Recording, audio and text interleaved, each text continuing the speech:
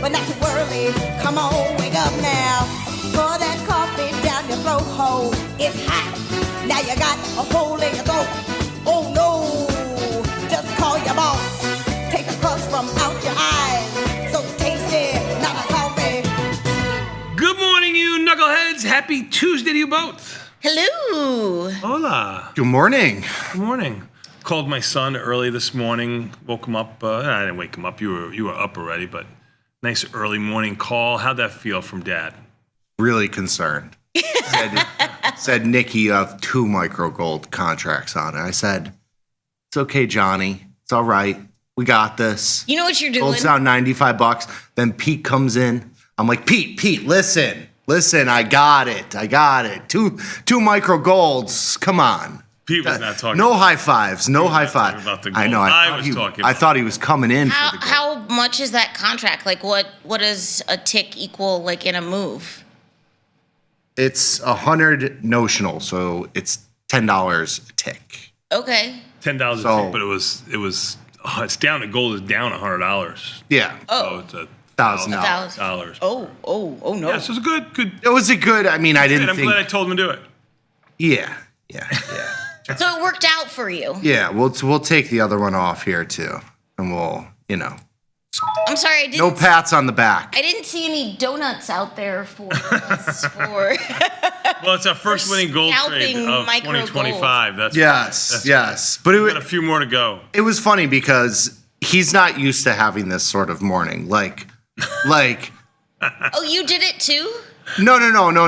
No, he's not used to having like a winning morning. We're like, shots you fired. can wake up before you take a shower and you got, a couple of grand in your pocket. Yeah, a couple grand in your pocket, and it's like, whoa, wow, you know? Like, it's usually What's this feel like? It's usually like, hey, you got to lighten up on that NASDAQ short. It's ripping your face off, Act like you've been there before, son. You brought it up. I wasn't going to toot my horn. It's all puffy-chested. Beep, beep. 3 weeks in. Unbelievable. Congratulations, Nikki. Yeah. New gold king. Thank you. I love gold. I love gold. Yes. Gold down 2%, $90 right now, $42.69, but it is just off of its highs. It's been the story. And the crazy thing about it is into the move, if you've been looking to get on the short side, the puts and the put skew has increased, not as much as the call skew, but pretty substantially. Like you're paying for puts now. They're not cheap anymore. They're pricing in. They're not schmutz. Yeah, they're not schmutz. But usually in gold, like prior to this move, if you were looking at iron condors and you're going 10 or 15 points wide, you'd be selling the call spread for $2 or $3 and the put spread for like $1. Yeah. Maybe. Okay. And now it's almost like NASDAQ or S&P like, where both sides are kind of the fairly same. Equal. They're fairly equal because the first part of the move, you get the call skew on the upside, and now you're getting the skew on both sides. It's just high implied. How you doing, Nikki? You getting it, getting that skew.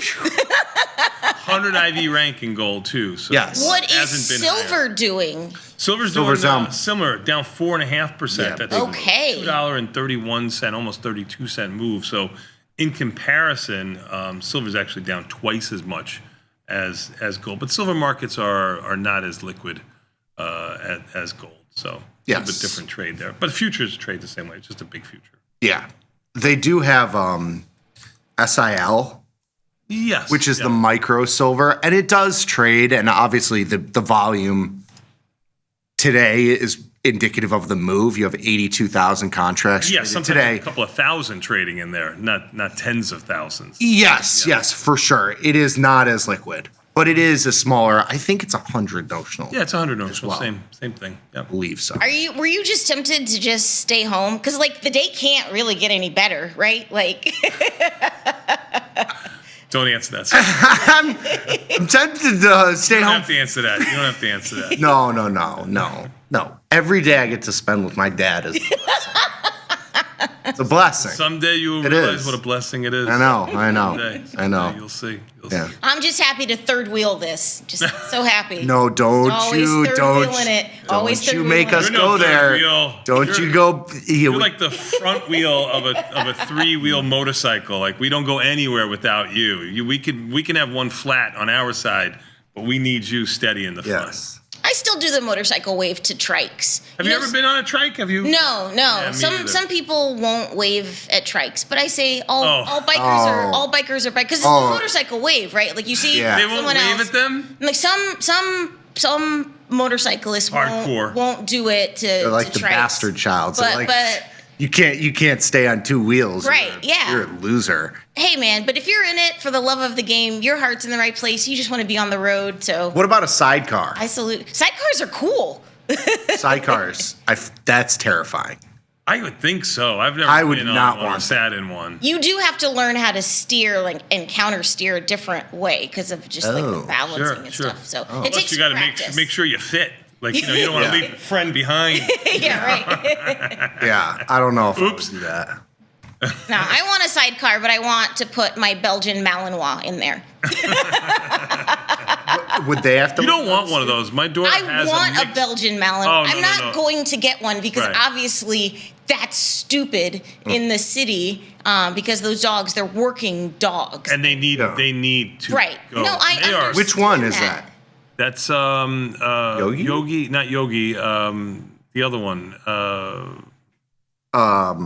Yeah. God, we're both I forget her forgetting dog names. Yogi and Dolly. Dolly. Yeah, Yeah, Dolly. Dolly. She's a mix. yeah. Dolly is. High She's a strung. mix of something. Of something, yeah. Yeah. She's high strung. Yeah. She rescued her. Yes. Yes, yeah, yes. okay, because she's a good person. Yeah. Yeah. Good dog and everything like that. Just needs a lot of work. Sure. Like, like a no, lot. I get that. I mean, yes, I want a Belgian Malinois named Trauma, and we would go on adventures. Mm-hmm. But again, I'm not going to do that because it doesn't make sense. I'm here all this stupid time. Yeah. Speaking of which, what did you get up to last night, Nikki? Did you watch some football? A little bit. Yeah. Yeah. Kind That of was- a crappy Monday night. Yeah, I watched the first game, and then that was it. And that's it. And then you just gave up. Yeah, that's pretty much it. You had your you did your confidence pool where you picked 6 teams. Yeah, I didn't have the best week. I'm on a 2-week kind of. I mean, I'm only up a full week on the next person behind me. Oh, no. A little bit of a Yeah. You were slump. up like a week and a half. A bit at of one a point. slump. Yeah, no, I'm running at about a 70% hit rate. You know. You won 4 out of 6. You just missed your top and your bottom. Yeah. Confidence. No. I went 3 and 3. Oh, did you? I hit my 5, my 3, and my 4, which puts me at half the points. Right. So it's still a decent. Missed your week. 6. A little over half the points, 21 points each week. I'm up only like 18 points on the second place team. So it's just about a full week. Mm-hmm. I mean, but it's exciting because the league is all over the place, Yeah, there's like 40 people in the league. Right, yeah. Yeah. And she means the games themselves. Yeah, the yeah. teams. Like it's exciting because Yes. you don't know. Yes. And also congratulations to the Toronto Blue Jays who are going to the World Series for the first time in a very long time. I think since the 80s, eh? I don't know. Someone can check it. The A for Canada. Yeah, for Canada, eh? They beat the Seattle Mariners, who that team had a lot of heart. They made it deep. They were really hoping to make it, to punch that dance card to the World Series for them. But it's going to be the Toronto Blue Jays and the Dodgers. And Shohei Ohtani is doing Ohtani things, just like records that don't even exist. He's like breaking them, like because Dodgers look they're like the team of impossible. destiny, don't they? Yeah. Yeah. So. How many games do you think this series goes to, the World Series? 5. Yeah, I don't follow baseball. Like, I just Yeah, I don't know, don't like, if the know. Dodgers are, like, that Dodgers dominant. Just look like The team of destiny? Yeah, they look like the team. I Yeah. don't know. Okay. know. Just got the feeling. Well, No.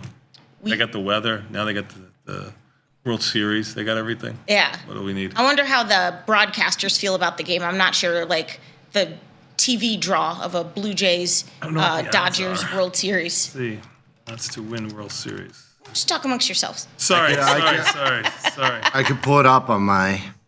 Oh yeah, you got your account. Yeah, I give you the real odds. Please do. I'm looking here. Don't make any Holding. bets accidentally. Negative 220. Blue Jays at plus 185. Favorites to win the World Series over the Blue Jays. Yeah. Yeah, Toronto did win more games, more regular season games at home. I mean, it's pretty close. That's home field advantage too. So. Okay. Yeah. All right. Yeah, it would be interesting. We will see what happens. How about you, Bat? What'd you get up to last night? You have hockey last night? Or? No. Monday nights are goalie clinic nights. Oh, okay. Yeah, he's going to let the goalies play goalie this year. That's not smart. Yeah, no. So Monday night's off night, tutor night for him. Chemistry tutor night. Oh, okay. Ooh. He's holding a B everywhere. Hey, that's pretty good. Yeah. He's holding B average, just over a little bit over B average everywhere. That's If you good. tell the teacher that he has a tutor, they'll Curve him a little bit. Yeah. That's what my wife said. Yeah. So we finally got. You gotta, you know, Shouldn't they when hold you him put to the a higher standard if he has a tutor? Well, they know you're trying. And yeah, Sure. trying to Yeah. kind of. Yeah. I gotcha. yeah. So he told me he had 2 missing assignments from when he was on a class trip. That if he makes them up, that'll help his grade a little bit too. So he did those last. Oh, you mean when they just came down to Chinatown to eat dumplings? Yes, you remember his trip. Instead of learning about covalent bonds? Yeah. Yes, that's correct. You're 100% correct. Yes. Even I still remember covalent, non-covalent bond. No? Okay. So true. What about you? What did you do fun last night? You look very pretty today, may I say? Yes. Thank you. I didn't really do any. Oh, I got my nails done. Oh, So nice. that was, I needed to really get them done. So I made time for myself. sweet. A little time for self-care. Get my nails did. Very nice. Got to support your local economy. So Yes. your local nail salons. Yes. Good. That's good. Yeah, but nothing too exciting.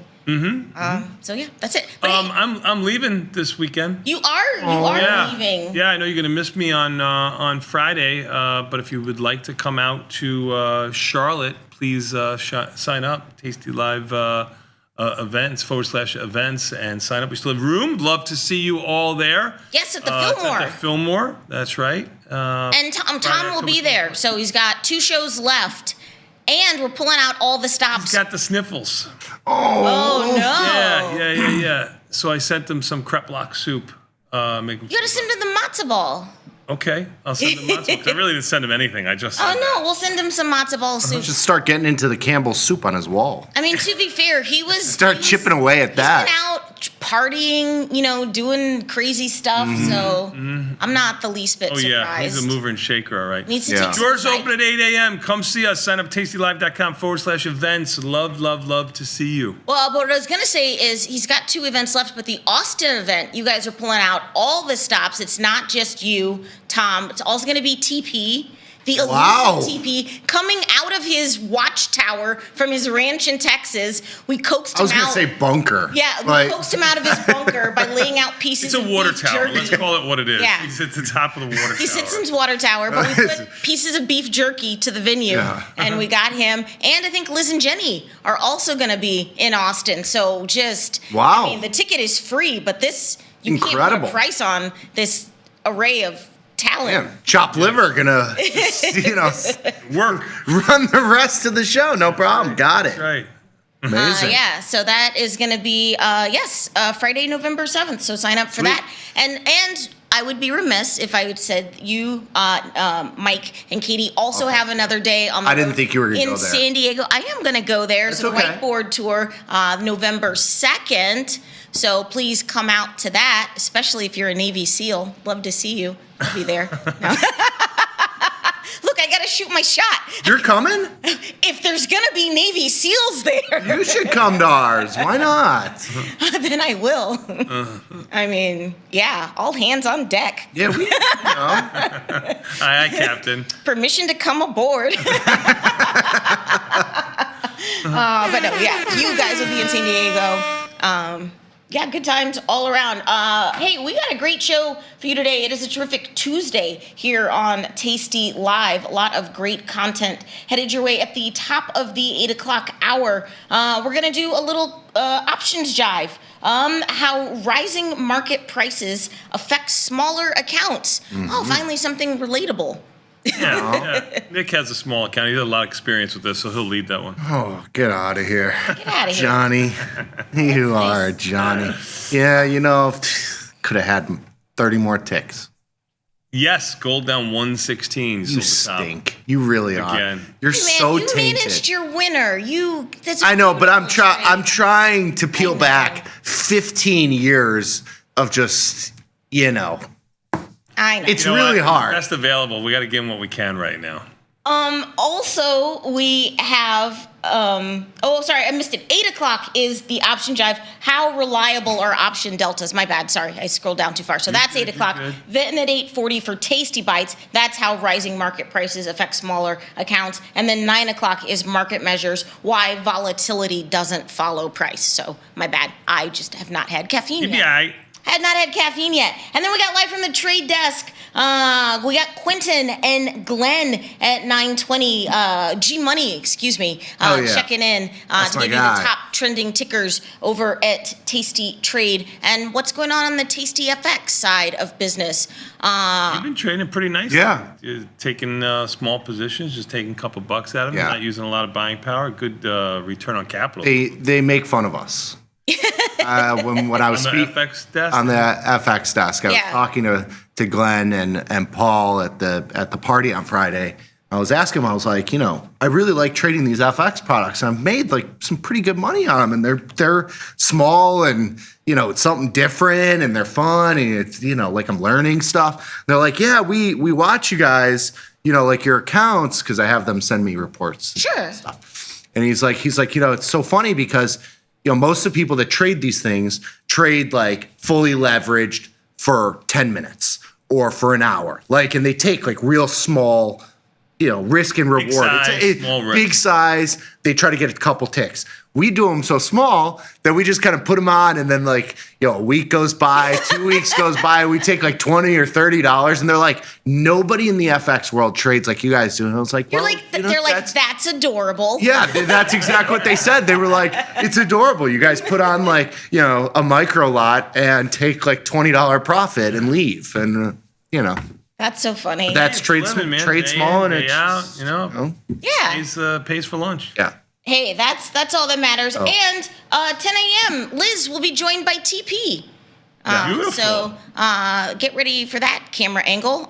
So Liz and TP headed your way at 10 a.m. But hey, in the meantime, in between time, you guys want your daily dose? Sure. Hit me with my theme music. Let's go. Our leading story, today's breaking headlines. news, coming across the wire. Our leading story. Top story, just in. In today's headlines, Breaking news. All right, everybody. Today is a terrific Tuesday. It is October the 21st. This is the part of the show we like to call the Daily Dose, where we talk about today's financial news and headlines. My name's Vanetta. Are you ready for the news? Ready for the news. Mr. Bat, what's on deck for earnings? The Netflix.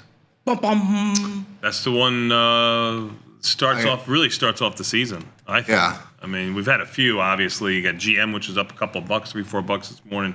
Coke up $1.50, but I think all eyes will be on Netflix. To see Put a how trade on him, Philip Morris too. Oh, very A nice. Zin boy. Oh, the Zin, yeah. The Zin. You and It's Gus care unchanged. very deeply. It is unchanged. It was up like $5. Ooh, It was up like $5 Yeah. after it came out. It's up I did $1 some right long now. delta there, but Yeah. nice. All right, things are moving. And Tesla tomorrow, so yes. yeah, it's very exciting. Hey, Wall Street ended sharply higher yesterday as earnings optimism fuels risk appetite. I don't know about all that, but finance and technology shares provided much of the upside muscle. The small cap, I wanted to point out, the Russell outperformed its larger counterparts, and Russell was up 2% yesterday. Any opportunities in like a IWM? Always, and especially now with volatility, although it did come in nicely. I mean, now the Ivy Came in rank is down to 9. huge. It came in huge. Huge. You're right. I should quantify that. I mean, Ivy rank in IWM is under 20 now. It was Sure. over 30. So it lost That was nice, yeah. 30% of its I think it was actually like a historic vol crush. over the movement over the last 2 days. Yeah, I saw some tweet that was basically like, I think Vecchio sent it to us. That was something like, the fastest vol move from 28 to 18 or 29 to 18, something like that, in time span. I mean, it was, we're back to lows. crazy. Yeah. And volatility. You really are. You're flirting with going under 19, which is something that we haven't seen since September. On the vol futures, VIX. On the /VIX. That is interesting. Also, the Philadelphia Semiconductor Index, SOX, hit an all-time high, and it ended the session up 1.6%. What are bonds doing? Let's check in on bonds. Bonds 118.31. They traded over 119. That's the first time they've traded over 119. I mean, since I don't know, maybe even for the whole year. So. That makes me feel very good about my parents' retirement portfolio. My dad loves a long bond. They've gone from 113 to 119. So okay. You're looking at around a $6,000 move since September 3rd. So in just really a month and a half, 2 months. That's like a 2-year move. Yeah. If you think about it. So I think you got to be careful if you're long bonds thinking rates are going to go lower. They're already saying that they are going to go lower. Yeah. Maybe it's had enough. Ivy rank a 5 in there. God bless the Associated Press because they are trying. I love it. This is just the headline they came up with. Don't come for me, come for the Associated Press. But they wrote this headline. But I do want to talk about it. President Trump is headed to Asia. What happens next is anyone's guess. Even the Associated Press, they're like, look, we don't have an itinerary. We don't know what he's doing. We don't know what's going to happen. But we're journalists and we need to tell you. So he's headed to Malaysia. He's going to go to Japan. He's going to go to South Korea. He's expected to meet with President Xi. And I'm mentioning this because, again, trade tensions with China sent the market, sharply lower last week. And it was like a whole thing. So I'm just putting it out there. The president's going to Asia. FAF. Going to kill the Prime Minister of Malaysia. But the Japanese market up huge today. Female Prime Minister, she starts today. So do your thing, girl. Yeah, even the S&Ps are up 3 handles. They've had about a $20 range, kind of a tight range so far today. So we'll see what's going on there. If you look at the yen, which had a little bit of a dollar, getting euro. absolutely smoked. Getting smoked again, down almost 1%. Oh no! On the yen, not at its lows of 66 or so, 65 and change, but it's 66.1 right now. So how do you say oh no? A little bit of dollar strength today. Yeah, dollar strength. Euro's lower. Our very own Ilya is probably printing today. Oh, good for him. Good for him. Long dollar. Hey, the United States and Australia unveiled a collaboration to invest $2 billion in critical minerals and to also advance Alcoa's gallium project. The two nations extended financial support to several Australian companies as part of a wide-ranging critical minerals agreement aimed at countering China's hold over the industry. Let's check in on some of your favorite rare earth stocks. And also Alcoa now. You can throw Alcoa in there. Yeah. Somebody mentioned that. Because that used to kick off earnings, but now it's the somebody banks. did mention that a couple weeks ago. Oh, was that you, Nikki? Somebody did. Do you want your flowers? No, I'm no high fives. No high fives. No high fives. Alcoa just off of highs of just about $40. They got up to $39.30 or so. It too has had a nice run since I mentioned September. In the last one, I'll mention September now. It's gone from 30 and change to almost 40. Alcoa. Yeah. MP is the one that people have been trading a lot of. Yes. Volatility's come in there very significantly. Stocks come down a little bit, which is It's probably, want to call it the middle of its range from 70 to 100. Yeah. It's sitting at 82. Yeah. So, yeah. But volatility, it was exploding to the upside. You had some of these other, as the kids would say, the shitcos, like USAR and UAMY is another one. There's all LAC was the other one. Lithium. Yeah, the Lithium Americas Corp. All these have gotten kind of the air has come out a little bit from a volatility perspective. Yep. Well, a new bombshell has just entered the villa, and that's Cleveland Cliffs. That company reported earnings yesterday, and that they say that now they're going to refocus on their rare earth mining efforts. Stock was up 21%. The funny thing about this is the company my dad retired from. So my dad worked here for many years. He's a purchasing manager. But I asked him, I was like, "Are y'all doing rare earth stuff?" He's like, "No." He's having a good day. I know. I was like, I hope he still has it, in his retirement. I'm sure. I just thought it was really funny. Yeah, this is blockchain-esque. Yeah. Yeah. We're getting to. They're like, we're getting to this. And where he's- they just add blockchain at the end of your yeah. name. Remember, we had Long Island. Tasty blockchain is coming pretty soon. Too, right after we're done. No, with Tasty AI. AI. Yeah. AI Dubai chocolate, the boo-boo. We actually could do blockchain because we have a crypto company. We do. So we could. we actually could do that and it wouldn't be deceptive. But But when you're a Long Island iced tea company, do you remember Yes, Long Island iced tea sure. blockchain? Long Island blockchain. Yes. Long Island blockchain. That's a little. Man, now you're we're getting. bringing back memories from know. years gone by. It wasn't that many years either. It wasn't. We're from 13 to 16. It's sitting at 15.75 right now. That's your cliff. So since I mentioned September on the last one, $10 to $16. So big move in cliff too. Speaking of big moves, Bitcoin jumped yesterday, did retake that $111,000 strike, leading crypto stocks higher as markets seem to stabilize after an October sell-off. What is going on in Bitcoin today? Bitcoin looks a little bit sicky. I'm not going to lie. No. Just rallied It did. It went $1,500. from So under 108 to over 109 now, 109 and a half. So you got a little bit of a rally comeback. Got up to around 111-ish, I think. Okay. Yesterday, almost 112. I don't know. Off of its lows of 104. I don't know. Low end of its range. Doesn't seem like it has the velocity, the upside as it used to have, at least. Is there still an annihilation in the altcoins? Yeah, they're all a little bit soft. Here A little bit softer now. You look at some of them are catching. Well, I mean, now they're all catching kind of a bit. I was really looking at Bitcoin and Ethereum. When you look at some of the altcoins, or at least the ones that we look at here that we support, catch a little bit of a bid after coming off of lows again. yeah. The reason I'm bringing that up is this is a crazy, what year is this again? So a company called Evernorth, which is backed by Ripple, they want to raise $1 billion in a SPAC to hoard XRP token. What? So Evernorth is a new crypto venture that's backed by the digital asset firm Ripple, and they want to list on the NASDAQ through a merger with a blank check firm. That's a SPAC, and that's called Armada Core, and that's expected to raise $1 billion in proceed, and then that treasury, that digital asset treasury, will then focus on accumulating XRP a la an MSTR, but it's using a SPAC, and I was like, this is just crime upon crimes. Creative finance, we used to call Nikki, it. what are your thoughts about this? I mean, there's market for it. So There's a market for it, is right. That is the answer. that's the answer. I I guess. hope it's not Chamath that's the leader. You know he's got his little hands in there. that rubby little. You know this, man. Yes. Anyway, all right. Well, There's a market for it. That's the correct. Yeah. That's the correct answer. what is Coinbase doing this morning? Good question out of you. Coinbase is trading on the bid 342.40, which makes it down maybe 75 cents or so. Mid-ish, lowish Okay. range for coin. Put a bid yesterday.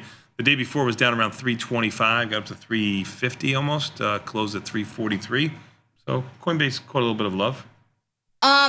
Turns out just making a good cell phone can solve all of your problems. Apple hitting new all-time highs yesterday on news that the iPhone 17 is outselling its predecessor by 14% in early China and U.S. sales, according to a new research firm. The newer models, like I said, outsold the iPhone 16 by 14% in their first 10 days of availability in the two countries. Apple now worth almost $4 trillion. What are we doing? When was the last time you saw Apple go, up $20 in 2 days or up $11 in a day? Big move in Apple to, new all-time highs. Was the lagger in the field for some time. Not anymore. It's down about $1 this morning, but just off its highs. Tim Cook is like, don't call it a comeback. I've been here for years. Well, good job, Apple. I don't have that new phone yet, but you gotta get one. Good job. Yeah, you're next up. I need one. I think I have an 11. Oh yeah, it's been time. Yeah, you need a new one. Yeah. I mean, I make phone calls. Yeah. Pictures. Siri still stinks. And I look at the. So what's that? You're not missing out on any of the Siri or any of that stuff. Really? It still stinks. Yeah. Yes. Yeah, but you're gonna have all the grandkids now. Like you need it for the horizontal photos. Sure. Meta also had a pretty good day yesterday. Their AI app downloads and daily users spiked after the launch of their Vibes AI video feed. Their daily active users for their Meta AI jumped to 2.7 million, up from around 775,000 just 4 weeks ago. Meta AI app installs are also up. Meta's still your lagger if you're going to look at that. I mean, its highs were almost at 800. It's sitting at 732 last night. It's actually up $4, 736. Okay. Meta has earnings on the 29th, so looming in Meta. What are you doing in Meta? I've had a put spread on, a pretty wide put spread into earnings. It's been kind of flat until just about yesterday when you had a little bit of a rally. I mean, it was up like 10 or 12 bucks, I think, which is not a lot. I mean, in $700 stock, it was 1% Right. no less. Expected 3-day move in there is $18, so I guess it's in line with its movement. Yeah. But really, it was the vol crush. So that has come in like 60 or 70 cents. But, I've been tested on it. Not tested, but, it hasn't moved. So you got vol crush and a little bit of a rally. It should be nice today. Well, speaking of these AI apps, OpenAI is now cracking down on its popular app Sora 2 after the app's ability to make deepfakes after pressure from Bryan Cranston. What? Not Breaking Bad. OpenAI announced they will crack down on deepfakes made with Sora 2 following concerns from actor Bryan Cranston and the SAG-AFTRA union. The Breaking Bad and Malcolm in the Middle actor expressed concern after unauthorized AI-generated clips using his voice and likeness appeared all over the interwebs, and he's like, wait a gosh darn second. I'm the one who knocks, or whatever it said. I've never watched Breaking Bad, so I don't know. You never watched it? No, I never got into it. I watched some of it. I couldn't continue on with it. Yeah. But everybody loves it. Oh, it was critically Yeah, it's acclaimed. great. I just never got into Yeah. it. And now it just seems like there's a lot to catch up with. He was in something else that was really good too. I forget right now. He's a great actor. Something in New Orleans. He was a judge or something. Oh, Oh, yeah. I don't know. Great show. I forget I the didn't name watch of it. that one. Great show. Good Anyway. job. Hey, you can't trade OpenAI, but you can trade Microsoft, so you could look at that. You can trade Microsoft, and you used to not want to trade Microsoft. It didn't go anywhere, but $517 Microsoft. Kind of like chopping around. I mean, Been chopping around, going Yeah. sideways. After making that huge move in April from around 390, April, May, June, July, all the way up to about that was the original OpenAI. That was Yes. like the Yeah. 10% Yes. stake. Yeah. whatever. up to around 540, which is not seen since then, but it's only sitting at 516. So Netflix is on the clock to report earnings after the bell, and the $120 billion stock market rally that Netflix has is going to face a crucial test, proving that their costly investments into advertising and video gaming can support the growth that made the streaming pioneer a Wall Street darling. How are you going to play Netflix earnings? Ooh, Netflix, Tough. rank of 35. It's going to come out after the market closes here. Netflix been going kind of sideways-ish too, high end of its most recent range, but off of its highs of $13.40 and change, which is about Yeah. $100 higher than there. The expected move for the next 3 days in Netflix is 87. Yeah. So you're going to have a big move. It's going to be defined risks. It's $1,200 stock. You're going to probably use. You're not just going to spreads are YOLO it? Well, I mean, you could go directional. Spreads are going to trade Just cheap. kidding. So we'll see how it Yeah. goes. I'm thinking like a short-term diagonal spread. Maybe like a 10-day, 3-day as a directional shot. So you got, couple $100, $500-$600 in risk for multiple of that reward. Maybe you play for the split to finally come. It's up about $500 right now. Wait, 1,300. 5 points right now. I was like, whoa. 5 points. I apologize. But yeah, tough one to misspoke. trade because of the price. Yep. But a diagonal is a good way of doing it. Again, defined risk trade. Weight Watchers is announcing they're partnering with Amazon for weight loss drug I thought they went out of business. Yeah, that's Amazon, even though they broke the whole internet yesterday, stock was up yesterday. They fixed their not the Tasty Trade platform. Not the Tasty Trade platform, Tasty though, Trade standing platform. strong. But Weight Watchers Some said- other platforms. Weight Watchers said Monday that they will partner with Amazon to deliver medications, including injectable GLP-1 obesity treatments for its members, a move the telehealth provider said will make it easier for some customers to receive prescriptions. Amazon trading $2.17 and change, up $1. Market's basically unchanged here so far this morning. Amazon at the lower end of its range, I guess, if you could say that. Sure. I mean, it started the year, probably closer to $170. It's trading $216, so it's hard to say it's at the low end, but it is over the last 45 to 60 days the lower end of its range. If you remember, the last time we had the internet outage was CrowdStrike. Which shut down the entire world. Sure. Airplanes, governments, hospitals, people dying in the street. That was the low in the stock, pretty much. That was the low tick of the stock. The stock is probably a triple from that point. So maybe Amazon goes higher from here. Yeah, it has. I don't know. I mean, it's a double-edged sword. It's like, well, shoot, they run everything. You can't do anything. It broke some other things that we use. I mean, their platform was fine. Tasty Trade was fine, but other things we use around, like the business broke yesterday, and I was like, this is fun. But that tells you the other side of the coin is like, this is probably something that is you should be bullish on. Sure. If they control everything. Sure. Right, yeah. If you get something what you feel is a discount. Yeah. But I mean, the stock is $50 off highs. Yep. I mean, the 52-week high at 340 or 242. Yep. You got a $30 discount, 10-15% down on the year. You don't usually get that in this. So you're don't usually scoopy. Yeah, I mean, usually like when this sort of thing happens, it's usually an opportunity. It's been met by bids. Yeah. Mm-hmm. So.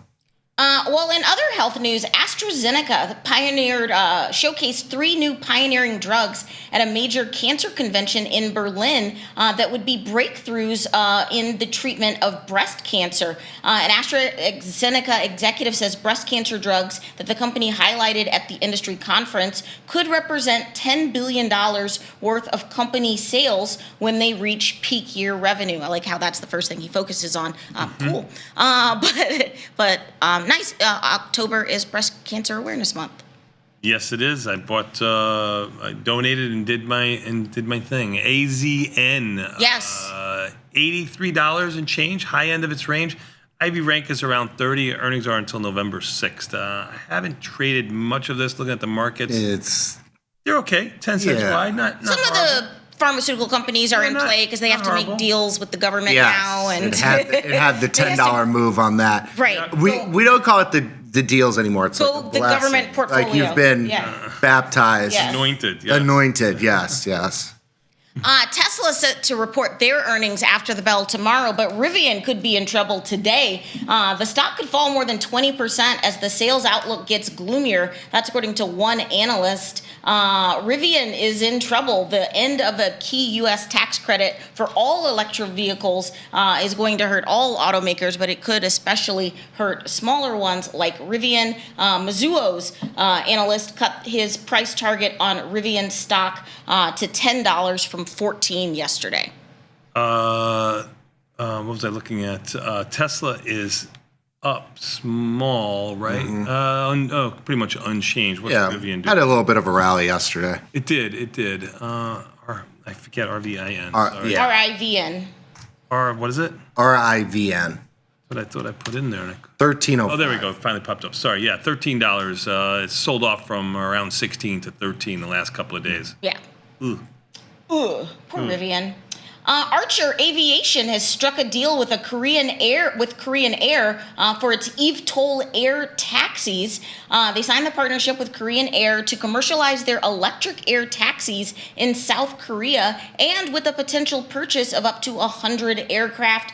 The deal underscores an intensifying race among electrical vertical takeoff and landing developers. Archer ACHR. ACHR. I just looked at Joby. It was basically Joby down small. Archer's unchanged, also 1193 or so. How do you feel about these things? This looks cool as hell. Yeah, it looks cool as hell. But how do you feel about them? I mean, I think if you're going to trade them, you have. No, I mean getting in one. Oh, I mean, if it's to choose between this and an Uber driver that's wearing too much Dracar Noir, baby, yeah. baby, I'm picking this. Noir. Does Vinny have that? Dracar Noir?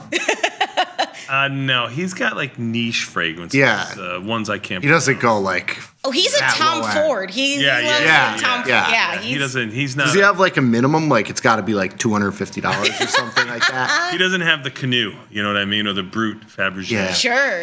Yeah, the Paco Rabanne. Yeah. Yeah. Yeah. Would you go in? Which Paco was pretty good back Sure, in the day. I'm sure. not gonna lie.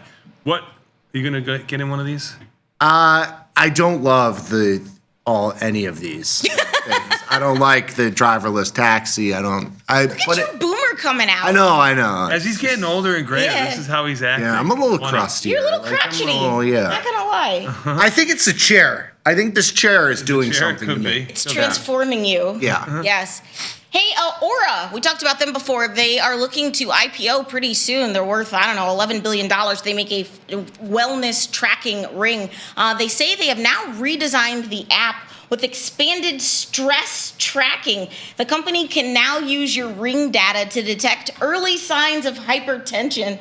What the hell are you gonna do about it? It's like, who isn't stressed out right now? Like, that's what I wanna know. So I don't. You had one. You don't wear it. I have one. I was going to ask you for a pen so I could write down to cancel my subscription when I get off this Oh, because show. they're getting you, yeah, on monthly. Because seriously, I keep Sorry. I keep forgetting to do it, and I need to do it. I think I bought the year, so I probably have it until early. So you don't like it? It look too much like a wedding ring. Look too much like a wedding ring, and I also just like don't do anything about any of the information. Sure. So I liked it for sleep because I'm a little bit more interested in that, but the rest of it, like. So do you track your sleeping? It tracks Yeah, your sleeping. it tracks. No, like, I know how it much- does. No, I meant do you personally track your sleeping? Use it. A little bit. But you don't care how many steps you take a day. No, Put it on your nightstand. Put it on if you're worried about how you. I know. I mean, I sleep on a picket fence. But that's not how it works. You need to like do it All day. like it. It's kind of like a whole thing. do you have one? Like it I measures when have you an get Apple enough. Watch that tracks my sleep. Got So, it. So you Yeah. where you watch when you sleep? I can't do I that. tried that one. I hated it. yeah. Yeah. The what? I want the thing that goes just in your mattress and that tracks your sleep that way. No, it's Yeah. just a For the pad. boyfriend. No, it's a. I lost my train of thought. Aura is. You broke my brain. Now you're thinking about your bed right working now. with the FDA on a blood pressure study. That's what I was trying to get to. There you go. There. Finally, Ticketmaster is finally going to ban the ability of consumers to have multiple accounts. It is also shutting down Trade Desk after an FTC lawsuit. Finally, their long criticized Trade Desk ticket uploading application was fraught with problems. They're now probably going to require people to submit like a social security number. I was like, I don't know if that's the solution to resell tickets, but the system is broken. The whole thing's filled with bots. Yeah. Ticketmaster sucks. It's horrible. So it is crazy that people could have more than one account. I don't know how they're going to police this though. Like the cow's out of the barn, so I don't know. Right. Everybody's just gonna go to different email addresses. Right. LYV is Live Nation, Ticketmaster, Satan. LYV is trading at 150. This is hard to tell. There's not too much trading. 17 shares have traded Okay, yeah. in the aftermarkets. Let's just consider it unchanged at 156 and change. Higher end of its lower range. Okay. I mean, it started the year probably under 100. It's 156. So What's TTD doing there? That That's the stock's Trade been Desk. dead. Okay, well, Trade Desk is dead. 52 and change. IV rank of 70. Earnings November 6th. Yeah, it got included in the S&P 500. It was like 130, Yeah. and then they had the. I mean, it was just people didn't matter. pulling advertising dollars, and it's now at 50. whoa. Yeah. Sad but true. Yeah. Hey, Starbucks has set the date for Red Cup Day. The coffee chain announced on Instagram that they will host Red Cup Day Thursday, November 13th. On this day, customers receive a reusable red holiday cup when they purchase a handcrafted holiday beverage at participating stores. And they are battling with their employees who want to unionize, so they're just shutting down stores. Love that for them. Starbucks can't get out of its own way these days. $84. It is off its lows of under 80. It has had a nice 6-day rally, but it's fallen from these levels the last couple. Did you see the press release? The CEO, Brian Niccol, he was like, Starbucks is leaning into AI, and people are like, girl, what? I think he's like, you make coffee. Right, but I think this is the whole thing about, like, you know, some people who do actually do it, those who can't actually teach about it. He, I think, was like from like an ad agency. They would like find CEOs, like, you know, that's how he got hired, I believe. Oh, I don't know. Like that was, I thought he came from Chipotle. Yeah. I don't know.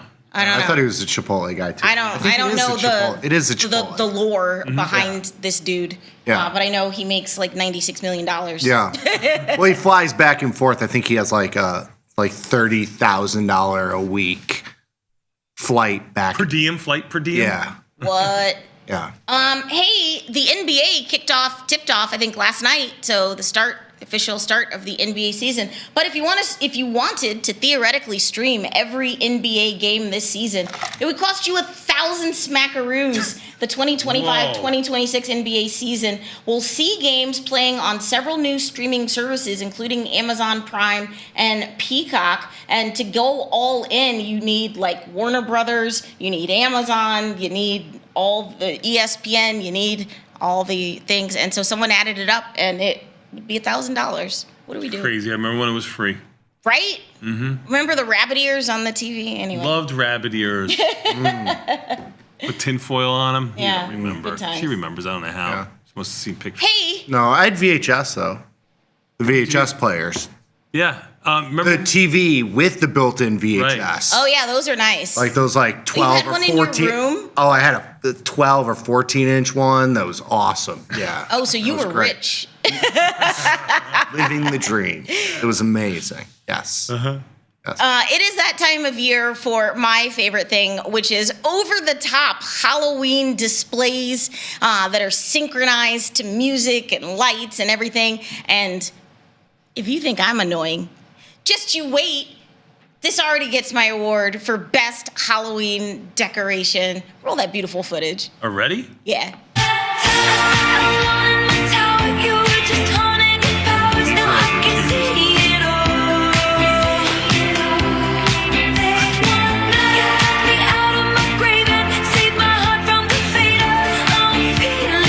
This is great. Amazing.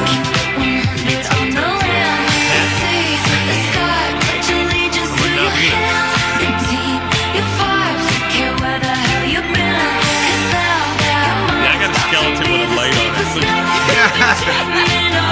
Oh, this new Taylor outfit. There you go. That's pretty impressive. What do you think that setup runs? Right? As our resident, Expert on the Halloween decoration costs? yes, That's in the thousands. got to be in the thousands. Yeah. I thought you'd give me like a. Yeah. But I mean, you think I'm annoying? Imagine hearing that on Oh, loop. my God. It's your neighbor. Well, the music plays all Yeah, the time, music too? play. Yeah. You'd have to call the HOA. 100%. I mean, I don't even keep my guys on until Halloween day or the day before. I'm talking about the guys that make Sure. stuff like I that. think that's so cool. I don't know how people like have all these skills to do elaborate. They might have acres around them, though. You never maybe. know. They could be. You know, you're Could be. thinking they live right next door to somebody like here in Chicago or something like that. Anyway, my time is up. What's coming up next? Good job, Eddie. We're going to take a quick 90-second break and come back. We got more Tasty Live on basically an unchanged market unless you get to the metals, which we'll talk about in 90 seconds of Tasty Live.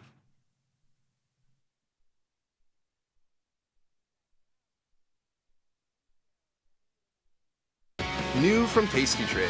Unlock 30 days commission-free trading, plus a 1% cash match on all qualifying deposits when you open and fund a new Tasty Trade account. The Money Match event starts now, exclusive to new Tasty Trade customers. Wolf! The first first half of this year's market has been giving the good guys the business. It's certainly been back and forth for sure, Pete, and I'm getting whiplash over here. With good mechanics, we can see Team Tasty stay strong in the second half. Absolutely. Let's check out our starting lineup. Tony Bat Batista, the John Jay College of Criminal Justice. Number 69, because it's one standard deviation plus one. And you know, I'm the Bat. John McLaurin, Wisconsin. Number 2, because I'm Beth's right-hand man. Vanetta Logan, the Indiana University. Number 3, because that's how many shots of bourbon it takes to make it through the first hour. I like the looks of that lineup. Well, Be Mechanical is always better than just trying to run plays and see what sticks, Pete. When you got skin in the game, you stay in the game. That's right. Now get off the couch and get into the game. Watch Tasty Trade. What's up, everybody? Check out my new series, Life Cycle of a Trade, where I show you my real-time trades with insights into strategy selection, adjustment mechanics, all the way to the closing order for all of the tastylive core strategies.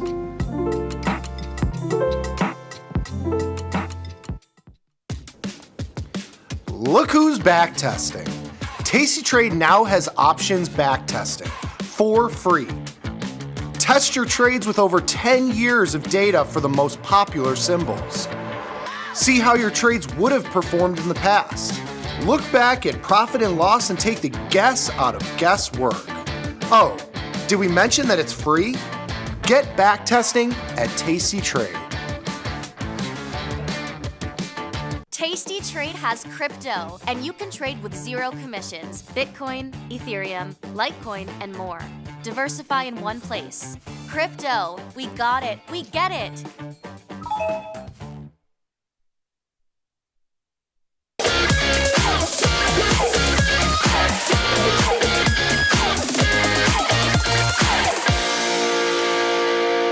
Means time for a little more Tasty Live. That's right, with Confirm and Send. But before we do, let's take a quick look at the market and see what's going on. E-mini S&Ps are up 50 cents. You'll see here a very tight range of just over 20 handles from 67.85 to 67.63. We're sitting right in the middle at unchanged at soon to be, if we go higher, uncharted territory, which would be new highs.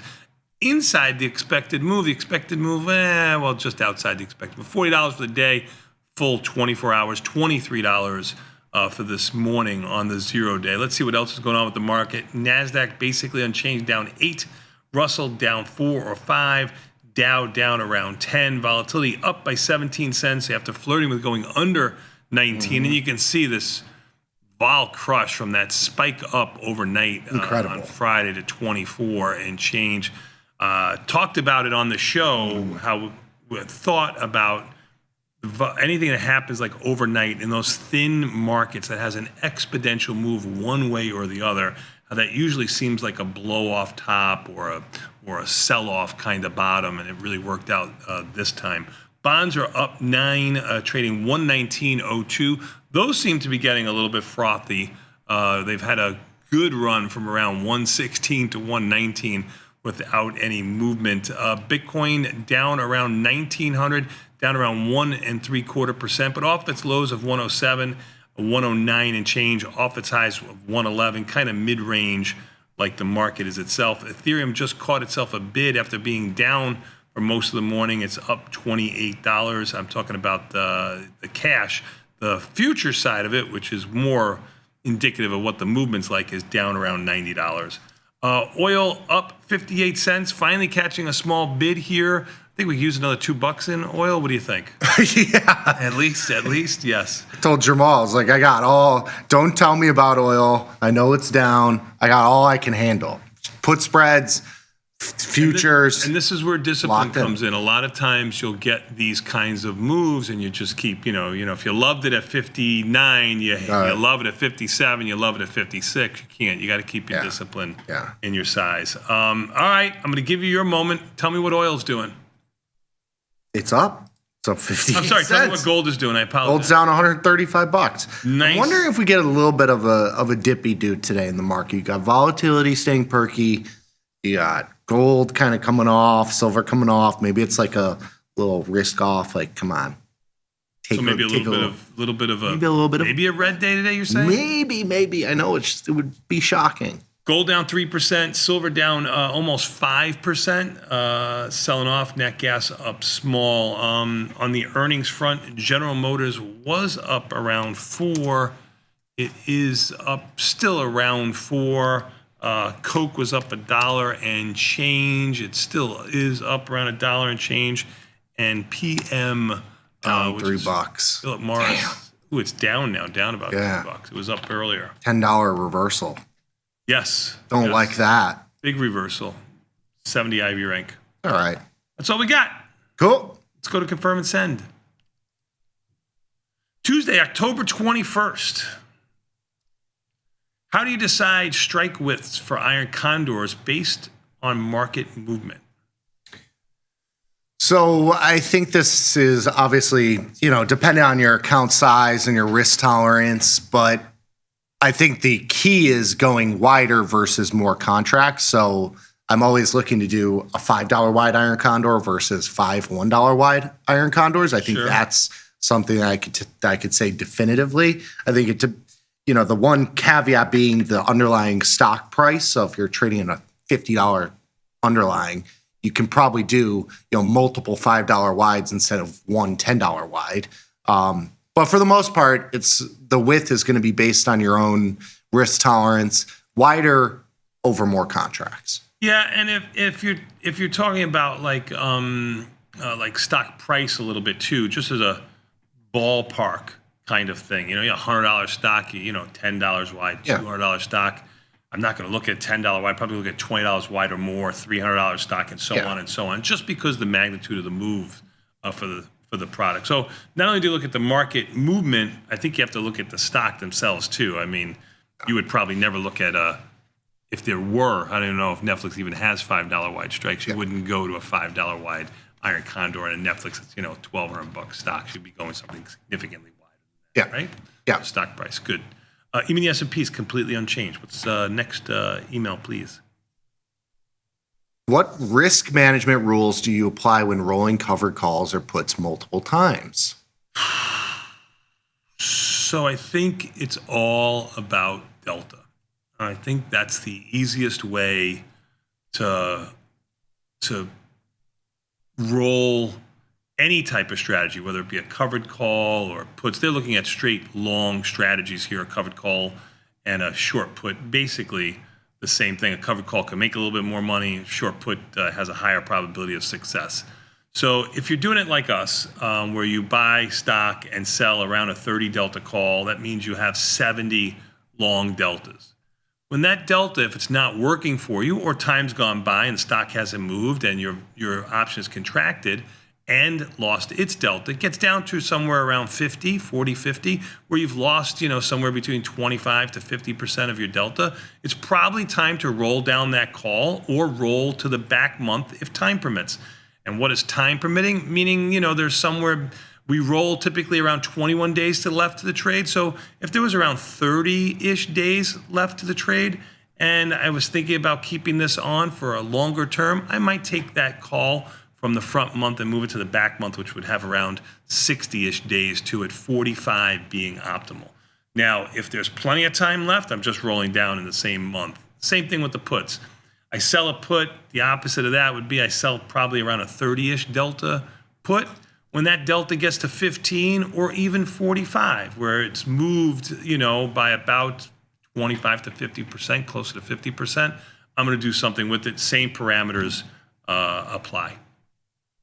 You? Well said. I think the only thing I can add is we get that question of what's the best time from a credit or extrinsic value standpoint? It's when the option is at the money. And we tend to hold them for a couple weeks at least before rolling. But if you're asking the best time to roll an option is when the short option is at the money, that is when you will collect the most extrinsic value. And there's only good and better, and you can even do nothing. Yeah. If you want the delta on the trade, nobody would argue with you as long as you made the decision and didn't let the market make the decision for you. Next question, please. What indicators suggest when to close a losing scalp trade, especially in volatile markets? What indicator do you use? Do you have any indicators? What do you use? I think you just keep size. I mean, size is usually the king. I hope to stay small enough with positions to where I can hold. It kind of goes to what I was saying about the FX products. Is like, ideally with my scalping, it's not the core part of my trading. And so if I stay small enough, I can withstand a move against me and be able to hold that and not have to like worry about it. I think that's probably applies to 90% of people. Not everybody has unlimited money to hold. So your real parameters on this are on entry as opposed to looking at something. Stay small afterwards, right? Yeah, staying small really is the key. And small is small enough to add. Like small enough to what? You should be small enough to where if something goes against you, you can add another contract or 2 contracts or 3 contracts. Like your small is not your normal size on a scalping type trade like this, especially when you're trading leveraged products. You have to be small. It has to be even smaller than small. Smaller than small. Yeah, micro. Yeah, you know, you're right. Listen, you know, if you're not buying 500 shares of SPY or selling 500 shares or the equivalent of it, you know, as scalps, then you shouldn't be trading an E-mini S&P. You should be trading something smaller. Because one E-mini S&P equals 500 shares of stock. Same thing with you know, gold or silver or anything else that you might be trading. So even volatility is like 1,000 shares of stock. Yeah. So, you know, you should be going to the micros in those two. Yeah. Well, we had, you know, the gold position. I could have taken 100 points against me. It would stink. Right. Even on 2 contracts, it would stink, but I'm not like blowing out the account. Sure. I could add to it. I've added to my micro crude position. That would have been a $10,000 move in a big gold contract. Yeah. I mean, or more, you know, 2 contracts, 1 contract. So now you're talking about something substantially different. But you're staying small on entry so that you can take that heat. Yep. You don't want to. You hope not to. As we speak, it's down $150. That's correct. God, you but really, stink. there's nothing to look at after the trade is on. You really have to do it before. Yeah. Now, you can look at the expected move if you put something on. Put your profit and loss in if you need to. Sure. You know? Sure. Yeah. Use the bracket order for sure. Yeah. Awesome. Next question, please. And gold, by the way, down $150, 42. Yeah, I just said you stink. Should portfolio delta be adjusted dynamically or statically during volatile periods? Be adjusted dynamically or I think what they're getting to is like, I tend to be less aggressive with my delta adjustments. Like right, but would you adjust with stock or futures, or would you adjust with options? I think dynamic is options and static is kind of like, you know, your futures, which are going to always have the same delta no matter whether they go up or down, or stock is always going to have the same delta whether it goes up or down. Which one do you adjust with? I mean, options mostly. Yeah, I'm dynamic too. You know, you have to be able to, like, I want to get long into down moves. I want to have some sort of long delta. Like, I am not looking to reduce my delta to 0 into a down move. And I'm not looking to reduce my short delta to 0 into an up move. Right. And so, yeah, you have to have a range of delta. I'm 95% of the time looking at options. I will say, if, you know, I'm lucky enough to get the market move, and for argument's sakes, you know, I'll use a larger number. Say you have 1,000 long deltas, and we get an up move, you know, of I don't know, 50 or 100 points on the E-mini S&Ps.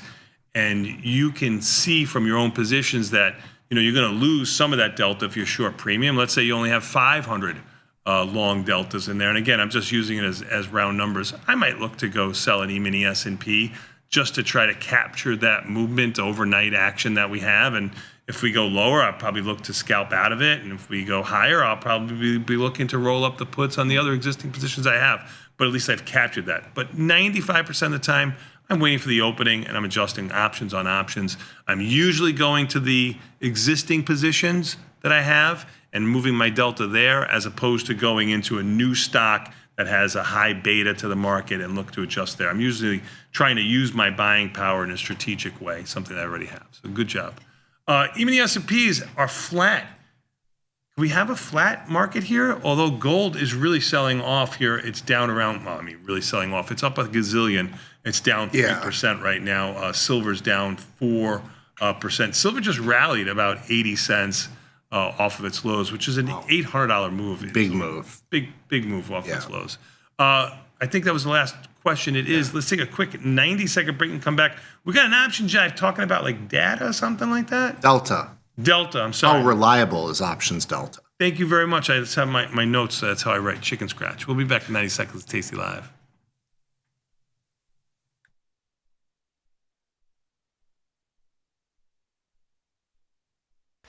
Trading is hard enough. Here's what liquidity is. You want to be like water. Liquidity is in reference to how easily you can get in and out of a position, from volume to open interest to actual price at which you can buy or sell your position. It's important for all traders, from stock traders to futures traders to options traders or even crypto.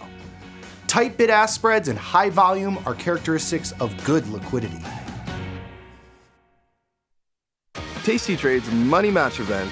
Unlock 30 days commission-free trading, plus a 1% cash match on all qualifying deposits to jumpstart your trading when you open and fund a new Tasty Trade account. Level up your trading experience with Active Trader Mode, smart order tracking, risk analysis tools, dynamic watch lists, and more.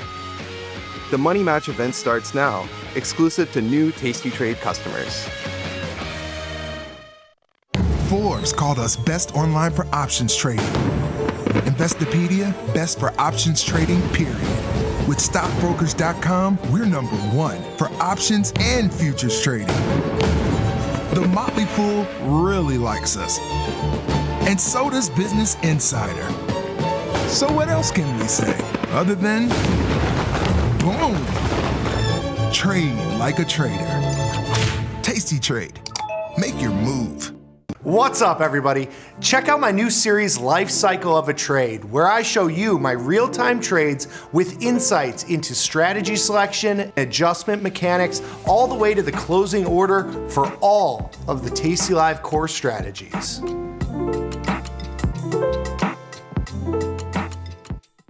The future of trading is here. Join Mike and his whiteboard, plus the Tasty 2 live crew for 90 minutes of probabilities, punchy portfolio mechanics, and trade tactics. It's totally free and unreasonably fun. Come early to enjoy a drink with the crew and stay for a Q&A after the show. Space is limited, so register today at tastylive.com/events.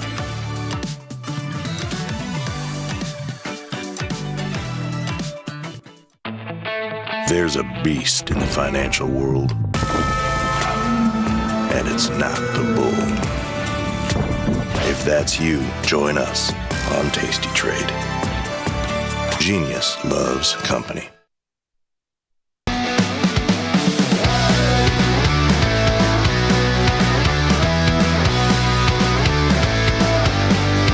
It's options.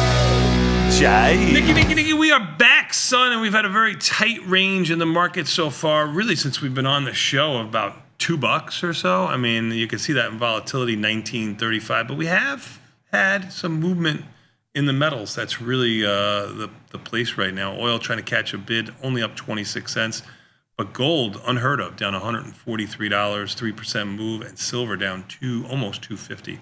Big move there, almost twice. E-mini's a 22-point range, including the overnight session. That is as tight as it's been for quite some time. I think when we had that one day, it was like a 12-point range where Vecchio was like, this was the tightest range we've had in like 16 years. Something like that. Yeah. From a percentage standpoint, because the market gets bigger, so moves get bigger. Netflix is going to be the big mover for earnings today, or at least expected big mover for earnings, up around I don't know, what is that, about $4 or $5 or so. Netflix. All right, let's go. Cool, let's do it. I'm ready. How reliable are option deltas? Do you think they're reliable? They better be. They're more reliable than me, okay? When I used to make deltas, they were a lot more. What we have today is a lot better of Tony Batista 1983 to 2005. Yeah. I'll give you that much. Yeah. But that was because you were the maker. It's not a deceptive thing. It's just that, you're the other side of it. I had my own positions that I didn't want something to have a 42 delta. I needed it to have a 38 delta. Well, and you say, if you don't like that, you go somewhere else. That's right. And that's right. I think people forget about that with markets today. Is like it's so tight and so efficient that even if you miss out on a penny, it's so much less than what if you had to go market to market here with the people standing around. Your markets aren't penny wide. Your markets are dollars wide. Well, I mean, let's be fair here. I mean, the tightest. You're telling me you wouldn't have dollar wide markets on Tesla? Oh, you'd have $5 wide markets. No. Yeah, you would. No, you got to be competitive, son. That's where the delta comes in. Yeah, but the competitive came from the technology that came. If it was you and the rest of the old fakaktas on the desk over there in a room, and I called up on a Tesla market, you're all $8, $9, $10 wide. No. On a 0 day. No.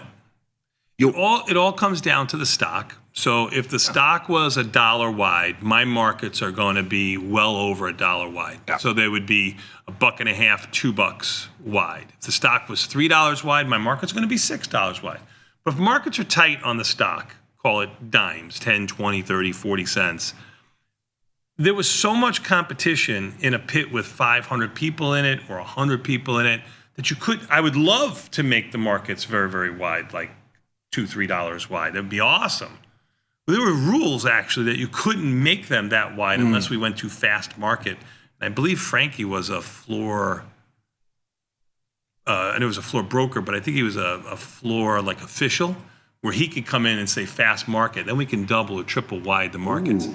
Now, if you've got 5 guys in a pit, not a lot of liquidity, you can make wide markets legally as wide as possible, which I believe was around $2 wide or $1 in the orders wide. I think that was about as wide as you could on a $10 option or something like that.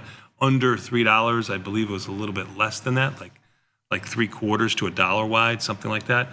But if you have 100 people, you're going to get a fairly tight market. Back in my day, that might be $1 wide, let's call it. Today, you're going to have nickel wide markets on a market that I would make dollar wide. Yeah. So even if you miss it by a nickel, you don't miss it by much. That's your point, and it's valid. Go ahead. Good info there.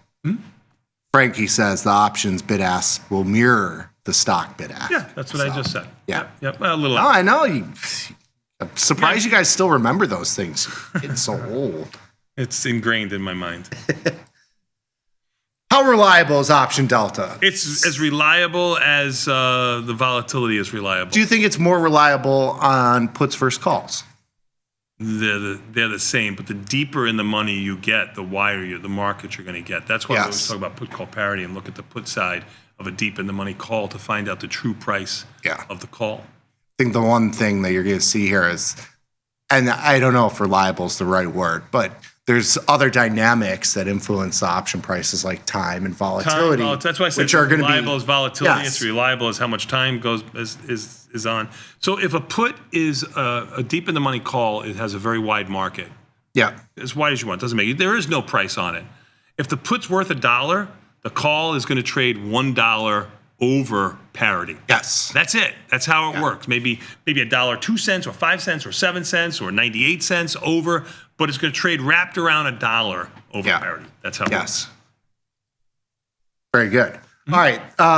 Can we go back to the last slide? Sorry, I skipped through that with our little conversation there. The delta of an option is most often described as how much the price of the option is expected to change from a $1 move in the underlying, all else being equal. Because of this, and the fact that deltas from multiple options in the same underlying can be added together, retail traders can look to delta to make sure that their positions align with their directional assumptions so you can build your position size via delta. But how good of a job does delta really do at anticipating option price changes, and how can we influence this through strike selection and trade management. Let's check it out here. So the study that we're looking at here is we're looking at 10 years of data in SPY options. We considered selling a variety of calls and puts, 45 days from each monthly expiration. Over the life of each trade, we found the delta predicted daily price changes, i.e. yesterday's delta times the daily change in SPY. So we're just looking at how much the delta will change. Between this and the actual realized day-to-day changes in the option prices, we analyze the correlation, which you would expect to be high, the average error in dollars. So this is just like the change that really will be reflected in volatility in time. Mm-hmm. And how frequently the prediction was at least in the right direction. So we looked at just the percentage of time. If you're long delta, the option goes up. Contrasted the results from the full duration of the trades to those only looking from 45 to 21 days. So we looked at 45 to 0 and then 45 to 21. Beautiful. So the first one here is we're looking at calls from 45 days to 21 days. We're looking at the buckets of 50 delta, 40 delta, 30 delta, 20, and 16. And you can see they all have a high correlation to movements in the stock. I mean, this is not a shock. If the stock goes up and you have long delta, your delta is going to be bigger. That is going to happen. The reason there is a non-100% correlation is because you have changes in volatility in time. And so over time, extrinsic value decays. So each successive move, especially small moves, might not move your delta, especially when you're looking at those at-the-money options. Same thing with volatility. So volatility, and when you're talking about volatility and time changing, it's also a reflection of gamma. That's what's coming into play here as well. Your option can only get so big as well. That's correct. And so from here, you can see the frequency of the directional agreement. It's higher with at-the-money options. If you have a bigger delta, it's going to move more with movements in the stock in your direction. Pretty intuitive here from the study. Very good. So when you look at 45 days until expiration, this is where gamma comes into play. These numbers decrease significantly because as you get closer to expiration, you have a lot of gamma. These options, the further out of the money options will have higher gamma, but you need a bigger move. Mm-hmm, mm-hmm. So, those will not move as much in correlation because you need to have the big moves. Yeah. If you have 1 day to go till expiration and you have a 16 delta option and the stock goes up $1 on SPY, it move by 1/8 or 1/16 or 1/4. It doesn't move more unless volatility expands. Yes, exactly. So this is where you get into the longer you hold the trade, the less reliable the value change based on delta becomes. That's the story here on the call side. Yep. And the call side has a lot more of the volatility exposure than the put side because your put delta is negatively correlated to volatility because you get the volatility typically expands on the downside. Mm-hmm. On the upside, you have short delta, volatility contracts, and so they run opposite each other because you have short delta. It's kind of the short delta is lessened by the expected contraction in volatility on the upside. Good. Next slide here, please. So puts, again, when you're looking in this 45-day to 21-day range, it's pretty intuitive here that things will move with a high correlation. Basically, 80% of the time, it's going to move like it's supposed to move. They are who we thought they were. Exactly. Sometimes if you get inside moves, especially inside to either direction, you're going to see volatility contract, which is going to help you here as well. So getting to the next slide here. So puts 45 days to expiration. Again, you'll see all of your correlations decrease. Again, this is a reflection of gamma risk. As you get closer to expiration, the change in your delta is going to be more severe in both directions. And time, right? And time. Yeah, I mean, this is, more time, maybe less correlation, right? I mean, Yes. That's what you're thinking of. Volatility is going to contract. That's what happens. Yes. Couple takeaways here. Pretty kind of simple little option jive here, telling you that they are accurate around 80% of the time, but nothing is absolute. And that's the dynamic nature that we try to take advantage of. So if volatility is high on this option and the stock has movement, you can expect volatility to contract if that's what you're playing for and it happens, and that delta is not going to move. Like, it'll actually go lower as volatility contracts. Think about it. If a stock has a $10 range and something is $5 on each side, it's going to have around a 25-ish delta because of 50% chance of it getting there. If volatility contracts and it only has an $8 range or a $6 range, that same option that had a 25 delta is now going to have a 15 or 14 delta. That's how you're allowed or you're able to go further out of the money with the strangle and have the same delta, 0, as you would, collecting a lot more premium when there's high implied volatility versus less volatility. And that's another just little takeaway from this whole slide. Well said. Sorry. Thank you.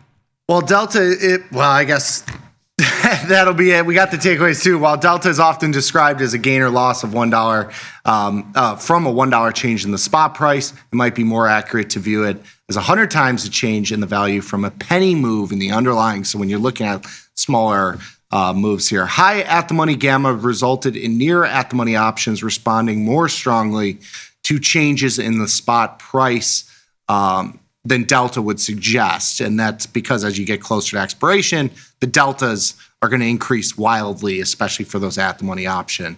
The increased relative sensitivity to implied volatility for out-of-the-money options meant a lower correlation and larger chance of directional disagreement.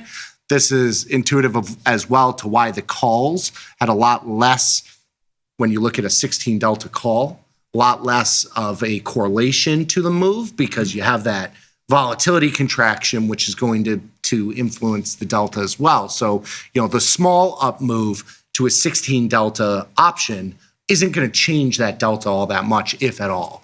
And that's why you see that kind of non-correlation there. The most significant effect, however, was from time. So trades that were closed early kept fairly close to their theoretical predicted price changes. If you choose to hold these positions to expiration, you got to be ready for things to change. This just goes to why we manage trades, all trades. Let's take a quick 90-second break and come back. We got more Tasty Live immediately following these messages with the opening bell next. Even the S&P is holding steady, down $2.75. NASDAQ down 27. Russell has slid a little bit, down 8. That's about a third of a percentage point, with basically unchanged for the other three markets. Russell been the most volatile for the last week or so. Yeah, and Russell was the strongest yesterday. It's been the weak. Yeah. It seems like it goes. Whatever's the strongest becomes the weakest. Whether it's the same directional move or not is irrelevant. It just seems to be the one that is the lagger to the other one that has a big movement day. Volatility up 25. Kind of a surprise with the way bonds are moving. Bonds 119.09 at up the highs. 16 ticks up near their highs. Bonds have a relatively low implied volatility, 5.5, but maybe there's something to do there on the option side. We'll see in just 90 seconds. We'll take a quick 90-second break. We get the opening bell coming at you next.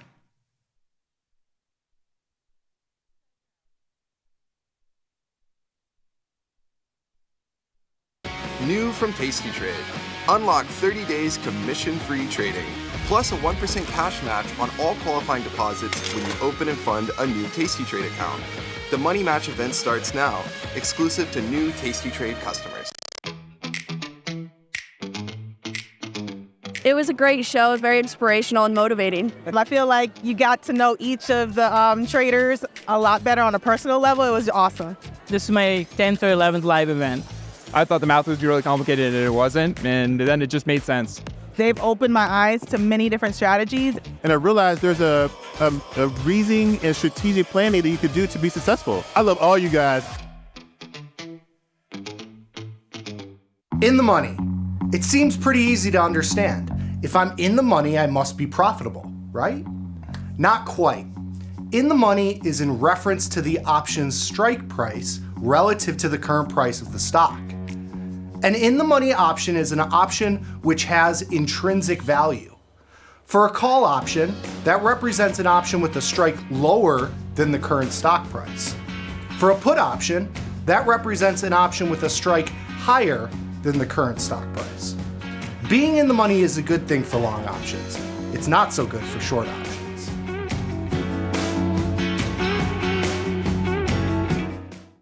If you've ever been curious about where to start with crypto, join me, Ryan Grace, for the Tasty Crypto Show.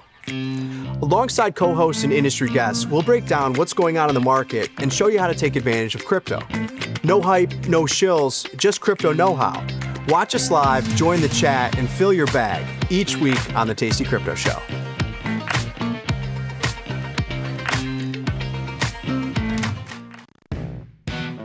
Got trader's block? We've got the cure.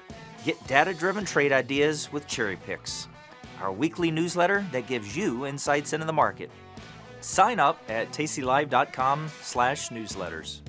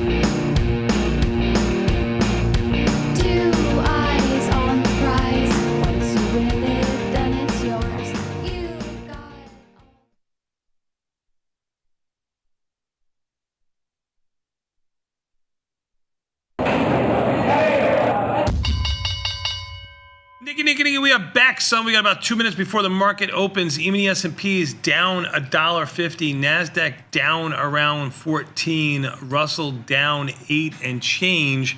Dow down around 4. Volatility up by 20 some odd cents. Bonds making new highs. 119.10 trade up to 111 just a moment ago. Maybe there's something in TLT we can do. Let's take a look at TLT for a quick second. Is this a sale? I think so. I mean, that's how. What about just a call spread in the bonds? You could do it in ZB, /ZB. Sure.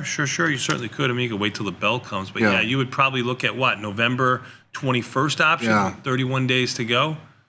Yeah, that would probably be or like an at the money put spread. Where do you think the high will be? 20? I mean, I'm 120. I mean, when I put a trade on, I think the high is in, right? I mean, if I'm getting short it kind of thing, and you're looking at low implied volatility, so I like your idea of going kind of, you can't do anything diagonalized in TLT, right? I mean, it's kind of futile then to do it. but you got to stay in the same month. You could do something in bonds too, but I like the at the money put spread that you're looking at. And you would be trying to take a smaller. Oh, you want to do a long put spread, not a call spread? Yeah. I like the. Well, if you're using the same strikes, it's going to be the same thing because we did put call parry, but you're not going to sell an in the money call and buying out of. No. I was thinking just selling the 120 call and then buying the 125 or something like that. It's just a. Just the heavy rank is so low, 5 in there. I'd probably rather go to the. But TLT is the same. Yes. There's our bell. Maybe you go to the ZB and you do like a I don't know, $2 or $3 wide spread. You probably go $3 wide, like the 121, 118 spread. Yeah, I don't know. You could do something like that if you want to. Up to you. Let's see what's going on in the market. Let's see what's moving us lower. You don't usually see this. GLD down $17. It is a almost $400 stock now, but it is down $17. NEM down 7 and change. OKLO, you've been looking for that to go lower. It is by $7. All the gold related products like GDX down 6 and change. App Lovin' can't catch itself a bid, down 4 and change. BE down 3. Some of these stocks that have been the high flyers losing a little bit of their luster. MP, you mentioned earlier this morning, now down to 79 and change after flirting with 100 not too long. BE giving it up too. Yep, I just mentioned that to you. Down $4 and change. Big move there. Earnings coming on the 28th of this month. Some of the Chinese stocks like BABA down $3 and change. Silver obviously is down also. SLV down 280 and change. Google down 2. Let's see what's moving us a little bit higher right now as even the S&Ps are basically unchanged. GE bringing good things to life. That's GE Aerospace though, up $10. Yeah, they had earnings this morning, I believe. They did have earnings this morning, yes. The GE and GM also had earnings. There's GM right there. GM up $5 and change. Carvana up $9. Reddit up $3. Meta up 2 and change. Let's see what Apple's doing after the big day yesterday. Apple basically unchanged, up 24 cents. And Netflix, I didn't see it on my list. It must have sold off a little bit. It did. It's basically unchanged, $12.30 and change. That's your market, son. Not much to do about nothing right now, but it does seem to have a little bit of weakness to it, at least. Volatility is getting bid too. I think you get an opportunity to sell them here. Sell the market or volatility? Yeah. I don't think Should we do like a couple micro little ES contracts here? I don't hate it, especially if they poke their head up a little bit here. What about What about on like an SPX? You want to do just the call side maybe on SPX, and we did just the put side near the lows. We could do that as well. Day, or we could do I don't both know. sides. Do a 20 delta. I'm gonna sell a couple put. of MES contracts. You could do that. You're feeling lucky because you scalped your gold so well. Yeah, I got some money to work with. You're going to the futures in this 50. MES are small. Yeah. Come on, don't be such a Johnny. MES is small. Don't be such a Johnny. Good. Yes. Sold them at 67.71 and a half. You're already up $1. How does Daddy do it? What else are you looking at around the board here? Not too much going on. This gold is down 144 and change. I think helping some people, at least with the volatility up at 103. You're going to be able to do both sides of the market if you're looking to do something here in the market. Other earnings for today, really just Netflix is the one to watch. What else, son? Nothing. I mean, I'm looking at a couple positions like my NVIDIA Iron Condor. I think we did that for Fast Market last week or something like that. And that's come in like 90 cents. Do I take that off? You certainly could. Why not? We did that at 431 and it's marked at 348. I mean, it's not a home run, but it's like some of these positions, they've moved way faster. You're well ahead of the decay curve in terms of time value, all that good stuff. So, what about going to TLT if you look at the 93, 91 if you wanted to? You're closing your NVIDIA, Yeah. which is a good one. You're basically looking at a 50-50 shot here, or if you go to 93.5, 91, you can get pretty small in here. I don't know. What do you want to do in bonds? I want to buy a put spread. I think IV rank of 5 is probably the right thing to do. I mean, if you're looking to get short in there, I think it's better than selling premium. Okay. If you want to stay What do you do, smaller, like you can go into TLT. That's where I would go. I would go to the 31 days. I mean, What do you do? The 21.18? TLT? No, in the bonds. Oh, you want to go ZB? Yeah. You could go ZB. I was getting smaller in TLT, but you can go ZB. Yeah. 21.19. Is that what you're looking at? I was looking at the 21.18. Sure. You do. Either one. It's a risk one to make one. Like Yeah, they're it's both half. 50-50 shots. Yeah. ZB is a little bit bigger. TLT. Or do you just sell? I don't think you sell just bond? sell the call. I think the volatility is too low. Okay. What about sell the futures? You could sell the futures. Yeah, sure. You sell one. Sure. You're future happy because you got a nice scalp in your gold. It's Well, it'll move. I mean, you're trying to take a couple ticks. It's okay. not a big. It's okay to get some machismo. I got it, Johnny. I like it. All right. 119.10, one tick off of the highs. You gotta love it. Mm-hmm. Anything else sticking out to you here? No, I mean, the Russell really is the weakest of the group here, down 15, trying to take, we've gone down twice as much as earlier this morning, as even the S&Ps are catching a little bit, up 3, NASDAQ down 16, volatility up 27 cents. I'm good to go. I don't have too much to say here about this unchanged market. Yeah. Let's take a look at... I know, it's nice to have some of these, like, OCLOs coming off a little bit. Yes. Volatility's is getting smashed there. Like this B strangle has come in pretty. I mean, I'm basically short. I'm short. Yeah, BE down $6.60. So this is good, but this OCLO position, which we did that bat wings, and then I bought in the risk on the downside, but I have the call ratio on the upside, the 145, 170, 1/2. Mm-hmm. And that has, I mean, obviously the down move has helped significantly, but the vol crush has just been huge. Been huge. Yeah. No doubt about it. You can see there the IV rank going from, well over 100 now, into the 50s in Oakley, and BE doing the same thing. A little bit higher implied volatility in BE, still 97. But you'll notice that the IV ranks in there were well over 100, 110, 120 there. So volatility is still elevated in BE, but if you've been in it last 4 days with this down move, volatility's come in quite nicely. Yeah. Are you ready to take a quick 90-second break? Sure. We got Tasty Bites coming up next. We're going to take a quick 90-second break. We'll be back in 90 seconds. Basically an unchanged market. NASDAQ is the weakest, with bonds going higher is really kind of odd to me, but we'll take a quick 90-second break. This is Tasty Live.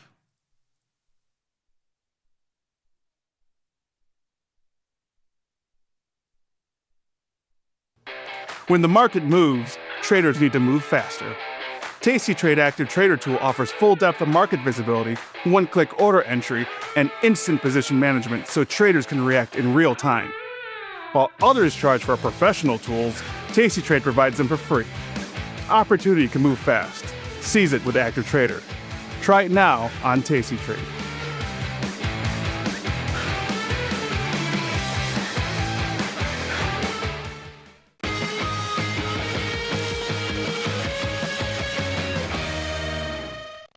My dad, who was trading options in retirement, introduced me to options trading. He said, you have to check out this tastylive site. The way they taught options was very accessible and easy to pick up. I think a lot of people think that options trading is gambling, but it's not. It is simply probability and taking an educated guess. It's more like insurance. People should watch Tasty Live because you can pick up a lot of information in a short amount of time, and it's actually practical. You can use it to make money, most important part.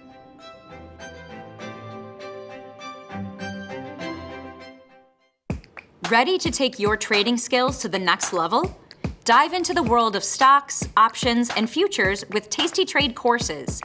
Whether you're a beginner or more advanced trader, our courses can empower you with the knowledge to succeed. Watch as our team in Chicago shows you how to use the Tasty Trade platform and go over the basics of trading. Perhaps you'll learn about a new strategy or a potential product for your portfolio. To find our courses, go to the Manage section of our web platform or head to courses.tastytrade.com. Start taking control of your financial future. Visit our courses today.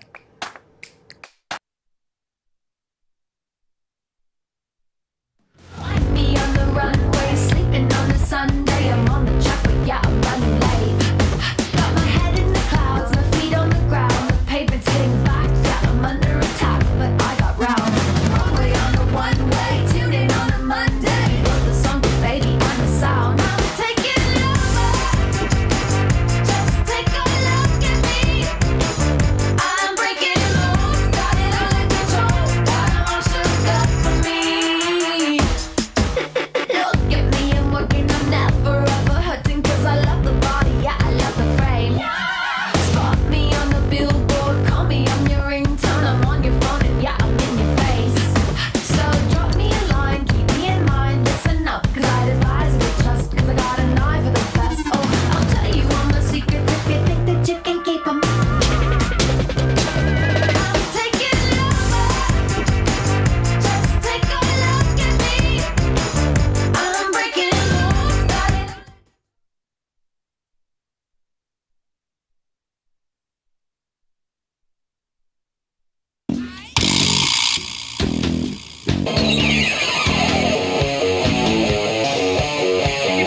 We are back, son, and you know what that means. Time for a little bit more Tasty Live. That's right, with a Tasty Bites account here segment. Even the S&P's unchanged. Excuse me. Oh, GDX. Yeah, I did the 1x2.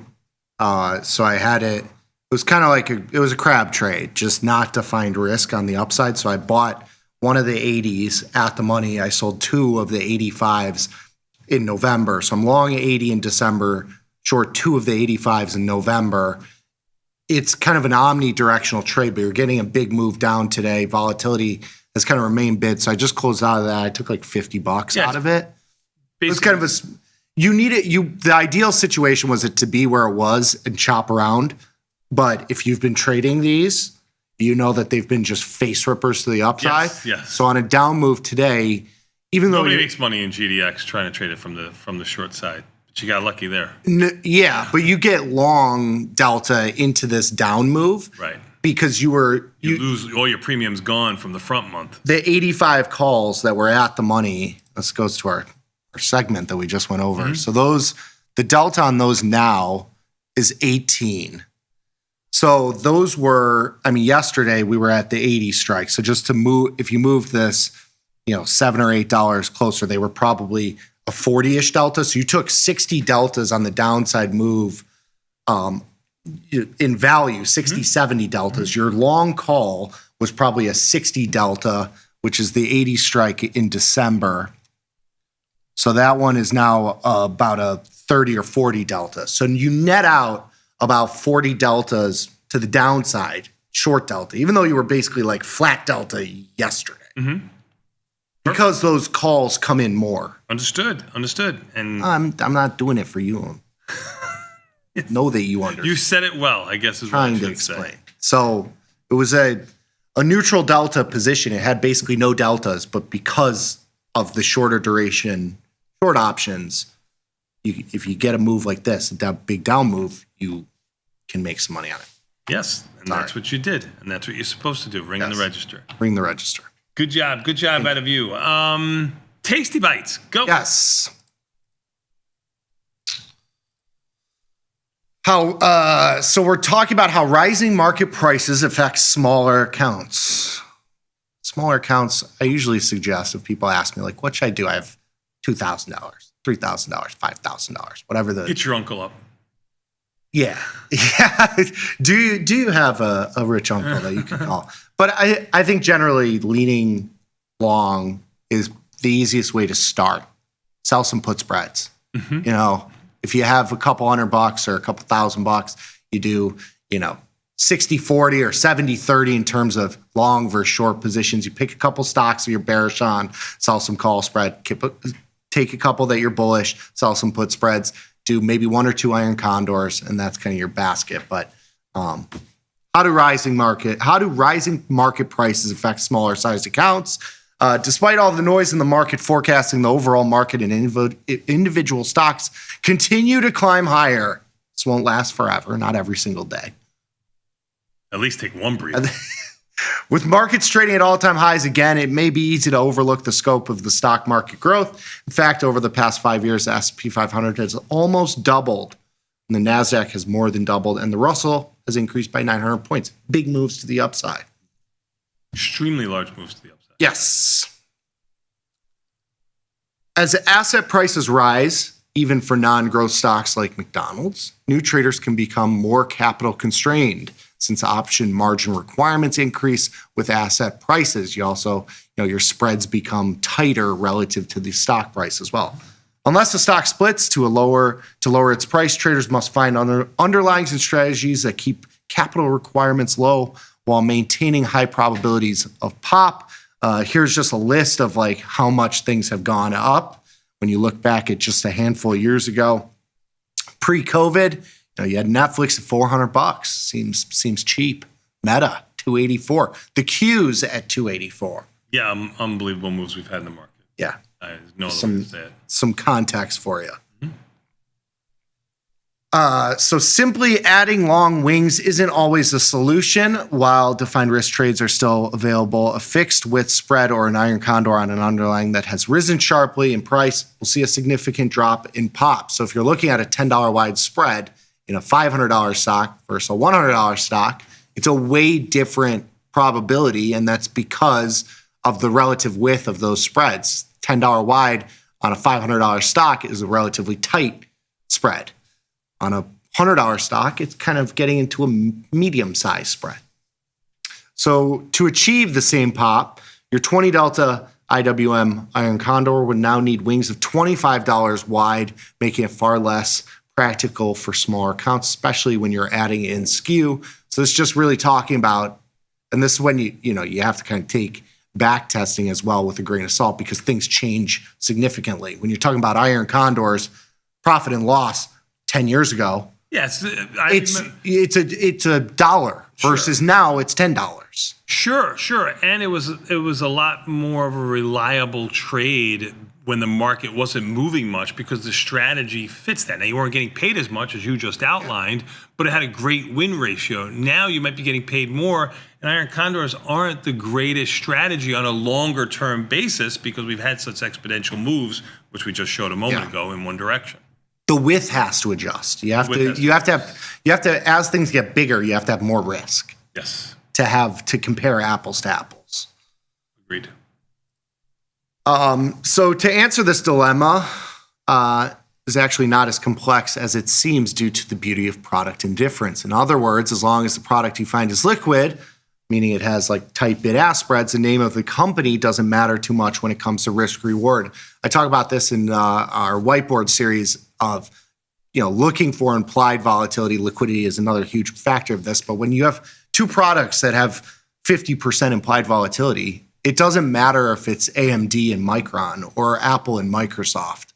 The same amount of risk premium is priced into those products. Yes. The difference in the premium is relative to whatever the stock price is. So if you have two stocks and they have the same implied volatility and the same stock price, it doesn't matter your personal opinion on which one is more risky. They're priced the exact same from a risk perspective. And so we take when we say product indifference, that's really what we mean, is that there's just, it's all about volatility, time. Those are the things that we trade around. So assets below have a relatively high IV and high IV rank, are liquid, and are reasonably priced. So iron condors or even strangles may be doable for traders with small accounts. So these products, are ways to get smaller versus something that's a little bit bigger. Maybe looking at some of these products here. Good. Next slide here. So smaller accounts are often too capital constrained for undefined risk trades, which is why many Tasty Bites traders prefer defined risk setups. But how can we strategically use undefined risk trades so they remain accessible for smaller accounts while keeping their key advantages? What do you think? They spoiled it for you. If you can. What's that? They spoiled it for you. They did spoil it for me. I'm just looking at volatility in the market right now, up 51 cents. Big move, almost 3% on a relatively small move on the market, down 7 here. Maybe you do have a little bit of a crack here in the market. Bonds are still up 21, 119.14, making new highs. Giving a little bit of a flight to quality at I don't know if it's flight to quality. I think it's just the move in gold. It could be, yeah. That's Gold what it down seems 109. like. Gold down 167 right now. Sorry, down almost 4%. Silver down almost 6%. I mean, that's those are big numbers. Yeah, but they've been big numbers to the upside too. So like a 10% move in gold from bringing it back down to middle of last week. Yeah, I mean it's been going 3% up. Yeah. So yeah. I think it's just a little. It's a little liquidity spook that we're getting in the markets. Maybe the market not as weak as you would think with volatility as strong as it is. So you got to place your bets. The Russell, they're coming out of they're like, I need to hold this Russell NASDAQ up because you're not. Right. With bonds rallying, you would expect small caps to be relatively strong, and they are by far the opposite. It's a complete weakness, and that's it's a struggle between good and evil right now. Yes. Who wins?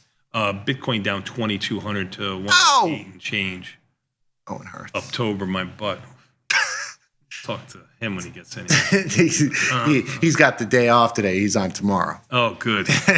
Next slide here. For me. So for both low and high IV underlyings, using a defined risk strategy will cost some credit compared to an undefined risk strategy. So here are a couple stocks that you can look at in terms of low IV and high IV and what you get paid. These are the same price. I think this is exactly what we're talking about when we just riffed about volatility and price. When you're looking at something that is the same price but has low versus high volatility, you could see how much more you're getting paid to take that risk, and why it always comes down to implied volatility, and why we're always looking for high volatility is if you took the ticker, and these have, in my opinion, different risks. Yeah. But that's what you're supposed to have on the show, opinions. So yes, good job out of you. Yes.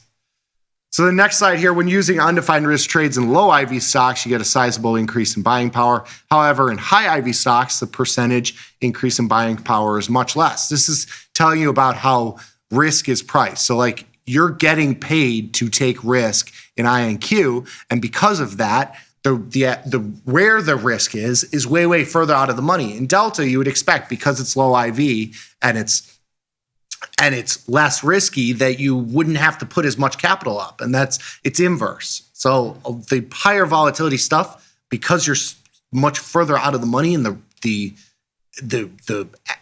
actual risk in terms of volatility is priced higher, you don't have to put up as much. That's right. Buying power decreases. Yep. It's a complete math model here, really, is what you're looking at. I mean, that's really what it is. Yes. For you to lose the $600 on INQ, you need the stock to move a lot more than Delta. That's correct. And by Delta, I mean Delta Airlines. Yep. The stock that we're looking at. Right. It was an odd one to use, Delta. Yes. As Delta Airlines, yes. Yes. So a couple takeaways here. So many popular assets have more than doubled in price over the last 5 years, increasing the difficulty for new traders. Defined risk strategies come with a cost of some credit, of course, because you have to buy those wings. You're essentially buying your stop loss. Undefined risk and high IV stocks offer a better credit to buying power ratio and our smaller buying power increases, making undefined risk more feasible. That said, things can change. You get big moves in an INQ or an OCLO, and that requirement certainly can and likely will increase if that volatility is realized. New traders should focus on product indifference, prioritizing high liquidity, moderate to high IV, high pop, and low capital requirements. over specific asset names. Not about that. You're not really trading Apple stock. No, you're not. You're trading Apple volatility. You're trading Apple time. You're trading Apple risk. Those are the things to keep in mind. Good little segment for Tasty Bites, smaller traders there. You should really go over that one more time. A lot of little nuggets in there for you. Even the S&P's down 5. NASDAQ down 53. Russell down 23. Just to give you a perspective, even the S&P's less than 0.1%. Russell down almost 1%. Dow is actually up 65. Really weird market going on right now, in my opinion, doing nothing. Yeah. Volatility up 40 cents. Bonds are up 18. Bitcoin's getting whacked. Oil just turned around, down 48 cents. Gold down $171, almost a 4% move. Silver down almost 6.5%. $3.30 move. Equity markets are taking a side. Are fringe players right now to this metal move in the market. Yeah. I think the market would be a lot weaker than this. I mean, you actually have one of the 4 indices up, and even the S&P is basically unchanged. NASDAQ trying to keep us higher here. Let's see what's moving, keeping us higher here. I mean, General Motors, that's what's helping the Dow, probably up 7. Lulu up 7. These are not the stocks. Well, Amazon up 4. Yeah. Reddit up 2, Meta up $1 and change, JP Morgan up $1, Apple up $1, Microsoft up around 80 cents. Let's see what the downside looks like here. Your high flyers, OKLO down 12, BE down 9. They're really taking these stocks out to the woodshed. But that's the small cap story. Yeah, it was a small cap. You know, they're Yep. Coin down 6 and change, AppLovin down 6 and change. Baba AVGO has been a leader of the clubhouse, down 4 and change. Tesla down 4. Might be a little bit of a breather day today, son. I don't know. We'll see what's going on with this market. We'll take a quick 90-second break. We'll come back. We got volatility and price with a market measure next, sponsored by the SIBO. We'll be back in 90 seconds. It's Tasty Live.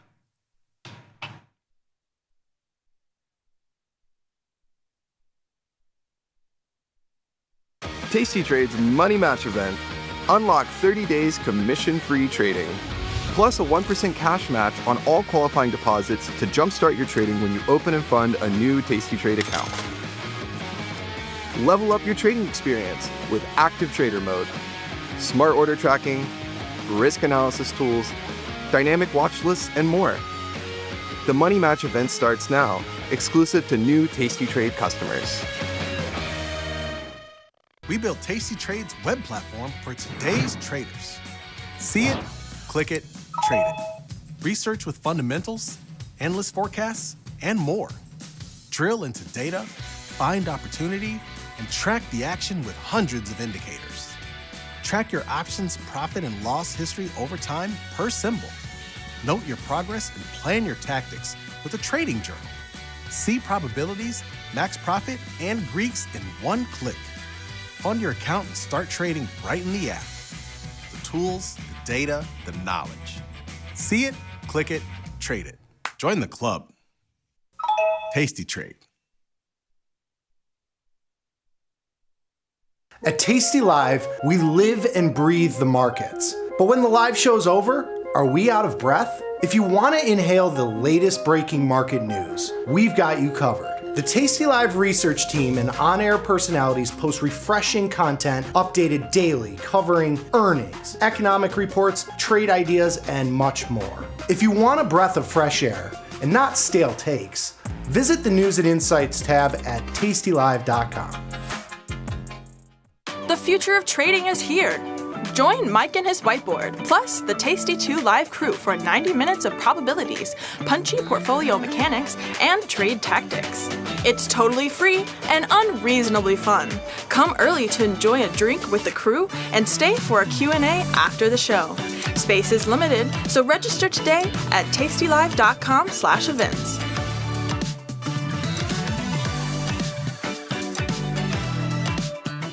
What's up, everybody? Check out my new series, Life Cycle of a Trade, where I show you my real-time trades with insights into strategy selection, adjustment mechanics, all the way to the closing order for all of the Tasty Live core strategies.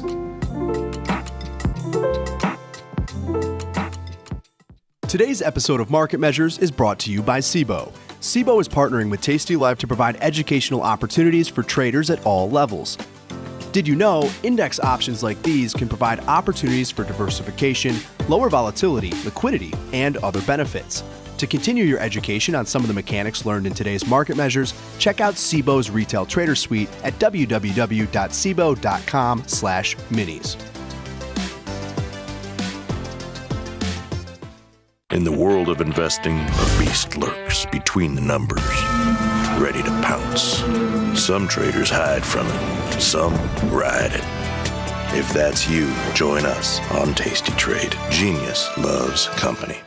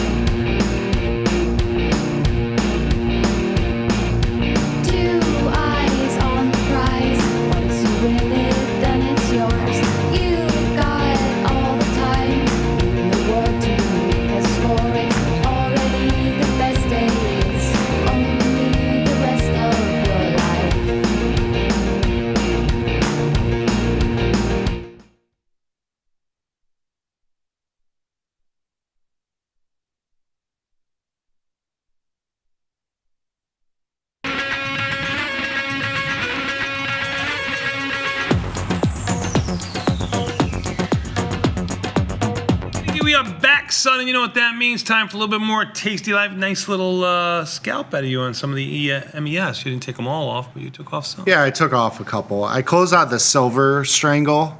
So we had the 42.47, and I've been scalping out the puts into these huge moves. And I put them back on. They didn't really move all that much, but I closed out that strangle and basically scratched it, but it was a face ripper. That was one where I was like, "Oh, this! I'm down like 30 cents." You don't time it perfectly, right? Yeah. I mean, so you kept adjusting, and now at least you got volatility contraction and you got price movement too. Yeah. So you gave yourself enough time to be right. Is what you did, right? Yeah, and I closed out that Amazon. So yesterday, I closed out the strangle. We had like the 185. What was it? 195, 250 strangle. I closed out of that. Volatility came in pretty significantly, and then I got some long delta with a call diagonal spread. The 220 in December, the 240 in November. I took $150 out of that. Beautiful. Good job out of you. Just peeling off some stuff. Very nice. Very nice. Cool. You ready to take a look at Dow's up 35, volatility up by 40 It's a cents. weird day. Weird day. Interesting. All right, let's go. We got a market measure. Let's take a look at sponsored by the SIBO. Why volatility doesn't follow price? Why volatility? Why? I think it depends on. This is there's some scatter charts on here. Yeah, there's a lot going on here. A lot going on. We're going to take a look at it, and then we got the takeaways from each one of those. So if it looks a little confusing at first, we'll get to the takeaways of each one of these slides. So let's just bear with us here. There's a lot to absorb here. Talking about volatility and price. I think if you've been watching our show long enough, you know that volatility can be pretty random. It has kind of a mind of its own. I'm going to try to put that randomness in plots here, so be careful. Yeah, and we looked at that with yesterday's segment too, where we reference here as well. You know, volatility moves generally with big moves. And so when you're getting these kind of, like, everybody kind of tries to bucket volatility change into up versus down. If the market's down, volatility is going to be up. And that's not always the case. And if the market's up, it doesn't necessarily mean that volatility is going to contract. When you're, it's all relative to where volatility starts. When you have low volatility and nothing's really happening in the market, like even today, volatility is up more than I would have expected it to be on a 6-point down move. I think that's a reflection of what's happening in gold and silver and kind of other markets here, even bonds kind of rallying. But, in general, if you have inside days, whether it's up or down, you typically see volatility contract or stay where it is.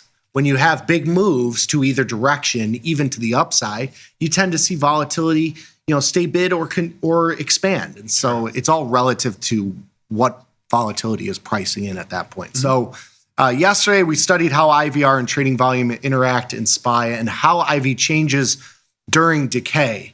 So we later received feedback to also assess the impact of option prices on IV decay. So volatility isn't about price, it's about participation.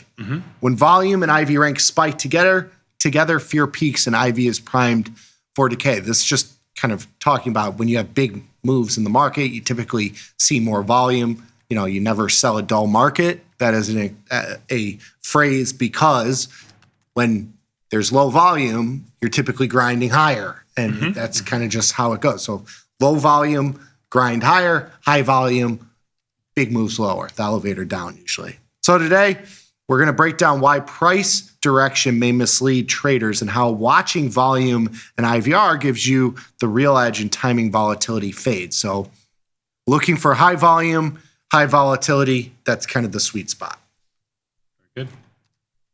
So the next... Let's see how it plays over the last 5 years. Yes. So SPY 5 years, we're looking at 2020 to 2025. Use 5 years of data to avoid skew here. So we're looking at price, IVR, volume, IV decay, the next day change in IV as a percentage, and then the correlation between a bunch of these key metrics. And so we did a deep analysis here. And here's your scatter plot, this one. This next A lot going on, a lot of colors. This next one, yeah. So explain this to the crowd here, what we've got going on here. So what you're looking at is, so the coloring, and this is, I don't think there's a huge takeaway from this. This is what we're looking at here is just IVR. That's one of our axes. We've got the closing price of SPY. Obviously, SPY has gone up and down, and there's been big moves to the downside with high IVR, which is what you see some of these top numbers when you're looking at the 100 IVR here, and the big implied volatility crushes, which are kind of in the yellow here, the big moves in implied volatility from specific prices in the SPY. And so the price close on the bottom of SPY over the last 5 years at 350 to 650, right? that's just the range in the SPY that whole time. And so the really getting into the next slide is kind of what you're looking at here.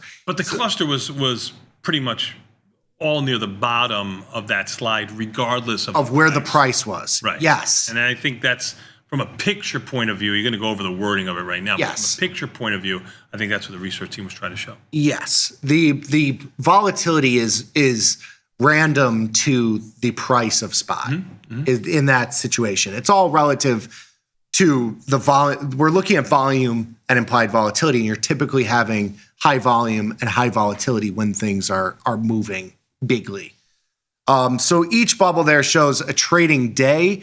So the bigger sections are going to be higher volume. The warmer colors are stronger IV decay. When you look at that, the bright, larger bubble clusters at high IVR values. So that's where volatility decays the fastest. This is not a shock. When IVR is super high, you tend to see the actual IV decay come in a lot bigger than when it's kind of mid-range or low.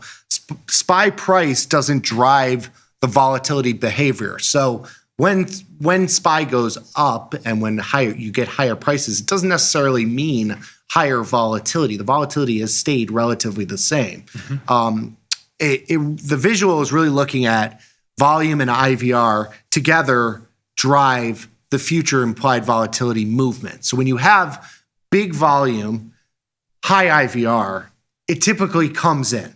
That's usually, but it's counterintuitive to what you feel in markets because you see these huge moves lower. You got markets in turmoil, CNBC's freaking out. That's usually like the time to jump in. Yes. Is what this says. Whether it be directional or just with volatility itself with some direction towards it. And it's been going to the upside. Yes. One thing it doesn't matter the price of the stock. I mean, that's, I think, really the key takeaway here. They're really talking about, this is a beautiful plot and takeaway on saying IVR is king on the top left of the Tasty Trade platform. And that's really what you should be looking at here. IVR is what you should focus on. You can use IVP if you want to have more currencies. I mean, that comes up to your own risk tolerance. IVP is going to move a lot faster than IVR, up and down. But really, this is showing you price doesn't matter, at least in SPY and every other stock too. It's IVR is what's really king here. Yep. So getting to the next slide, this is another piece of the puzzle and really the correlation. And we love a good correlation matrix. The coloring here is a little bit all over the place. But really, when you're thinking about correlations, things that we consider high correlations or relatively high are somewhere above like 0.4, 0.5. And what that means is that's percentage of the time they move together. So when you have a 0.9, 90% of the time they move in the same direction. That's very high. Right. We're saying a high correlation is somewhere around 50% of the time. I mean, that is from most things a pretty high correlation in markets. Right. Because you have a lot of randomness. Apple and SPY have a very high correlation, but it's not every day that they move the exact same. And so when you look at this heat map, the volume and IVR are really the things that have a high positive correlation. It means that when you have high volume, IVR is going to move in that same direction. Yeah, that's how come that one is 0.5 plain. When you, I don't want anybody to make a mistake here because you mentioned the number 0.9, not 0.09. What you see there, that's extremely low. You're saying 0.9 on this. I want to make sure that. So there's nothing here. Anything under below 0.3 is basically inconclusive. Sure. And there's nothing. There's no correlation there. Yep. Very good. Even the S&P's down 4, Dow up 122. Weird. Very weird. Volatility up by 31 cents. Bonds holding steady, 119.09. Bitcoin caught a small little bit. It's over 110 now. Gold still down 160, and silver still down 320 and change, about 40 cents off its lows in silver. Sorry to interrupt the programming. IVR and volume, the correlation, that's really the key here. They move strongly together. Price and IV decay is kind of random here. SPY's level doesn't predict volatility shifts, so you can't look at price. And I think that's probably comparable to across the board with specific underlyings as well. Volume and IV decay, again, inconclusive. All these are kind of inconclusive. The key takeaways here, really looking at volume and implied volatility, those are two of the things that kind of are indicative of where you might see a big contraction in implied volatility. And they usually happen when things are going crazy. You don't see spikes in volatility and spikes in volume on huge up days. You typically don't see that. You typically see volatility come in. Right. They're not positively correlated in that situation. Yeah, and we're using SPY as the example here because it's the most, liquid, most traded product out there. Now, if you looked at volume on ABC stock that doesn't trade that much, you might see a different outcome than what we're showing you here in SPY. What we're showing you here is on liquid products that have a high correlation to the market, this is the kind of price action you can see, which is really nothing compared to volatility in price. So take it with a grain of salt. Not on an ABC stock that doesn't trade that much. Takeaways here, just a couple of them. So IV moves independently of SPY's price. Fear can rise in both rallies, and sell-offs focus more on the IV metrics, not price to gauge market stress. Rising IVR and volume equals stretch volatility. So when you have those kind of those peak fear moments, that's usually the spot. Yes. And in the moment, it feels scary.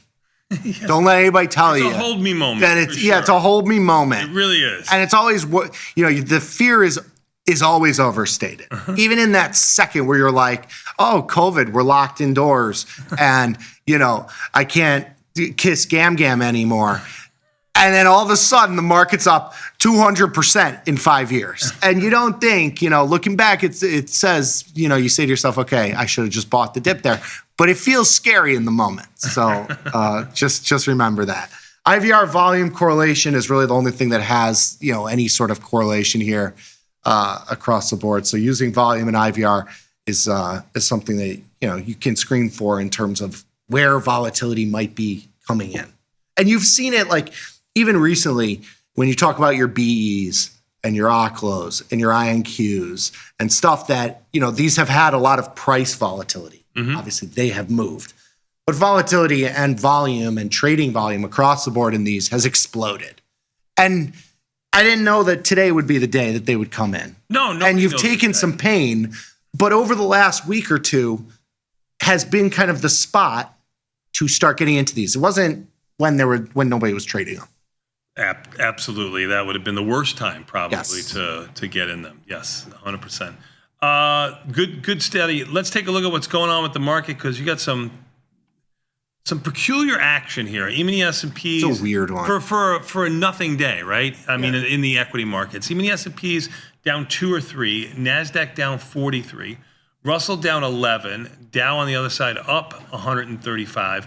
Volatility now up 23 cents, but well off its highs of 1970. I think it's like cancel crash moment here. Yeah. Bonds the dips get shallower and shallower. This wasn't even a dip, but yes. Even the bonds up 15, 119.08. Notes are up 6. Bitcoin down 700 and change. Really the high end of its range since we've been on the show.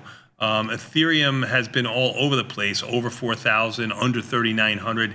It's 3,950 right now. Oil's been all over the place. That's a $1,500 move in Bitcoin too. It seems like they're just it's risk off in gold because you've had this incredible move. Yeah, and it seems like it's keeping everything else a little bit. Like it's just a move out of gold here. You've got gold and silver, right? Yeah, the equity markets are basically flat across. If you took them all together, they're basically gone nowhere. Yeah. You have bonds bid, you have volatility bid a little bit because of just the magnitude of this move in the metals, and then you got the risky stuff like your Bitcoins flying around. Yeah, bonds are sold off 9 or 8 ticks, 119.07 off of their highs. Do you want me to take that off? It seems like it. I mean, the velocity of the move isn't there in bonds. Yeah. So, yeah. That was a nice little 07. Yeah, I mean, $100, a couple ticks. Yeah, it's a big product. $30 some odd dollars print. Listen, let's take a quick 90-second break and come back. We got more Tasty Live. We're going to bring in the trade desk. We're going to bring in Glenn. We'll be back in 90 seconds with Tasty Live.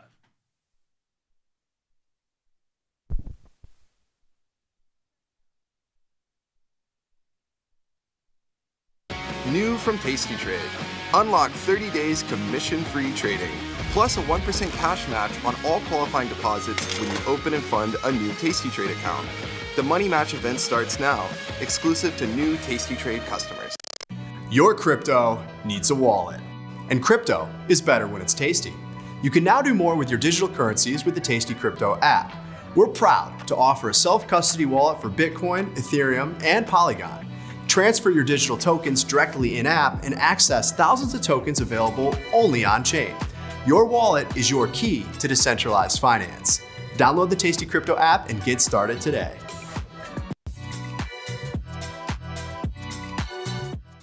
In the money. It seems pretty easy to understand. If I'm in the money, I must be profitable, right? Not quite.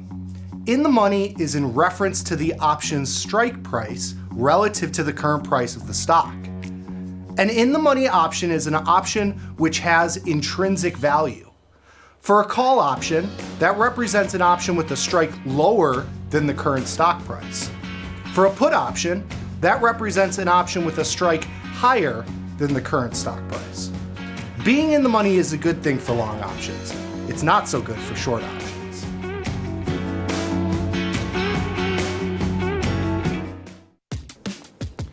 Look who's back testing. Tasty Trade now has options back testing for free. Test your trades with over 10 years of data for the most popular symbols. See how your trades would have performed in the past. Look back at profit and loss and take the guess out of guesswork. Oh, did we mention that it's free? Get back testing at Tasty Trade. Got the need for speed? No problem! At Tasty Trade, you can turn smart ideas into real trades with just a few clicks. Wow, that's fast. Tasty Trade, make your move.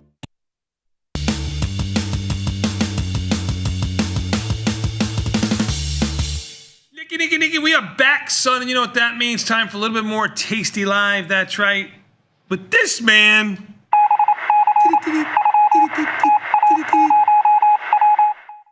Live from the trade desk, my man Quentin. What's up, Q? How are you? Ellis, how's it going? You know, that little dee never gets old. Never gets old. I know. I got to thank the team for that because they reminded me of it. So they do a great job. Rhythm here, so you're the. Was that your idea? Was that your doing? He's good sometimes. He has his amazing idea. Like every once. Yeah, no, hey, good job. Every once in a while. Yeah, there we go. Every once in a while, a broken clock. Yeah. I feel like that today. I mean, such a tight range in the market with so many head fakes above and below the market in such a tight range. I mean, it's really been a peculiar day today. Volatility expanded, now it's contracted.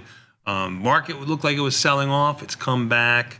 Gold and silver are getting hammered today. Really a different market than what we've seen. I don't know if it's going to be a one-day phenomenon or not. That's which everything has been a one-day phenomenon. Yeah. We'll see. Yeah, I mean, it definitely doesn't feel like, it's over. Like it's a little spooky. I don't know. It feels a little weird. Spooky, This is a little. Yeah. Took off those Oscar OSCR. I think this was another fast market trade where we sold puts. The 17 strike, I took like 30 cents out of that. Beautiful. It's a $21 stock. I mean, that's another one like, where's it going to go? Earnings on November 6th, so you get out of that. I mean, those are kind of like a little bit of an engagement trade, would you call it? For sure. I've never traded it. I know of it because it's in the meme sphere. Mm-hmm. I'm very plugged into the memes. Very plugged into my peeps. Speaking of, we have been getting more active on Reddit too. I'm gonna be posting the link for Fast Market, which is tomorrow. Beautiful. There, so you can put some trades in. We had some trades last week. Oracle, the strangle that we did that we took off yesterday. That was a Fast Market trade. Yes, very nice. Very nice. Sorry, Quentin, to interrupt. Speaking of promoting some things, we've got a demo today from the trade desk. So I'll be doing it as well as my colleague Luke. We've got earnings trades. So what are earnings, why traders like them, and then we'll also be placing live trades in the account for some earnings that are going on today and tomorrow. And that's something I love about our demos is that we use a real account, we place live trades, and then we also have Q&A as well at the end. So we'll do our little spiel on like earnings, how to see them in the platform, like where you can find it, and then of course placing some trades, having fun doing that. And then we'll do any question and answers you have about like any of that stuff or anything else really.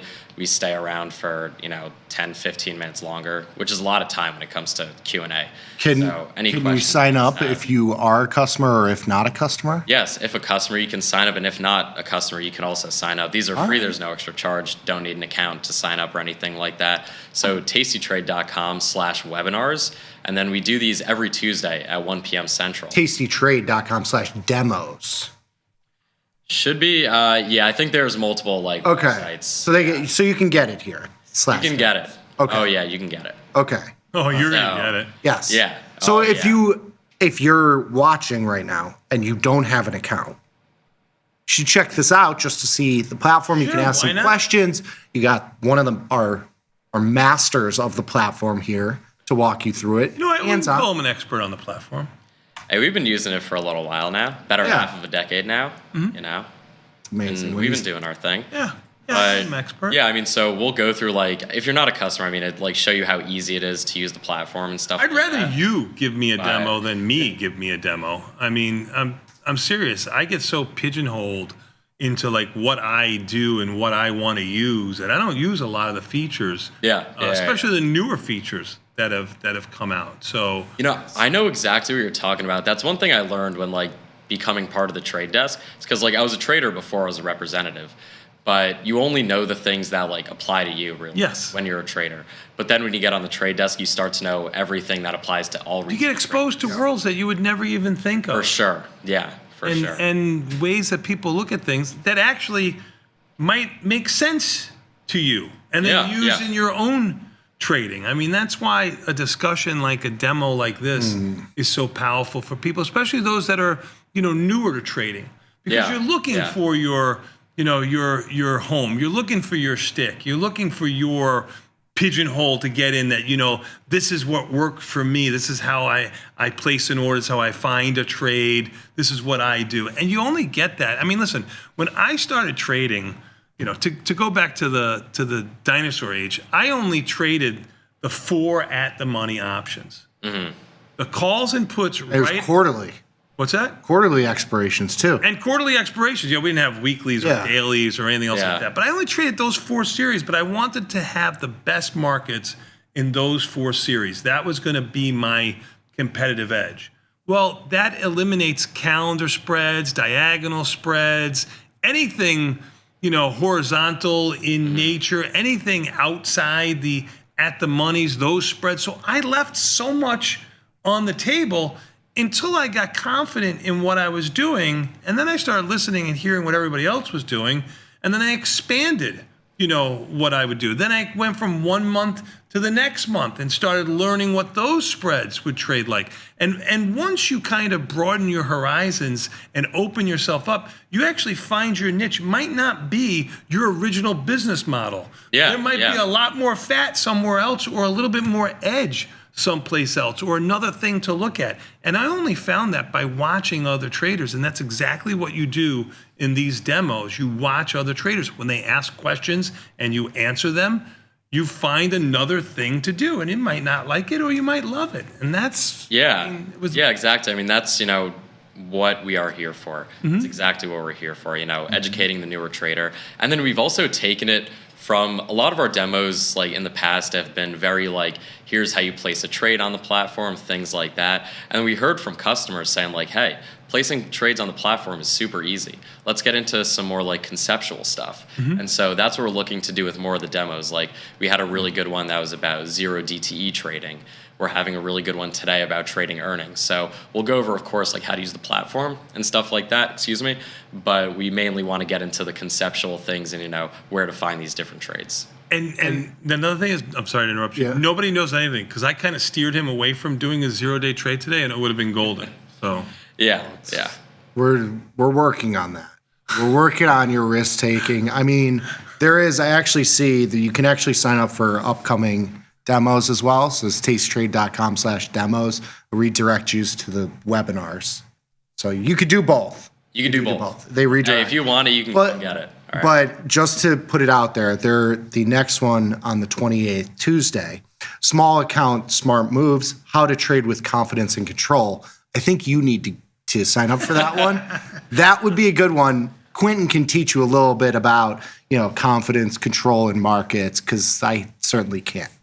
Son, I've never mind learning from somebody else who knew it. As a matter of fact, the smartest trader that Kenny Weiss. Kenny Weiss that I respect. Is he still alive? Yeah. Oh yeah. He gotta be old. He's old. Yeah, he's in his 80s. Still plays tennis every day. Him. I mean, he's still for him doing his thing. He hasn't changed in 40 years. But he said I was talking to him, and I may have said this on the show years ago. I was talking to him about guys around me just trading circles around me, making money. When I was making small, they were making much larger. I just couldn't figure out what they were doing. And I said, I got this one guy who's he stands two guys away from me. He's just amazing. Everything he touches, works. And he said, well, why don't you do what he does? And I was like, well, it's brilliant and it's nature, all right, I'll try it. And sure enough, if he started bidding on an option, I started bidding on an option. And, sometimes, you would be called a racer, like speed racer, because, you would make a market on something and I would say, especially as a new trader, and then get some of what he was doing and stuff like that. But I learned what he was doing because I would watch what he would do after he bought that option. He would do this other thing and make a spread out of it. And then I started learning about, spreads as opposed to just trying to be a scalper. And you can realize that, there's more to trading than just, an iron condor when you first started trading, or just selling a put spread when you trade. There's a lot of ways to maximize, your time on this platform trading. So, yeah, just do what he does was one of the most brilliant advice I got. What were you gonna say? One other question for you: the recordings of it. Do you get that sent to you afterwards? So recordings get posted to our YouTube. We're working on just sending the raw recording to people, but that's something they have to build out, a CRM team. Cool. But yeah, recordings always get posted to the YouTube, and any past recordings of demos, you can view those there on the YouTube channel. Beautiful. tastytrade.com/demos/webinars if you would like. Either one. Demo is a little bit easier to spell. Demo is with an S, yes. With an S, yeah. Demo isn't Demo the don't one. get you nowhere. Yes. You could also just Google Tasty Trade Demo, and I'm sure it would come up. Yes. as well. Yes. So no worries. All right, top 20 symbols going through the system in their IVRs. At number 1, we've got GLD, 88%, Amazon, 46%, SLV, 73%, Apple, 25%, NVIDIA, 26%, Tesla, 25%, AMD, 56%, GM 24%, GDX 83%, KO 29%, Oracle 57%, CoreWeave 30%, Palantir 50%, TLT 6%, GE 16%, iBit 68%, Meta 39%, Netflix 36%, Oklo 53%, and PM 41%. I have a quick question for you guys. So you know how like bonds are typically inverted with the market in terms of correlation? Old thinking. They're basically uncorrelated. Yeah. Okay. Matter of fact, I'll give you what the correlation is in TLT, just because a little bit. Well, it's 0.64 now. It's actually bonds Positive correlation. more correlated with the market. Yeah. But that's because of what rates have been. It's a positive correlation. It's a positive, actually a strong positive correlation. Well, we're relatively strong. We're coming from zero interest rates and markets that have gone up 50%. And so when you have an increase in rates, Netflix has a 0.41 correlation to the market. Yeah. And you're talking about Netflix earnings dictating where the market, may be going, or future earnings in other stocks may be going for this earnings season. It has a lower correlation than bonds right now. But that's subject to change, where Netflix will probably always be above, 30-ish in a correlation to the overall market. Yeah, Nikki, that's a good point that you make. Like, we're coming from low interest rates, so obviously it's pretty correlated. Yeah. But I was also curious, like, are there IVRs, like, correlated or inversely correlated? Typically what we see. And maybe that's a question for the research team. Yeah. I don't know. I would say that, bonds have been kind of in the last, year or so, have had higher volatility just because of the rate cutting situation, just the political and the FOMC kind of events have pumped juice into, like, I get that question from E, asked me, like, who even cares about bonds or trades bond? And I was like, back in the day, they mattered. And I even said, I was like, 10 years ago or 7, 8 years ago, did we even know the day that the FOMC was event was? It didn't even matter because rates were zero and there was nothing. Right. There was no volatility into that event. It was they were zero for 15 years. Right. So now you have like kind of uncertainty with rates, and it changes day to day. It changes option pricing too, not just in bonds and TLT. It changes the amount of cost to carry on stock, which changes the prices of leave options too. So I mean, it does again, not 5% is not that big of a deal. 4.5 to 5% not that big of a deal. But when you start getting interest rates really going higher, then it really does change out. But the 60-40 split, like Vanetta was talking about it this morning, bonds are higher, dad's happy, stuff like that. That's really old school thinking. I mean, so many other products here like crypto and altcoins. And you only missed out on like 50 or 60% in the last 5 years. If you're the 60-40.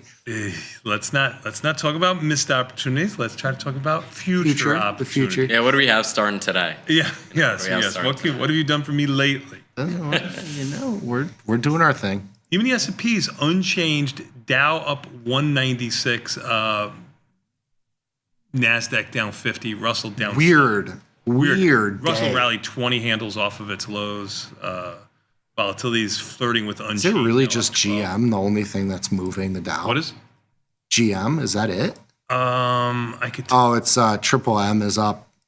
Oh yeah. Well, and then you got Amazon. Yeah. You guys pay attention to the Dow? No, but it's up 200 right now. It's up. Yes, which I isn't don't pay a huge attention to the Dow, so I don't know that. The Dow's up 200, which isn't a lot, but it's up. Half a percent. $3M's up 6. It's more important, like what's down that's keeping the Dow higher. I mean, Nvidia down 2, Amgen down 2. It doesn't have a lot of stocks down. Only 1, 3, 6, 9, maybe 10 of the Dow 30 stocks are lower. That's what's keeping the Dow higher right now. Yeah. All right. Very nice. Well, thank you, fellas. Cool. Yes. Right, Now saving the market. That's it for Q? Say that every day. You got your list? Yeah, I had the list. Were you paying attention? I was paying attention. I apologize. I was. The chat says you don't have to give them percent. They know the IVR. What do you mean? It'll cut down on your on your speech. Yeah, so instead. Okay, so just go through the ticker. 50%. Amgen 27. Yeah, Amgen 27. ABC Apple stock 50. 42. Yeah, yeah. Gotcha. Okay, Yeah. thank you, because I These don't are- know necessarily what everyone knows. So thank you. I say that just to throw the bone to the chat, just to know, so that they know that I see them. You're doing great, Quentin. He's a chat fanboy. You're doing amazing. You are. Hey, no. You're crushing it. We Respect love to you. the chat. That's what we're here for. All right, thank you, fellas. Awesome. Thank you, Q. Who is next?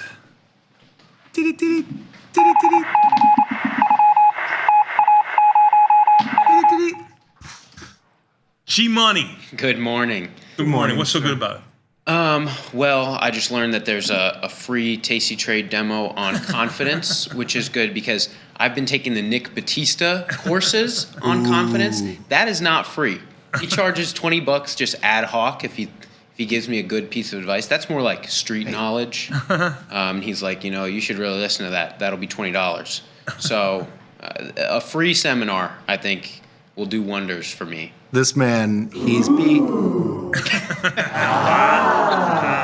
This man is underplaying his confidence level. This guy, you get him to a karaoke bar. Ah, yikes. He's the first one in line. He'll stay up there 4 or 5 Everybody songs. knows Glenn. Everyone. Does he really? I was not the first in line. First in line, belting them out, dancing. I'm proud of you, man. Thank you. Yeah. That's awesome. What's your go-to song of choice? Like you had one song to play. Like, you're in a biker bar and some big burly biker guy says, "Hey, you, get up there and sing."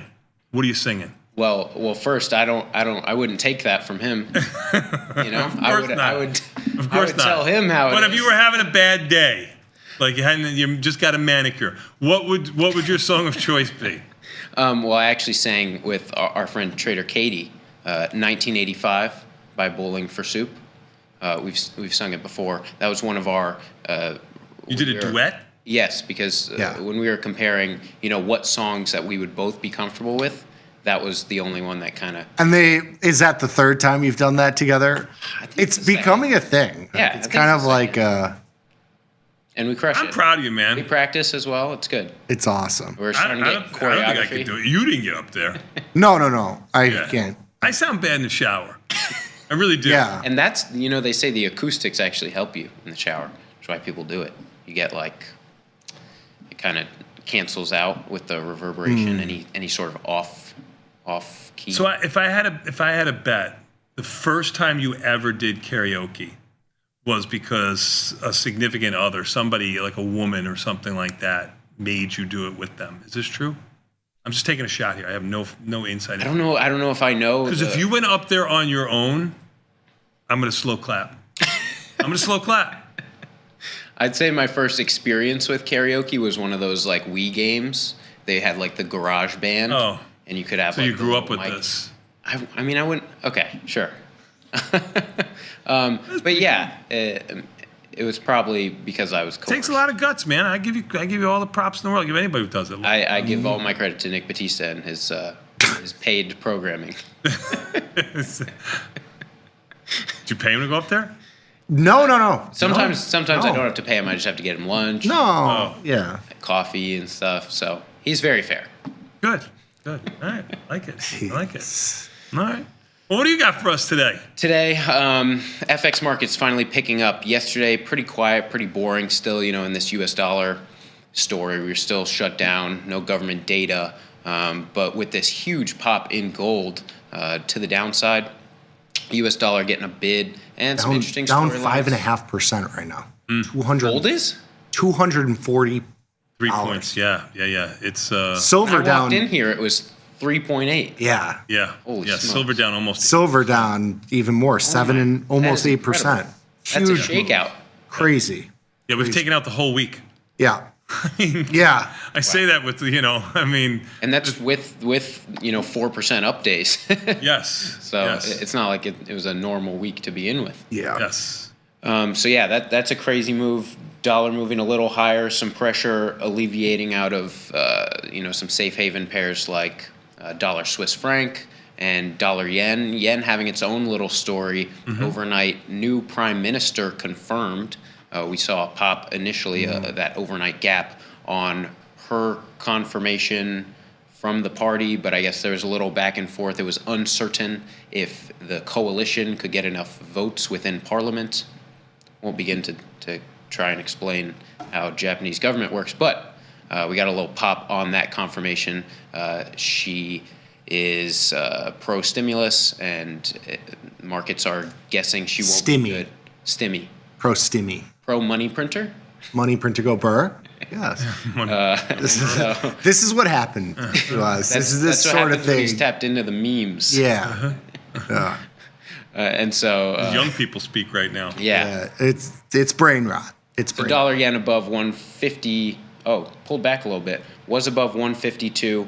We've been seeing, like you said, a little back and forth in volatility. We saw on the open dollar erase some of those overnight gains, dollar yen being one of them, and some continued movement in Australian dollar, US dollar, got below 65 cents, hovering around there. And then, we don't have our regular scheduled programming in terms of economic data, but other countries do. We had Canadian inflation data come in hotter than expected. So Canadian dollar getting a little lift, taking US dollar, Canadian dollar down. You still owe me a couple bucks on that one. Not that it was your trade, it was my trade, but I am short the US dollar against the Canadian dollar, which I got back a little bit today. Yeah, so which is good. Still above 1.4, which is higher than it has been. But yeah, some strength for Canada that has been few and far between as of late. I told my dad this too. I want to let you and all your ilk over there know that us little Johnnies trading our Forex stuff, they can't make fun of us for our little size, okay? Understood. It's about the motion of the ocean, not about the size, okay? Yes, your micro lots matter. Omaha. Sorry, Beth. And so, in honor of that, I'm going to just take off my 15 micro lots. US dollar. Oh, there franc. you go. Took a little bit of that. And this is my favorite feature, the one-click close. You just one-click close it. And if you have different lot sizes, which I did because, I'm not Johnny anymore after they made fun of me, taking 50 That is BMOC, Big Man on Campus. Big Man on Campus here. You take them all. You can take them with one click. Goodbye. That's there you go. Easy. So do you find Nick was saying that Forex, they take larger size because you usually have smaller moves and more leverage, shorter intraday trades. Is that what Forex? Because I don't trade a lot of Forex. It's never been my forte. So teach me as if I was new, because I am. Absolutely, yeah. I mean, I think the leverage itself is a factor of the volatility. So you already are getting, in theory, compensated through leverage as it equates to what the moves actually are. But what's the typical leverage for an account to take? 50x. So it's regulated by Forex pair, by currency, and so for the major pairs, currencies you'd all know, the most levered are Euro dollar and Canadian dollar at 50 to 1, and that also means that the non-dollar cross currency is also 50 to 1. So Euro CAD directly, you can trade at 50 to 1 leverage, and then you have Swiss franc, Australian dollar, New Zealand dollar at 33 to 1, and then right now British pound and Japanese yen are at 5%, which are heightened currently from the NFA because of increases in historic volatility. And the actual volatility of currencies is relatively low. Small.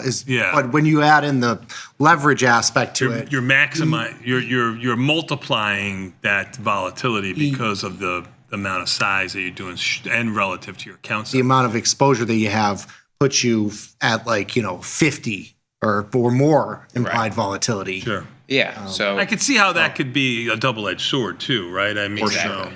Sure. Yeah, and then you also have why it's popular to trade in such short intervals is because of the global trading sessions that we have, and that the markets are open 24/5. So you could have, we've seen this in the gold market a lot with gold futures. You'll see an overnight move where European markets, Asian markets are interpreting gold price action in one direction. U.S. comes in and takes it a completely different direction, or magnitudes higher.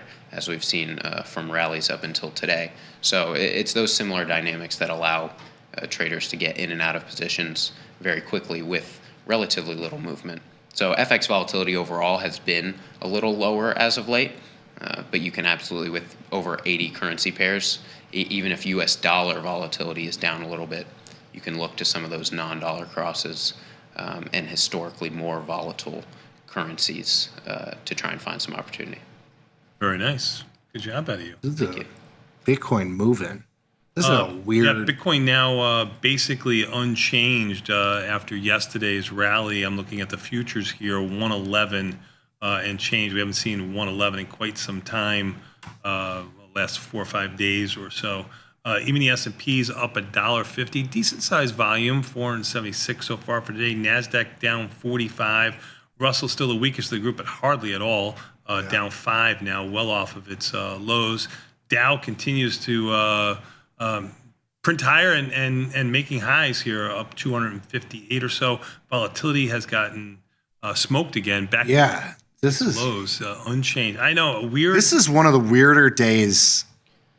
Nothing going on in the equity markets, right? I mean, Yeah. the metals are definitely moving for sure. Yeah, and Bitcoin's moving too, and you have some movement in the currencies too. The dollar's been strong. It's a weird. This is a weird one. Especially for kind of the amount or the number of balls still in the air from Yeah. geopolitical certainty and whatnot. It is surprising. And I think this is where you're starting to see a little bit of the leverage markets come into play here, especially in the metals, right? Yeah, I mean, and you had the whole Bitcoin crypto leverage Right, over the situation that weekend. happened over the weekend. Yeah. And your euro, you've got it actually down about 455 ticks. Going to your yen, which you talked about just a moment ago, it has sold off too, down around 520 ticks, which means the dollar is getting a little bit stronger too. So, interesting market. I don't know what to make of it. Definitely, some of the high flyers are down. OKLO, as you mentioned, all day long, down 12. BE down 8. Even the ones like AVGO, which is Broadcom, has been one of those stocks that has led us to the promised land too, down 6 and change. Even though you got the S&Ps and now the Nasdaq flirting with unchanged. The other stocks, like what is this, like that like VST that a lot of people have been that Vistra or so that's come off from Data centers. What's that? They do like data centers. Yeah. I mean, Energy. so they've sold out. I mean, definitely. They're finding something to buy because we're not equity markets aren't going down like the metals markets are. I thought the metals market would kind of follow. And I think would follow a little bit. Yeah, your call out earlier, I think, is a question everybody's asking of, will this be another kind of one-day blip or a one-day story, or we'll actually get something that'll continue? Because, yeah, everything feels weird, but it's been very normal for a weird day in a continuation trend. So, all right, my friend. Very good. Enough out of you? See, okay, yes, sir. All right, stay right there. We're going to take a quick 90-second break, son. What do you think for the rest of the day here? I don't know. I'm getting some short delta in the Qs and SPY with put diagonal spreads.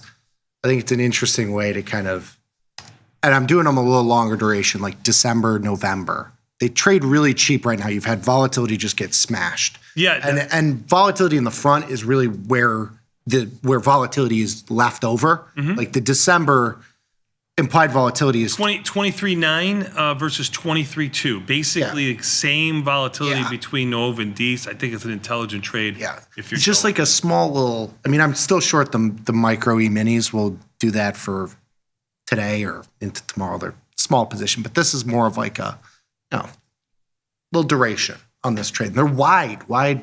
Get wide. Get some bang for your buck is what you're saying. Get big like this guy. Yeah, what biker guy is going to come say something to me? We're going to take a quick 90-second break, come back. We got more Tasty Live. Even the S&P's up 4.5, NASDAQ down 37, Russell down 2, and the Dow up 275. Volatility in by 4 cents. First time it's been in all day. We'll take a quick 90-second break and come back. We got more Tasty Live after this with Liz and Jenny next. Peace. Peace.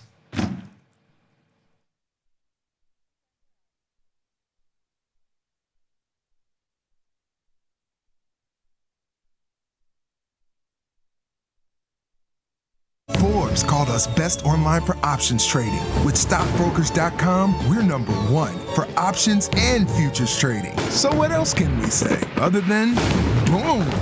Trade like a trader. Tasty Trade. Make your move. When you define risk, you set a limit on how much you could lose if the trade goes bad. If you have a small account, you might not be so interested in selling naked options. You'd use up much more buying power, and the risk is undefined. Defining risk, though, controls how much you can lose if the trade goes sour, and it gives you back some of that sweet, sweet buying power. We can define risk by combining options into certain strategies. The short put vertical spread is the simplest one. Selling this put sets your max profit with the credit, and the long put at the lower strike blocks off the risk where you want it.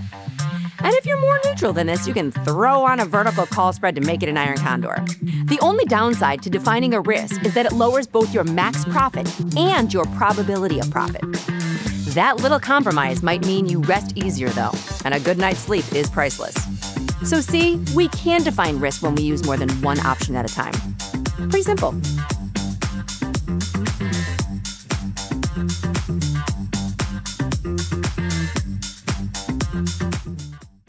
This is Chicago. We invented the skyscraper, the Italian beef, and the standardized options market. SIBO is not only the birthplace of options, it's also where Liz and Jenny got their start. In an industry first, 2 female former floor traders broadcast live from the floor.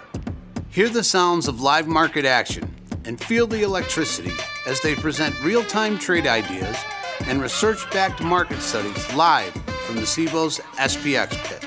Watch Liz and Jenny live from the SIBO, only on Tasty Live. When the market moves, traders need to move faster. Tasty Trade Active Trader Tool offers full depth of market visibility, one-click order entry, and instant position management so traders can react in real time. While others charge for professional tools, Tasty Trade provides them for free. Opportunity can move fast. Seize it with Active Trader. Try it now on Tasty Trade.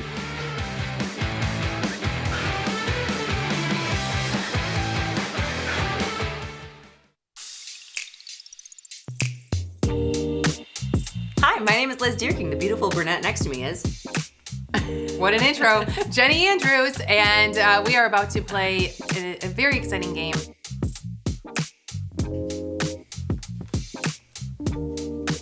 No. Hold on. No,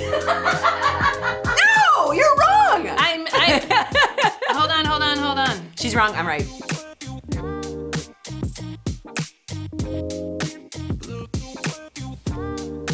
High school party, high school condo. Yeah, because it wasn't in school. I had friends at my high school who were mutual friends of Liz, and so we were all at the same party. And then parties for the rest of our lives. For the rest of our lives. The same thing with college. She went to a different college. I went to a different college. But we both ended up at the CBOE together. Yep. Tasty Trade is now on TradingView. Trade stocks and futures directly on TradingView charts with Tasty Trade's low commissions. Try it out and leave us a review.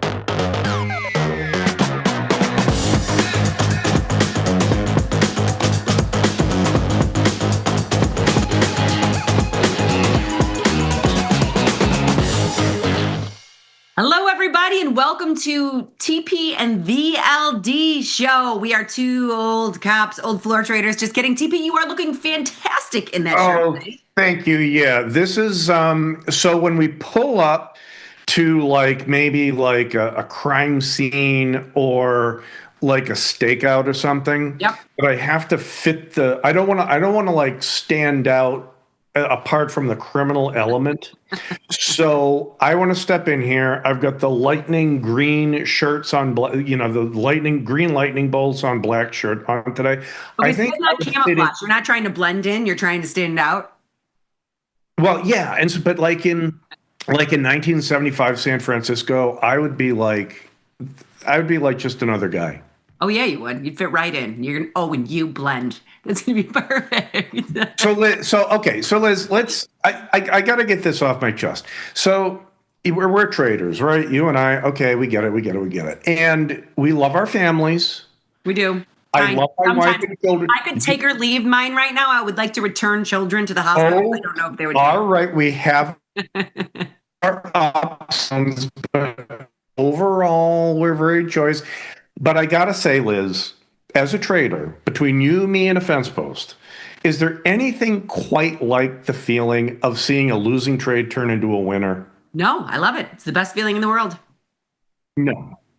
I mean, and that's something I think that only traders can kind of understand and feel. Like unfortunately, I had a buttload of risk in Tesla. I was short put spreads in Tesla, probably trading too big. They were killing me on Friday. And then all of a sudden, Friday afternoon, Tesla rallies back, turns a loser into a sizable winner.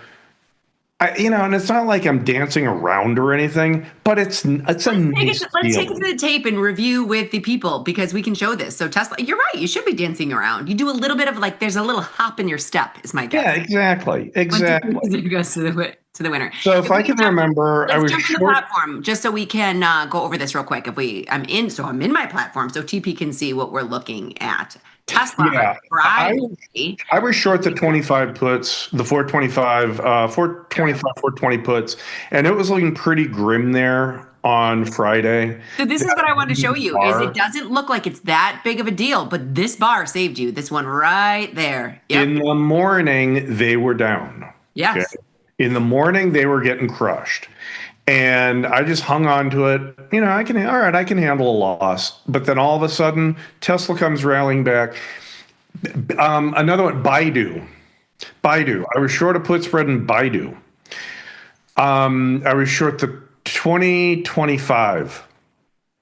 And so let's see, short a put spread, that means you're bullish. When did you get saved here? Friday? Well, I barely got saved yesterday. So I got assigned on my 25 puts yesterday. Oh, you did? Yeah, so it's okay. I just let them go. I'll take the stock, whatever. And what happens yesterday? It was a losing trade, and then beyond, Baidu rallies up $2. It didn't turn the trade into a winner, but it significantly reduced the loss. Okay, sold my shares, recouped a little bit of the loss. It just felt good, Liz. Oh, there is nothing better feeling in the world. But don't you think, and I say this all the time with Jenny, are you familiar with the song The Gambler by Kenny Rogers? Gotta know when to hold on. So I always say, they say every hand's a winner and every hand's a loser. I say this to Jenny all the time. Every trade's a winner and every trade's a loser. It just depends on at some point in the cycle. It's it might not be a huge winner, but 9 times out of 10, most trades are a winner and a loser at some point during the cycle. And I got to say, I've been selling premium in the SPX like we do, the strategies we talk about, the 9 o'clock trades, yada, yada, yada. And I've found that sometimes it's best to walk away from the screen.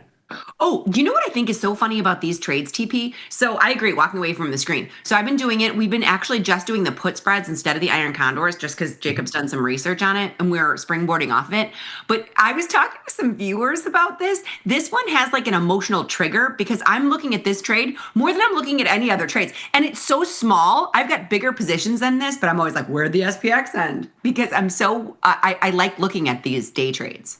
Yeah, there's something about, I don't know, it's like our prehistoric brains. We like to focus it. We like to stare at things. So, oh no, Liz. Oh no, cave woman Liz. Here comes the tiger. Stare at the tiger. Same thing. Yes. Right? Our brains are hardwired to stare. Yes, I agree. It's funny. So I did it this morning. I was in and out. This was one of my quickest trades. I put on the SPX at 9:45 and I was out by 9:55. Yeah. That's I mean, the rally in the market it really is unbelievable, the strength that we see. And I'm not sure if anything's going to take it down short term. Really? That's what I was going to ask. Okay, so you've been in this market a long time. For those of you just joining us, TP and I have been trading for a very long time. He's the creator of a lot of the stuff and has been in the markets for a very long time. What do you think would be the catalyst to turn this market around or kind of deter its strength? Is there anything? No. It would be maybe a war that would send crude oil up to $100 a barrel, something like that. Oil can't get out of its own way. Look at this. No kidding. Not get out of its own way. So oil has just gone from 66 all the way down to 56 in a very short time. And here's the problem I have with being a bear. And I have full disclosure, I have bearish positions on that are not looking so hot. Talk about knowing, every trade's a loser, right? But the problem with a bearish position in the market right now, the economy's looking at $56 oil. Energy is one of the biggest costs, in our industries, in our businesses, right? And oil is relatively cheap. Gasoline prices are coming down a little bit.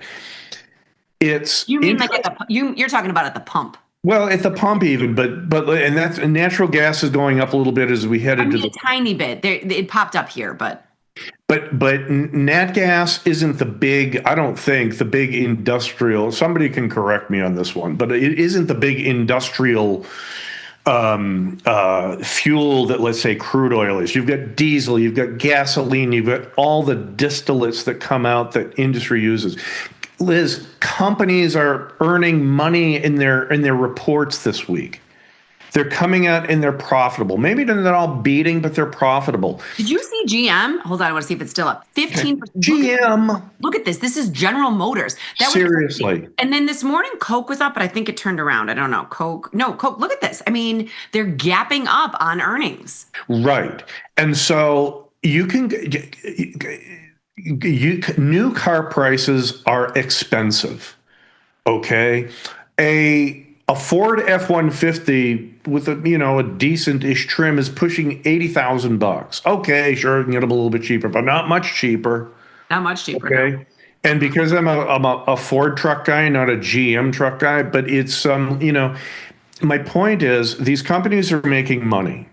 The funny thing is, TP, you brought up trucks. I think they made a lot of money on their pickup trucks. That's what GM. I was lifting offers. I was, paying offers. Here's my point.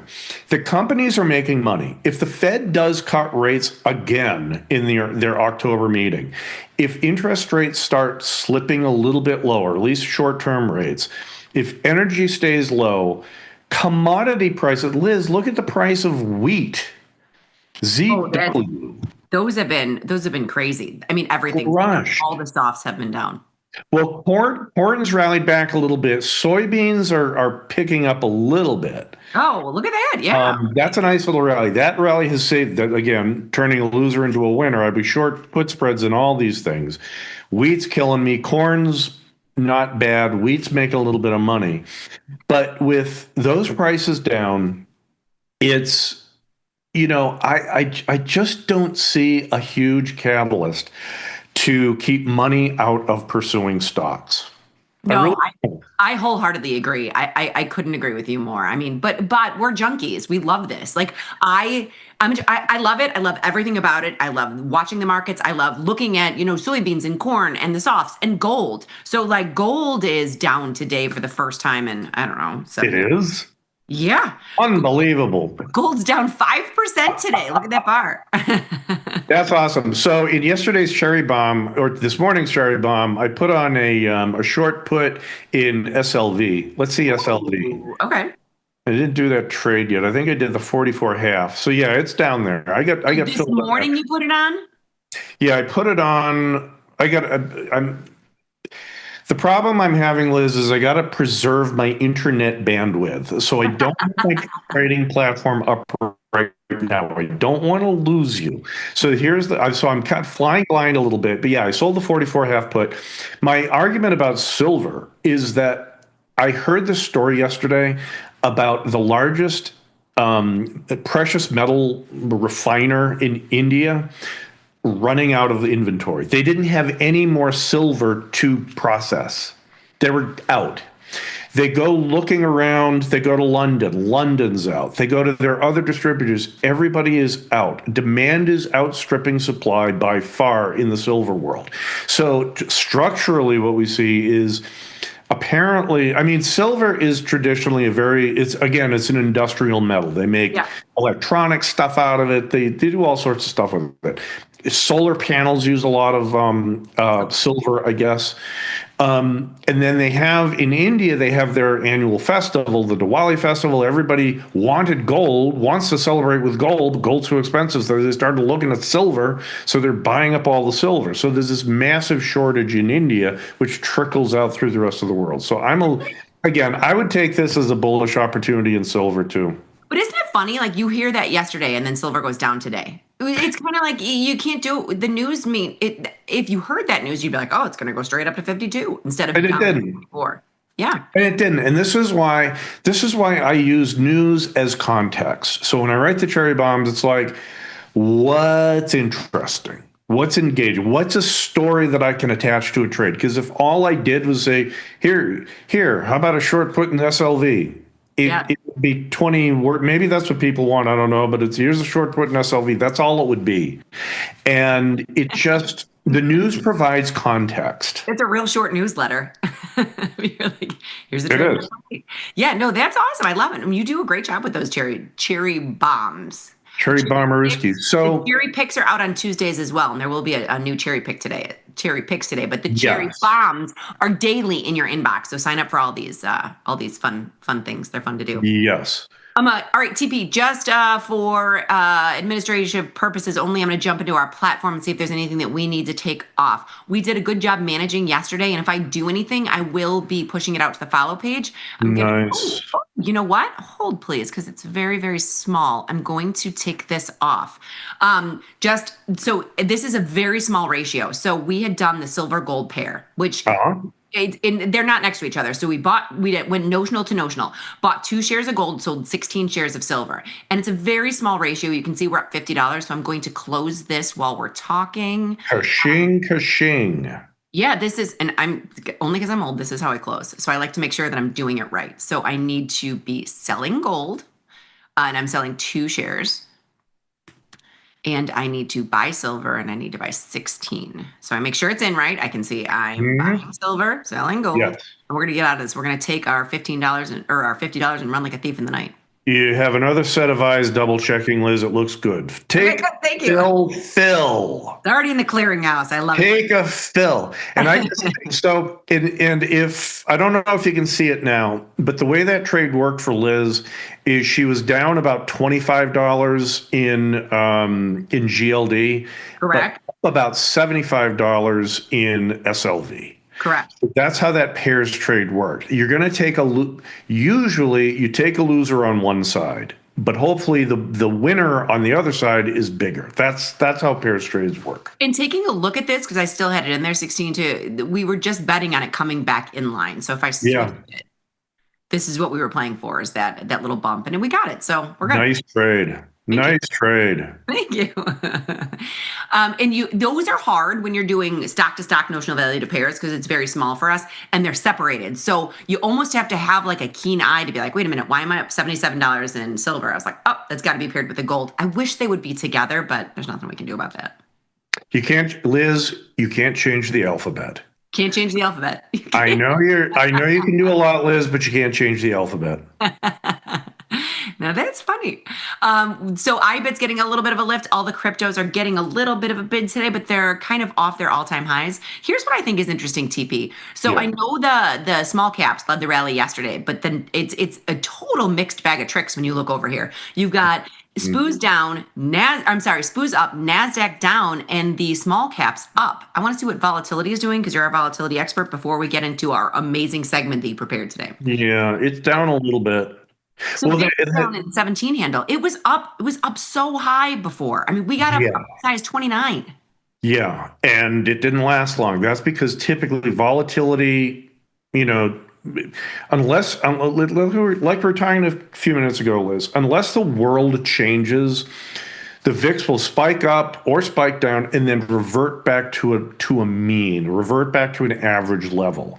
Sometimes, if the world changes, it'll spike up and establish a new average, a new range, right? A new mean. But today isn't the day. Now, the S&P rally only up $5. That's not a lot. And here's the thing. Yes, I might be longer term bullish on the S&Ps, but I would be happy to put on a bearish trade in the S&Ps today. In other words, sell a call spread in SPX, buy a put spread in SPX, something like that, because I see with the NASDAQ down, I don't know. I don't know if that's going to translate over into the ES. And keep in mind, the correlation between those two products, the ES and the NQ, is very high. They share a lot of the same underlying products. Yes, they do. Right. They're the same cap-weighted indexes, so they typically move together a lot. They are not this morning, so I might lean on the ES this morning. These are very small numbers, though. I mean, I would argue. I mean, it's got to be some things that are just bringing the NASDAQ down and some things that are bringing the E-mini S&Ps up. But I don't consider this that much of a disconnect. No, it isn't. No, it isn't. But it might be enough for a day trade. And yeah, they're up 3 now, up 4. This is a question because Jenny and I have been talking about this a little bit, and I know you're our volatility expert. So do you think, so we've seen this a couple times during especially during our show segment, because we will look at the VIX quite a bit. And so we've seen, I mean, don't get me wrong, the S&Ps are having an up move, but I don't consider it a major up move, but the VIX is down 2%. So because the VIX is down 2%, do you think that the VIX, and this is going to be more of an opinion than anything, do you think the VIX is a leading or a lagging indicator? Because I've seen the market down and the VIX down, and then it reverses. So I was like, it's interesting. At least it's kind of going in the right way. Down 2% leads me to believe that we might kind of sit here and or go up a little bit. I think the day to day, in other words, intraday, I don't think it's a very strong indicator. I really don't. Okay.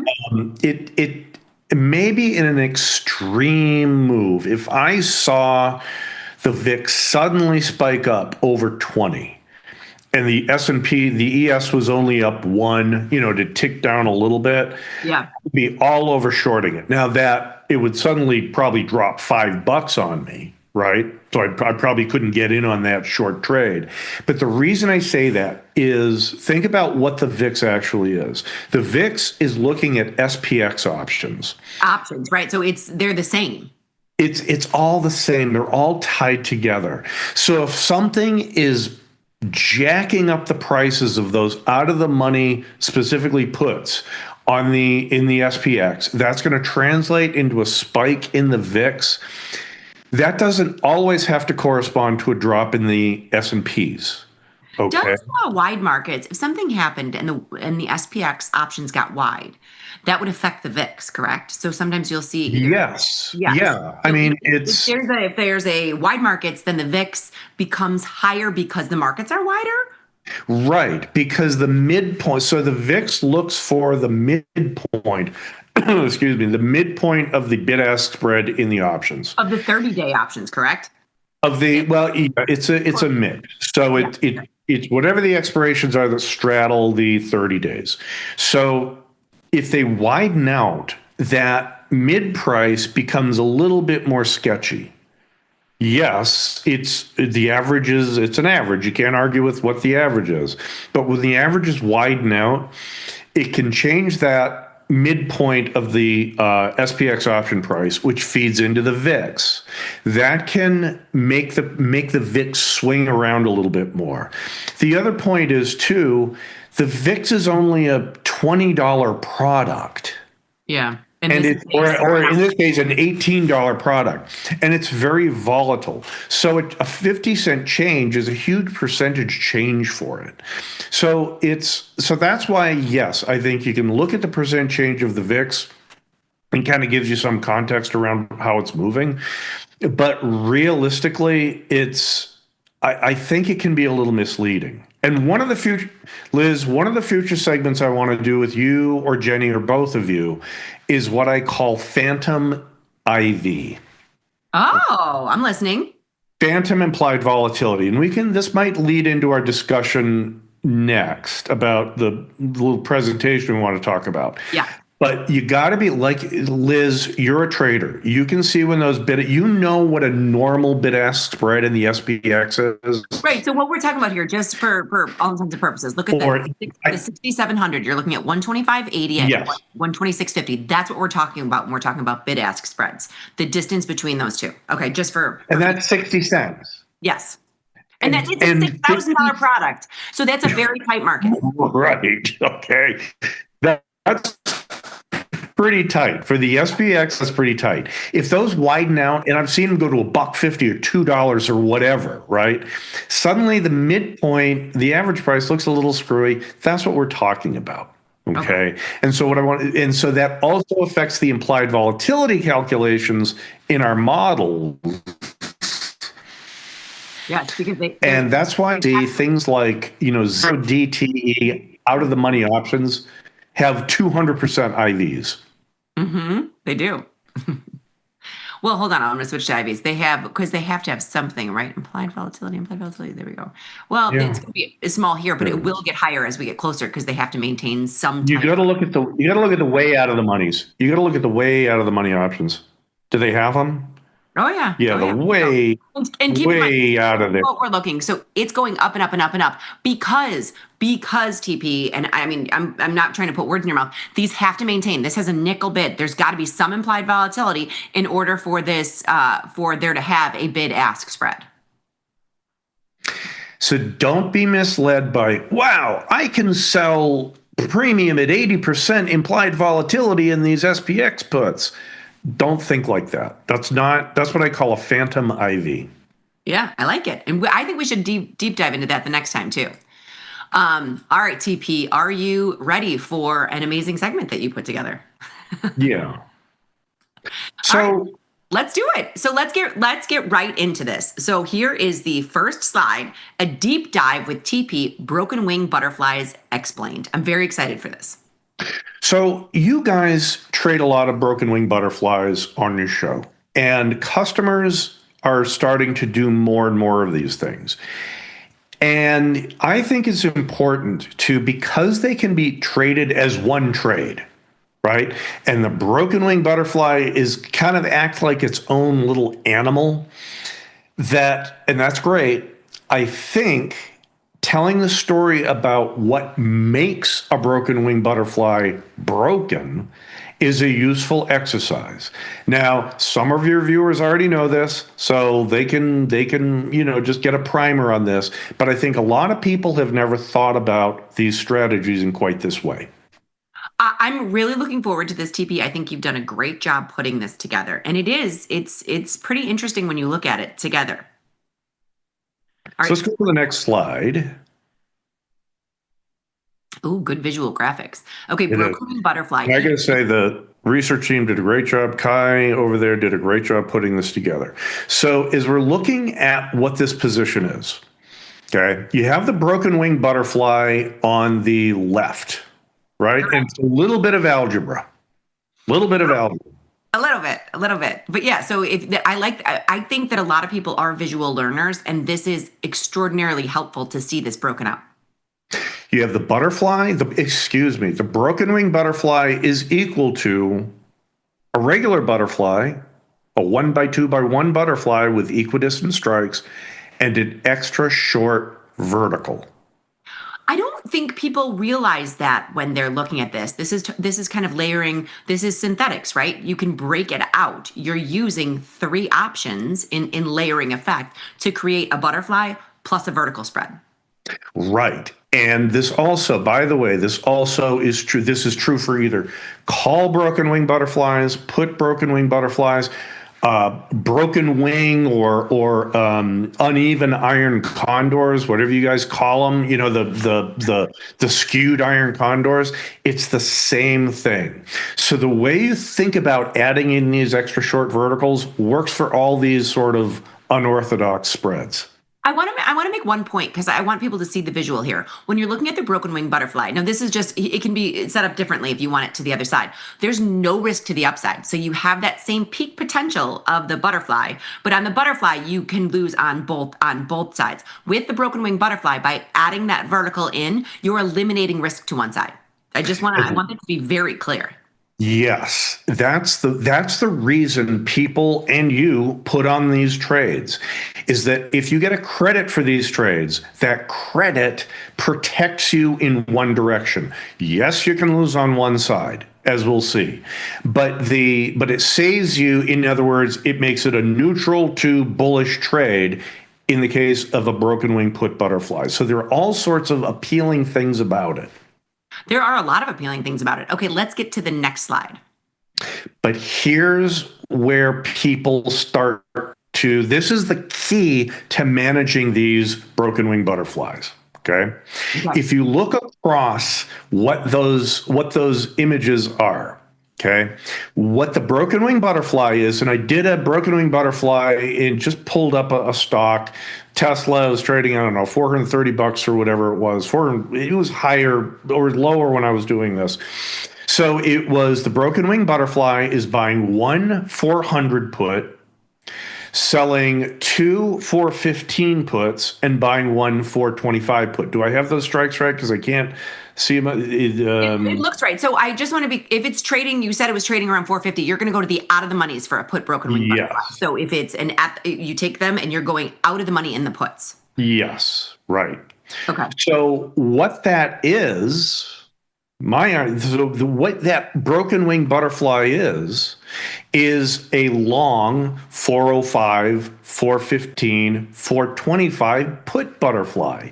An equidistant strike, so 10 points in between those strikes of the regular butterfly. Okay?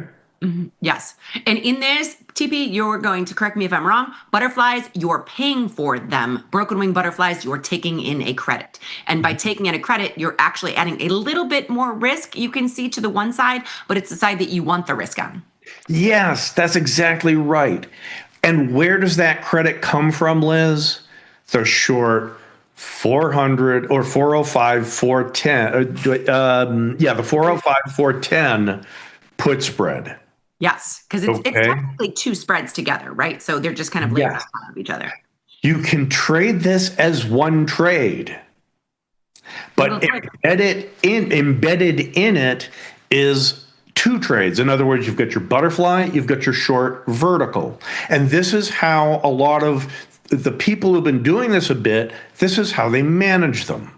Okay. So they'll put on their broken wing butterfly, and they will then, so as the day commences, they'll say, oh, wait, I can buy that short put spread back for a debit that's less than the credit I took in for the broken wing butterfly.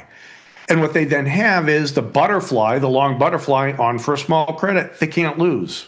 Which is a fascinating way to look at it. Things have to go in your direction in order for that to happen.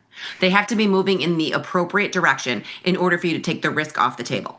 If it's going against you, you have to sit on it. And here's my point. That short vertical is what drives the trade. Let's go to the next slide and we'll see why. TP, you're doing a great job. Okay, let's take a look at this. So we start on top. You have the broken wing butterfly, and it has some says delta to it. It has some theta to it, and it has a max risk to it, right? Yep. And so as you go down, what I did is I compared those, and then the butterfly, and then the short vertical. As you can see, okay, the broken wing butterflies P&L, its deltas, its thetas, are the sum of the butterfly and the short vertical. I've never looked at it like this before.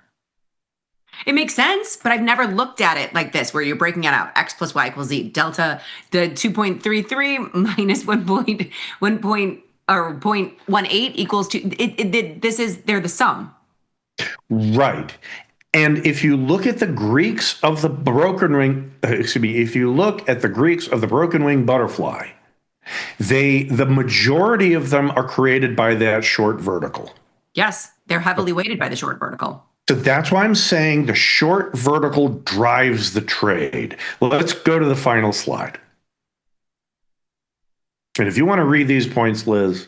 Okay, the short vertical component drives the trade. I like that. The short vertical has a larger delta and theta than the butterfly and comprises most of the risk of the butterfly, which is fascinating. So the short put component is the meat and potatoes of the butterfly. The broken wing butterfly benefits from high IV that reduces price of long butterfly and increases the price of the short vertical. Right. So high implied volatility is a butterfly spread. You can find them all over the place, but essentially what you want to do is find a situation where butterflies are relatively cheap and the verticals are relatively rich. That happens more often when volatility is high because it's, and we can go through that in another discussion about why that's the case. But I wanted to make sure people understood that the broken wing trades, and this works for the call side, the put side, broken iron condors, things like that. You can manage those embedded short verticals to leave you with a better risk reward profile. That's how you do it. I love it, TP. I like looking at them like that and knowing that you can manage the inter pieces of the actual broken wing butterfly. So thank you very much, TP. And I can't believe you didn't say the dreaded embedded during this segment because it was the dreaded embedded spread in there. So thank you very much. And that was a wonderful recap on a broken wing butterfly. Now, that being said, TP, do you want to jump into the platform? That's they'll cut that together. But let's jump in the platform and kind of show it now, right? So I'm in Tesla. We don't have to use your same strikes because now. So what in Tesla's IV is, it's an IV rank 24, but 65 volatility, that's pretty high. And what I'm looking at is the overall vol on the right-hand side of the right here, right? 65%. Yeah, 65.6. So what you've done is created a 415, 410, 400 butterfly. Oh, so, I was going to make it symmetrical first. Is that symmetrical? And then I was going to do, hold on, I'm just going to show so we can actually do this. Curve view analysis. There we go. Here's a legit butterfly. So we're paying 18 cents for it. You can see you can lose anywhere to the upside, you can lose to the downside. In this situation, you want it to pin right here because you're paying for it. You don't make any money until it comes down. Right. And why is this so cheap? Butterflies are like bets on a roulette wheel. Yeah. So the winning butterfly is going to be, in this case, this butterfly wants Tesla to be at 410 at expiration. And it might be at 415. It might be at 400. Who knows where it's going to be? So the butterflies are all kind of spread out. They're going to be all the same price. Okay. I mean, if they're $5 wide in a $440 product, they're all going to be around the same price, no matter where you put it. You're pinning a strike. They're all going to be 15, 18, 20 cents. Now, if you clear that out, now create the 400, 405 put spread and see what you get for that. So clear out the butterfly for a second. Okay, 400. And buy the 400 and sell the 405s. $1.35 credit. Yes. Yikes. So what you're doing is you're combining a cheap butterfly with a rich put spread.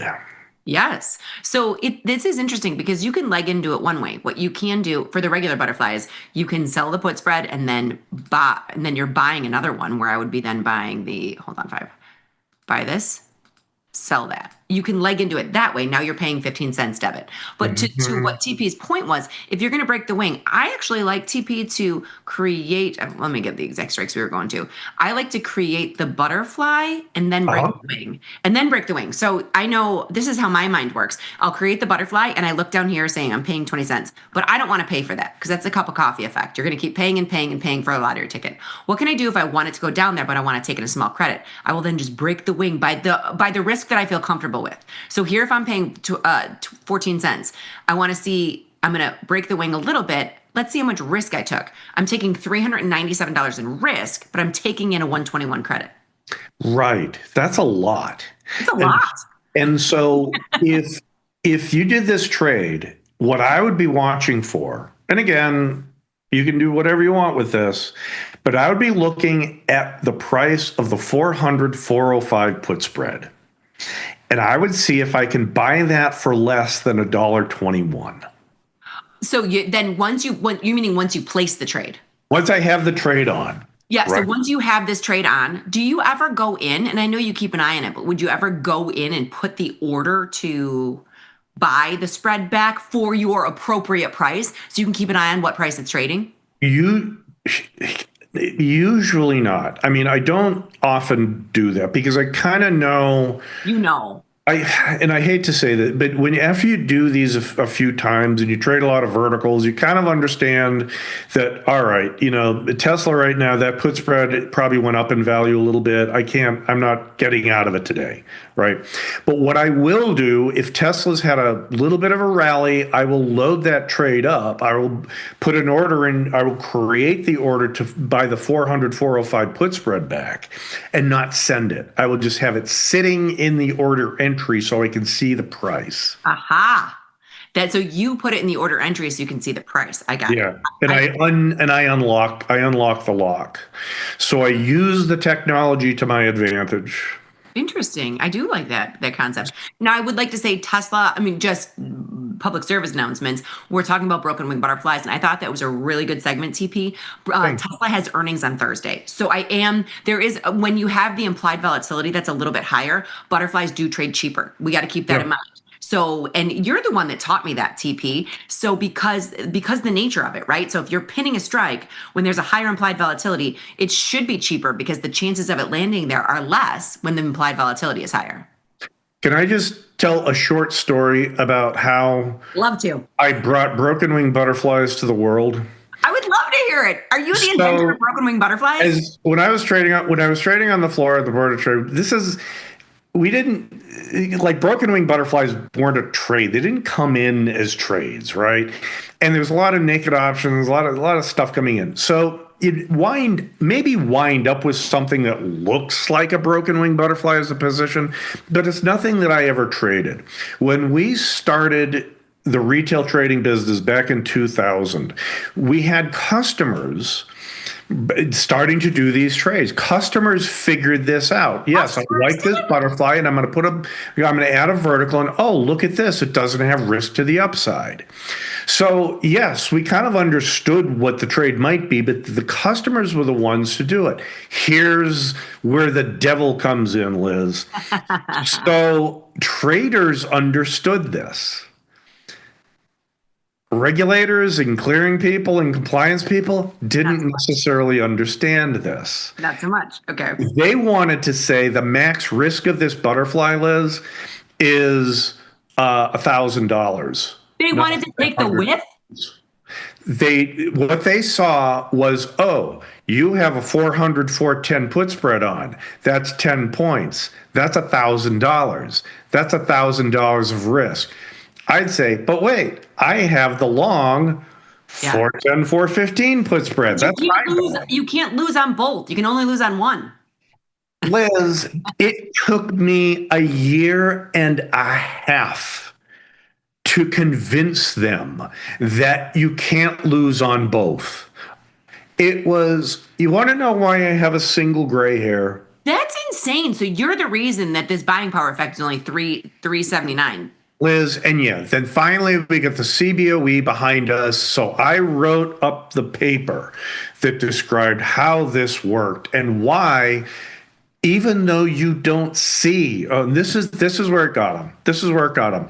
So we're talking about the dreaded embedded. We're talking about the embedded 400, 405 put spread of this in this BWB here. They didn't understand that there was a phantom 405 put position.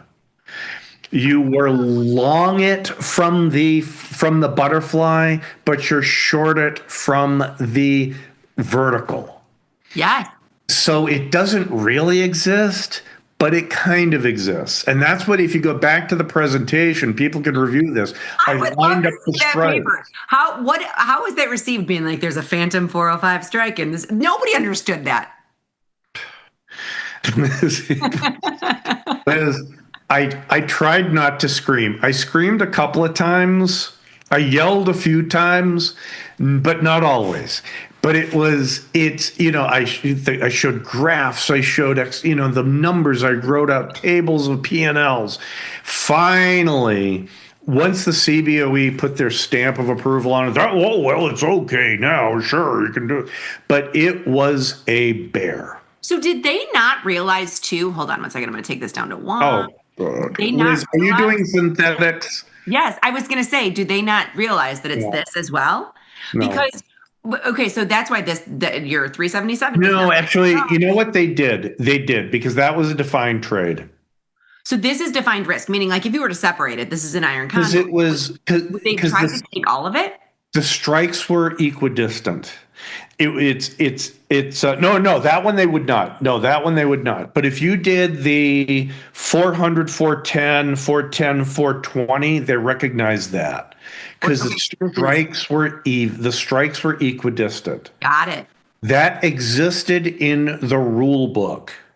And by God, you get a follow rule book. They got thrown off by taking risk out of one side. Anyway, Liz, that's my rant for the day. I like it, TP, and I like that you were the OG broken wing butterfly, that you brought us down to, you got this margining effect down. Because sometimes with these things, the margining effect, to your point, you can't lose on both. If you have a short, because basically what you have for a broken wing butterfly, you have a short call spread and you have a short put spread. You can't lose on both. Right. And this works for broken wing iron condors or unbalanced iron condors. That's the whole unbalanced nature of it.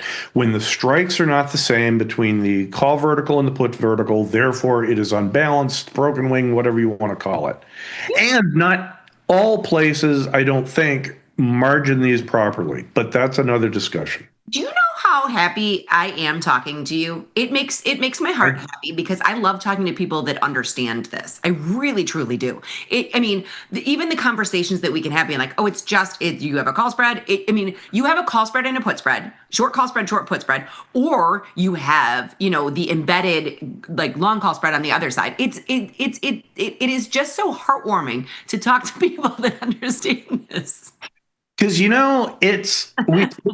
Liz, we have a lot of work to do. We do. There are 350 million people in the country. We don't have them all as customers. We'll get them. But eventually, and you know what? My wife doesn't trade. So I can't say, oh, geez, I closed the short vertical part of my broken wing. She looks at me, okay, whatever. It's okay. That's nice, honey. So that's why it's nice to talk to traders. That is so exciting when you can close the short vertical and you have something on risk-free. Success! I did it! Hooray for me! Okay, and that's the point. And so we do have some longtime viewers, longtime customers who are doing this live. For sure. Okay, and we can name them, and those folks are doing an awesome job with these things. TB, I will warm your heart, and then we're gonna jump into Twitter. But I want to show you this. So, like I said, I've been doing this with my son, where he is, using the SPX0 DTE, and so kind of going backwards into the butterflies and the broken wing butterflies. If he, I did this the other day where I had him selling a put spread, but I accidentally put it into his account. I usually do it in E-mini S&Ps because there's no pattern day trading rule, but I wound up butterflying off the position instead of taking profit. He was going to take $50 for it, so I butterflied the position off and then I left it. And I was like, so JD, here's the deal. I put this into your account. I apologize. I put it on accident. I locked in $50 for you with the chance of making 500. He's like, I want the 500. I was like, I get it. I love that your son's name is JD. That's awesome. All right, here's the deal, JD. That could work. He could work as a character in the what is it? TP and the LD cop show. Oh, he could. TPLD and JD. He could be Fuzzy LD. Yeah, he could be. He could be rolling down the street, and then we pull up and say, "Hey, Fuzzy," Hey, Fuzzy. Hey, Fuzzy. Let me explain this to you, LD. Let me set you straight, LD. Or no, JD, excuse me. Let me set you straight, JD. And he doesn't speak the language to me yet. He just didn't understand that he wasn't going to get the 500, and it was kind of annoying to me. So we need to bring him up to speed. Liz, kids. It's just whatever. Yeah, it was kind of annoying to me. Okay, so let's TP. I'm going to try to jump into Twitter only because I want to make sure we get to Twitter. I love our Twitter peeps. We have been doing a lot of these. I want to make sure I'm going to update real quick. I'm going to go top down. Okay, there we go. So our Polish warrior is coming in first. Hi, Liz and TP. Always great to hear you together. Good thing Tom is in front of a red background or he would disappear. That's sick ammo. Also, the Polish warrior says, thanks for the follow on X. Oh, perfect. Love the Polish warrior, and that's a good idea. I could camouflage myself against the red background and be the Phantom Trader. You could just be like a floating head then. Oh, a floating head for a head. We could do a Halloween show. You know what? That's a great idea. Although I think I might be getting my hair cut. I don't know. I have a certain image to maintain, Liz. You don't cut that hair.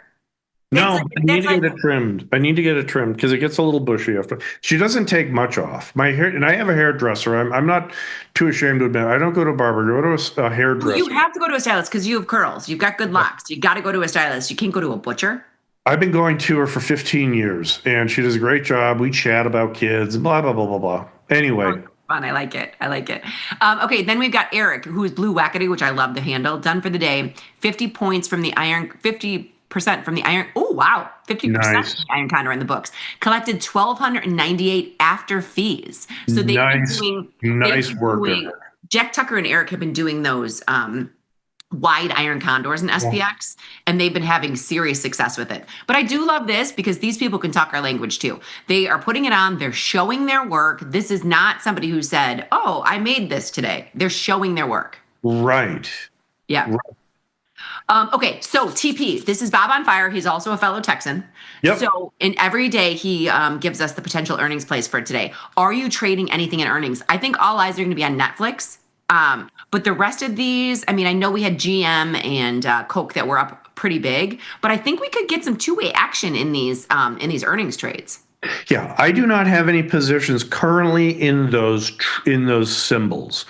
So Jenny and I, just a little public service announcement. Jenny is going to be back for last call today. Jenny and I are on last call. That's another reason why I'm not really putting in earnings trades. If we have the ability, let me ask you this, TP. As a trader, do you trade earnings a lot or not really? I trade them for context. So I trade them very small just to play. These are not big positions. I do not take a lot of risk around earnings. Yes, and I think that's a very good way to look at it. They're not my they don't pay the bills. They're not my bread and butter strategies. That's very good because I mean honestly, I've been taken out by earnings sometimes. I've been taken out.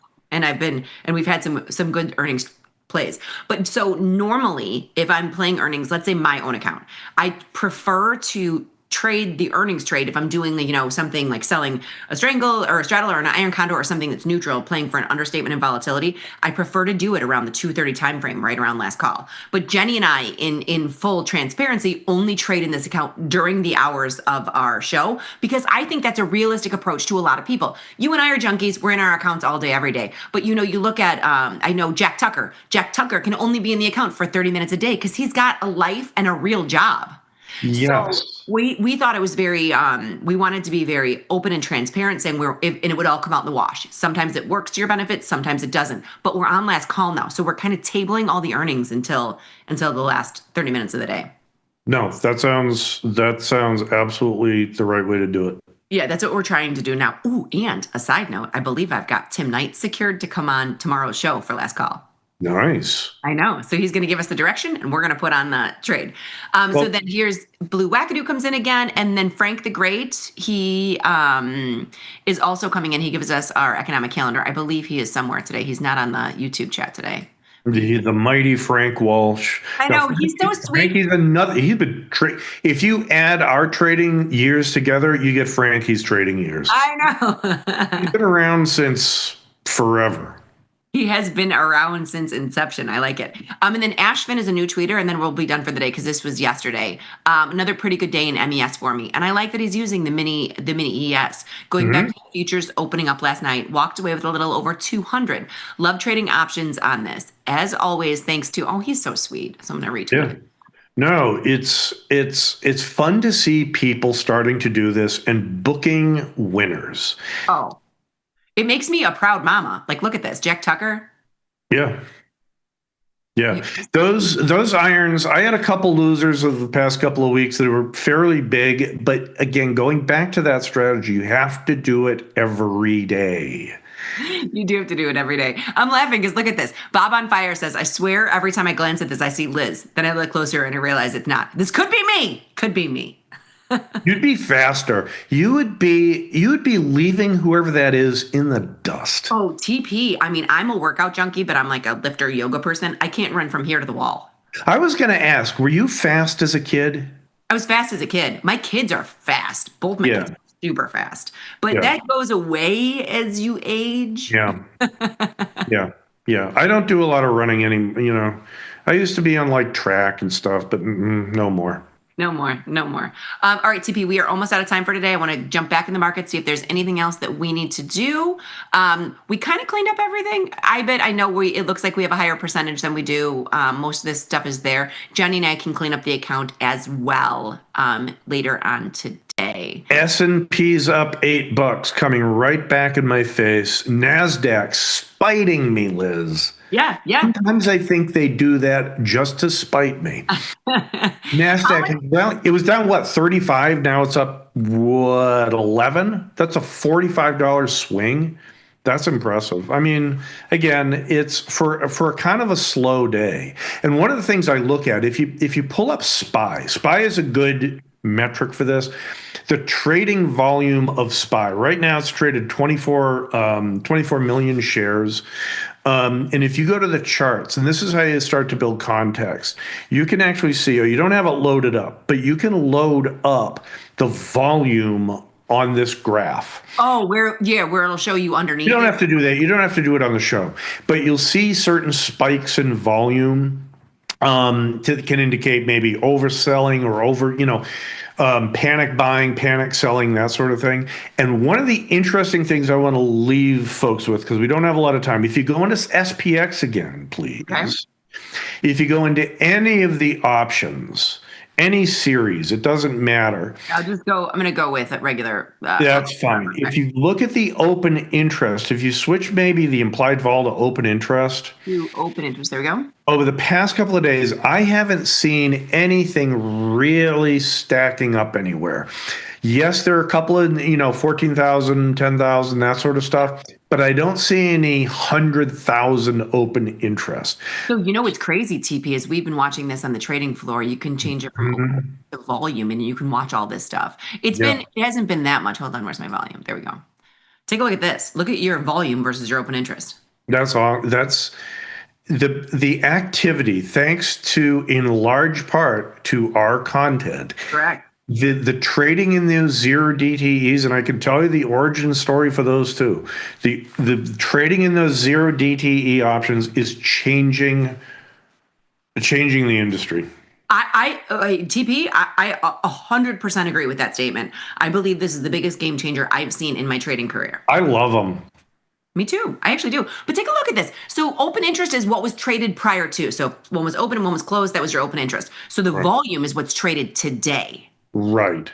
Yeah. So open interest is as of yesterday. The trading today, because everybody jumps in for these zero DTE options, and the open interest won't increase tomorrow because everybody closes them out. They all disappear. Well, and this is gone, so you can't look at it tomorrow. Like tomorrow, you won't even have these numbers. This is just showing what's trading today. It's crazy because they expired. So I don't see anything, and this is something I don't stare at this stuff. I'm just kind of aware of what's going on.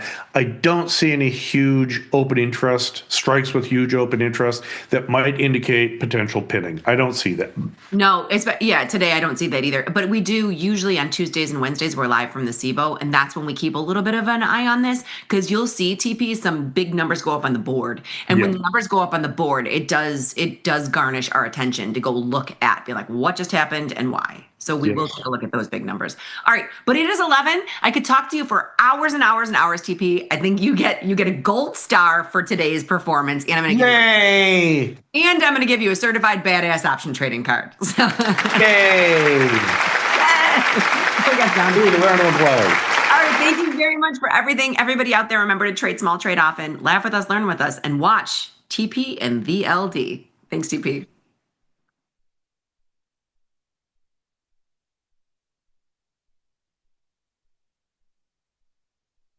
Tasty Trade's Money Match event. Unlock 30 days commission-free trading, plus a 1% cash match on all qualifying deposits to jumpstart your trading when you open and fund a new Tasty Trade account. Level up your trading experience with Active Trader Mode, smart order tracking, risk analysis tools, dynamic watch lists, and more. The Money Match event starts now, exclusive to new Tasty Trade customers. Got the need for speed? No problem! At Tasty Trade, you can turn smart ideas into real trades with just a few clicks. Wow, that's fast. Tasty Trade, make your move. Feel like your wardrobe is missing something? Like style, purpose, and maybe a dancing dog? Can I pet that dog? The new Tasty Trade and tastylive web store is now live. New merch, bold designs. Did we mention all net proceeds go to one tail at a time? Invest in the real bull market, dogs. Go to tastytrade.threadless.com. Grab some gear and help some pups. You get merch, they get a home. If you've ever been curious about where to start with crypto, join me, Ryan Grace, for the Tasty Crypto Show. Alongside co-hosts and industry guests, we'll break down what's going on in the market and show you how to take advantage of crypto. No hype, no shills, just crypto know-how.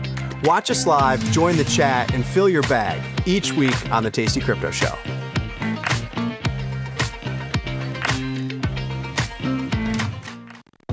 Just for a minute, let's forget about your favorite stocks. Just for 1 second, let's leave specific strategies on the shelf. Let's talk about what really matters. Your portfolio. How do you build it? What should you target? How do you manage it day to day? The answers to these questions and more are inside our newest crash course. So I'll see you there. Calling all traders. Are you using tastylive mechanics and enjoying awesome results? Are you an up-and-coming options savant? We're looking for you. For over a decade, tastylive has shared the most inspiring stories of traders teaching themselves a new skill, using probabilities, and experiencing new levels of success. If you think your trading journey should be shared with Tasty Nation, we'd love to hear from you. We are always on the lookout for the next class of rising stars. Email us at risingstars@tastylive.com if you would like the chance to share your trading journey and inspire others. Look who's back testing. Tasty Trade now has options back testing for free. Test your trades with over 10 years of data for the most popular symbols. See how your trades would have performed in the past. Look back at profit and loss and take the guess out of guesswork. Oh, did we mention that it's free? Get back testing at Tasty Trade. In the world of investing, a beast lurks between the numbers, ready to pounce. Some traders hide from it, some ride it. If that's you, join us on Tasty Trade. Genius loves company.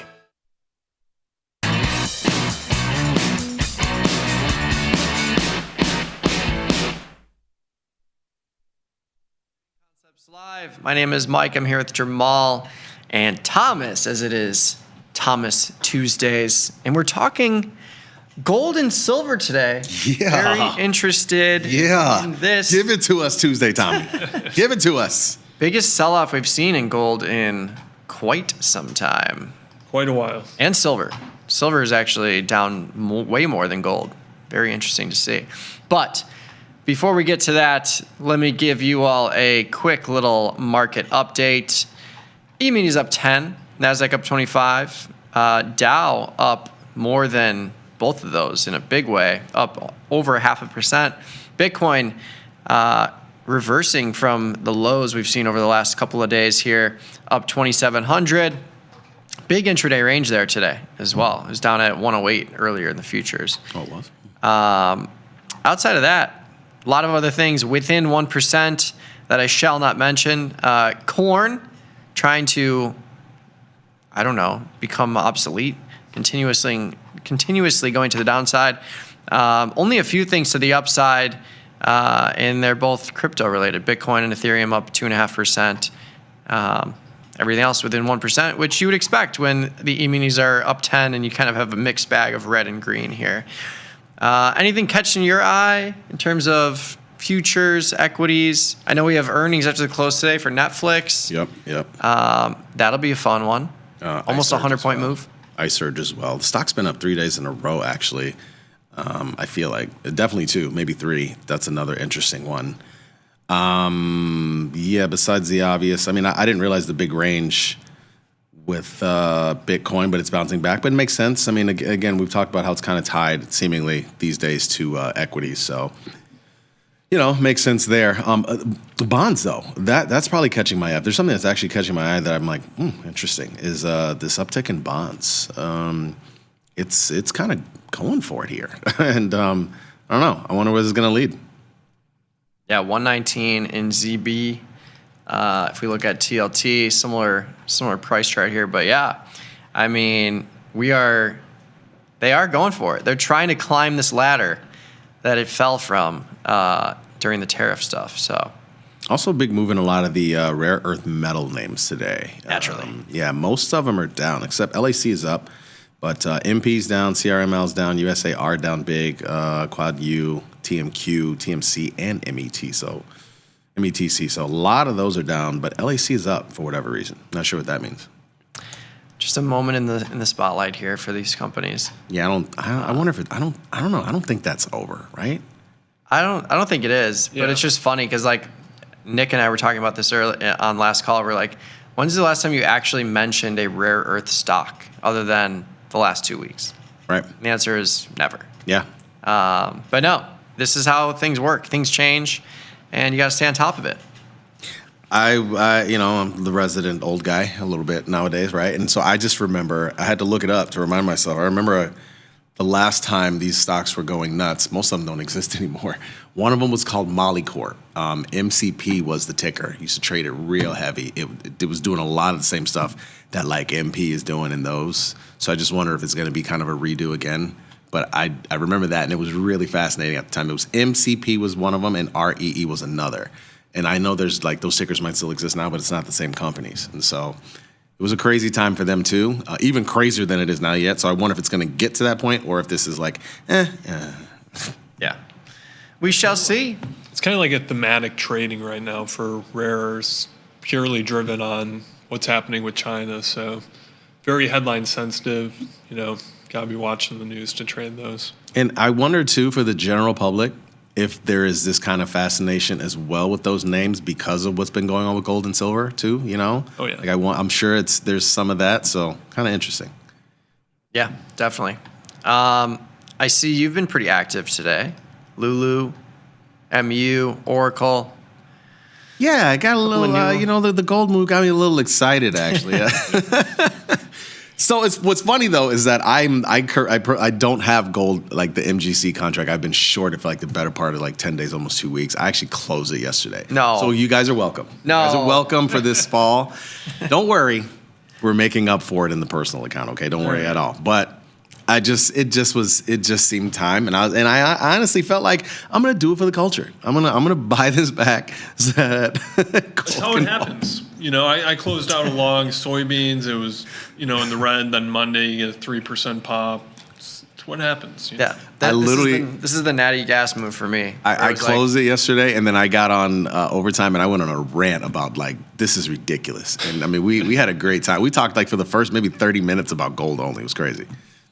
Yeah, I think I was around here, something like this, where it was just natty gas would never catch a bid, and then the day I exited, it just skyrocketed to 4. I think it was this actually, where I closed it down here and then just watched it rip higher. I'm like, I can't do this anymore. Too much pain. Yeah. I'm still in my natty gas, thankfully, but I was caught long silver into this move. It's hurting. Yeah, did we sell a call spread in natty gas? Is that what we did? Sold the rip? I sold the put spread. I sold it at 385.39, so that's doing good now. It's got what contract am I in? It's got 34 days, so I'm going to stay in it, let it collect a little more, and I think what I did was I bought the micro natty gas, and then I sold a call spread against it. And then it sold off a little bit, and I sold a put spread against it to kind of create a covered condor type scenario. But yeah, it's pretty much flat. I'm up 75 cents in the options, and I'm down 70 cents in the contract. But we'll see where that goes. Hopefully higher. But yeah, I haven't done anything yet today. I'm short GLD with a put diagonal spread that's out of the money still, and then a put calendar spread at 370. So this could be interesting if we get a continuation here closer to 370. That will certainly help the diagonal spread as well. But yeah, big move in GLD. Finally getting some downside movement there.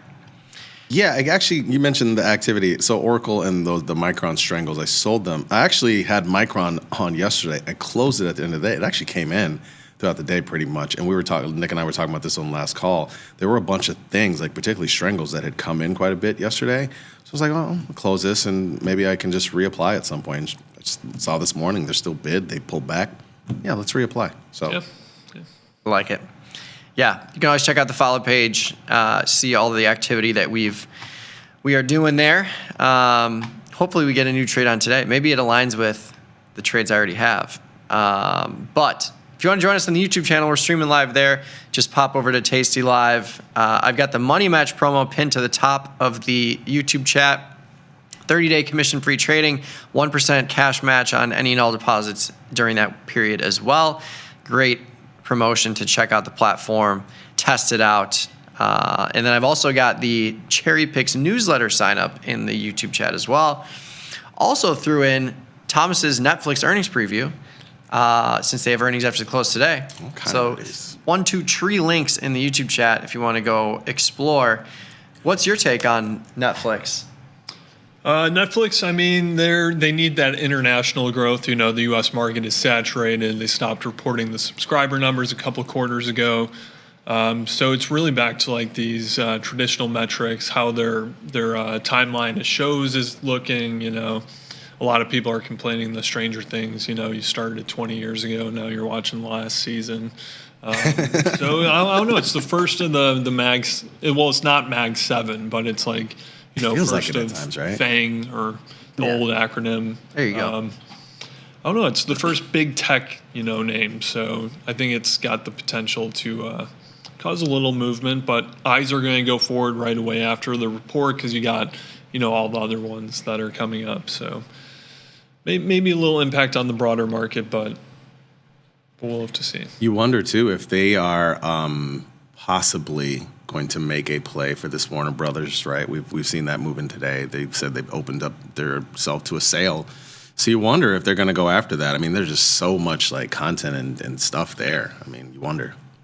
Yeah, I mean that's kind of what you have to do, right? Because they've grown it so much, and now you have to go through other avenues. So get aggressive with that acquisition stuff, And streaming wars, it's still going on. All these platforms are trying to get sports, live events, different kind of things, streamers even now, games. So everything. They're trying everything. Yeah. Yeah, it will be definitely very interesting to see. 87-point range projected for the rest of the week. That's all pretty much the earnings move. But yeah, I would love to see some fireworks after the close. Yeah. Why not? But yeah, why don't we pop over to the slides and we can talk gold and silver. And I don't know. I'm leaning short gold. I don't have a silver position, so we will see what the data you have is, and maybe I'll throw on a silver position. But yeah, so this gold move, I mean, this is crazy. This is the biggest down day percent-wise since November 2022.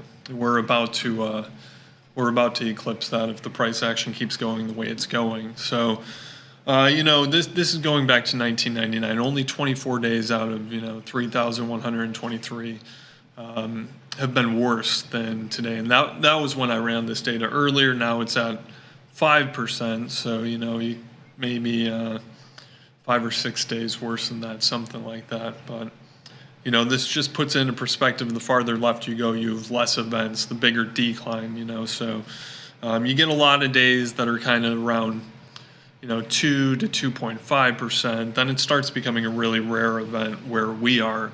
The first time in 5 years that we've seen this.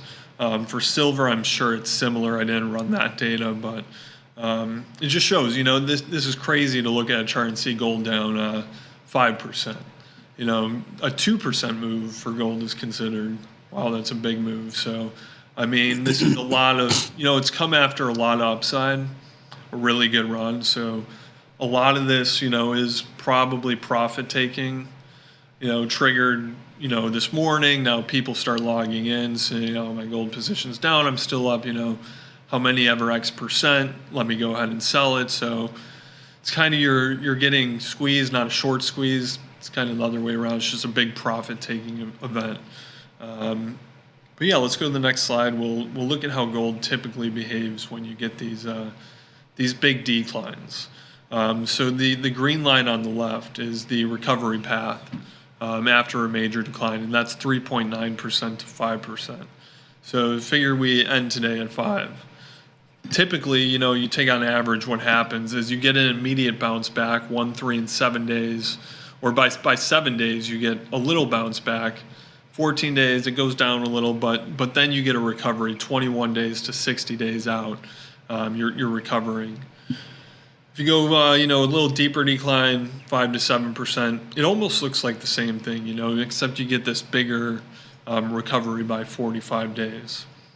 And then you go, if you got a 7% decline, I think this is only based on 1 or 2 instances going back, 25 years. So the data gets a little more sparse there with the smaller sample size, but you get a pretty substantial return throughout the timeline, 1, 3, 7, 14, 21, 45 days out, 60 days out, you're actually almost flat though.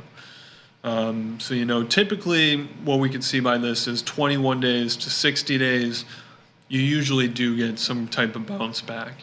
But in those first few days, especially with the decline under 5%, you keep going down for a few days. This isn't saying what's going to happen. It's looking at history, so it's just something to consider. Let's go to the next slide. Look at the same thing for silver. And it does make sense that silver is having the bigger move when you think about it. Silver is a less liquid product, that's thinner liquidity. So when you get these events, these big sell-offs, and it seems to be, gold and silver selling off at the same time because they've been driven higher by the same thematic elements in the market, higher deficits, some worries about the economy, rates coming down, all those things aligning to really help this bull run. So you see silver, when you get this 6.5 to 8% decline, which we're at right now, 6.5%, you keep going down for, all the way out until 35 days. Mm-hmm. And then it's not until 45 days that you get a return. So, if you're thinking about, looking back and considering getting long silver here right now, historically, it doesn't work out. You go to bigger declines, and you kind of get a different story. Although it becomes quite foggy to see when you're between 10 and 15%. Same story with decline over 15%, but that's because it's happened so few times that one or two paths have really just a huge sell-off. You get a bounce back. Really, the only scenario that's worked out for silver is that 8 to 10% decline. You get a pretty good upside return after 45, 60 days. We'll go to the next slide. So this is just positioning data for gold. So keep in mind, this goes back only to the end of September. We've been flying in the blind for a few weeks here. That short position for gold, and this is for non-commercial traders, which are speculators, that red line, gold shorts were starting to build up just a little bit. They weren't really elevated. The blue line is long. They were starting to really pile in at the end of September or the end of August. In September, for a couple weeks, they built their positions as prices rose. But we really can't see what's been happening the past couple weeks because the COT data, the Commitments to Traders report, is put out by the CFTC, which is a government entity. So it's just one of those things, we don't have economic data on things. We also don't have this positioning data. I would assume, the past couple weeks, this data, the blue line would have kept going up. This long position gets extended, and this short position, maybe it builds into, going up. And maybe these are these shorts enjoying this big pullback right now. I know I put out a thread on Reddit a couple days ago. Gus came in, said he was short. So I'm sure he's liking today a lot. But, it kind of made sense to build up a short position if you were trying to speculate on a big profit-taking pullback there. I was just getting in and out of gold longs for the past couple months, so I've been out of gold since last week. Really glad I'm not in today, obviously, but again, caught on that silver position. It's really, what do you do with gold here? I mean, like we said, the thematic elements have not really changed that much. Deficits are going to expand. There's still some uncertainty in the market. You can see, gold is reacting to lower rates. And as we talk about bonds going up and bonds looking interesting, the 10-year is actually looking really interesting for a long coming up to those recent resistant levels. I'm probably going to get long the ZN contract in some way, some fashion today. So, you expect rates to come down. You expect maybe the dollar to continue lagging around, doing what it does or doing what it's done. Where is a good place to get long gold? I mean, 4,000 would be the most, visible psychological level where, you had some whipsawing, you had some, back and forth price action around 4,000, not much because gold almost immediately after a couple days just kept doing its thing and extending higher. But, I'm thinking I'm going to sell a put spread around 4,000, right around there if I can. Go 35, 45 days out, somewhere around there. Let this play out a little bit. That way if the next couple days you keep getting a little downside, you got room to run it out. On the other hand, if you want to get short, I think there's still opportunity there too, because if pullback to 4,000 does make sense when you get these big moves, you want to go to a round number. A lot of orders there, things like that. So I think there's really, either way, getting long or short here, I think, can be a viable strategy. I don't want to knock anyone. I don't want to say with conviction I know this is going back up, but I want to stay with, this trend that has been happening essentially all the way back until, last year. This gold has been rising. You get these pullbacks. They're usually 2 weeks at most, and then if you look back 18 months, you keep going up.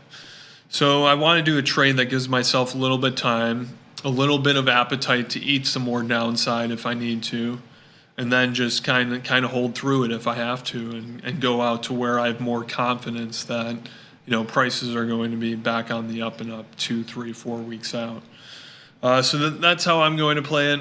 I'm probably going to put together a trade here. Usually in gold, when gold rises, you get an expansion in volatility. So it's pretty good. One of those things, if you want it to rise, buying a call spread is actually something that works out pretty well with gold with a rising vol, rising price regime. At the same time, it's got a lot of vol already in it. So really there's a lot of things that look pretty appealing here. And I think I'm going to go to the 63-day out. And you could go all the way to 4,000 and the delta's still at the 31. So, you got options. So something like the 39.95, 4,000 if you want to keep it tight. Like it. I'm in a conundrum here because I'm short gold with 2 positions, but silver making a much bigger move to the downside today. I'm feeling like this put spread here, the 45. I was looking at the 45, 44, 75, which is a $400 credit, 840 max loss. That kind of brings you to this recent plateau we had right around here or just under it. I think you could also consider if you're selling a put spread in silver futures, you could also consider this level here, right around 41. But the premium is obviously not as good. I think if you go to the 41, you could go to the next cycle or consider the next cycle. But I kind of want to stay in this active month here, this Z contract. So I'm leaning towards the 45, 44, 75. And just doing like a much closer within the move, get a little more delta, and just lean into being able to absorb another 7% almost. Yeah. I think you got to think like that. Yeah. And then if it bounces, you can take this off for $150 or whatever in the near term. But this feels right. Feels right. Feels right. Is it right? Yeah. Well, find out. Like you said, Tom, nobody knows anything, right? But I don't know. The way I'm looking at this, I think things are going to get a little. That 10-13 day stands out on the October 13th day for both gold and silver. You look at the chart, and obviously there's a lot of people who got long in these areas. So, again, we're seeing somewhat of a liquidity event today. If we get back to those lows from 10-13 for both of these, I think, interesting things can happen. I honestly don't know what happens. Yeah. I don't know. We bounce back up hard or we fall hard. Right. But it can get interesting because there's a lot of people that are caught in this area right now. For sure. And,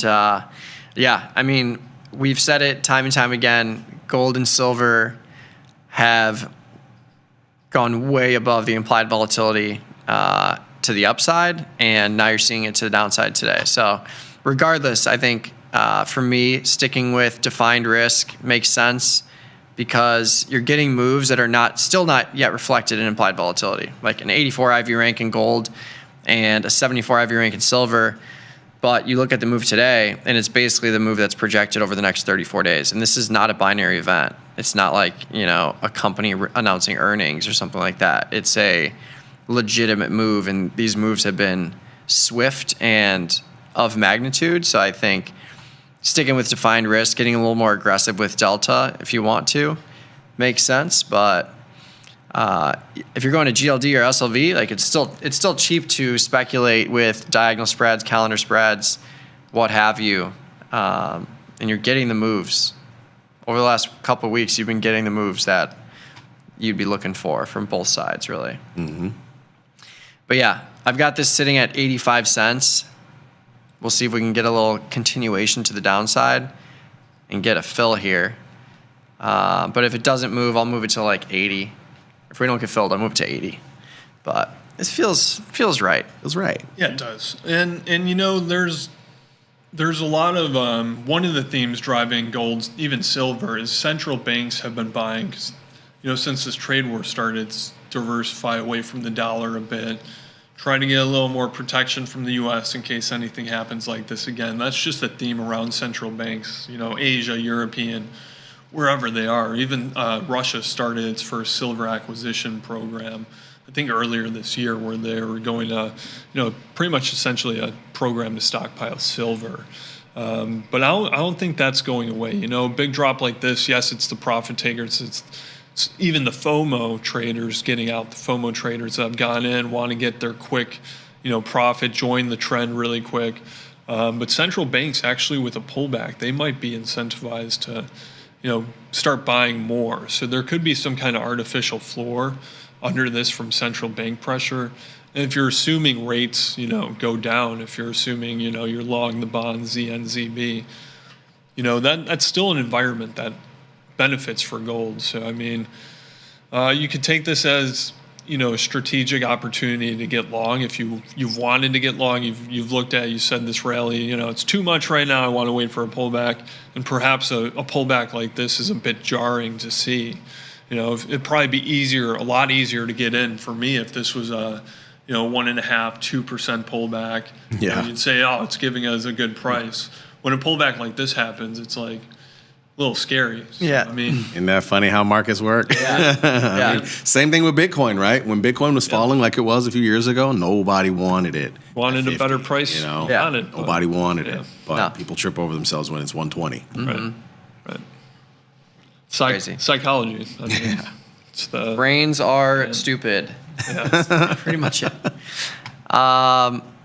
Silver getting closer to a fill here. 83 cents. I've got the limit at 85. I think we'll get there.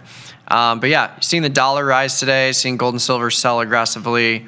You're seeing recovery in regional banks. You're seeing a recovery in a lot of other tech stocks. And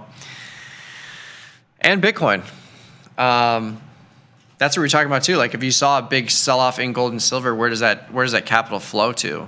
I think it makes sense that it would go to the indices and single name stocks, of course. But yeah, crazy move today. That's the interesting thing. It's not even like a massive move in the dollar, that's prompting this gold move. It's just telling you like a bit extended. Yeah. Just a bit extended. Yeah, very average update in the dollar, Wonderful. Halfway through, we should mention the show, the Charlotte show. Yeah. Yeah. Yep. Mention that. tastylive.com/events. If you want to sign up 3 days from now, this Friday, at Work by 11, Charlotte. It's going to be glorious. 9 a.m. Eastern. And if you want to go back to work, you can head back at 11. Yeah, right. I would not do that. You could, chat with Tom and Bat and do the whole thing. But yeah, I'll put a link in the YouTube chat here. Again, tastylive.com/events. But yeah, we have a couple more this year. We actually have a handful of them. We got Charlotte, October 24th. We've got San Diego with me, Katie, and Nick on November 2nd. San Diego? Oh, San Diego. man. San Diego. Oh, gosh. Fun place. It's going to be nice in November, that's for sure. Gas Lamp District. Yeah. I haven't been there a long time. Yeah. Gas Lamp District is awesome. I'm very excited. It's going to be great. And then November 7th, you've got At Work by 11 again in Austin. A little Texas action. Austin. And then the last hurrah here with Mr. Jim Schultz, Dr. Jim Schultz, December 7th in Tampa, Options Crash Course Live. So handful of other events. And then, as always, we will regroup, figure out what we're going to do next year, and we'll let you know. Mm-hmm. But yeah, sign up for all those, totally free. And come say hi. Yeah. Good stuff. Never been to a Tasty show. You got to check them out. Got to go. Mm-hmm. Got to do it. Especially ours. You can have a beer or some wine. Yeah, sure. But yeah. All right. Silver, gold, crumbling. We'll take a little bite here. I should be filled on silver pretty soon. Wait, what are you doing now? Short put spread, 34 days, 45, 44, 7.5. It's right at the limit price right now. Flying around. Again, if you want to check out Thomas's earnings preview, it's in the YouTube chat. And sign up for Cherry Picks as well. This is just Tuesday. Tons of things. Tons. Any other ags, any other futures products you're looking at? How about crude, 57, kind of exactly what you said, maybe a new range here in crude. Yeah, new range building out. I think it stays here. There's nothing crazy that I see on the horizon for crude oil. I think we flop around 55, 60. We'll see. I mean, it's got these the past 3-4 days of trading, these long tails kind of almost hitting 56, 56.5. Some buying there coming in. That's around the levels from May that people came in as well. So definitely some support there, it looks like. I think an iron condor still works for anyone trading that. Nat gas, I'm staying long for now. Have a little bit of room above 3.9, which is where my short put's at. Going to keep that on. Lean hogs, I am still short VA call spread. And just did it. That's working out. I'm probably going to take that off soon. I don't know why I do that. I do everything. Wait, what's lean hogs again? HE. HE. Makes no sense. And then live cattle's LE. Yeah. A little confusing, those two. It should be LE and CE. Yeah. Yeah. Yeah, totally. But this is they've been doing this for years. It's a barrier to entry. You know? Yeah, I mean, oh, you want to trade this product? How about we give you a whole new notional value, tick size, everything. Yeah. Live cattle, it's holding above its early September swing high. There's definitely some support there. I think it was Friday, Trump said something about, buying from Argentina, more beef. They're thinking about a couple different things to do there with people getting a little antsy about the beef prices in the stores, especially holidays coming up. So looks like they're trying to do something there, but nothing really solid has come out. So the market has kind of brushed those comments aside for now. There's potential for it to drop a lot if they come out and say, we're going to buy a huge block of, beef from Argentina and import it, and, something like that. It could be sensitive to headline risk right now, so just be aware of that. Soybeans had the big move up. Now soybeans are trading above 1030, I think. Yeah. At 1032. It's kind of in the middle of this range that it's had since June to August. So nice two-sided action though, like really week to week, really. Yeah, it's been moving, up, down, and respecting the levels. Yeah, I mean that's kind of it for the commodities. Besides for gold and silver, wheat. Ugh. Wheat. Get your wheat the wheat now. is still just straight down. It's crazy. Crazy. Not a good time to be a wheat farmer. Craig. Mm-hmm. Lovely. All right, I'm gonna pop over to the YouTube chat now. Let's see what you got, peeps. Throw in your questions in the YouTube chat on the right hand side. Like gas lamp district, go to Tijuana. TJ, I tell you, one of the weirdest things I ever saw being in TJ, and I was walking, it was a regular street, but a lot of those streets feel like alleys there, whatever reason. And I looked down one of the alleys, and like they were painting this white horse with stripes on it to make it look like a zebra. I'm like, I don't think you're supposed to be able to do that. I just kept walking. Just obviously, I didn't say anything to them. Yeah. So weird. Just convert it to a zebra. I think some people paint stripes on their horses with paint that's not bad for them because it helps flies not get on them. Oh, is that what? Maybe that's what it is. There you go. See? I don't know. They could have been doing something weird. Tuesday, Tommy coming with the. Might have been something weirder. The info. Yeah. I agree. Got it. If they're doing it in an alley, I don't think that makes sense. That's why it looks so shady, dude. That was the thing. That was confusing to me. It was the alley more than anything. They heard about the screw worms. They're like, nope, I don't have horses anymore. We're getting zebras. Converting. Not today. Are we keeping the gold put spread? Yes. So I'm gonna sell a put spread in silver below where we are now. So if I do get some movement down in silver, ideally I can get out of my gold downside plays and then just kind of flip the script with just silver and maybe even gold too.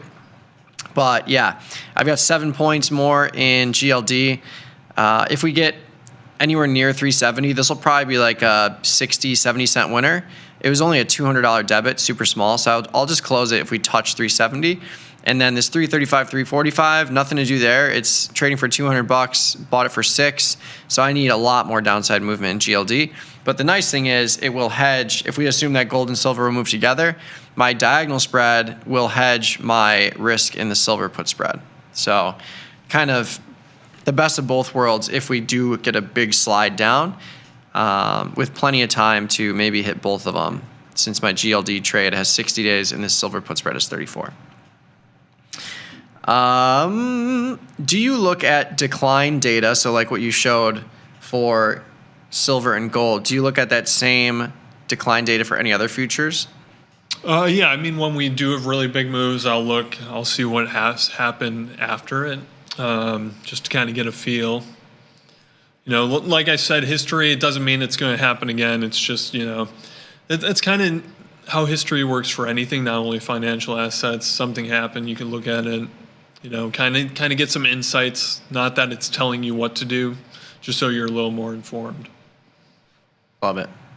Love it, love it. I do it for, if there's a huge gain too, I'll do it too. I'll see what happens after this huge gain, you know, in the past. Yeah, makes sense.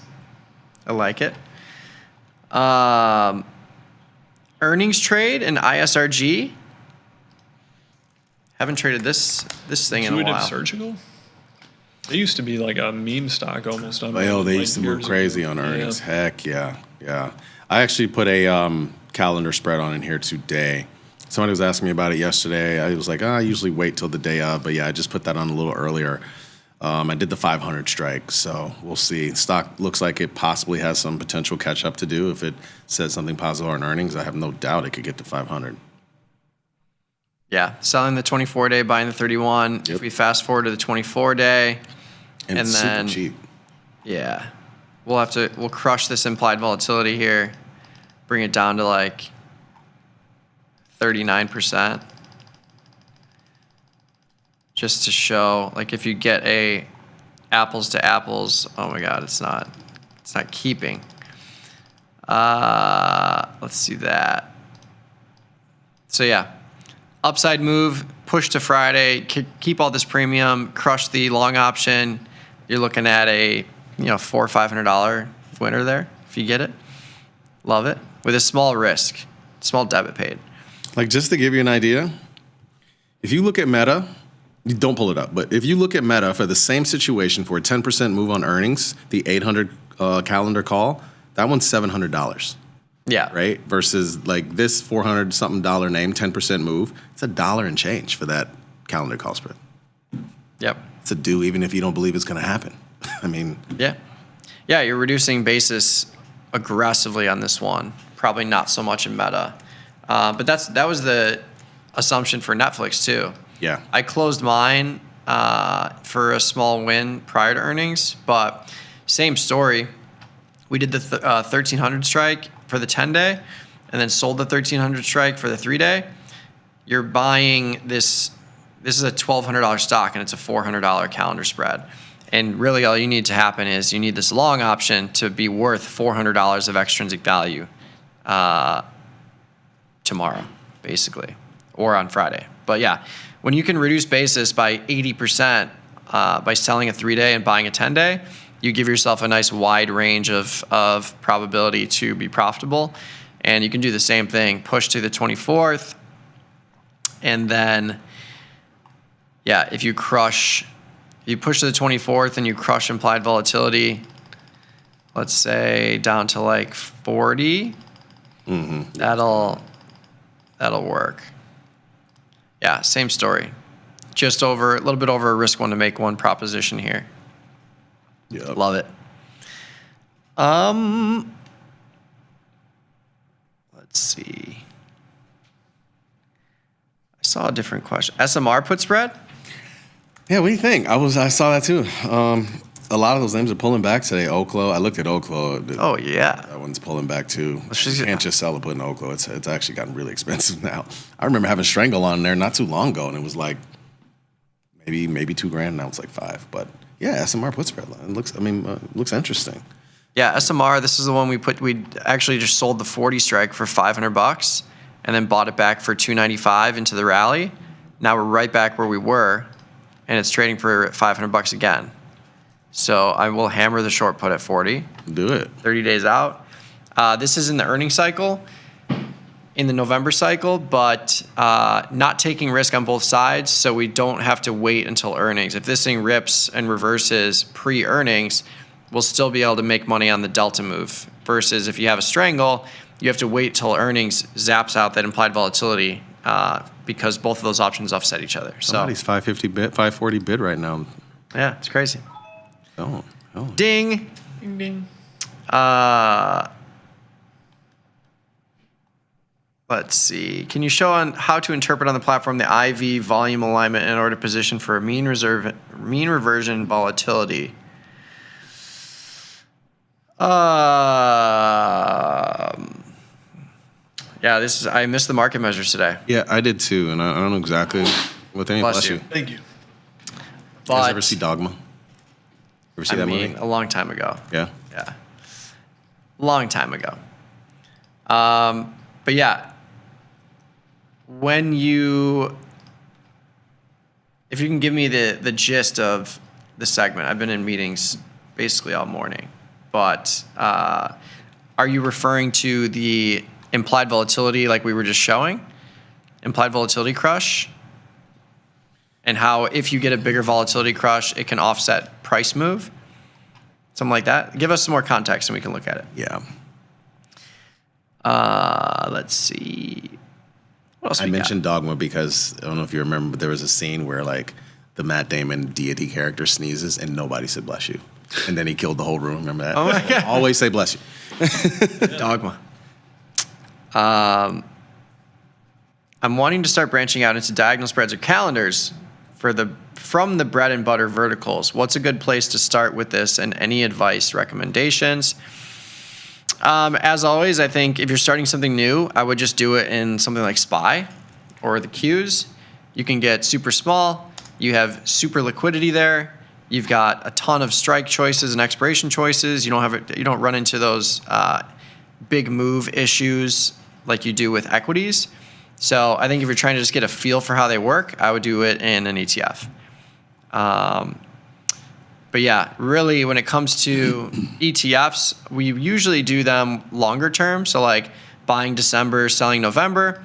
If you're doing a calendar spread, like let's say you think SPY is going to retreat back down to the recent low, you can be a hedge for your portfolio. So I usually go on the option I'm selling, like in November, I usually go around the expected move where the orange bar is here. So like the 650 in November to the downside, and then I buy the 650 in December, which will be slightly inside the expected move. That helps you retain value even if there's a rally higher. But this is a cookie cutter setup. You're collecting 460 on the 30-day option. You're paying 830 on the longer term option. So you can see there's a slight boost in the value you're collecting on the short option versus the long option because you have twice as much time, but you're not paying twice as much premium. This long option would be trading for 920 or 930 if you were paying exactly twice as much if IVs were the same, but they're not. So something like this, it's $3 debit. If you get a downside move for calendars and diagonals, I just close them if they move in the money or at the money with a calendar spread. I don't have a time frame or anything like that. But that's also because I make them kind of directional in that sense. But yeah, I would start there and then just explore the tastylive content. Search for diagonal spread, search for calendar spread. You'll see written content, videos that we have on them. So yeah, start small, start with an ETF, read more about it, see how it moves and feels. And if you want to continue, then you can. Mm-hmm. Any interest in CLF? I'm wondering if it has more risk to the downside. To the downside, huh? I completely erased the whole move from yesterday. Yeah, this is crazy. These are like flip a switch type moves. Yeah. Where it's like, oh, let's moon it. Nope, just kidding. Well, it put itself in that category of rare earths yesterday, and as Louis just said at the top of the show, most of the rare earths are down a lot like this number today, 15%. So A lot of these charts kind of look similar in these names. Yeah, it's crazy. I mean, to be totally honest, for me, I think these options are somewhat cheap in a way. And I like the idea of further out long, personally. But and so that being the case, I don't necessarily see like anything I would love to sell. I feel like I just don't love the idea of selling downside for like 40 something cents. I don't love that in general. So yeah. It's just one of those things where when you look at like Netflix, $1,200 stock, like what we just looked at in CLF, if you're looking at buying a put here, it's $5,000 for a 30-day. If you go to a 200-day, it's $12,000. Here in CLF, if you're buying a 30-day at the money, it's 80 cents. $13 product, very small. But because the price of the product is so small, it doesn't balloon the premium as you go out in time as much. Mm-hmm. So you look at the same cycle, 240 days, it's only $2. And that's because the price of the product paired with the volatility doesn't have as much of effect. So like what we just looked at, it was the similar ratio, but it's like $200 versus, $5,000 versus $12,000, big difference. 80 cents versus $200, not that big of a difference from a monetary standpoint. So I agree with Jamal with these products that are like $13, $14. We're either just like buying the shares or we're just buying a leap option in either direction, and that's it. Yep. Because you can't cap probably don't want to cap your upside or downside for 30 cents. Where if you're looking for a huge move, 30 cents doesn't do it for me. But yeah, if you want to trade it, it's liquid enough. It's not super liquid, especially as you go further out on these expirations here.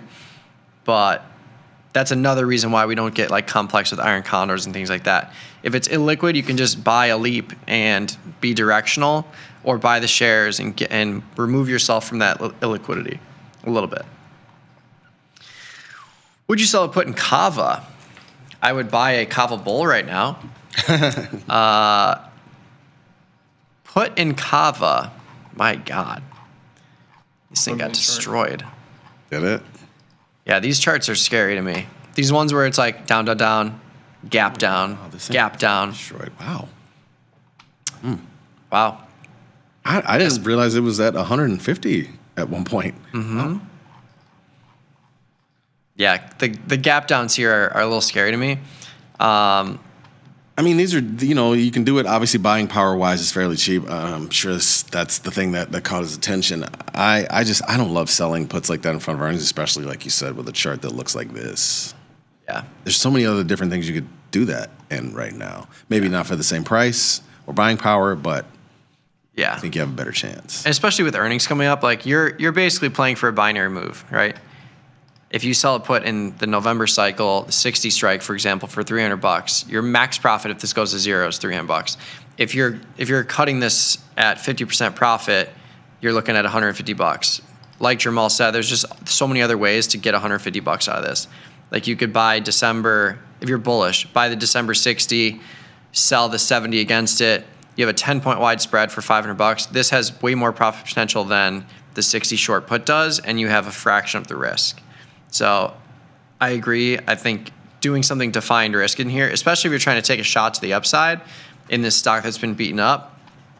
Same to the downside though. Like I don't want to sell a call into this crush either, because if it reverses in a big way, I don't want to have unlimited risk to the upside. So defined risk is typically where we're going with equities for earnings anyways. But yeah, especially when you have a price extreme like this. I think if you like the idea of selling a put in here, you'll like it after earnings too. I think it'll still be there. Yeah. Any thoughts on ABTC? At American Bitcoin Corp. Hard to borrow. What? No, I do not have any thoughts on this. I don't know what this is. I'd have to check it out. But again, $4 stock, nothing to do here. These options are not tradable, really. Unless, again, like you're buying a longer term option, you're just setting and forgetting it. But these are zero bid, basically. So American Bitcoin Mining and Treasury Management Company, majority owned by Canadian miner Hut 8 Mining, which Hut is a show me a picture of the facility. This reminds me of like dude, Yeah. dude, it's founded in March 2025. It's Trump. It's headquartered in Miami. They got 2 employees. Well, they had 2 employees in 2024.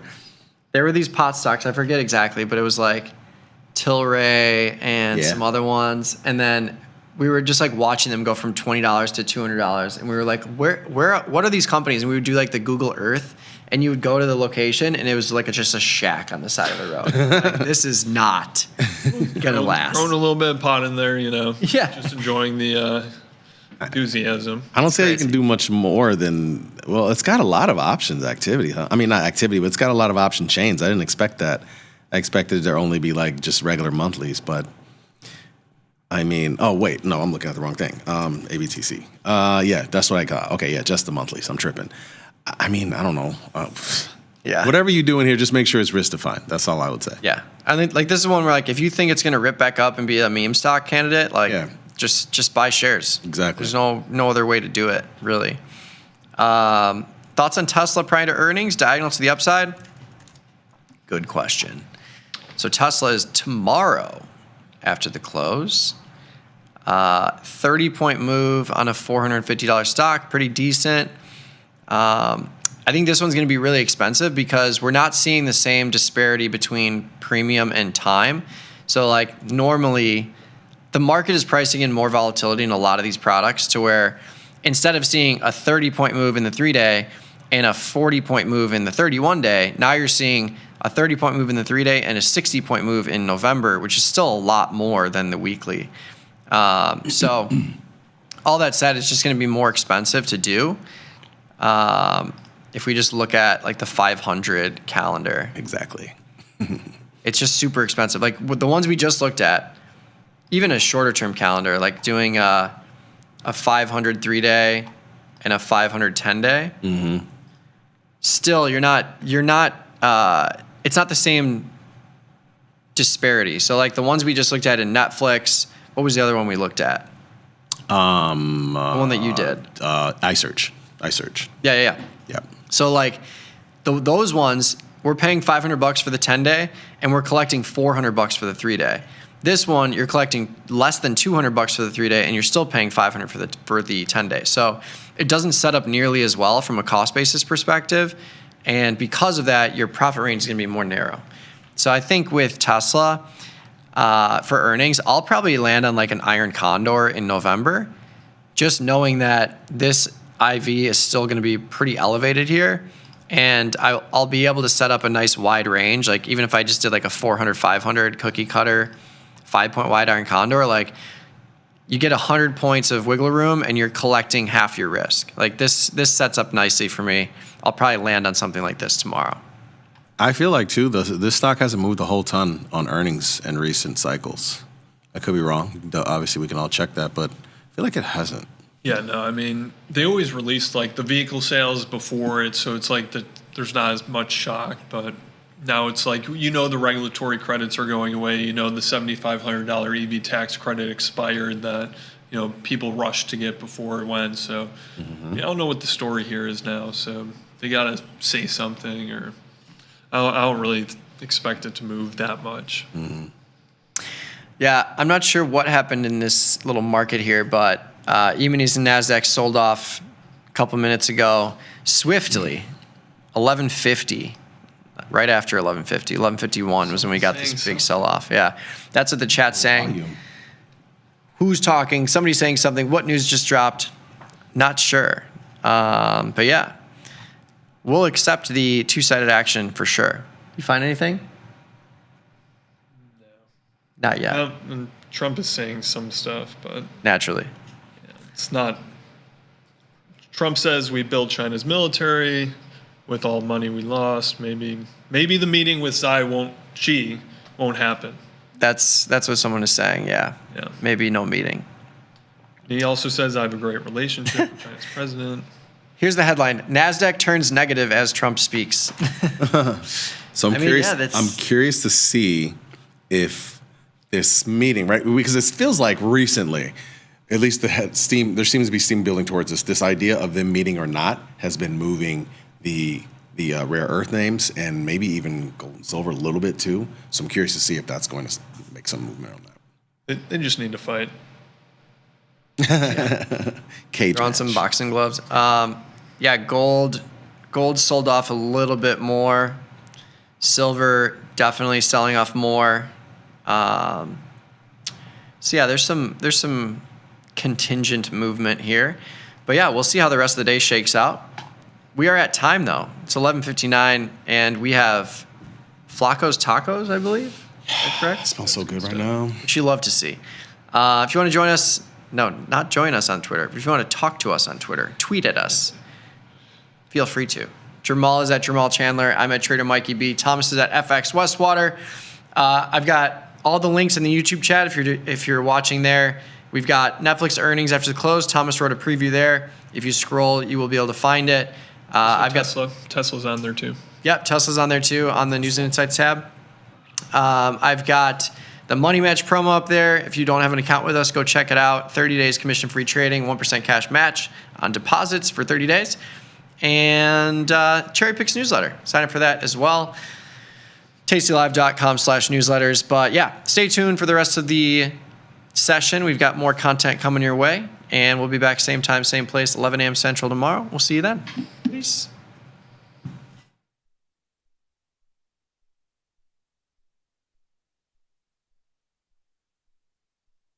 In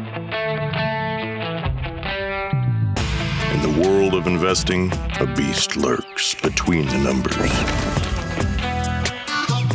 Some watch from the safety of the sidelines, but others saddle up and ride that one-ton rowdy ribeye for all he's got. If that's you, join us on Tasty Trade, named best online broker for options trading. Genius loves company. The future of trading is here. Join Mike and his whiteboard, plus the Tasty 2 live crew for 90 minutes of probabilities, punchy portfolio mechanics, and trade tactics. It's totally free and unreasonably fun. Come early to enjoy a drink with the crew and stay for a Q&A after the show. Space is limited, so register today at tastylive.com/events.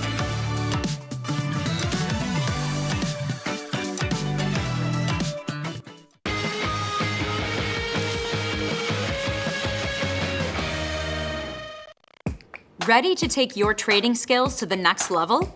Dive into the world of stocks, options, and futures with Tasty Trade courses. Whether you're a beginner or more advanced trader, our courses can empower you with the knowledge to succeed. Watch as our team in Chicago shows you how to use the Tasty Trade platform and go over the basics of trading. Perhaps you'll learn about a new strategy or a potential product for your portfolio. To find our courses, go to the Manage section of our web platform or head to courses.tastytrade.com. Start taking control of your financial future. Visit our courses today. Traders, start your platform. Tom Sosnoff and Tony Batista are hitting the road for their first ever live trading event, At Work by 11. It's unprecedented, unpredictable, and unlike any other financial event. Watch these masters make real trades in real time. Doors open at 8, the action starts at 9, and we'll have you back at work by 11. Sign up today at tastylive.com/events. Tasty Trade has crypto, and you can trade with zero commissions. Bitcoin, Ethereum, Litecoin, and more. Diversify in one place. Crypto, we got it, we get it. This is Breadwinner Trivia here at Tasty Live. I'm here with Nick Batista. We're going to present him 4 questions. If he gets all 4 correct, I have to make him a peanut butter and jelly sandwich. Let's dive right into it. And I'm hungry. I want 2 of those. Which commodity is often considered to be a safe haven asset? Gold. Gold is the correct answer. The shiny rocks. Boomer shiny rocks. What does the Sharpe ratio measure? Return relative to risk. That is correct.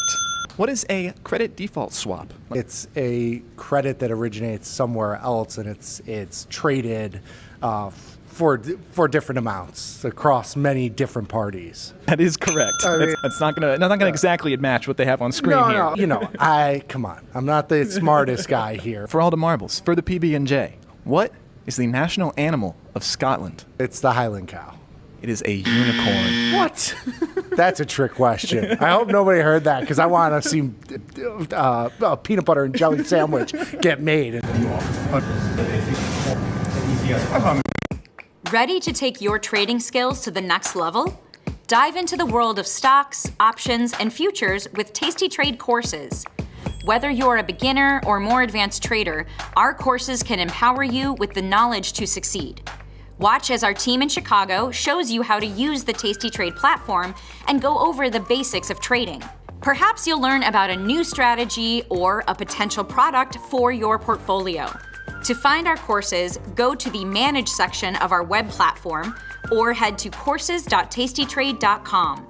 Start taking control of your financial future. Visit our courses today.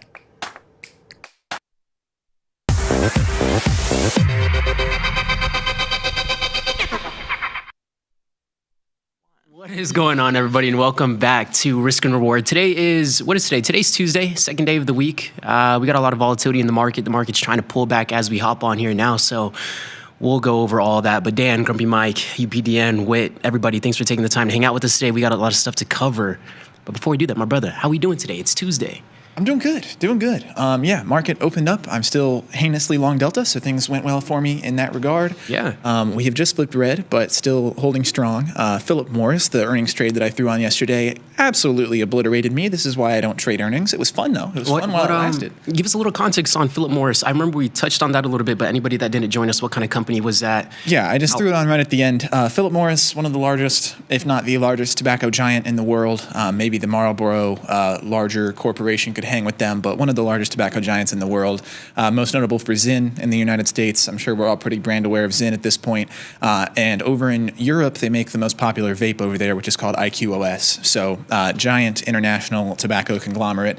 They had their earnings call this morning, pre-market, and things did not go well. They took quite the dip. I got long.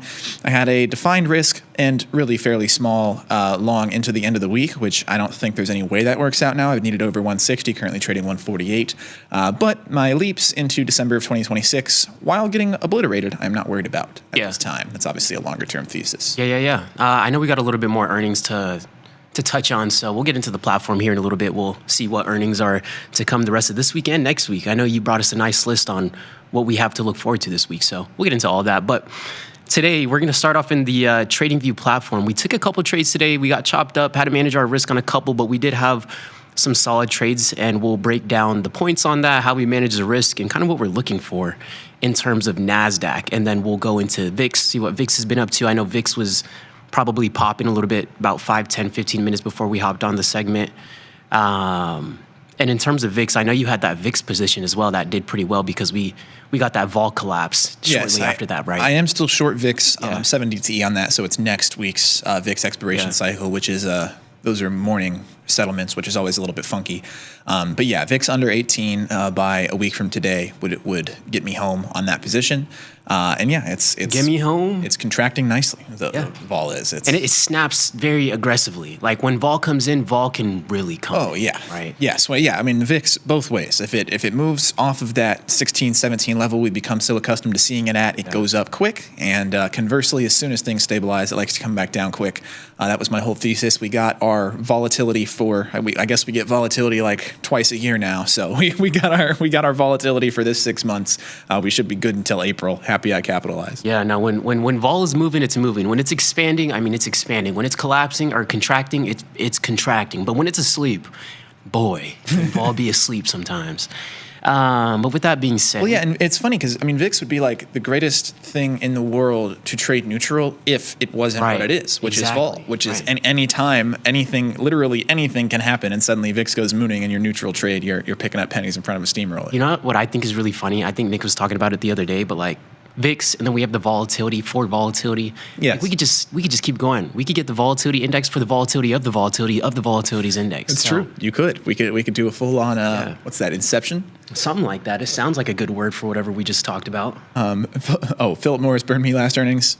I feel you. I feel your pain. Toilet wave. Sorry. I'll call you by your full name. I don't mean to make assumptions that we're friendly here. And then I see Bitcoin mentioned. Crypto is also moving today. We'll take a look at that here in a little bit too. Yeah.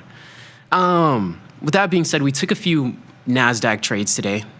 We had to manage our risk on the first two, and then our other one right before we hopped on the segment actually played out pretty well. It's always right after those lunch hours where we tend to get a little bit more volatility in the market, and you can kind of just visually see how the price volatility dramatically slows down around lunchtime. So I know for myself, I don't know what kind of rules you guys have implemented for your trading, but I know whenever I get what I want, whenever the market gives me whatever it is that you're trying to get or see, if it's during the lunch hours, honestly, I'm just hands off. Let me float something to you. Go ahead. Is lunchtime at this state in the big 2025? Is it? I don't mean like I'm not going to bring up a time zone question. Yeah. But is lunchtime psychological? Is it a psychological phenomenon? I think it absolutely because has. Obviously it originates from when you actually had to call in every trade and they would take lunch. The brokers would take lunch for real, and so there just wasn't as much volume to be had. And now that continues to be the case, but obviously very few people are still calling their broker to execute every trade. Yeah. So is it just psychological? Do we all just in unison say, "Oh, it's lunch, we're not going to trade," and therefore it?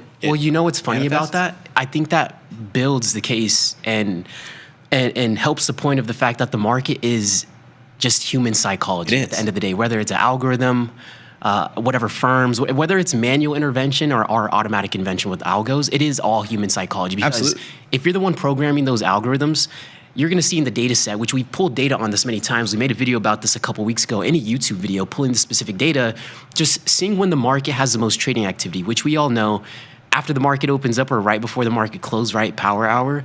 But I think the algorithms are also coded and built to find the most liquid areas in the market and when the market has the most activity to be able to execute whatever algo they're trying to execute on. So I think that information is taken into account too. So funny enough, I think it plays into the fact that it is a psychological component. And when we're building these algos, it has a human touch on it. Yeah, and I'm intrigued to just see if if 10, 15 years down the road, if lunchtime is not even something we consider anymore. Yeah. If the market is just the market and we don't consider pure liquidity day periods. I mean, the start of day and end of day power hour are never going to go anywhere. Right. Those are still very substantiated people who are trying to get in and trying to get out.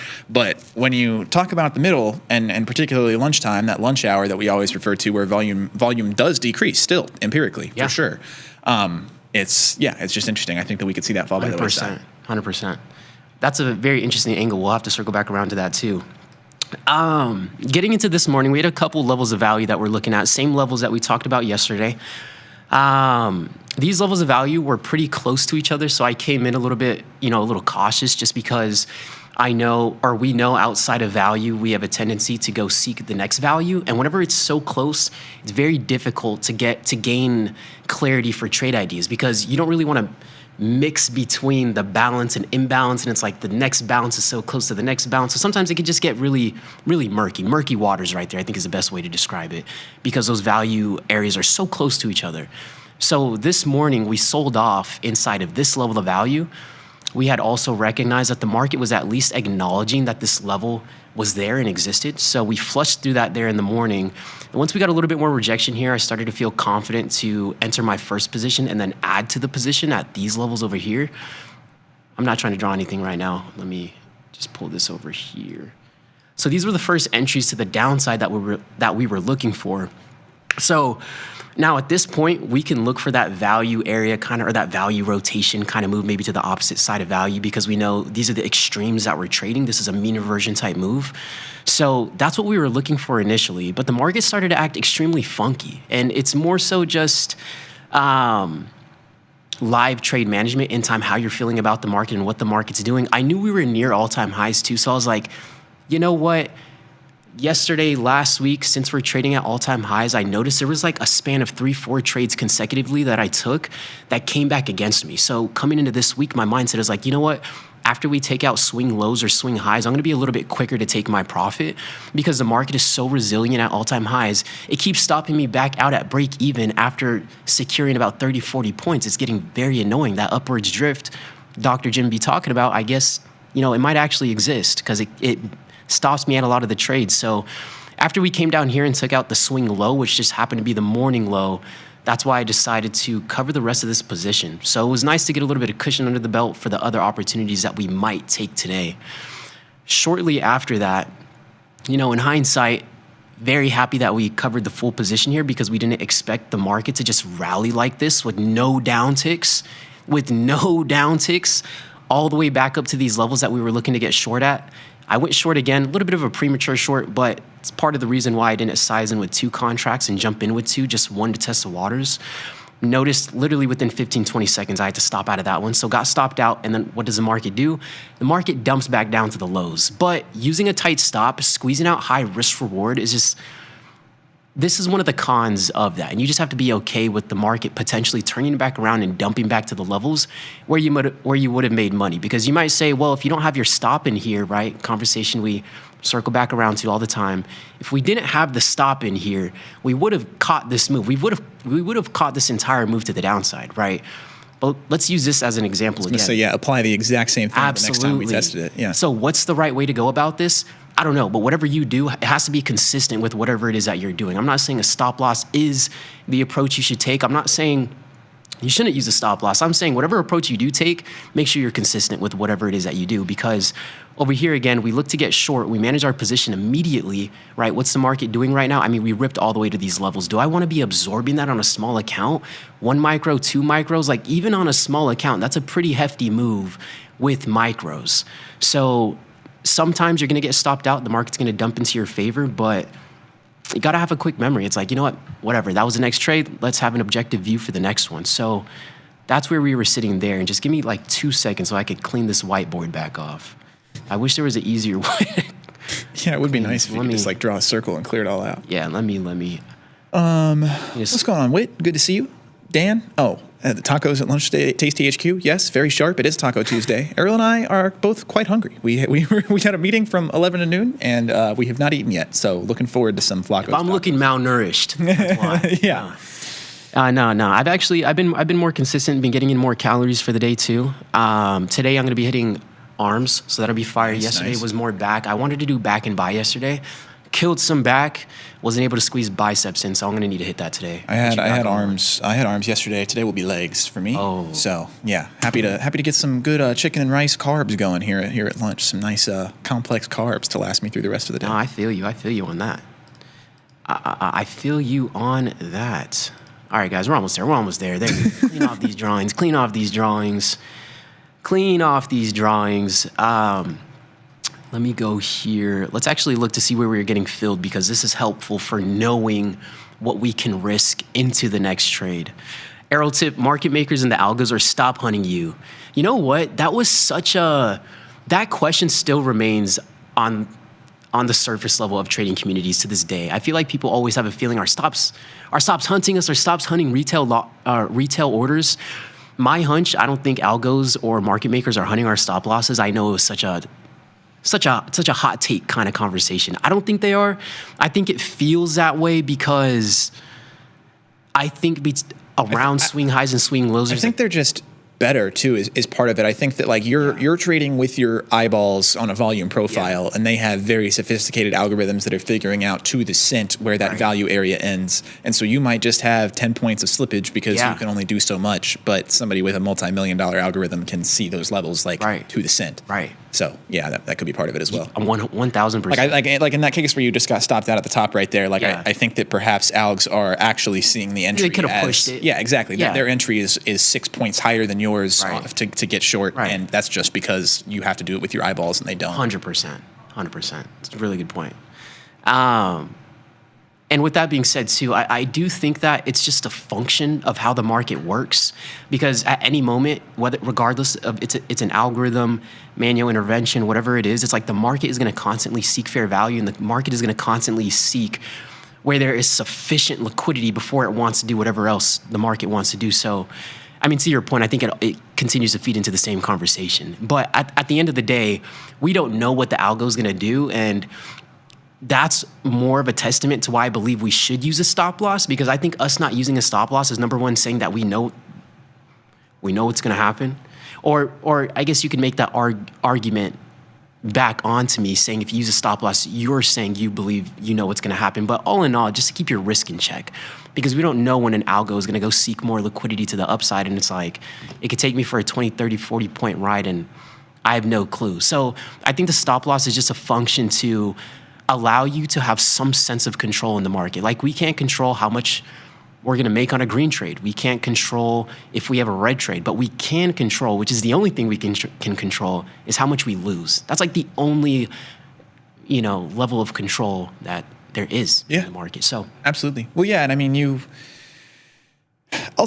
works. That's sort of what it comes down to. Is, I mean, you can only say so much if it works, and if it's what works for you, then it's what you should continue doing. Yeah, no, 100%. At the end of the day, I mean, yeah, we say it all the time. I mean, there's 101 strategies. There's 1,000,001 assets to which you can apply those strategies. And it's just about finding the strategy and asset class that works for you. Yeah. And everybody can be different, and we can all still make money. 100%. Hey, look, once I get that Tom level account, guys, I'm adding to these shorts. It pops if you against guys want to me, email support at tastylive and ask if Gus and Arrow could get some more money in their accounts, maybe if I got a Tom account and it breaches my risk, I'm adding more contracts to the position. We make a new high, I'm adding more contracts. I'm bringing up my average entry price. So we just need one little pullback, and I'm out. You guys heard it here first. If Errol gets rich, he's going to be so reckless.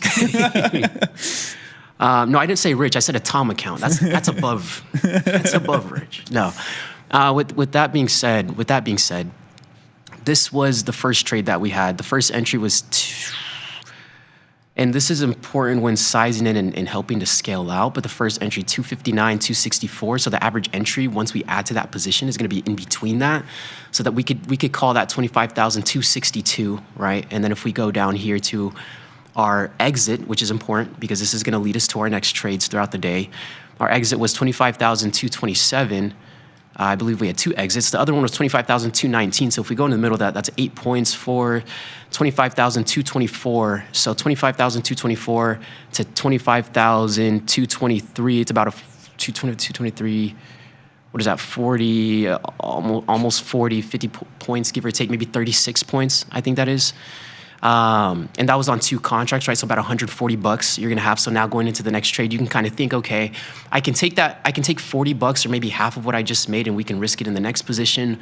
Or if you don't want to get too carried away, maybe you can think about maybe sizing down. I know that was what gave me the confidence to pull the trigger on the next one. Was like, you know what? I don't got to go in two contracts off of the bat. I just made a little bit of money.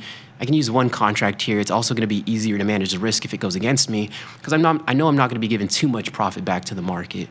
So here was about 36 points on two contracts. Here we get stopped out with about 6 points on one contract. So we're just doing our best to manage our risk at these areas. We got stopped out again here, which was another 5-point risk. And then we got top ticked on the stop out here, right? So this is another one of those things where, I'm not gonna lie, sometimes I can be pretty stingy with the points, like a little too stingy. And this is one of those moments in the market where it's gonna expose that, because, we get stopped out to the tick on this one, another 5-point risk, right? And still doing well, managing our risk. But a top tick stop out just never leaves a good taste in your mouth. I mean, literally, a top tick, 25,302, and I think the high here was 25,303. Right, and then we get that downside move. So that'll happen sometimes too. And I think what is important about when something like that happens is I don't think we bring enough attention to where your psyche is at when something like that happens to you.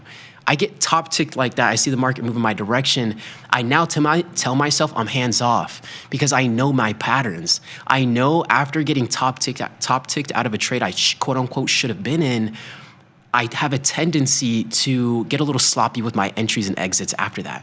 So that's why I made the executive decision, you know what, I'm not gonna be trading within these levels anymore, and I'm not gonna be trading I'm not going to be trading these same price levels again. So let's see what the market wants to do. So that was kind of the psyche and mentality there. We go through lunch hours, market slows down, we consolidate for a while. We take a short position at this level of value up here. We were able to catch this downside move, just one contract again, because the whole mindset was not to give back too much profit. And then also it's just nice to get a couple green trades under your belt so you can move forward with some clarity. But I think we're going to be done on the day. The market was very difficult today. And sometimes it can be very taxing on the mental, if I'm being completely honest. Yeah, no, I mean, yeah, especially Like, when you're this involved and everything is happening this tight and close together. It's a much more mentally demanding way to trade. It can in general. Yeah. So and just knowing, what your risk is on the day, what type of trades you've taken so far today, and what you're able to risk into the market ahead of close, I think just helps you gain a little bit more clarity on where you're at with your trading, so you don't overstep, or you also aren't undercapitalized and are fearful about taking other trades, because I think it's important to maintain that confidence. So I think by sizing up, sizing down, doing all of that is just to manage that confidence at a healthy level, not to where you're like overconfident and that ego is starting to kick in, but so you can like recalibrate that. But I don't know, it's always a dance, it feels like. Yeah, absolutely. Well, yeah, I mean, especially in terms of sizing as well. It's sometimes you don't really realize that you're getting, you might think that you're in a really good flow and that you have established a really good system for yourself with how you size things and that you're doing such a great job of sticking to it. Yeah. It's when something that you really, really love comes along, like that's when those things are actually tested. 100%. When you get a spot that you love more than all the others, and it's somewhere where, before you put in these risk management principles, you would have gone gigantic and put up all that risk. Those are the times when it's very hardest to stop and say, nope, this is the max I'm willing to risk, 100%. and that's all I'm going to do. It doesn't matter how much I like something, I have to do this now. And those are tough lessons to learn, and lessons you won't learn through paper trading, I might add, as we continue our paper trading hate tirade, I guess. But yeah, that's one of them. And to the point you're making too, it's like taking multiple trades throughout the day. It can be so difficult not to carry any baggage from that previous trade into the next one. Just because you had 3 green in a row does not mean this next one is going to be green. And on the contrary, just because you took 3 losses in a row, you cannot shy away and be gun shy at this next opportunity in the market, because you have no idea how it's going to play out. Even though you're feeling a little bit negative because you had to manage your risk 3, 4, 5 times in a row, that has nothing to do with this next opportunity you're going to take. If anything, if you come at it with a little bit of that energy from those previous trades, it's going to work against you long term. Yeah, absolutely. What's the Kobe quote? What was that? I'd rather go 0 for 20 than 0 for 10, because if I went 0 for 10, it means I stopped shooting. Facts. And it's true. It's true. Facts. Obviously, in that case, if you are on a 10-20 trade losing streak, maybe you should revise your strategy a little tiny bit, unless you're doing something that you're only planning to win, 1 out of 50 times. Yeah, but 100%. But at large, I think that thesis applies. And and the same is true to the contrary as well. I know that if Steph Curry makes 3 jump shots in a row, he's taking the 4th one just as serious 100%. as those first 3. But because they have data to rely on. Exactly. It's not false confidence. They're not like, I think I could pull this off. Like, no, they're looking at their data. Look, yes. I have a tendency to go on a red streak, whatever. And then also if you include variance into that, it just gives them a better way to manage their expectations. They have an understanding what their capability is, right? For sure. So in the same way, ChatGPT is actually extremely helpful. One thing that you can do is, if you take your trading journal and you download the CSV files in your Tasty Trade platform, go to your account log, download the CSV files, and if you can even plug that into ChatGPT, and ChatGPT will give you a whole rundown and breakdown on what you want to see in your analytics. Hey, what time of the day do I perform the best? Hey, what time of the day do I have a tendency to not manage risk? Do I have a tendency to oversize on Fridays? Do I have a tendency to be a little bit more gun shy on Mondays? And then also, you can extract your performance using ChatGPT, and it'll give you it'll do the formula for you, and it'll show you the probability of you going on your worst losing streak and how much you would need to manage each trade on a risk level to not blow your account, or actually to stay above and have a profitable equity curve. Like, yes, risk of ruin calculations are fantastic. Okay, there we go. Yeah, ChatGPT is what so helpful. That would be, yes. And it can show you how you can tweak your sizing to down that risk of ruin as well. You could say, with the style that I'm trading now, how many trades would I have to lose in a row before I blow it up? And if it says 13 trades, then you could say, okay, what do I do to make that 20? And then you can pivot from there. Jared, fantastic point here. This is something that we allude to all the time. If you have a smaller account, there's PDT mental aspect of it too with managing risk. Absolutely. That's something that we talk about all the time in the context of the PDT rule being lifted, is that I actually think it hurts people more when that PDT rule is there, because you will hold things Yeah. Sometimes into the next day that you should exit right now just to not get hit with a day trade. 100%. That's a very tough thing. And I mean, I've oversized into trades where I shouldn't be oversized in because I have such a small account, because we're trying to get outside of that PDT rule, right? I've had those same behaviors when I was in college.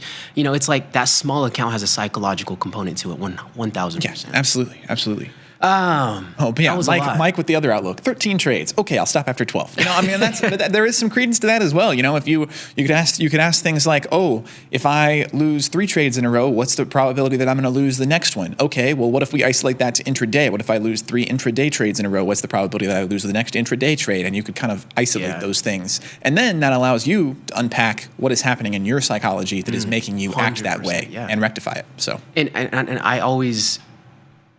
No, we'll shift gears a little bit. We'll circle back around to that. We're a little bit on a tangent there. Let's check out gold before we get into the Tasty Trade platform. Yeah, gold and some crypto. Gotta have a look. 100%. I know gold was pulling back a little bit. Gold went back to the all-time highs, I think, yesterday. Of course it did. But we're pulling back briefly. So I hope everybody's gold position's doing well. Dan, Grumpy Mike. I know Kim. I know a lot of us were in that gold trade. I know Bob was long gold. Bob, hope you're all right. Bob? You all right, Bob? No sign of Bob? Hope you're doing well. If we can get GC. Yes, AI, tell me why gold is down today. It could do that also. Well, it could tell you why news sources believe gold is down today. There we go. We're in crypto. Let's go back to all. If you guys are ever trying to type in gold over here and you're not finding gold, just make sure you're not under the crypto tab. Make sure you're not doing that. But with gold pulling back a little bit here, we're on a 1 minute. This always throws me for a whirlwind. I'm like, yo, the world is on fire right now. It's a 1 minute chart. No worries, it's a 1 minute chart. Sitting at around 4,100 right now, we have came back beneath past the moon. Our level of value. We went straight through the moon, and we are now coming back. We have came back through our level of value, aka the moon. No, we're pulling back. Any thoughts on this? I know we have some positions in there. We got to be patient, but any initial thoughts off this aggressive pullback and gold? Finally, that's my thoughts. Right. Freaking finally. I mean, yeah, it's just, I don't know. I mean, my thoughts are that I have no trust that we're not just going to return to the highs, honestly, with the way that this thing has been moving. I mean, we tested a pullback of very similar size before. I mean, we went, I'm talking in GLD ETF numbers here, but we went 397 all the way down to 385. So that's a $12 drop in GLD. And yeah, here today, we closed 403, opened 388. So that's still only $15. Then we ran down intraday, but I'm not so sure that gold is done yet. Although this obviously is a pretty clear indication that we may be getting there, and I hope it is. As somebody who is very short silver, you know what? I'm gonna get short some gold right now. Just talks himself as I'm sitting here talking about this. Well, yeah, it just makes sense. I mean, this is what I was saying. You know what? Actually, I'll wait until tomorrow. I want to make sure that this is legit and that we open a little lower tomorrow. I'm willing to give up those few dollars to make sure, because like I said, we've done this, and all the times that we've done this, where we do the giant intraday drop and everybody says gold is finally done, it's the next day that it's back. So if tomorrow we open even lower than today, or we open even to today's close and move red, that would be enough for me. But I'm not calling this confirmation just yet. No, I hear you. We'll check out some of those premiums in the platform here in a second. Got gold and silver. Talk of the town now. IO and Q. And with that being said, let's jump into the Tasty platform. I'll pull that up here, and then we will check some of those names. Jared, you're selling puts. You're thinking we're gonna bounce on this. Yeah, that's an interesting thesis as well. I mean, there's definitely a lot of profits to be had if that works out correctly. And I do think that there's a very real chance that we take the bounce.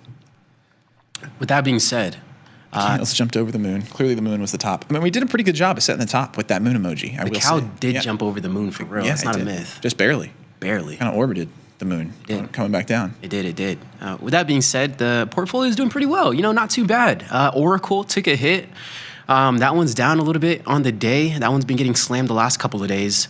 Baidu coming back, some of those Chinese names. We had some short delta on in here. 31 days left till expiration, so we'll go ahead and manage that one next week. Don't know if anybody else is in Baidu, Baba, some of the other Chinese names, but some errors coming out on a lot of those names because they were pretty pumped up.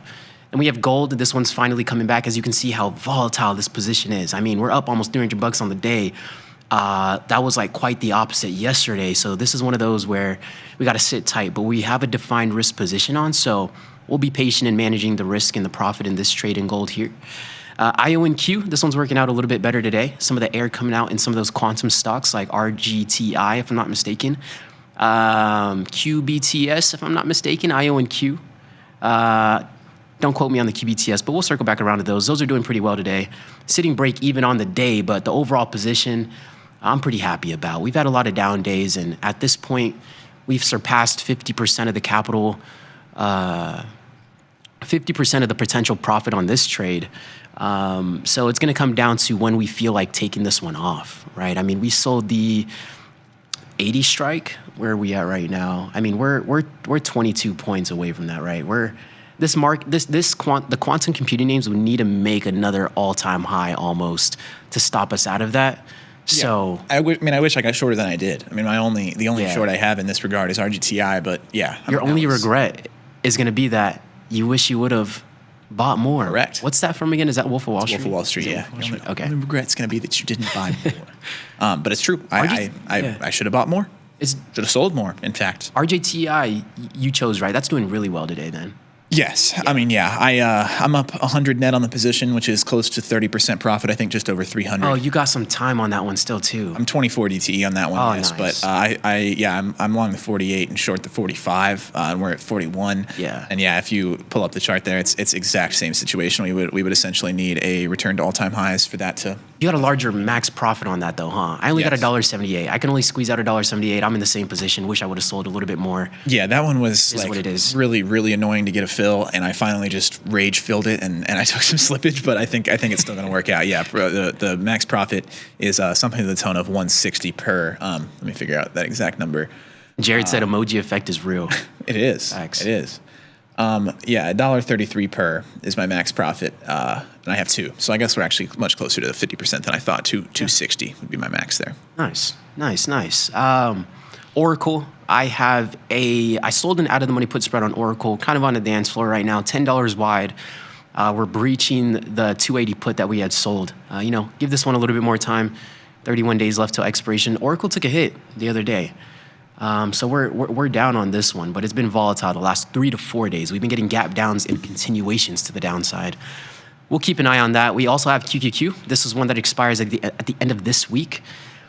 This is just my internal bias. Sold an out of the money call spread, sold the 612, bought the 617s, was able to collect about 215 in there. So we'll come and manage this one maybe Wednesday, maybe Thursday. Might not hold it till expiration. Wanted a little bit more negative short delta on something like QQQ. And then Unity Software, sitting at around break even, 31 days left till expiration. Not much to say about this one. Collected about $1.73, sitting out of the money, so that's nice. And then UNH. UNH is doing really well. I know UNH is doing. You rage filling right now? No, I'm looking at a chart. I got you. That I have to do some scrolling on. Apologies. No, I got you. That's funny. No, I know UNH is doing really well right now. UNH is up on the day, so overall portfolio doing well. Wish I hadn't gone to find risk in there, but I'm to find risks in something like UNH. And we'll leave it at that. I'm not going to harp over the fact that we wish we would have had a little bit more long delta on, but that's where we're at. I'm both defined and undefined risk on UNH, plus some shares to boot. Nice. I'm deviously long UNH. Shares are like from 270. A few things I want to unpack here. Yeah. First one, Beals. Beelzebubba.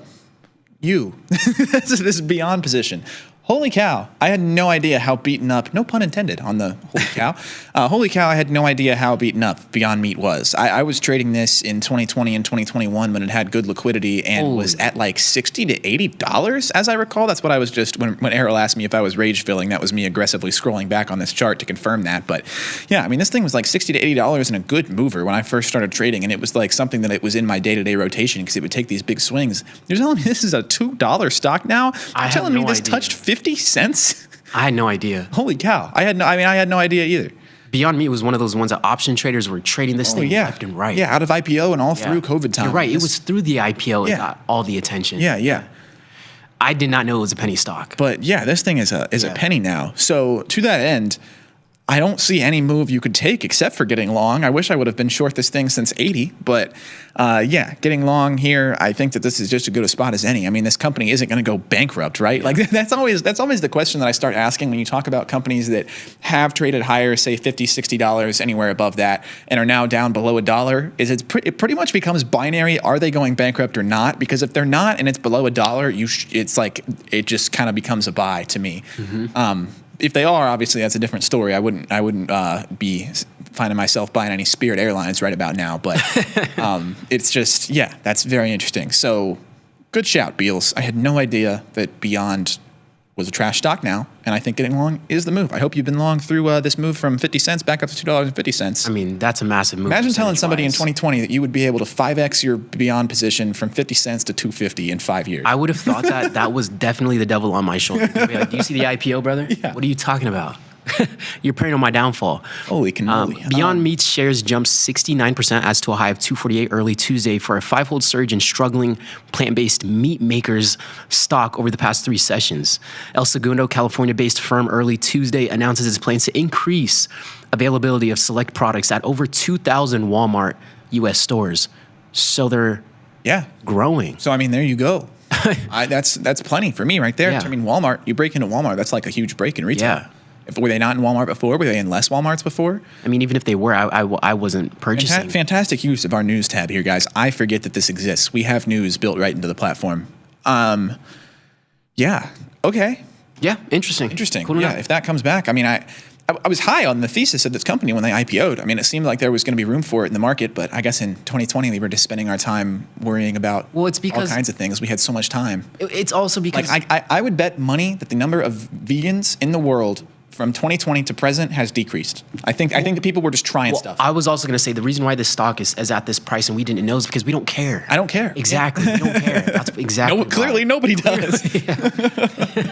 Volumes have been dead. Yeah, Beals Bubba over here is the only guy sharp enough to even think to look at this 50-cent stock. That's the undercover CEO. He's over here trying to get some more volume in their stock. Yes, Peloton was another amazing coach. Oh yeah, Peloton. Man. That was a COVID stock. Julia has coined the term Peloton curve for any stock that moons and then just completely dies, and I think that that's very apt. I throw that around sometimes. Something takes a Peloton curve. Some of these names are so nostalgic.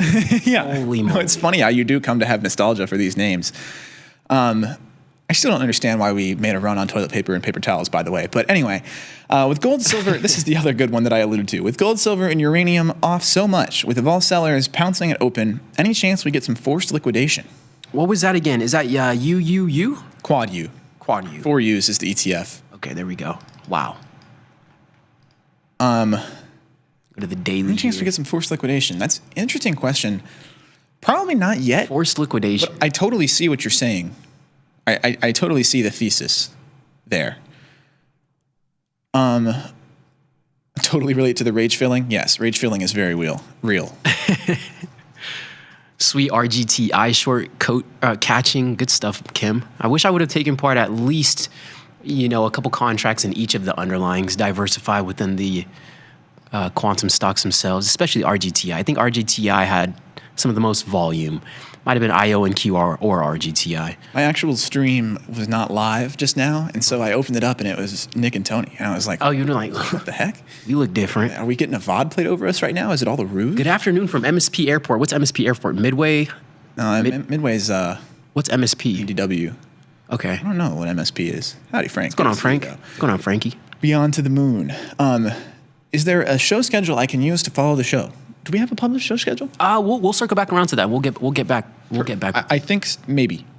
Frankie, if there's a show schedule, please tag Farmer in with the link. I wish you knew how to trade options in 2021. Beyond was the short of a lifetime. I wish I would have been more dastardly short than I was. Just got TradingView connected with my Tasty Trade account. Hey, how about that? Nice. Good job, Rancher. Happy to hear it. Is that because real beef is expensive and they are talking about buying more from Argentina? Perhaps. I guess it's the Walmart expansion more than anything, but that could perhaps be it. Vegans avoid processed food. You see, Toilet, that's a great point, and that's what I was kind of like. I had that thesis in the beginning as well, is that I don't really. It's unclear to me who this product is for, like to an extent. Like the lab grown meat, I'm against it, but I can at least see the demand for it like in the future. I don't even like hearing that. Yeah. That lab grown meat. Yeah, it's gross. Lab grown anything sounds a little off. Yeah, I'm agreeing with that, and I've seen it. It doesn't look appetizing. Okay. You guys think SPX closes below 6,700 tomorrow? St. Paul MSP. I have no clue. But let's take a look to see where SPX is at right now. Yeah, it's tight. I'm inclined to say no. Given my long bias, which is very prevalent. Things could change throughout the course of the day today. I guess I would say if we close, which I guess if we closed at this price that we're at right now, 67.41, I would feel inclined that we're going to open green tomorrow. Mm-hmm. If we move red today, then maybe I could see some continuation on that front. But I think that if we close with any green at all, that might be enough to keep us propped. But we'll see. You never know. Yeah, Kimberly calling for 66.24. So what do I know? If we stay and hold above 25,342, legitimately, if we stay and hold above those price levels, whether we get there this evening, tomorrow, whatever, I think we take the all-time highs. And then I think we come back and reassess to see where the pullback is going to be, because when it's all-time highs, it's anybody's game. Like, who knows? A new all-time high is just a fresh data point. So if we get above 25,342 and we hold maybe an all-time high, but will we pull back to 6,700 on SPX after that? I mean, I hope so, but don't do it until I can get some more short positions on. It's crazy to me that less than 4 months ago, the all-time high for SPX was 61.46. Like, that's you bringing up old news, Gus? It's nuts to me. Old news. Got a lot of old news. We close at all-time high and gap down. I believe that's what you're suggesting could happen after tomorrow. A gap down off an all-time high would be so devious. Oh my gosh. I mean, that's certainly possible. I mean, that would be we've so devious. We've seen that play out. Beyond Meat is pretty good, TBH, says Wandera. I prefer it to beef for burgers. I'm not sure if you're rage baiting. I respect your opinion, Wandera. I disagree. I have tried it. I went to a Burger King one time, and they accidentally, prepped us our burgers as Beyond Burgers, but they, realized before they gave them to us. And so at the drive-thru window, they were just like, hey, we need 5 minutes. Do you want these? Or we're just going to throw them away. And I was like, sure, I guess. If nobody in there is going to eat them, I'll try this stuff, see what the hype's about. And I mean, it was fine. It was fine. I wouldn't say I prefer it to beef. Also, protein source issue to me. Minneapolis, St. Paul. Yeah, gotcha. Appreciate it. I appreciate the clarification. Everybody jumped on me with that one. Yes, and obviously big earnings into after hours today and pre-market tomorrow, as Jared mentioned. No rage baiting here. All right, if you stand on it, I respect that viewpoint. I'm not a hater just to hate. Like I said, I've tried it. I'm not even a hater. I just think it's just okay. Is kind of my take. But also, I'm a hater. Is everything? I don't like Beyond Meat. I'm a hater. Is everything from Burger King just okay? I don't know. I'm just kidding. Oh, Burger King? Yeah. You think Burger King? What's your? I'm not even gonna lie. I might still have the Burger King app on my phone from college. I don't really care for Burger King. Burger King is a pretty low tier fast food place too. I agree. Burger King was one of those fast food places that caught me off guard, and specifically the Whopper. I actually think that's a pretty decent burger. I was never a Burger King guy, but I did put a little bit more respect on its name because it caught me off guard. I think their sauce is pretty fire, but that's about it. I'm not a Burger King Wendy's, and Dairy Queen all have high quality burgers, I would say, as does In-N-Out. In-N-Out's the highest. The burger tastes like a charcoal burger from Burger King. No, I like that a lot. It's definitely legit, personally. But yeah, I don't know. The fries, the shakes, Burger King's just lacking to me. I mean, I had a Burger King in my neighborhood in college and almost never went there in favor of the McDonald's that was also in my neighborhood most of the time. McDonald's app, too, the crazy deals. SPX Red Tops advances to 7K. Been reading Liz Jenny Bat, posting John 0TD, Massive Iron Condor Premium. Yeah. I'd like to understand more. Gold is taking a hit, guys. John. Before we hop, let's go ahead and look to see how the premiums are looking like something on gold, right? If you're looking to sell maybe some out-of-the-money puts for today, maybe you're expecting a bounce even before we get more downside. Let's see what those premiums are looking like, honestly.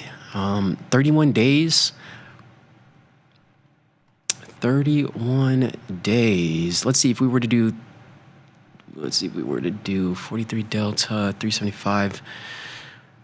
370. DQ burgers are great. You just have to get McDonald's fries with them. Oh, I think DQ chicken tenders with their gravy is pretty fire. DQ is high quality. Slept on, low key. Yeah, slept on. It's not bad. Good food. Yeah. And obviously really good ice cream too. And fire. that's just 100%. the food is high quality, good Good stuff. It is. It surprised me. Evaluating it against other fast food places, it's high quality stuff. Dang, that's like, shout out to my mom. It was her birthday yesterday. That was like our comfort meal. Like we would literally like, she would look at us, babies, like, so you want to get the chicken tenders from, and it was like, we look at each other like, let's do it. And it was one of those things. You know? Yeah, Dairy Queen. My family owned a Dairy Queen for a long time. I think I mentioned that to you before. But I think so. For those unaware, yes, my maternal, my mom's parents owned a Dairy Queen like the whole time she was through high school. It was her and all her siblings' first jobs. Yes, you did. They sold it when I was like 8 or 9, but I have good childhood memories of being in the back of the Dairy Queen and ice and cakes. Bring that up. We could put our heads straight under the soft serve and just. And sometimes you guys would bring stuff home, right? I think you touched on a story one time about that. Yeah, we'd bring some stuff home, or like if they messed up a cake, like they'd just give it to like me and the cousins in the back and be like, you guys can do whatever you want with this cake, and break out the icing bags and draw pictures and all that stuff. That was a fun time. But that's fire. I got family ties to Dairy Queen, and I stand by their stuff being good. Anyway, that's enough on fast food.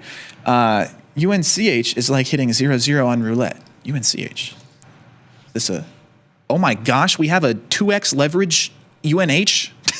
I didn't even know that this existed. Wait, what is that one again? Oh, wait. UNCH is what I was supposed to type. So I typed in UNCH. I didn't get anything. UNHG is what I typed in on accident, and I have stumbled across the fact that there is a 2x long UNH ETF. And it's going ham right now.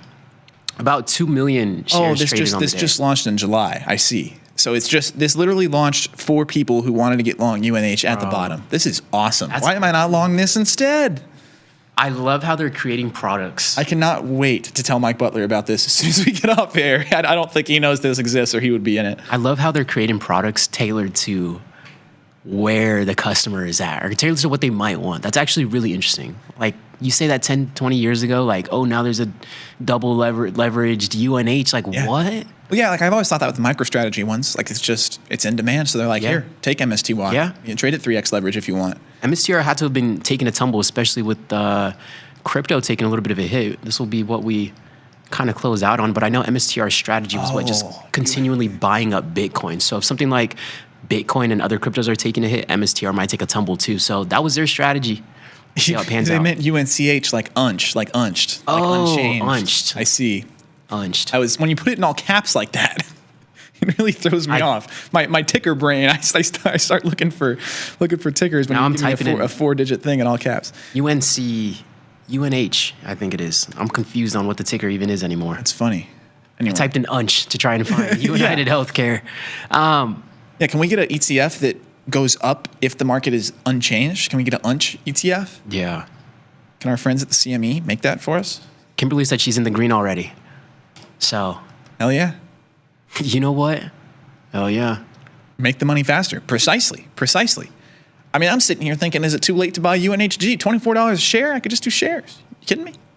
What kind of move is this thing taking already? Axe. A zebra? All right, let's chill out. $10. This thing only was $10 when it IPO'd. Are you kidding me? UNC. You could have just 2.4x'd on your position in 2 months with this thing. I'm doing it. I must. I have no choice. I must do this.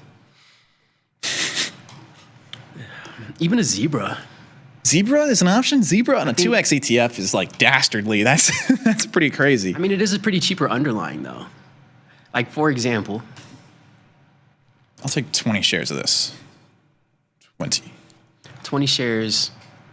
Okay, let's see. If we were to get long, which we're not going to get long right now. 20 shares is $500, right? Yeah, okay. Make sure that's not 5,000. Give me more. Oh, let's flip this. My bad.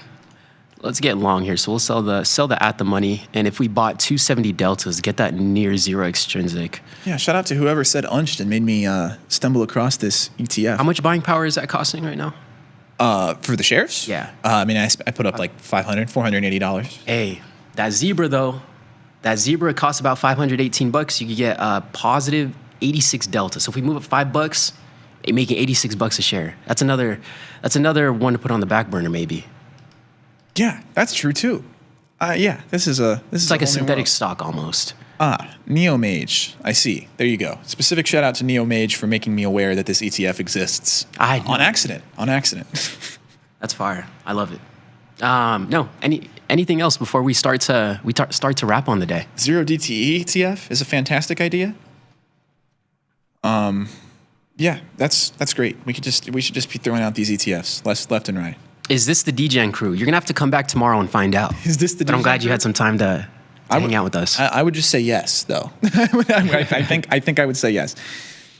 UNHG 31 with a few incoming pulls. I'm with that. I mean, I think UNH is back to 600 within 365 days of today, for real. And that's basically the thesis that I've backed with my trades here.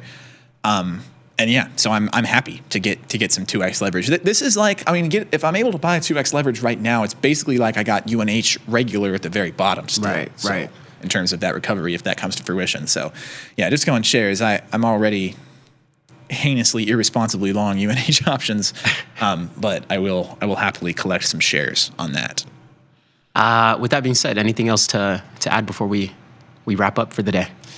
No, I don't think I have anything else. Like what Kimberly just said, the push is greater than the pull. UNH up. I'm with it. UNH on top. UNH on top, just like the Broncos. The same high that I'm riding all week. What a game. What a game. Especially after getting embarrassed by the Dolphins like 150-2 the other day. And I got to live that. Dr. Jim is a Dolphins fan, and they just creamed us like that.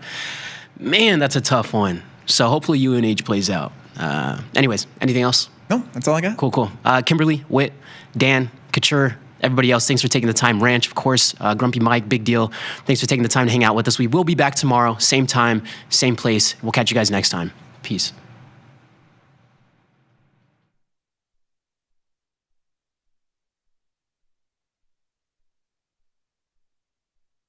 Okay, cowboy, here's an earnings event. Keep an eye out for them when you open your trade. They're fast, they're loose, and they can take you for a wild ride. But that's no reason to steer clear, because you can be your own personal earnings event if you take the bull by the horns. What makes earnings events so special? Before the event, people will start guessing how the stock will move once the earnings report is released. That, in turn, makes the options IV rank higher. Like way, way higher. The nearer the event, the more the speculation, the higher the IV rank. Then right after the event, IVR goes the way of the buffalo.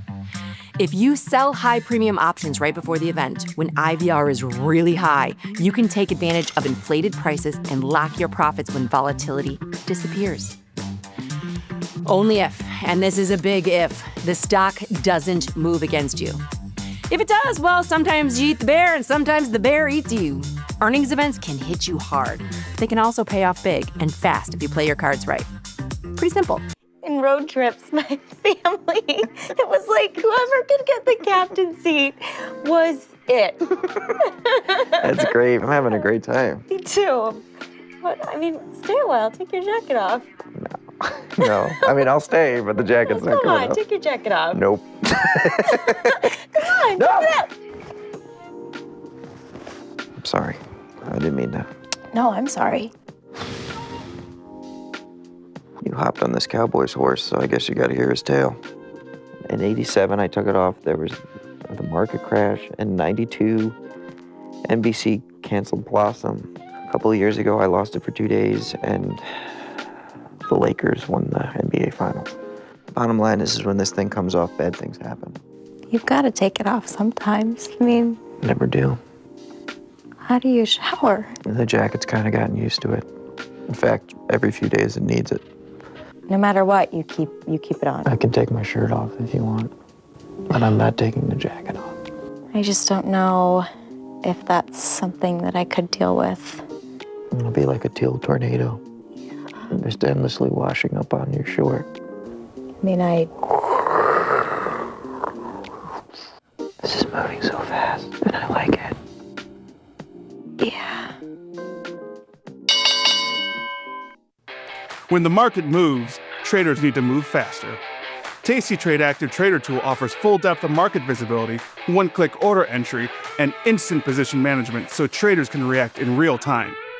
While others charge for professional tools, Tasty Trade provides them for free. Opportunity can move fast. Seize it with Active Trader. Try it now on Tasty Trade.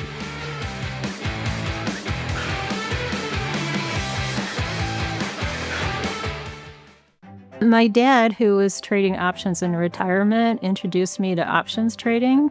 He said, you have to check out this tastylive site. The way they taught options was very accessible and easy to pick up. I think a lot of people think that options trading is gambling, but it's not. It is simply probability and taking an educated guess. It's more like insurance. People should watch Tasty Live because you can pick up a lot of information in a short amount of time, and it's actually practical. You can use it to make money, most important part.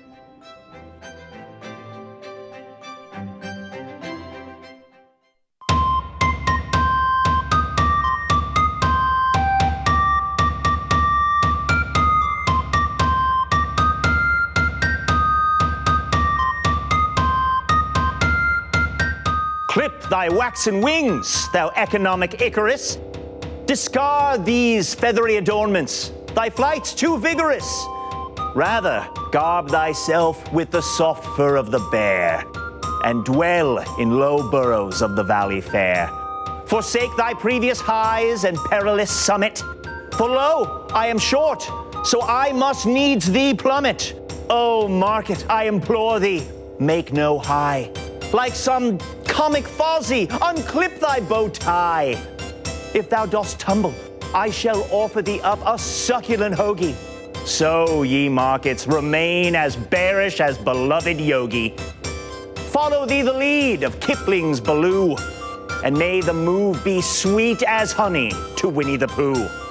With joy I watch descending chart lines straighten, run down with quickness and sweetness, like Lord Walter of Peyton. Let curious traders admire thy Berenstein way, and joyfully stealing some porridge, let us now say, sweet bearish market, never would I cage her, but admire her drop like some terrestrial Ursa Major. Come down, ye markets, to this sylvan glade, and let the bears have their day at Tasty Trade.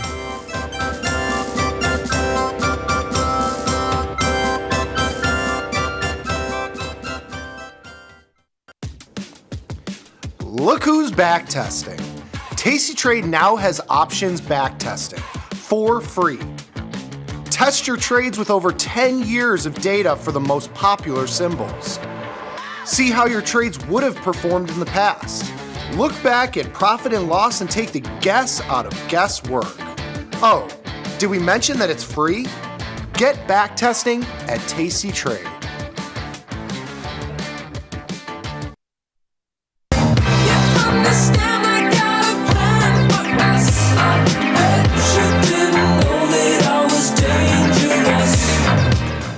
It's From Theory to Practice. Welcome to the show today. Welcome to the broadcast. Man, welcome to the Tuesday edition of What It Is That We Are Trying to Do. Welcome to the post-Detroit show edition of What It Is That We Are Trying to Do. Man, what a great time. What an amazing time in Detroit on Sunday night. Like, so many people made it out to the show in the rain, like giving up Sunday Night Football. Like, it was absolutely amazing. Had a chance to meet so many of you guys. And then, of course, on Monday morning, I went to Mama Schultz's house and I had me some apple cake for breakfast. So what an amazing weekend for me. It was absolutely incredible. But here's a really, really funny story. So if you guys have been to previous shows, or maybe you've heard us talk about this on the network or whatever, we usually would play games at our shows. Now, I didn't play a game Sunday night, but one of the games that we would play is the birthday paradox. I've talked about the birthday paradox on the show before. I've actually worked out the math. We've kind of gone through like how it works out and whatever. And the basic idea is, how many people do you need to have in a room before you essentially have a 50-50 shot of having two people with the same birthday? Well, here's what's crazy. The show's about to start. It's like maybe the show started at 6. It's maybe like 5 o'clock or a few minutes after 5. And a few people had walked in. And so I'm kind of walking around and saying hello and just kind of meeting some people and whatever. So I meet a trader who's been watching the show for a long time, my man James. We talked about, if I'm not mistaken, we talked about your Intel position and how kind of the Trump deal like bailed you out and all those kinds of things, which you're not the only one, by the way. And so we had a great conversation with James. But then his lovely wife, Mariah, was there too. And you know what's amazing? Mariah's birthday, May 19th. Dr. Jim's birthday, May 19th. We only needed like 7 people in the room, and we found 2 with the same birthday. And so that was absolutely amazing. But the show was incredible. Like, it was so great. So thank you to the team, Brittany and Garrett and everybody else that was involved in putting that together. Really, really awesome stuff. Thank you guys so much for coming out. And I really hope that it was valuable for you. We've got one more show. So Laura, are you ready to go? Tampa Bay, December 7th. Right? Tampa Bay, December 7th. Now, this is going to be very different for me because it's right in my backyard. I mean, we live in St. Pete, but Tampa Bay is just right across the bridge. And so I won't be able to have, Mama Schultz's apple cake for breakfast, but I will get to have Autumn's chili for dinner before the event. And so I get to sleep in my own bed the night before. I get to sleep in my own bed the night after the show, December 7th. I think it's at the Amateur Works or whatever. I'm not even sure. Is that what it is? Lauren, let me look at that art card. I think so. Yeah, the theater at Amateur Works, December 7th, Tampa Bay. It's beautiful outside, guys. It's beautiful. It's like 77 degrees. This is the time to be in Tampa Bay. And that's not going to change for the next 8 months. Come time July of next year, we won't be able to breathe. But let's not focus on that. Let's focus on December 7th of this year. It's going to be awesome. It's going to be amazing. I can't wait. Options Crash Course Live. So if you missed the first two, come on December 7th. Come on down to Tampa. It's going to be great. It's going to be terrific. And I really hope I get to see a lot of you guys there. So, all right. So, Laura, bring us into the market. Guys, what is going on out there? Right? I leave for 2 days or whatever it was, and look what you guys did to my metals. Look what you guys did to my shifties. Like, what did you guys do to the Hunt Brothers? Guys, this is nasty, man. Look at this. Market, who cares about the market? Even S&P's up a couple points. Risk-free instrument up a couple points. I should say, doesn't matter. Gold. It's down $2.25, and that is not $2.25. Gold is down 225 points, and that's not even the low. Like, it was 40 points lower, I think, earlier this morning. And so they may really take them out behind the woodshed and squash them into the close. Silver down $3.34. Also not the low today. But man, look at this, guys. This is crazy. So if I bring up a chart of silver. Yeah, we can do a 2-minute chart. That's fine. Let's get Errol, let's get my man a few royalties, right? Again, anytime you click on a 1-minute chart or a 2-minute chart, you are unlocking the Errol Coleman settings. Whenever you unlock the Errol Coleman settings, my man gets a royalty. He gets 11 cents every time you click on a 1-minute chart, 14 cents every time you click on a 2-minute chart. Obviously a premium for the 2-minute chart because that's where the really smart traders trade. But if you look at this, with silver, man, this thing was down to, we almost, hold on, the low, hold on a second, 2-minute chart. The low is 47.12, right? Yeah, I think so, 47.12. It almost printed a 46 handle. I mean, that is crazy, crazy, crazy. I mean, this thing was 54 like a day ago, like 2 days ago. It was 54, now we're trading 48, basically 47 most of the day today. That's pretty wild stuff, man. And then, of course, gold, if you look at gold, similar type of thing from the standpoint of just incredible weakness all day long. And I don't know what the story was. Like, what's the story? What's the narrative? Like, what's the catalyst? Which tweet was it this time? Like, was it cooking spray instead of cooking oil? Like, what is the reason for this move lower? We need to know after the fact because you can never know before it happens. Ex post is the best you can do. And so gold was below 4,100 earlier. It was 40.90. Like 40.94. Yeah, 40.93, I guess. Wow, another 40 points lower. It's going to be pretty crazy if they take out that low today. I mean, there's 2 hours left in the trading day, whatever. Let's just say they take out the low today and they squash them another 50 points. Gold down 275 points in one day? That might set some kind of record. I mean, it's definitely going to set a record in terms of the value that has been essentially, destroyed from the asset. But from a percentage standpoint, it's got to be up there, man. It's got to be up there near the top. Now, I don't know that it is the tippity top in terms of daily moves in the metals on the upside or the downside, honestly. I'm sure there's been bigger daily moves if you look historically, but we're talking, you're talking with, one hand now. You're probably counting it with one hand how many times you've seen. Silver down 7% in one day. I don't know that that's happened too many times before. That's pretty crazy stuff. But anyway, if you see one of your neighborhood shifties go out there, just see how he's doing. Like, just check on my man. Just make sure that he's okay because this is some crazy stuff. Obviously, they're still up, 50%, 45% for the whole year. So he's probably doing okay. But, maybe he can't have the second Lambo now. So you got to make sure he's doing okay. And so there's some metals commentary. It's not going to help you too much, but it's pretty similar to what you get any other day of the week. And so let's take a look at what's volatility doing today. Volatility down a little bit. Got volatility futures down 16 cents. The VIX is down 57 cents. So, man, do you guys remember?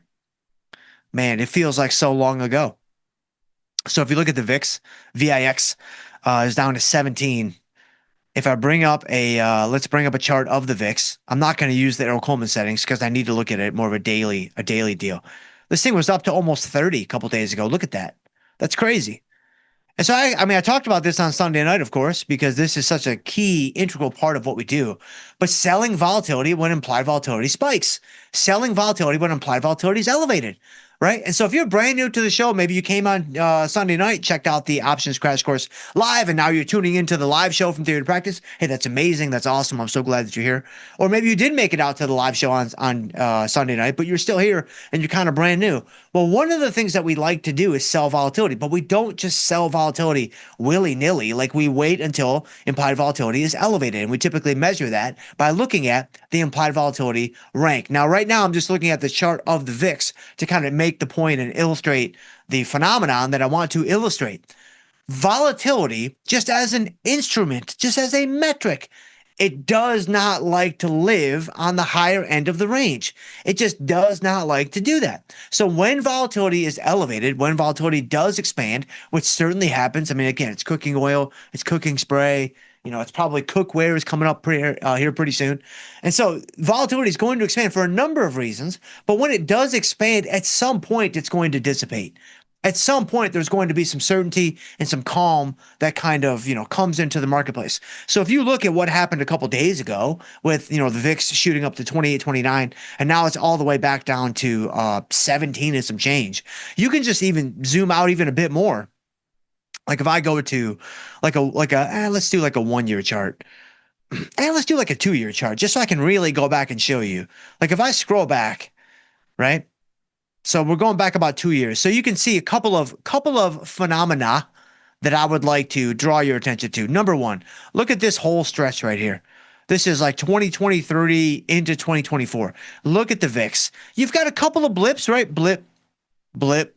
I mean, look what happens after the blips. It comes right back down. But generally speaking, what do you see? It's like it likes to live on the lower end of the range. It likes to stay lower, and it likes to grind even lower. And so this is why, regardless of when you sell volatility, this is why just selling volatility as kind of a baseline strategy, like a foundational strategy of your portfolio, is a very, very, very good start. Because whenever you sell volatility, you're short volatility, you want volatility to contract. So when it does move lower, that is helping you as the premium seller, as the option seller. Okay, now look at what happened here. You've got, the huge spike up in the VIX. This was the one that I'm pretty sure that VIX HQ told us it was just an intern mistake.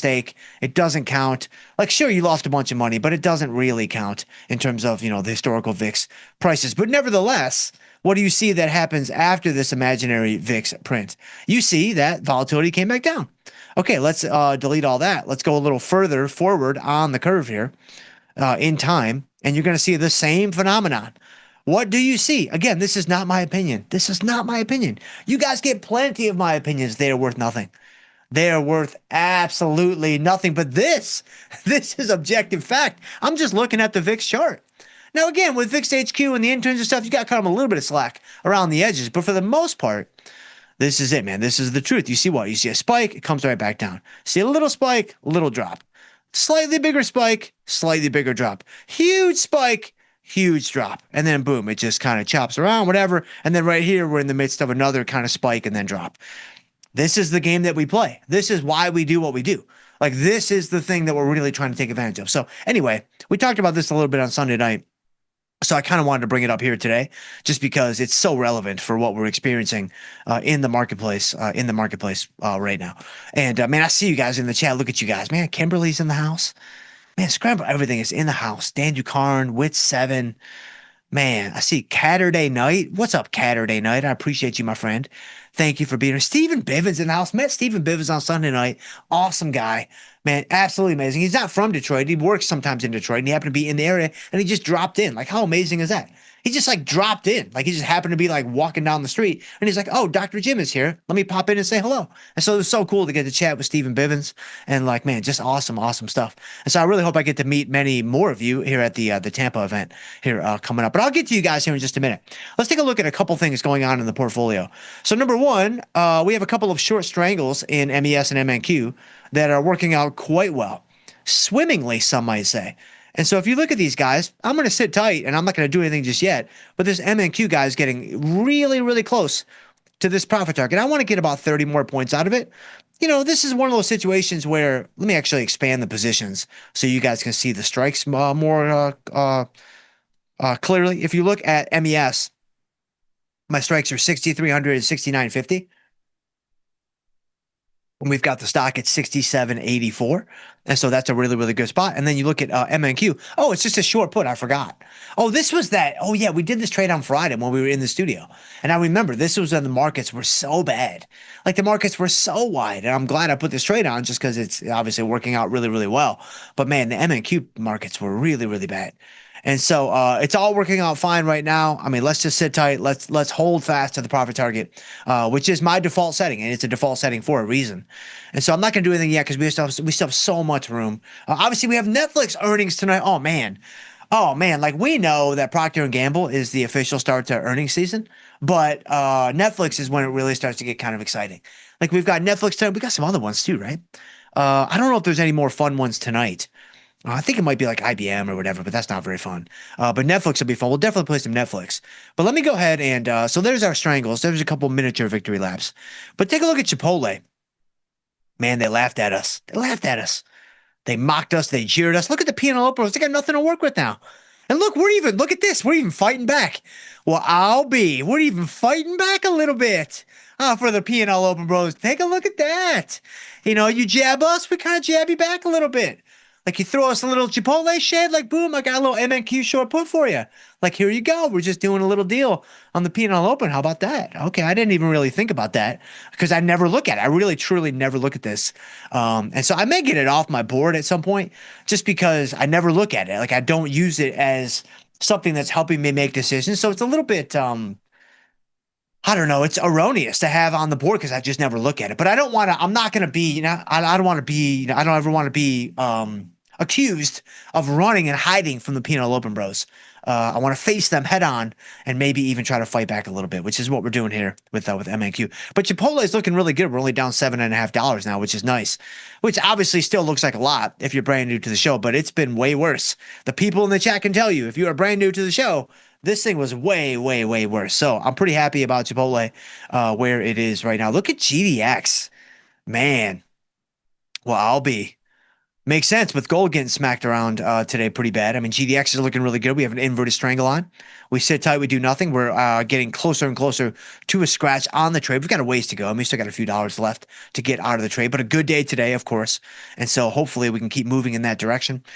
This is very much, I mean, when you have an inverted strangle, we have a similar situation with Rigatoni, actually. I mean, Rigatoni is actually, it's really helping the cause, man. Again, I don't usually expect very much out of Rigatoni. You know, Farfalli, Penne, I'm expecting big things, but Rigatoni, not usually. And so the fact that we've got a little something right here, that's nice.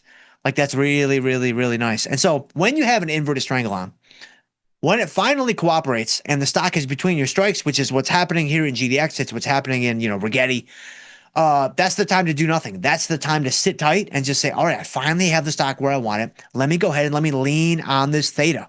Like GDX, we have a ton of theta. Rigetti, we have a ton of theta.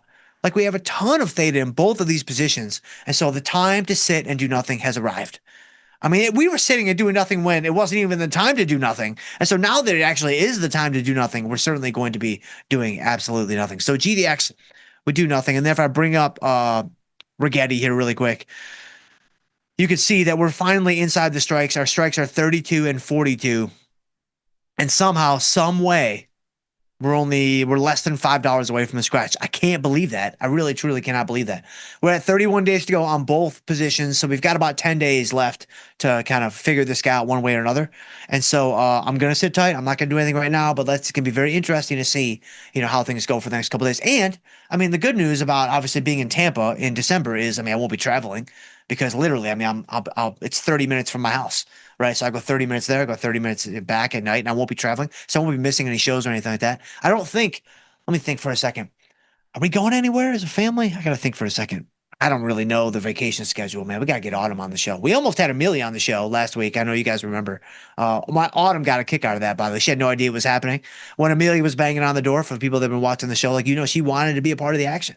She was like, Dad, I've got a trade for you. You should be doing this right now. And I said, no, don't worry. I got it covered. And of course, I lost all the trades that I wanted to do.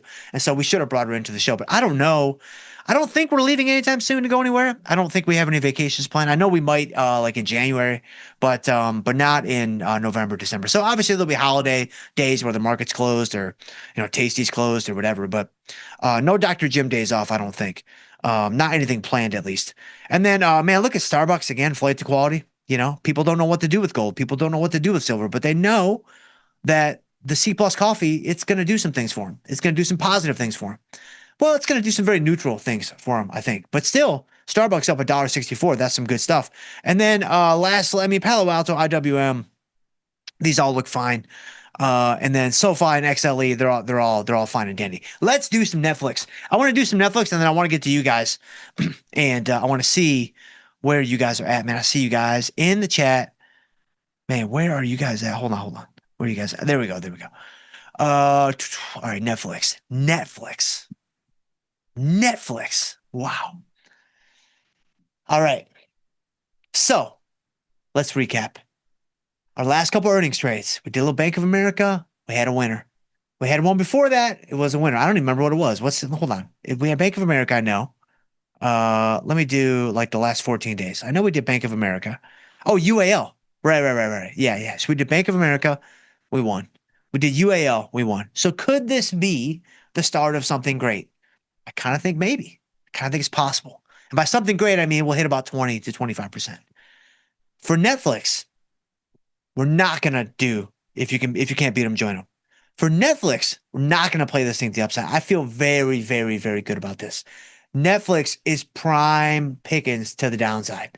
Netflix is 100% prime pickings to the downside. So we are going to play Netflix bearish. We're not going to do any funny business. We're not going to do anything crazy. We're just going to go with probably an at-the-money put spread and just play this thing to the downside. There's going to be so many opportunities in the future to do butterflies and do strangles and do ratios and do other things that are a little bit more innovative. I think we just keep the train moving forward. We stack another winner with a Netflix play to the downside. I feel so good about this. Man, I haven't felt this good about a trade. It's been at least 36, maybe 48 hours. And so for Netflix here, we're going to play it to the downside. You guys know what that means. If you've not seen the show before, you should be doing the exact opposite of everything that I do. And when I say everything that I do, I mean everything that I do. Don't let the Bank of America trade fool you. Don't let the UNA or UAL trade fool you. Like it is safer than a UST bill to play the opposite of me directionally for earnings. But I'm just telling you guys how I honestly feel. I'm not fading this. This is not the George Costanza strategy. Like I really genuinely feel very good about a downside play here in Netflix. So let's go ahead and let's go into the 3-day cycle. We're going to do some instant pain or instant gain, as Errol would say. If I buy at 12.45 and I sell at 12.35, I mean, this is it, guys. We're risking one to make one. Right? We risk about $5 to make about $5. And there you go. It couldn't be simpler. It could not be simpler. If you want to take a directional shot for earnings, oftentimes the simplest and also, mildly strategic way to do that is to do an at-the-money put spread. Now, what do I mean when I say mildly strategic? Well, if you wanted to play earnings directionally, you could obviously just buy a put or a call. Like if I wanted to play it to the downside, I could buy a put. If I wanted to play it to the upside, I could buy a call. But the problem with that, which you can see it pretty clearly here on the option chain for Netflix, let me grab, let's grab my yellow color here. If I buy a put, and let's say I buy one of these puts, again, you could buy other puts. Of course, you could buy deep in the money. You could do a lot of things. But just using the ones that are on the screen, like look at how expensive these puts are. I'm paying $30. I'm paying $40. That's $3,000. That's $4,000, right? For a put that very well might work. But the problem is, don't forget, All this implied volatility is getting pumped into these options. That implied volatility is going to collapse when the number is released. And so if you have a naked long position, a call or a put, it doesn't matter. That implied volatility collapse, or what we more commonly refer to it as, is the volatility crush after earnings. It is going to crush you. Like, it is going to make it very difficult to make money on that position. It doesn't mean you can't make money. It doesn't mean that you still can't hit a home run if you get the directional move like perfect and you've just got the perfectly placed, long put or long call on going into earnings. All those things are still true, and all those things can still happen, but you're just making it very, very hard on yourself because of the implied volatility crush. I mean, I cannot tell you how many times people have reached out and said, man, I bought a call or I bought a put around earnings. I got the move that I wanted, but I didn't make any money. I got the move that I wanted, but I only made a tiny bit of money. That's because all that implied volatility that got sucked out of the options, it's going to work against the option price moving higher on both sides of the market, a call or a put. Again, it does not matter. And so that's why I much prefer to do simple vertical spreads, because you don't have to worry about, there's really no volatility impact on a vertical spread because the sides of the spread, the long and the short, are canceling each other out. They're essentially kind of washing each other away when it comes to the volatility impact. And you're really just left with a delta play. It's just going to be a directional play where if you buy the spread, you want it to go in the money. So if I buy a put spread, which is what I'm doing here for Netflix, I want Netflix to go lower. If I were to buy a call spread, I would want Netflix to go higher. And so it's just a very, very simple way. And again, mildly strategic. It's not as strategic as like a butterfly or a short strangle or ratio spread or something like that, but it's way more strategic, in my opinion, than just buying a put or buying a call.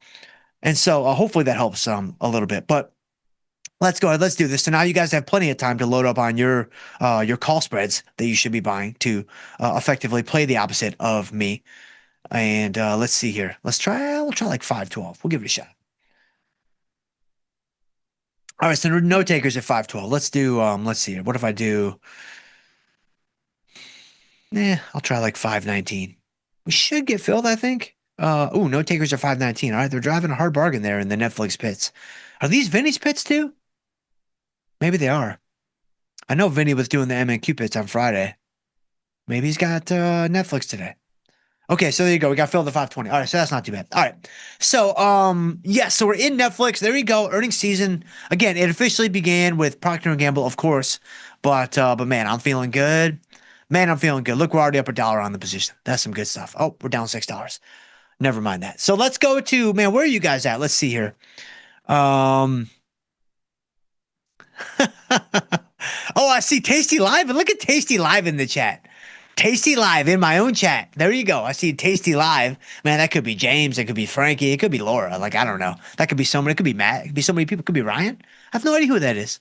But somebody said, I saw Jim in Chicago and his flowing locks are Studley. I appreciate that. Whoever that is, I appreciate you. You are my favorite person. And so, yeah, there's something. I'm going to get my hair cut this week, I think. And when I say I'm going to get it cut, I'm just getting layers. Like, nobody has to freak out. We're just going to get some layers. Right. And so I'm just going to get something. I need something done because it's a little too unruly around the edges. But thank you so much for saying that, whoever that was in the production team. Let's see. Oh, this is funny. I see Jared Kramer says, Dr. J, the temp here is officially under 60. It's officially time for bulk season. Yes, it is. The interesting thing about living in Florida, at least, and I can't speak for everybody that lives in Florida, but I'll speak for myself. Like, now is like the perfect time, though. It's not bulk season. Now is like the perfect time to like kind of like get serious about like getting in really good shape, in my opinion, because the weather is so nice. Like in the summer, you want to get in shape, but it's like, man, it just kind of beats you down. Like, it just beats you down. But now, from October to basically June of next year, you've got a free reign. And so that, of course, means that we're going to end up defaulting back to a bulking season. But at least the spirit is there.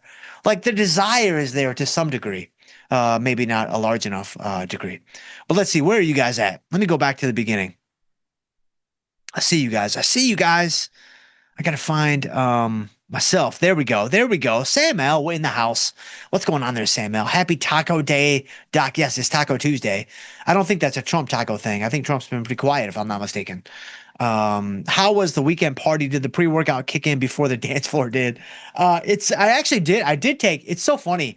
So the party for Tom was great. Like, it was so great and it was awesome. And I got to obviously kind of shoot the breeze with Tom several times. I mean, it was super fun. And I mean, everybody was there, so it was great.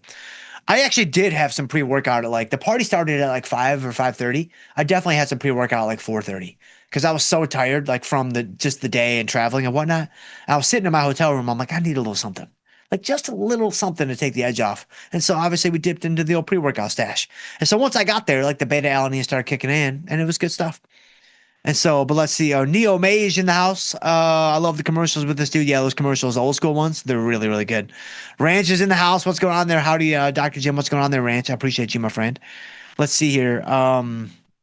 Stan Mel says, how was the event in Detroit, your hometown pride, on full display? But the real question, how was Mama Schultz's legendary apple cake? I bet even the option P&L bros would go long on that one. I mean, everybody needs to be along on that one. It's funny. My mom, she made the apple cake and it was amazing. It was just like I remembered it. Like it was so incredible. And my mom was like, she was afraid that it wasn't right. She was afraid that like she kind of messed it up. And I don't recall my mom ever messing up the apple cake. And maybe by her own standards, like it's been messed up here and there, but I mean, I can't tell. I can't tell at all. And so it's always been like it's etched in my mind. Like the deliciousness, it's always there. Like it's incredibly reliable. Like my B- humor, it's very similar to Mama Schultz's A+ apple cake. Like the consistency, it just keeps coming at you, man. And so it was amazing. And just like I remembered it. And so it was really, really great to get to enjoy that with her and my dad. And it was a lot of fun.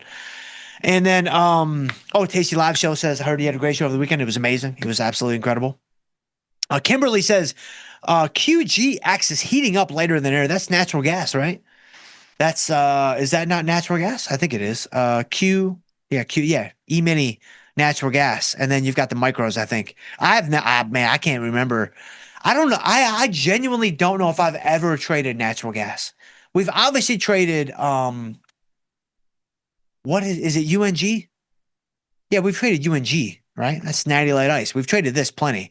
But natural gas futures, I've not traded them. And I've traded most futures at least one time or another. I don't think I've ever traded natural gas. I think the two that I haven't traded are natural gas. Well, there's actually a lot I haven't traded. Like I haven't traded the ags. Like I've never traded like, frozen orange juice. I've never even traded fresh orange juice for that matter. I've not traded natural gas. I've not traded lean hogs. Like, I mean, there's a lot of things that we could be doing here that we're just not doing. And so there's so much room to grow. So I'm excited. With natural gas, I mean, from what I hear, it's like, why lose your money slowly over time when you can lose it all today? Like, that's what that's what I always hear about natural gas. And so I'm already intrigued. Like, I want to know more. Like, where can I learn more about this product? And so anyway, I digress. With 7, do my Lions have a plan for our ailing secondary? I have no idea, man, but my Broncos are looking good. Bo Nix, been telling you guys about him from day one. And so Soul Train, yes, my guy, do it, bro, man. I appreciate you so much. Grumpy Mike says, Dr. Jim did not fall off the stage. I'm always concerned I did not fall off the stage. I keep it, Brittany makes sure that I'm at least like 5 to 8 feet back at all time. And by the way, for the record, in Houston a couple of years ago, I did not fall off the stage. I was pushed. Like I felt a gentle nudge in my lower back, and that's what led to that. Let's see. Emmett Morrison in the house. What's going on there, Emmett Morrison? Teach us the way, oh wise one. I'm not sure if I can do that, but at least I can show you. I can give you some trades that you can fade. Like I know I can do that. And so there you go. Scramble everything. All right, Sam L says, Doc, nice video on how to make a trade. Oh, yes, the new crash course. It's on the YouTube channel. I thought it went pretty well. We did something different, kind of weaving in like the platform actually doing a trade on the thing and going through like the checklist that we typically follow, for trades. It's so funny. People are in the comments. At least I saw one person. There's probably more by now. But people are throwing shade at me like, look at this guy. Look at this clown. Sold the call spread in Apple. And now Apple's up, 1 million points or whatever. And I'm like, he just doesn't know. Like, and that's not on me. That's on him, right? He just doesn't know that. Again, you think it's any different for a crash course? Of course not, right? If I do X, you need to be doing the opposite of X. If I do Y, you need to be doing the opposite of Y. I don't know how many more times I can say this. In fact, I think the next crash course is just going to be that. I'm going to spend 40 to 50 minutes just reminding you guys to do the opposite of me. Just that way, everybody is in the know. Like there's no reason to not know anymore. People watching live shows, people watching YouTube, like everybody will have been brought up to snuff at that point. But Sam L goes on to say, but as the core position of the show, the stock should have been one of our classics, BBY, Wolf, right, CMG, our nemesis, Oracle. Thankfully, Starbucks came in clutch to save the day. Yes, you are 100% correct. The problem was I wanted to make it somewhat like appealing to someone that might not be part of our core position, and so someone that maybe is a future entrant into the core position.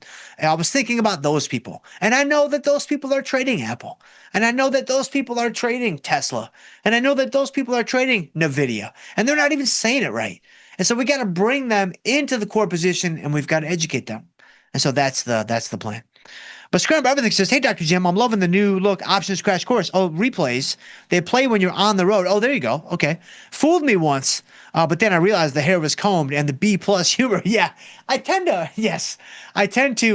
tend to comb the hair for the crash courses, and I do tend to try to ratchet up the humor at least a tiny bit. I think it usually just defaults back down to B minus because you've got that humor mean reversion. But from time to time, I think we maybe sprinkle in a B plus or maybe even a solid B.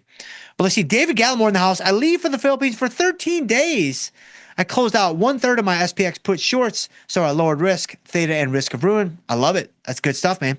It's very, very good stuff. Sam L says, and by the way, what's up with your former boss? Is he launching a new business for lost dogs or just for lost traders like us? I actually think it's neither. And I think you guys are going to know more here in the next couple of weeks, but I believe it's C, none of the above, which is odd because D is always none of the above. But I think that is the correct answer right there.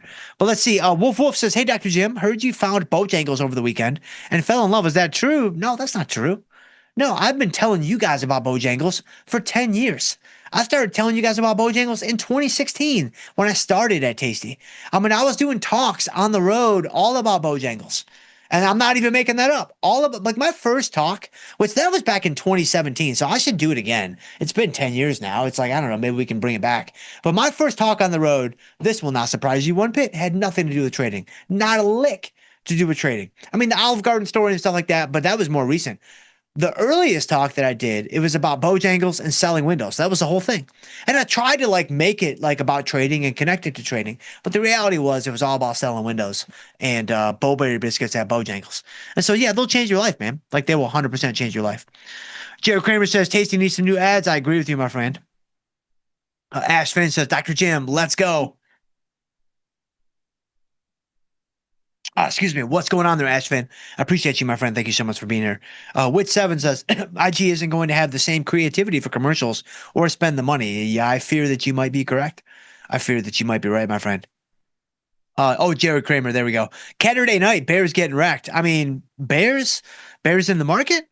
Because the Bears in the metals are finally, they're having their day. Now, of course, they got short at 3,400. Not unlike myself. And so we got a little ways to go, but this is a start, I suppose. And so, but the market looks good. And so it's so interesting. I'm really curious. I haven't had a chance because I'm right back into my daily routine now. So today's been very, very busy for me. So I just, looking at the metals move, I'm like, man, what is the reason? Like, I know it's all made up and it's all just after the fact and it doesn't mean anything, but I'm still curious to know, like, what are the powers that be? What are they saying? What are they attributing this move to? Because again, a 5% move in gold, that's not a small move. A 200-point move lower in gold, that's crazy. Where's silver at now? Has it gotten its legs underneath it? Yeah, not really. It's at 48, right? A 6.5% move in silver. These are massive moves, man. These are huge, huge, huge moves. And so I'm very curious to know what the rationale is. But let's see. Soul Train is talking to Kimberly. I like that a lot. You guys need to be buddying up. That's good stuff. Scramble Everything says red shirt Tuesdays. No, man. This shirt was in honor of our local shifty. This shirt was in honor of a little Hunt Brothers pizza. And so, guys, you got to do what you can to support. You got to do what you can to support the shifties, to support the Hunt Brothers. And so if you can wear a red shirt, wear a red shirt. If there is a Hunt Brothers pizza near your house, like, go help them out.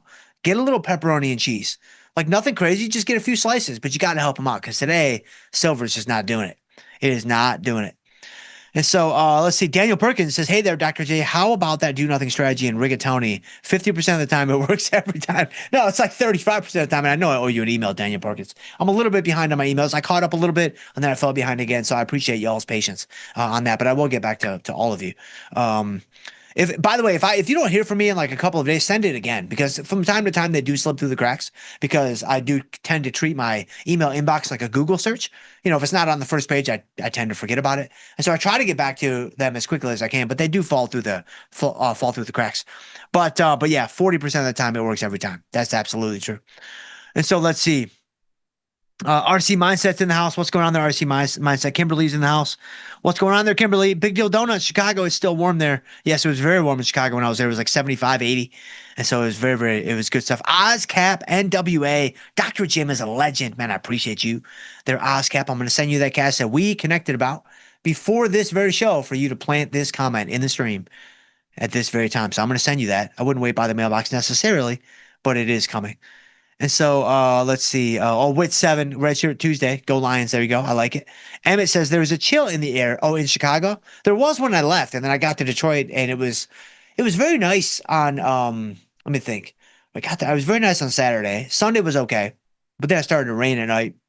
And then Monday was very cold. Very, very cold. It was 45, and I was like, man, I didn't sign up for this. And so I flew back. I flew back to Tampa later that afternoon. Stepped off the plane. It was 91 degrees, and it's just like a hug, man. It's just like a hug. Like, man, you've been gone for 5 days. Like, here, let me give you a hug. Like, bring it in, little bro hug. And it's like, yeah, this is what I came for, man. This is it. And on the plane ride back too, by the way, I watched The Accountant, and I hadn't seen it before. That's a great movie. Like, I'm very excited to see Accountant 2. Like, I had no idea. I hate to spoil this for anybody that hasn't seen The Accountant, but it was his brother at the end. I was like, that was pretty cool. I didn't really see that one coming. And so, it's not a life-changing movie. We're not talking about like The Curious Case of Benjamin Button here, but it's, it was a good movie, and I really, really enjoyed it. And so, but then, yeah, got off the plane, and I was met with a whole big deal of warmth. And so it was nice. Let's see. Danish Dynamite. Hey, Dr. Jim, I hope all is well. I just took a short position in Oracle. It looks like it wants to close the gap on the daily. You might be right. Oracle, man. Down to 275. All right. Wasn't this thing up to like 300 something? Yeah, look at that. So there you go. Oh, there you go. There's your gap on the daily. Yeah, you might be right. It's kind of already, yeah, it's making its way lower, I suppose. Oracle was up over, the high was, 345. Obviously I remember that because we somehow dodged Oracle here. We didn't dodge it here though. And this move, I think that's right. I'd have to go back and check the tapes. Make no mistake about it. We got crushed on Oracle whenever we traded it. But I want to say we dodged this one and got hurt on this one. But I know a lot of people that got hurt on this one. This was a crazy move, man. That's a crazy move. That's kind of similar to like what's happening in gold. Not really, because the Oracle move is even bigger, I think. But it's like, these are well-established stocks. These are well-established names and products. Like, you don't really expect there to be, 5% moves, 7% moves, 20% moves in a day, like whatever this Oracle move ended up being. And so, you might very well be right there, Danish Dynamite, and I hope that you are for your sake. But I have sworn off trading Oracle for any time in the very, very near future. And so, and that means I'll probably fire one up later this week. But Stephen Bivens, what's going on there, Stephen Bivens? Big Deal Donuts. I bet with all the ice being there, all the ice. I don't know what that might be in reference to, but let's see. Big Board 65. Hey Doc, good to see you. Get any of that tariffed Canadian syrup at Mom's house this weekend? No, I didn't. Canadian syrup is being tariffed? Wow, that's crazy. I guess it makes sense. Whatever. No, the one thing that I chatted with a couple people at the event about this. The one thing I always really enjoyed growing up in the Detroit area was, one of my favorite beers. I don't drink that much beer. Again, it's banana daiquiris, right? But back in the day, Labatt Blue and Labatt Blue Ice and Labatt Blue Light Ice was, so I think it's Labatt Blue Ice. I could be mixing it up with Molson, but Labatt Blue and Labatt Blue Light, amazing beers. And you can't find them anywhere like outside of Michigan. Like, when I left Michigan to go down to Tennessee for my doctoral program, there was no Labatt Blue anywhere. So I had to drink Natty Light Ice. Like, I didn't have any choice. I didn't have any money either. And so it worked out pretty well. But man, Labatt Blue and Labatt Blue Light. Y'all know what I'm saying. People in Michigan know exactly what I'm saying. Like, it's a very, very, very good beer. And so I don't know anything about no tariffed syrup coming over the border. But if you can smuggle some Labatt Blue, you will be in a good spot. And so let's see. Big Board 65 says Tampa Bay, here we come, or here I come. That'd be awesome, man. That'd be super awesome. Macro Brewski says we need Dr. Jim over in the West Coast in 26. Man, ask and you shall receive. Oh, by the way, I meant to say this before. So this would help us out, and I mean this in all seriousness. This would help us out tremendously. If you have been to a live event, and not even like this weekend, if you've ever been to a live event, like ever, because we're trying to plan out next year, and things are different now, things have changed, and it's like we've got to figure out what that looks like, right? You need to email, and she told me that I could say this. You need to email Brittany. Email Brittany@tastylive.com. Right. And she said, hey, I love hearing from the customers. I love hearing from the viewers. I love hearing from people that have been at live events. If you've been to a live event and if you've had a good time or whatever, like let her know. I mean, don't send her. We don't need to be sending her like, biblically linked text emails, but you could send her a paragraph or two, like send her a paragraph or two and tell her what the live events have been, what they've meant to you and what your experience has been. I mean, that will help us plan for next year. And I mean, she's the head of events. Like she is the one that is coordinating these things, and she's a big part of the decision-making process. So shoot her an email to Brittany@tastylive.com. And so, that would be awesome. But yeah, Stephen Bimman says you were great at the Magic Stick. It was great to meet you, man. I appreciate you, my friend. Thank you so much. And, we had to deal with the board going down. The board went down 20 minutes into the talk, right? 20 minutes into the talk. Everything was going smooth. It was this and that, whatever. And my chalkboard just falls flat, right? My put was tested immediately. So what did I do? I adjusted. What did I do? I rolled out in time, right? I bought myself a little duration, and we made it work, man. But thank you there, Steven. Like that was, it was good stuff. Really, really good stuff. And so let's see, Soul Train, let's go. I may make that one. Tampa Bay and Dr. Jim. That would be amazing, Soul Train. That would be so amazing. And so I hope to see you there, my friend. Scramble Everything says, so Studley Flocks in a sultry voice. Who is this guy? The most interesting man in the world? No, I'm none of those things. But nice memory, my friend. Nice memory. Yes, because it's very often on the show that my video feed goes out. Although we're in a little bit of a streak, by the way, which is kind of nice. But when the video goes out, like you're only left with the sultry voice. That's all you've got, right? And I know it's anything but sultry. But in my mind, that's what I'm going with. And that's all you guys have. That's 100% all you guys have. Oh, it's too funny. You guys are great, man. It's so funny. With 7, my younger brother has the same birthday as me, and my present as me. My present pile decreased then and thereafter. That makes sense. That's a tough draw. Same birthday as your sibling, and you're not twins. Like that's a tough draw for sure. Let's see, Joe, YQ, what's up, Dr. Jim? Excited to see what you have for earnings. Got your Netflix play to the downside, so there you go. You should be playing it to the upside, my friend. And let's see. I see. Oh, I missed somebody. Hold on. I see Cassie, Big Board 75. Big Board, what do you think of QBT? Poet and Iren. Ooh, we're almost done with the show there, Big Board. I think that those are, I know we looked at Poet before. That's a lower price stock. Are those all kind of lower price stocks? Let me look at Iren. $53. Okay, down 10%. Well, remind me of this tomorrow, maybe. And I'll take a more earnest look at this when I have a bit more time. But guys, I'm out of time. Look at you guys, man. I see you guys. I appreciate you guys so much. If I can ever help you guys, please shoot me an email. Give me a couple days to get back to you, but I will get back to you. Shoot me an email. I would love to help you with anything I can possibly help you with. I'm jschultz@tastylive.com, or we can connect on Twitter. I'm at jschultzf3. I would love to hear from you guys on there as well. But stay tuned. We do have Jamal coming up next with Engineering the Trade. In the meantime, guys, trade them small, trade them heavy, and stay generous. We'll see you guys tomorrow.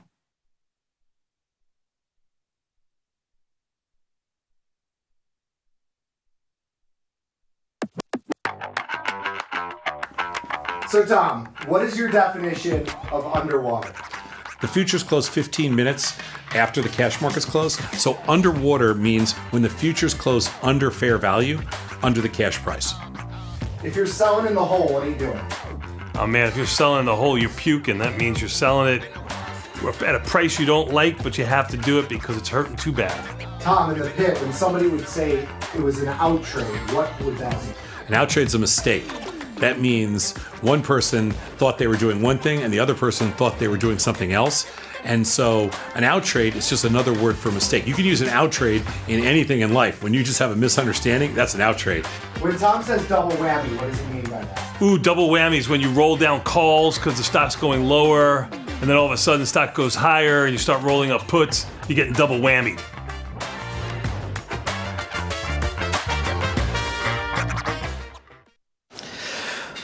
Let's make this quick. I gotta get going. I make $4.97 every second that I work, and if I don't clear $145,000 by the end of the day, I'm gonna go crazy. Okay. It's a cute dress. Where'd you get it? Oh, thank you. H&M. $23, 10% off sale. That's pretty good. Probably not worth more than $4 now. That's too bad. You gotta be aware of these things. Everything has value. Well, not everything is value. Everything has value. I am pretty sure I can name a couple of things that don't have value. Go ahead, go for it. Okay, caution. 5 cents. Feebleness. That's a sad one. $1.12. I have a toughie for you. All right. What about us? Me and you? Yeah, did we have a price? Yeah. 2 cents. We should have sold that one a long time ago. 2 cents? Yeah, we could have made a lot of money on that one. Oops. 2 cents? Yeah, I wouldn't even pick that up off the street. Exactly. I think that's more on you than it is on me. Lord knows I'm trying. Hey, you know what, though? There's money to be made everywhere. Take you, for instance. Look at you. You're a young buck. What are you, like 37? I'm joking. How old are you? I'm 26. With your genetic makeup, you know, you're not putting on too much weight. I think you could sell those little lady eggs of yours and make quite a profit online. But I wouldn't wait too long. Next month, those would go down big time, especially if you keep eating the way you're eating. I gotta take off. Time is money. Are you serious? Yeah. Hey, look. Can you get the check on this? I left my wallet in the car. I don't like to carry around bulky things. It slows me down.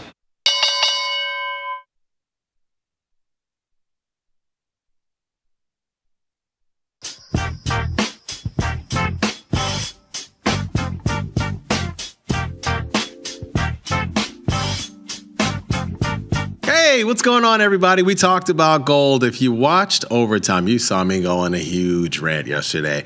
Thought it was a little ridiculous. We'll talk about what's happening in the huge move in those two metals today.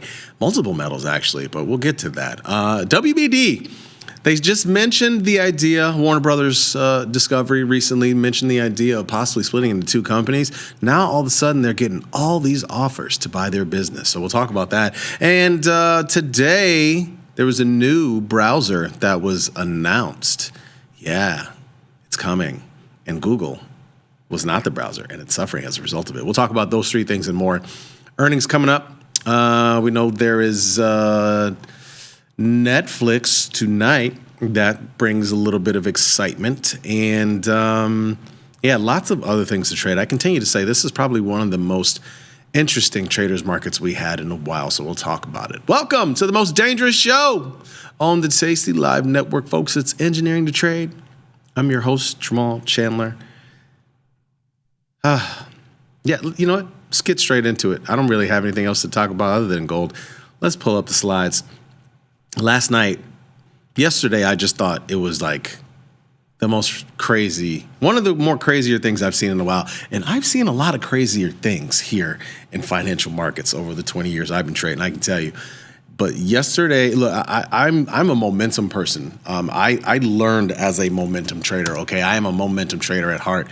Typically, I love to be long something that's making a huge move. I was one of the people who loved the idea of being long NVIDIA.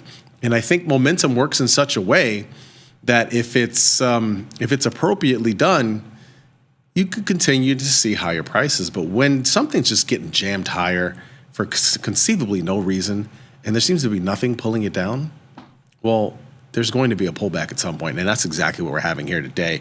Biggest move by gold in since 2022, actually, I think. It really is. It's been 4 years. I can't remember if it was 2021 and 2022. Hugest move to the downside intraday that we've seen. And, I'll tell you, I think the move in gold for like the past year, a lot of it has been on the anticipation of interest rates falling.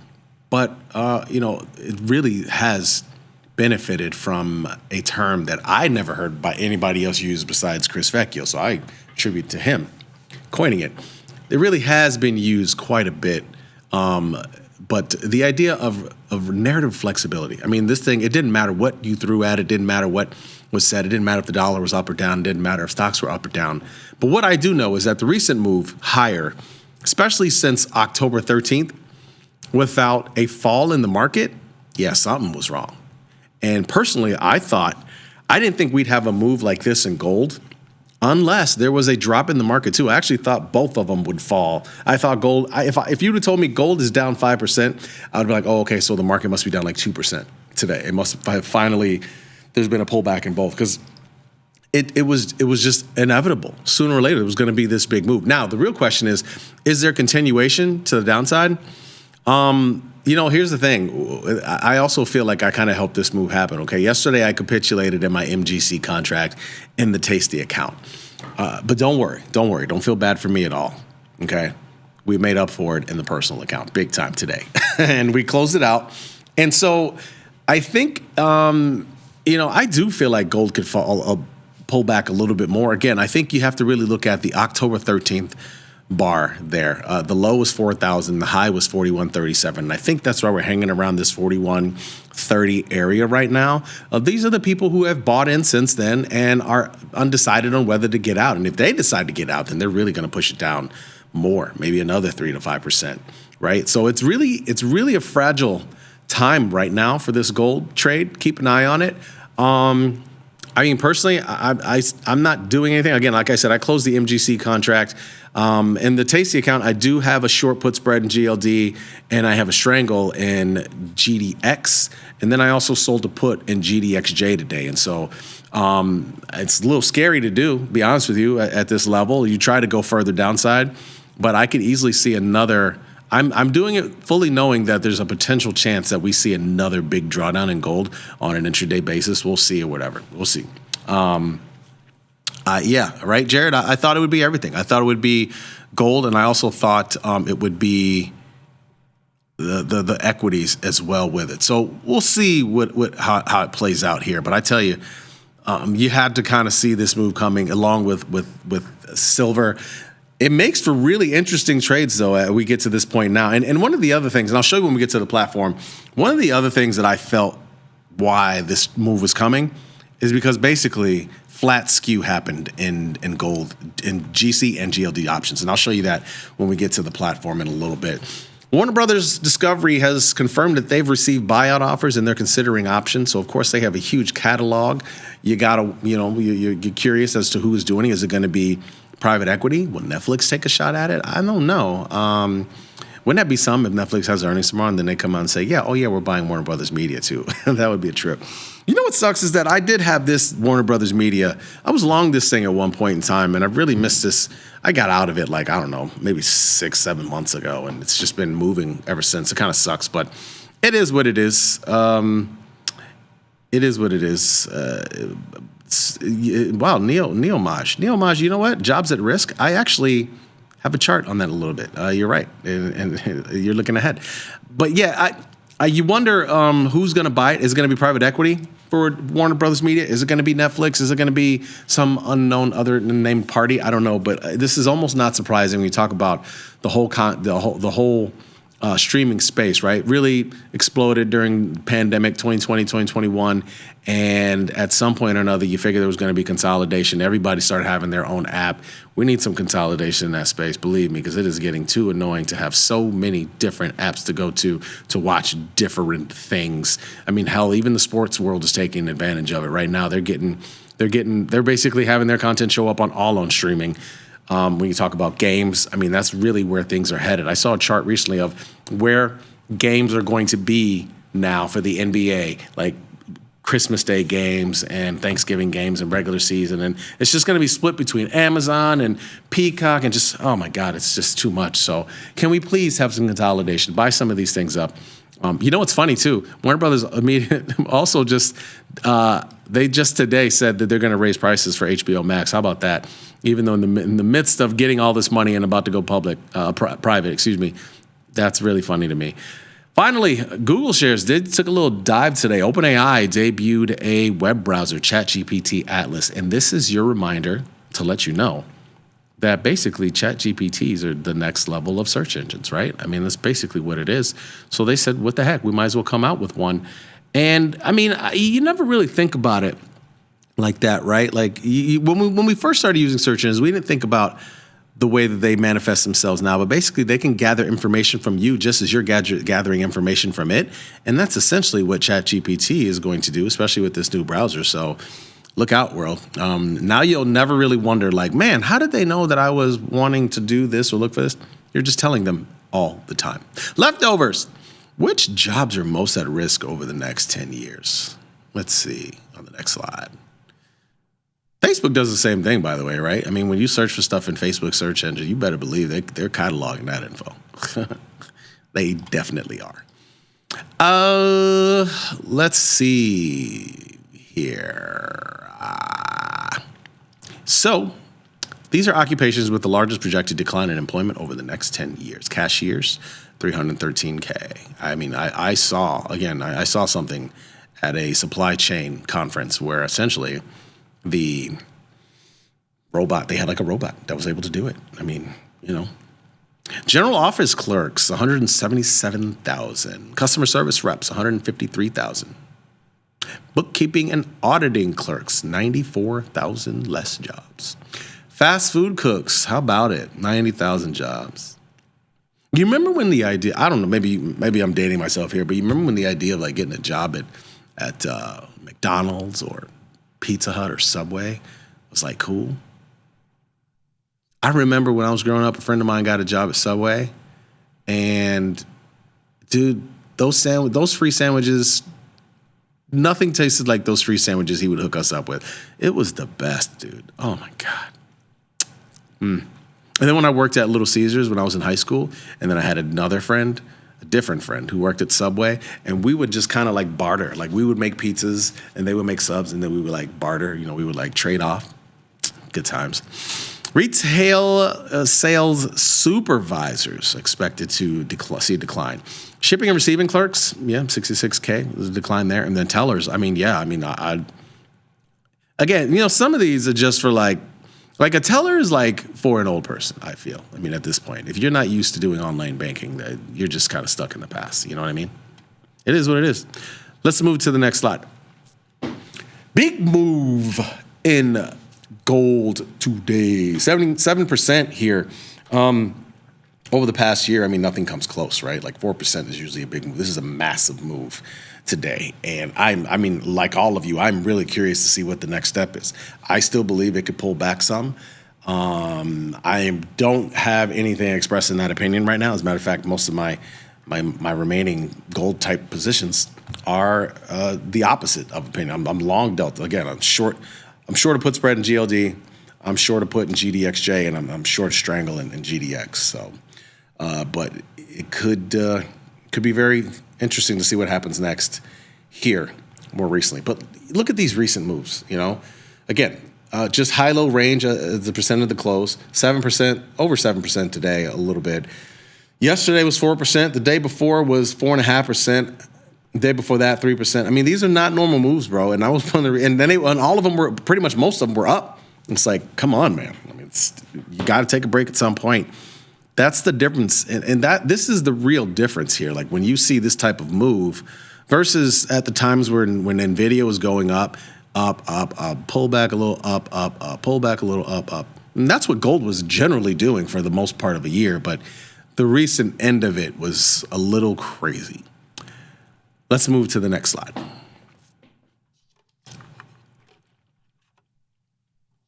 There are three groups of things that I'm really keeping an eye on today. One of them is this, the rare earth metals. They're having a bad day. It's rough. And again, I think these are going to ebb and flow back and forth based on, you know, some of the rhetoric that's in the media with regard to the U.S. and China.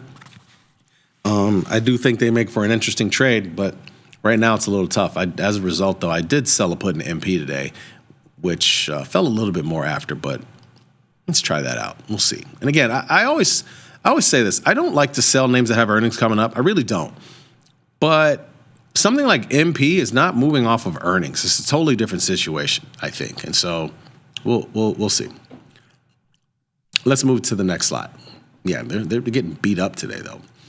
Also getting beat up today is the nuclear stock, but that's not what this is. This is just their implied vol in general. It's just the implied vols, not the ranks, just the implied vols.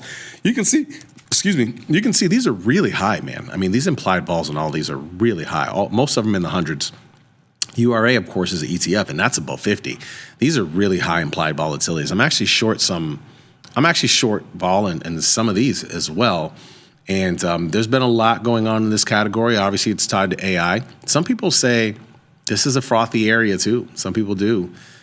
I don't have any investments in here other than, like I said, some of these shorts that I have in the Tasty account. But this space is, it's like people have kind of, we've talked about this recently. Some of the tech names have kind of cooled off a little bit, the AMDs and the NVIDIAs and all those of the world. And a lot of people have been heading towards, in the Palantirs, and a lot of people have been heading towards these more recently. We're buying these stocks, but now these stocks are starting to pull back. I don't know if this is just a temporary pullback or what the deal is, but something to keep an eye on. But they do all have pretty high implied vols. Let's move to the last slide. Earnings, we got Netflix, we got iSurge. What's not to like? Texan has earnings. Oh yeah, Texan has earnings. So, I mean, we're starting to get into the earnings cycle here, folks. So buckle up. Capital One has earnings. Chubb has earnings. Mattel has earnings. GE Vernova has earnings. Big GE made a big move today on earnings to the upside. Looks like it's retraced some of it, but stock was up pretty good. September CPI report, I think, is supposed to come out this Friday morning. FOMC is the next big thing. So keep that in mind as you're making some of these decisions. And I tell you, one of the things I'd like to do, talk about gold. I'd like to get long gold, maybe. I swear, if it has a big pullback tomorrow, I hope it does. I think I'm going to pile in, and I think a lot of people are going to pile in. One of the reasons why it would be an interesting jump into it is because we have an inflation report coming up on Friday, and then the next week you got the Fed rate decision, right? So you got two basically macro events to trade gold around right now. If it just sits right here, it's going to be a hard play. It's going to be kind of difficult to do anything serious. But again, keep that in mind. These are two events that are definitely going to affect how gold's going to move coming up. So there you go. Between this and silver. Number of S&P 500 stocks above the 50-day moving average is 55%. We are climbing upwards a little bit. Let's move to the platform. Oh, yeah. Actually, great job. Totally forgot. This is why I have you guys here. See? Yeah, hey, make sure you guys try and check out, it's limited seating, but try and see if you can get to the Charlotte show. Not sure how many of you are in the Charlotte area, but if you are, definitely get to the show, the Fillmore in Charlotte, Friday, October 24th. That's right. Doors open at 8, show starts at 9, and it's done at 11. Thus, at work by 11. If you want to be back at work by 11, you certainly can. Take a quick 2-hour early lunch break, come check it out, and have a good time. Charlotte will be it's a cool. I wish I was going to that one. I have sort of some roots in Charlotte. My parents live in Charlotte. My brother lives in Charlotte. I graduated high school in Charlotte. Started college initially not too far away at North Carolina A&T. Got lots of friends still there. Grew up. Again, I just went to high school there for a couple of years. Yeah, I moved halfway through high school. I give my mom hell over that still. Although it worked out well for me, but yeah, it was tough at the time. Oh God, it sucked. Yeah, I wish I could be there for it, guys, but yeah, not gonna be able to make it. But have fun, do it. Go to the show. Let's move to the platform, and then you know what? As I'm also doing some business, let me put the Money Match promo here in the chat. It's a pretty good promo. Again, you can unlock 1% cash match, 30 days commission free when you open a new account. Mostly, if you should tell your friends, you know what I mean? Like, why not? Here it is. Star of the moment. GLD. Big move down. Again, I have the 375, 365 put spread. Now, I initially had this on because I was short an MGC contract. Now I'm just, raw dogging it, essentially, just holding on to it. We're just going to keep this on for a while. We're not going to do anything. Netflix, I already have a setup for earnings here. I am long the 1300 calendar call and 1350 calendar call. Expected move here is $88. Hoping for a solid $100 move. That would be awesome. That would be fantastic. Obviously, I wanted to be up. $100 move. Let's see. Ice Surge. I actually put that on today. So somebody was talking about that with me yesterday, and I liked the idea. Actually, somebody asked me about it maybe last week, and then somebody asked me again yesterday. I like the idea, and again, you never know what direction these go, right? But that's why we like the calendar calls. Are cheap ways to play direction. So I did the 500 strike calendar calls. Yep. Expected move here is about 40 bones, seems like. $35, $40. So, yeah, that's our trade. We're sticking to it. We're not going to go anywhere. Does the Vol Crush post earnings make that kind of trade appropriate for earnings play? It absolutely makes it appropriate for earnings play. In fact, it kind of thrives on the idea of a Vol Crush because these upside, you figure I'm selling the near-term options that really encapsulate earnings. Look at this IVX. See that? 100%, right? See the next expiration, 64, which is still probably a little elevated. If you just look about a month or two out, you'll see the flat vol in here is like about a 40, maybe 38 vol, 39. So these are really elevated, right? And so that's why we're literally not affected really by vol. Like technically you are slightly buying vol by buying a calendar call spread, right? You're buying a spread. But truth be told, you're not buying, you're buying the lesser high vol and you're selling the higher vol, right? So you figure, and here's how it works. I'm glad Mikey showed me this recently. That's the nice thing about doing new shows, doing new things. I really didn't know that you could do this on our platform, but this is something that every platform should be able to do to model a trade. So right now, this is what it looks like, right? For the two calendar call spreads that are at the 500 strike, right? It doesn't really give you a real, and that's the hard thing about calendar calls, it doesn't really give you a real representation of what might happen. But when you take in the fact that if you can change these vols, right? So let's just say this vol drops considerably, and then this vol drops considerably, right? You figure that one is going to come into, say, a 40. Let's just say it's going to come into like a 52, maybe not all the way 40, right? So just that alone, you see how much that changes the win on that, right?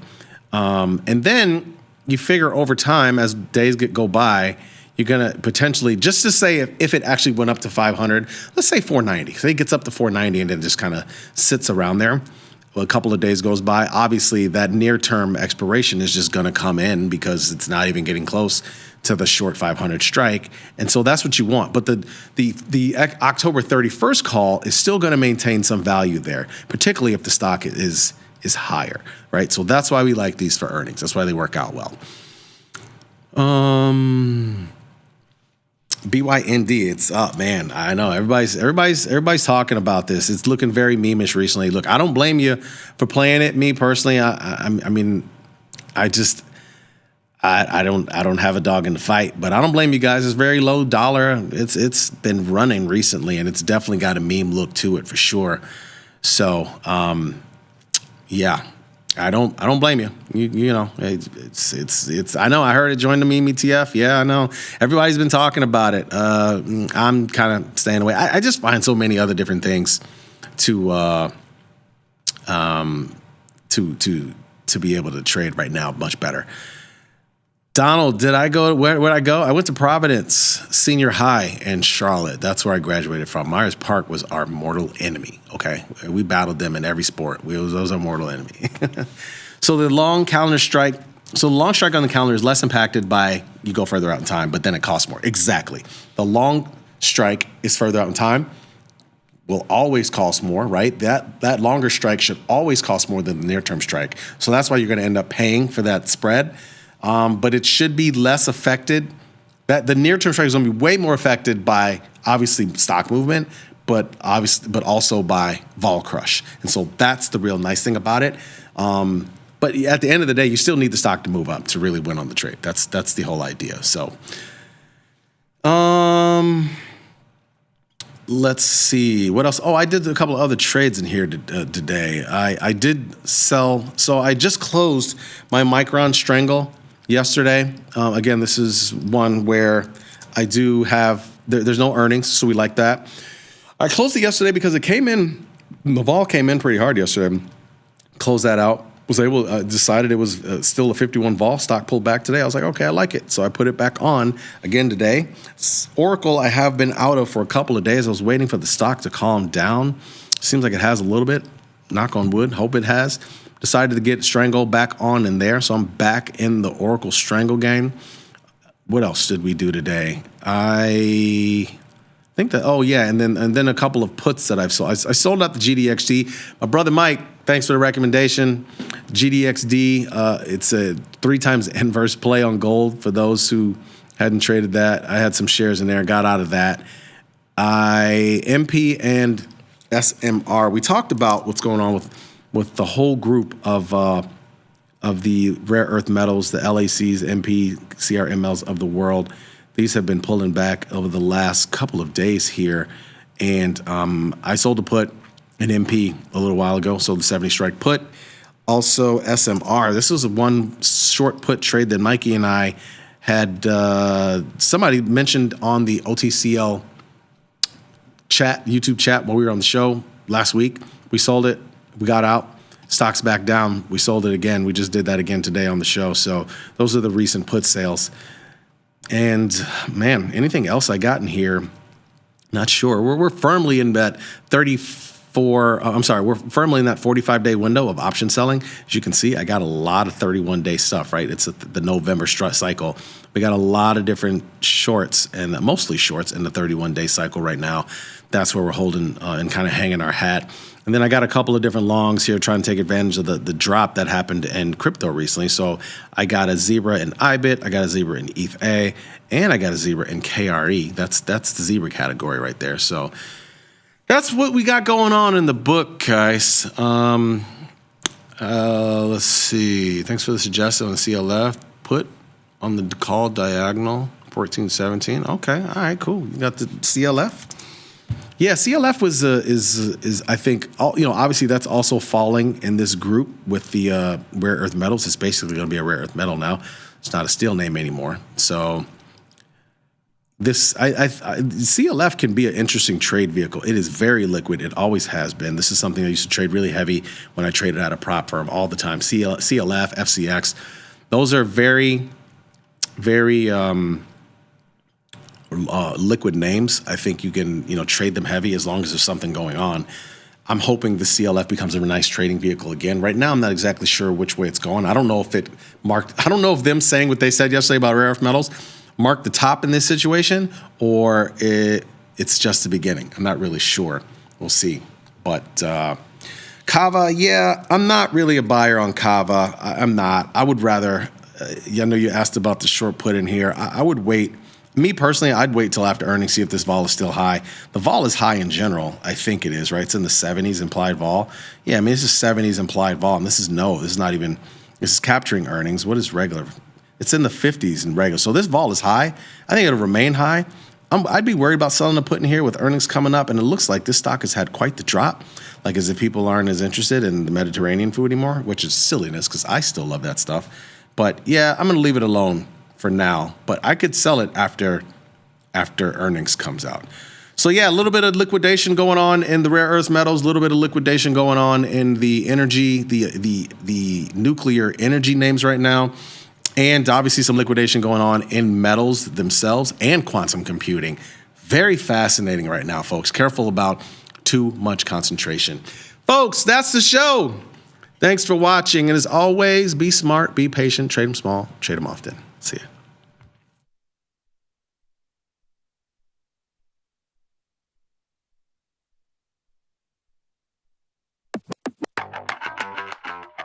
If you say way to go out on a ledge, what are you doing? Way to go out on a ledge is just another expression when you make fun of another trader who's not willing to take any risk, who's very risk averse. So when somebody's very risk averse and doesn't want to do anything risky, you say, "Hey, way to go out on the ledge." When you say you're going to whack the bid, what are you doing? When you whack the bid, that means you're selling at the best available price. A Scoopy. Scoopy! That's one of my favorite. That's when you're just like scooping something at the bottom, like, you know, you bought something and it never goes lower. Scoopy. Back in the pits, you guys call them teenies. What are teenies? A teeny is a 16th. So before we went to decimalization, we used fractions. And we used 16ths under a certain dollar amount. Do you want the penny or the position? Well, that's always something. The penny or the position is, do you want the trade? Then just pay up to get the trade. But do you want to squeeze it for a penny? That means you're just going to wait until you get filled. When you say Omaha, what happened? When I hear Omaha, I know I've gone too far.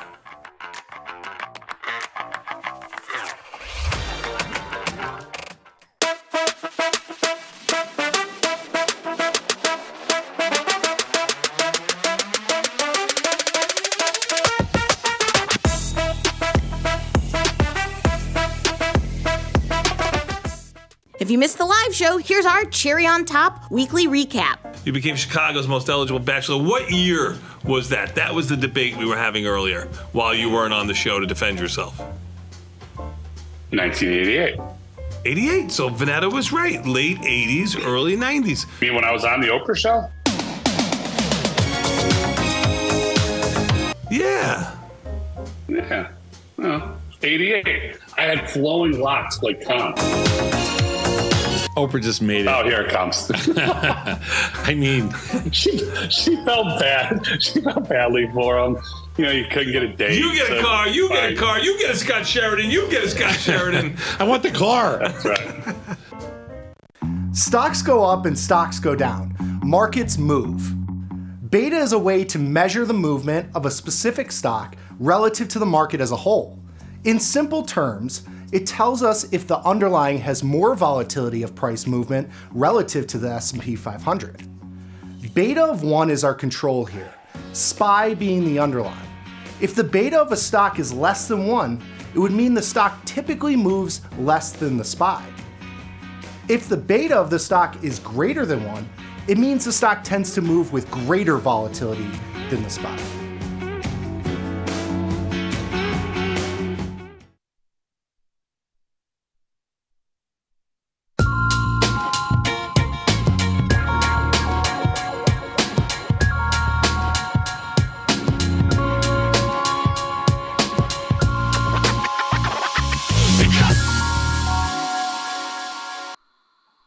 Hello, everybody. Tim Knight. Well, pretty quiet day. ES up 0.07 of a point. NQ up 1/100th of a point. It's pretty somniferous out there. The trade of the day, I guess, was the one I sheepishly mentioned yesterday near the end of the program, which is long dust. It's a little awkward to short anything that's like exploding higher, which is why I did not make it a big position.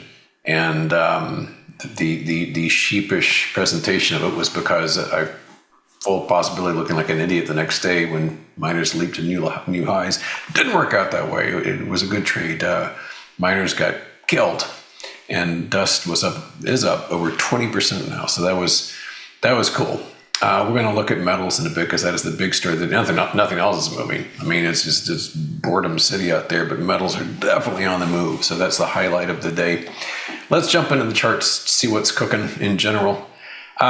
Here's the spider, and same old with respect that we've got our wedge, we've got it broken, and it's just kind of like range bound right now. Ever since prior Friday, it's just boinking around in the same range. We've got 1, 2, 3, 4, 5, 6. With this is day 7. That is all of last week and all of this week so far have been trapped in this one range, this plummet. And it's sort of interesting because I was looking at like what the NQ did when the president did these triple-digit tariff threats. So like back early this year, it's like, we're going to do tariffs, and it's my beautiful word, it's my favorite word, and holds up the poster board. The NASDAQ lost 6,000 points based on concerns about the tariffs against China. 6,000 points. Then a couple of Fridays ago, same thing. I'm not going to talk to that guy. I'm not going to meet. They should have 100% tariffs. The NASDAQ fell 1,000 points in the middle of the day.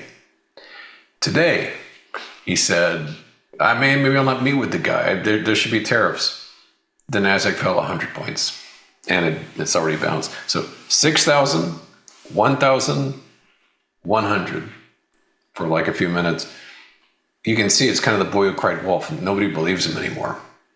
I mean, tomorrow he could say 1,000% tariffs on China, and there probably would be no activity in the market to reflect that. So we're near lifetime highs now, in spite of these continued threats, because they don't mean anything. And so here the SPY's pretty much recovered from that drop a couple of Fridays ago. Diamonds, lifetime high. We've got a new high on the Dow. We're still below the wedge because it's a very sharply ascending wedge, so it would take thousands of Dow points to get back to the other side of it. But we have, within those same 7 days, undone all the damage from before. Because before that Friday, it was just red, red, red, red. Complete change now. So the Dow, lifetime high. The cubes are up and very close to its own lifetime. Of course, this and next week will determine what's next, because by the end of next week, everybody meaningful will have reported. Plus, and I didn't realize this until recently, the CPI is coming out Friday. I'm not sure how. I thought like government data was shut down completely until the government reopened. For some strange reason, the CPI is coming out delayed, but it'll be out on Friday morning. And that's kind of the data point of the week. But yeah, lots of earnings, and the CPI should clarify things. But we are just a few grains of sand away from that line, very close to lifetime highs from a couple of Fridays ago. And more specifically, with semiconductors, yesterday was the intraday lifetime high. You can see it poking just above that level. And we're basically hanging out there. We're down about 0.5% right now, still in the vicinity of this triangle. Hasn't resolved yet. Speaking of China, here's what's up with them. And maybe the Chinese stock market's taking these threats a little more seriously. We've stayed persistently below this broken trend line ever since a couple of Fridays back.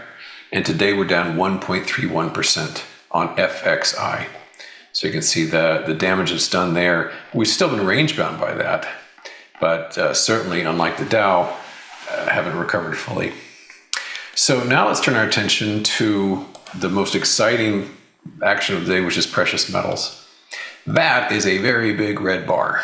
Yesterday, and the funny thing is, like, we were at lifetime highs just hours ago. And as I mentioned, there wasn't any specific pattern or anything like that. I just felt, which is not a great technical analysis tool, but I just felt that gold and silver were exceptionally overbought, and it was time for a breather. Didn't know the breather would be this quick and this big, but it's backed way off. I was surprised gold was up yesterday like $115. Well, it's completely undone that. We're down almost $250 on gold now. Which, as I mentioned yesterday, I mean, that's pretty, like 250 was what gold cost per ounce in Bill Clinton's time. And now it's just today's drop. Is it over? It could be. Or maybe there's a lot more droppage to happen. The overbought nature of this, because it's basically undone well more than a week's worth of price gains in a matter of hours. I mean, I woke up to this. It was just like plunging. It doesn't look fundamentally broken now. This could absolutely be it for the selling. But it's still been a very sharp run up.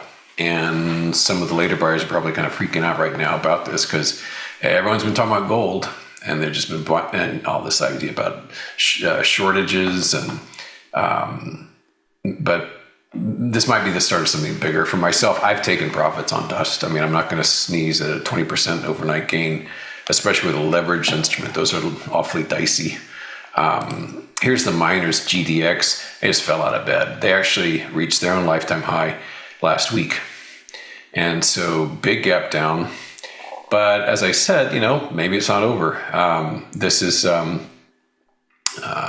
it's been a tremendous rally. And, like gold, a few hours of selling won't necessarily cure all those ills, but it's been a pretty sharp drawback. And it's not nearly as perilous as it was yesterday. Here's dust, by the way, which is not a particularly chartable instrument because it is a leveraged critter. On the whole, it basically goes down all the time because it's just kind of eating itself up. But this is a pretty standout bar right here. It's not often you see it just like blast it higher like this. So yeah, it's just around a 20% gain on the day. It bottomed, lifetime bottom, just back on Thursday. So pretty impressive run here. But I am out, even though gold could have farther to fall. I just the 20% is good enough. Thanks. XME is also down nearly 7%. And this, with all my uncertainty about what's next, I will say this: if XME breaks this trend line, something bigger is going on. It's not just a matter of like simmering down the pot. That's more of a trend change. It hasn't done so yet, and it may never do so. But just FYI, I would say XME's uptrend there is canary in the coal mine. As far as some individual equities, on the short side, there's our old friend Wayfair again, and it's backing off nicely. It's down nearly 3%, and this is basically backing away from that resistance that it had blasted toward. So that's going all right. I think I mentioned that yesterday I shorted Micron. Micron had a lifetime high yesterday right here, and I got a good price on this. Down not quite 2% right now, so that's so far so good on that. Roblox down also about 1.5%, and it's been a very strange creature for months now. It's just sort of meandering around this range, but as long as it stays beneath that horizontal, I'm fine hanging on to that. And the world of quantum computing continues to shrink away after being very, very hot for a while there. Here's 3 in that area. Here's a QUBT, quantum computing, which is 5 red bars in a row. Look at that, just in the span of 5 days. This has lost a tremendous amount of value. And importantly, as I mentioned yesterday, this bullish breakout has completely failed. Once it did this, it basically should have stayed above that line the whole time. But it failed, tried again, another high, failed again. So that is a complete wreck. Qubits, QBTSD wave, this is down also 5 days in a row, 5 red bars in a row off those lifetime highs. And one other one, very popular, Rigetti RGTI. We got a little break here, but basically slipping hard also from 5 days back.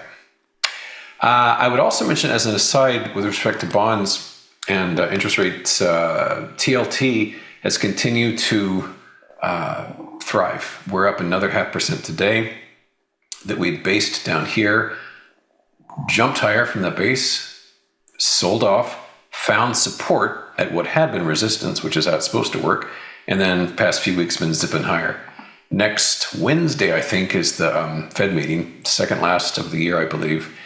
So that'll be pretty instructive as far as that goes. I will say also one item that I've recommended as a really favorite bullish pattern is IEF. It's been doing fine, but there's an important decision to be made, which is by way of this symmetric pattern here, these trend lines. It needs to cut above that trend line to sustain this move. If it wilts away from that, well, this could just stay range bound because it's been meandering along here for years. So this is the moment of truth, whether it can break above that or not. You've probably heard that Beyond Meat has been going crazy. Big short squeeze on that. It hit its lifetime low only last Thursday. This has been in a pretty much collapse for its entire life as a public company. But the meme stock craze has hit Beyond Meat, and so it's undone months of losses over the course of a couple of days. I think 2 days in a row, triple digit gains. Then the volume is eye-popping, way over 1 billion shares. So it'll die down at some point, but right now it's got GameStop-like fervor around it. And Netflix, that's the big one this afternoon. I have precisely 0 opinions on this one. It's been range bound for months. I have no position. I'll just say good luck to you out there, those who are in it, because it's a strange critter. The only little thing I'll say is that this clean uptrend, which had persisted literally for years, seems to have stalled out. And we've just entered this sort of blasé period. So we'll see what happens after today's close. All right, well, thanks for coming by, and I'll see you tomorrow. Bye-bye.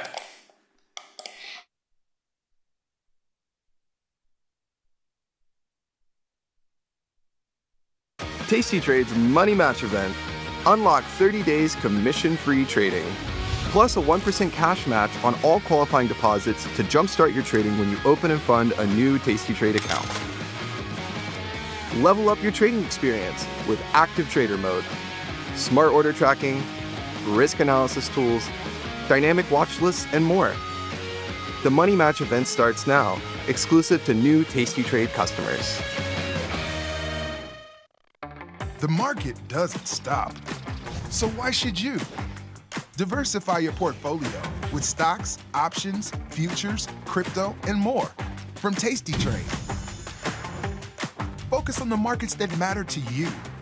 See the odds before you trade using curve analysis, IV rank, and more tools. Get industry insights that help you find your next trade right where you need it. Tasty Trade. Download today. Traders, start your platform. Tom Sosnoff and Tony Batista are hitting the road for their first ever live trading event, At Work by 11. It's unprecedented, unpredictable, and unlike any other financial event. Watch these masters make real trades in real time. Doors open at 8, the action starts at 9, and we'll have you back at work by 11. Sign up today at tastylive.com/events. Got trader's block? We've got the cure. Get data-driven trade ideas with Cherry Picks, our weekly newsletter that gives you insights into the market. Sign up at tastylive.com/newsletters. Feel like your wardrobe is missing something? Like style, purpose, and maybe a dancing dog? Can I pet that dog? The new Tasty Trade and Tasty Live web store is now live. New merch, bold designs.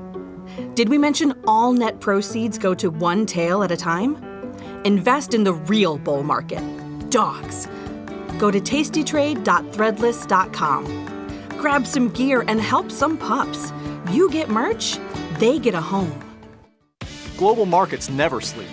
Explore them with Forex, now available on Tasty Trade. Get in on over 80 Forex pairs, 24 hours a day, 5 days a week, with the Forex platform that adapts to your style and speed. FX marks the spot. Trade it on Tasty Trade.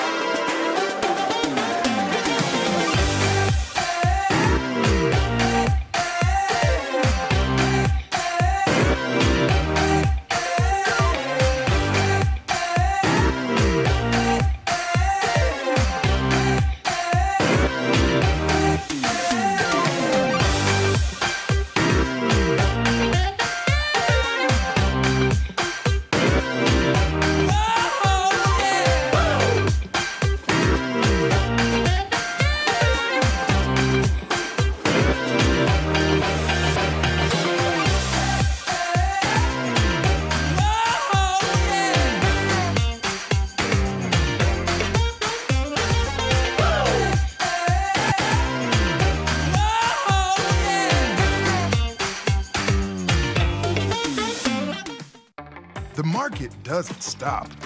So why should you?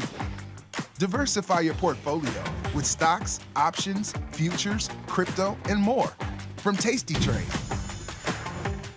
Focus on the markets that matter to you. See the odds before you trade using curve analysis, IV rank, and more tools. Get industry insights that help you find your next trade right where you need it. Tasty Trade. Download today. Traders, start your platform. Tom Sosnoff and Tony Batista are hitting the road for their first ever live trading event, At Work by 11. It's unprecedented, unpredictable, and unlike any other financial event. Watch these masters make real trades in real time. Doors open at 8, the action starts at 9, and we'll have you back at work by 11. Sign up today at tastylive.com/events. Global markets never sleep. Explore them with Forex, now available on Tasty Trade. Get in on over 80 Forex pairs, 24 hours a day, 5 days a week, with the Forex platform that adapts to your style and speed. FX marks the spot. Trade it on Tasty Trade.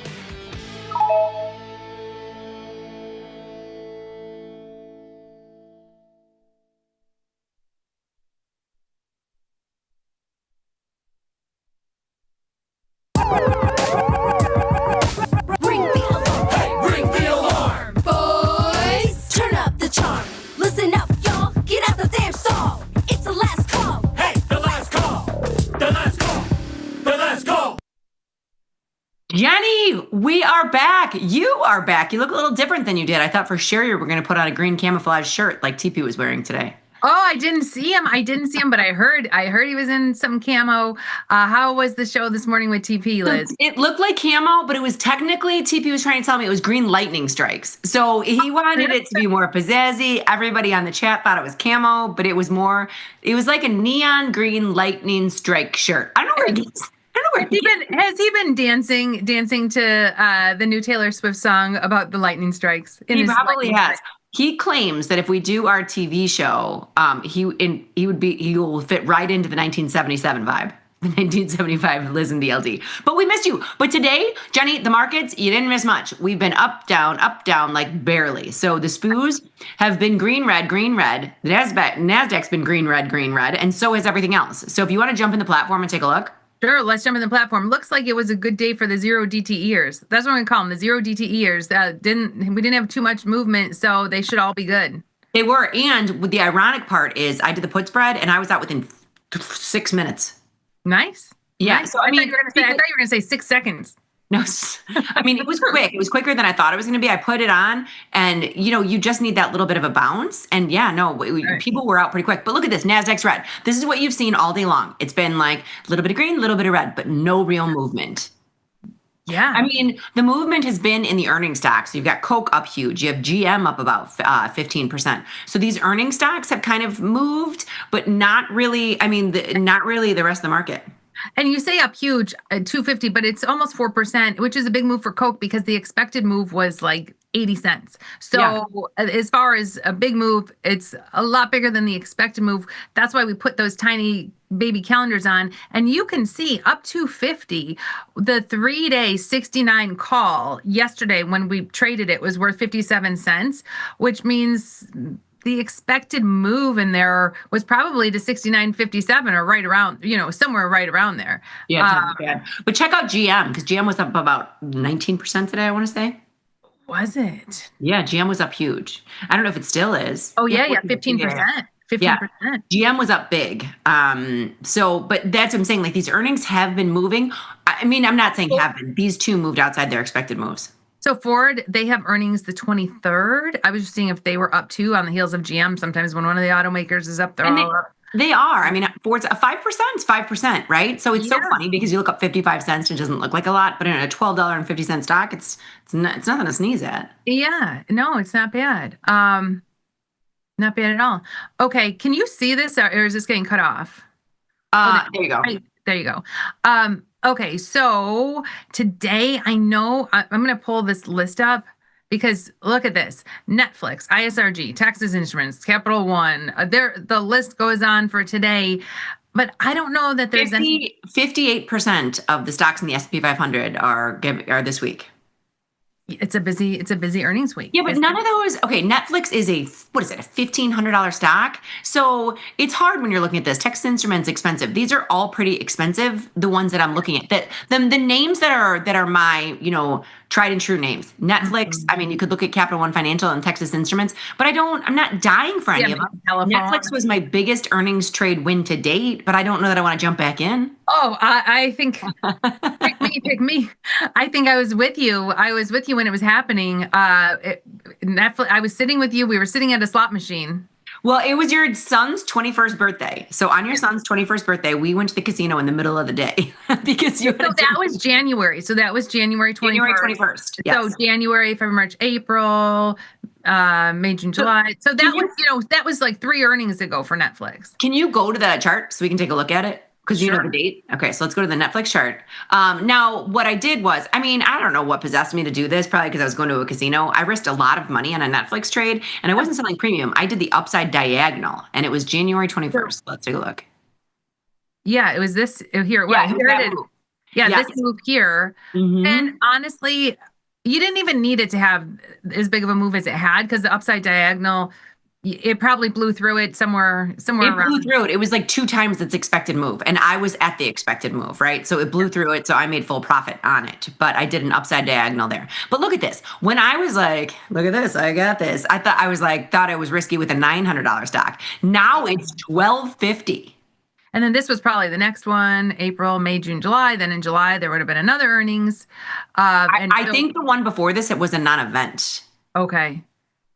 So what is going to happen this time? Honestly, I have no idea. And at $1,200, I wasn't going to even play Netflix for earnings.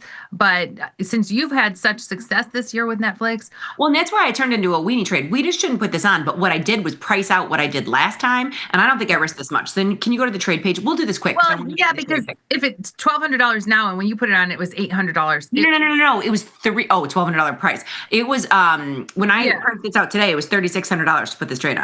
No, right, but I'm just saying, like, when you did this trade, Netflix was $800. Yeah. Now it's $1,200, so it's gonna be a lot more. Okay, walk me through. Tell me. I don't want to spend too much time because we're not pressing the button, but open up the 3-day and go to the expected move to the upside. Okay. And sell it. It's a lot of money. It's $1,200 or $1,400, right? Yeah. So $1,330, and then you go to the 10-day and you buy the at the monies. And Jenny, this was, and I don't know if you remember this, our go-to move for earnings in the beginning of the year, and it worked out great until it didn't. Okay, all January we were doing these earnings diagonals, and we were killing it. We were killing it until I don't know what happened in the market, but then we took an ugly turn. Yes. So we were killing it. Things work until they don't. But this is something. So this is $3,600 in risk. Now, granted, you can make a lot. That's why I priced it up and then I closed it. You can see it's $90 wide. So if it's $90 wide, $1,240 to $1,330, and you're paying $36, a third. You're paying a little over a third, but that's we like that when we're paying only a third of the width of the spread. But not $3,600. Well, for someone, $3,600 they might be willing to risk. But this isn't a high probability trade. So when you're doing this, you're saying Netflix is going up. Or not going to move at all because you're going to get the decay. You'll get the although this decay, you're not selling this at the money. Yeah, you're only getting $14 decay here. You'll probably get that much decay. You need it to move up. It doesn't have to move the expected move, but you need it up. You need it up. You need it up. It's a bullish trade. It's a bullish trade. So are you doing anything in Netflix? As I'm looking at this and thinking of a better way to risk $3,600, I'm not going to trade Netflix on earnings. Do you know what I did? I wound up buying some XSP calls. I wanted to be like, okay, I'm going to risk a couple $100 and the whole market goes up. Great. I'm not saying Netflix is going to take up the market, but I honestly think today, Jenny, we have very little time in the show. Let's go to the cherry picks because I know there's 2 things that we want to put on. Okay. All right. So yeah, as far as the list though, as far as this list, there are quite a few earnings. If anyone wants to trade any of them, fine. There's nothing that jumped out at us. There's lots of higher priced products here. But the other thing too, and I talked a little bit with TP about this, when you've got high implied volatility throughout the market, I have a tendency to ignore earnings trades. When we're hunting and pecking and learning and looking for volatility is when I lean into earnings trades. So speaking of higher implied volatility, we've got the cherry picks. Now, if you don't get the cherry picks, it's free. It can come free to your inbox. It's a great resource. You just have to sign up at tastylive.com. You can sign up for the cherry picks. But talking about high implied volatility, cherry picks is talking about gold and how gold is experiencing a higher volatility compared to the rest of the indices. It is. And gold today for the first time has dropped about 5 or 6%. This is the biggest drop, Jenny, since in 18 years or 15 years or something crazy like that. And I wanted to see if the rank came in, if vol came in with the drop in gold. So we've got, and you still see an IV rank of 90 here. Yeah, I think it went up. So that's just it is the rank in gold does stay high. I put a diagonal in gold. That's going to be expensive, but I don't want to do it in this account. I 74 rank in silver, higher rank. You've got a higher rank in gold. The silver gold pairs trade got taken off today, and that was pushed through to the follow page. We made about $60, $70. Oh, that's pretty good because it was a small scale. Yeah. Small scale. So, you just look at gold and the vol and the standard deviation expected move in gold compared to the Russell or the NASDAQ. and they're just pricing in a much bigger expected move in gold. Yeah, when there's a higher implied volatility, the expected move is bigger. Okay, so so great information in the cherry picks. They're also giving you the gold, silver, and future specs. Which I like this. It's telling you like the micro gold represents 10 ounces of gold, 1/10 the size of GC. So if someone's looking at the micro and they're wondering how big is the micro, 1/10 of GC. Yeah, that is. Aren't the micros usually are 1/10 of whatever they are, right? Then you've got. So this is how it's full of valuable information, and it even has last week's futures cheat sheet in there. I love this, and you can click on each one and pop it up because each one of those little tabs is different. Right, and you can print them. I mean, print them, have them at home. Yeah, these are great. Yeah. So and they change. Keep in mind though, these are moving vehicles, right? So this is like a tanker. Just because, I mean, when you look at the values of these, it will change every couple months depending on the price. Right. So print them now, and in a few months, we'll put them out again with updated values. So you can see right here, tastylive.com/newsletters. And that's how you can sign up to get this free cherry picks. Comes every Tuesday. And here's something sad, but also exciting. Dr. Data writes, adios. Since 2017, I've written 458 cherry picks. It's been an incredible run. Now TP is going to be taking over as the editor of the cherry picks. So we are so sad to lose Dr. Data, but he can't get rid of us. We have his cell phone. But love the cherry picks, and TP is going to take over, and he's going to do a great job. Yeah. But in honor of Dr. Data, I think we put in his trade ideas. Oh, I love it. So it's funny because I put in with this down gold move, I put in a bullish trade. I did the diagonal, but I think we should do his. In honor of this, we're going to put in exactly what he did. Okay. So crab trade. What is historic move? This has been in gold to all-time highs. Volatility has expanded into this up move, and in the last couple of days, even added juice on the downside puts. Today's move brings us back a week. If you think maybe it's a dip buy, but don't want to risk too much of the downside, a crab trade plays into the call skew. So that's good to know. It does. What else do we say plays into the call skew? The buffer. The buffer. Oh, I should have done that. Okay, so he's looking at long December 390. Now this is in GLD. So if you want to go to the platform, I'll keep up the strikes. Oh, you got this? Yeah, I got it. Okay. Teamwork makes the dream work, Jenny. I got you. Okay, long December 390. Okay. And short 400s. Okay. So there's your ratio portion. This is like long one, short two. Long one, short two, $5 credit. And 400 in the NOV. Wait, okay, so I'm going to read the sentence. Long the December 390 and short 2 400s in the NOV. Hold, please. So I should be selling the 400s in the NOV, not the Ds. Yeah. Well, you didn't say that at first. Well, I just read the sentence because I agree with you with that, but I was like, okay, so he's doing a crab trade that's pretty far up, right? So let me read the sentence. Long the December 390 and short 2 times the 400 in the NOV, and then long a wing at 400. Let me see something. Let me see something, because when he put this on, I want to see where gold was trading when he put this on, because gold's down a lot right now. So it was trading right around 379-ish. Yeah, 379, 380. Right there. Yeah, so it's right around here. Okay, and you can see, so read that sentence again. Long December 390 and short 2 times the 400 in NOV, and long a wing at 420. Yeah, so it is shifted. I mean, usually if we're doing a crab, it's closer to where it's trading, but this is shifted, so. It's shifted, meaning you're not going to spend that much money. 420. He said it was a cheap way, right? Or low risk, 390. Okay, so long the 390, calling D's, and then we go to NOV. Short 2 400s, and long 1 420. Short 2 400s, long 1 420. There you go. Okay, so we're paying a 289 debit. Yeah. Now, when you cross over all these, you're crossing over time frames. We've got the think of this as like a butterfly, right? We've got the 390, 400, 420 broken wing butterfly. Calendarized. calendarized. So when I'm trying to think of like what could be my max loss if gold skyrockets, that 390, 400 could be worth $10, but we're paying 290, so we can make $700 on that. We can make $700 on that, but the width between our broken wing is $20. So our risk in this trade is like $1,300, even though we're only paying, even though and this says right there, buying power, 1,200. Good job, Jenny. You did the math in your head. I didn't see it. I didn't see it at first. It's been a long day. I've been gone all day. It's been a busy junior ring ceremony day. But I have like the gold.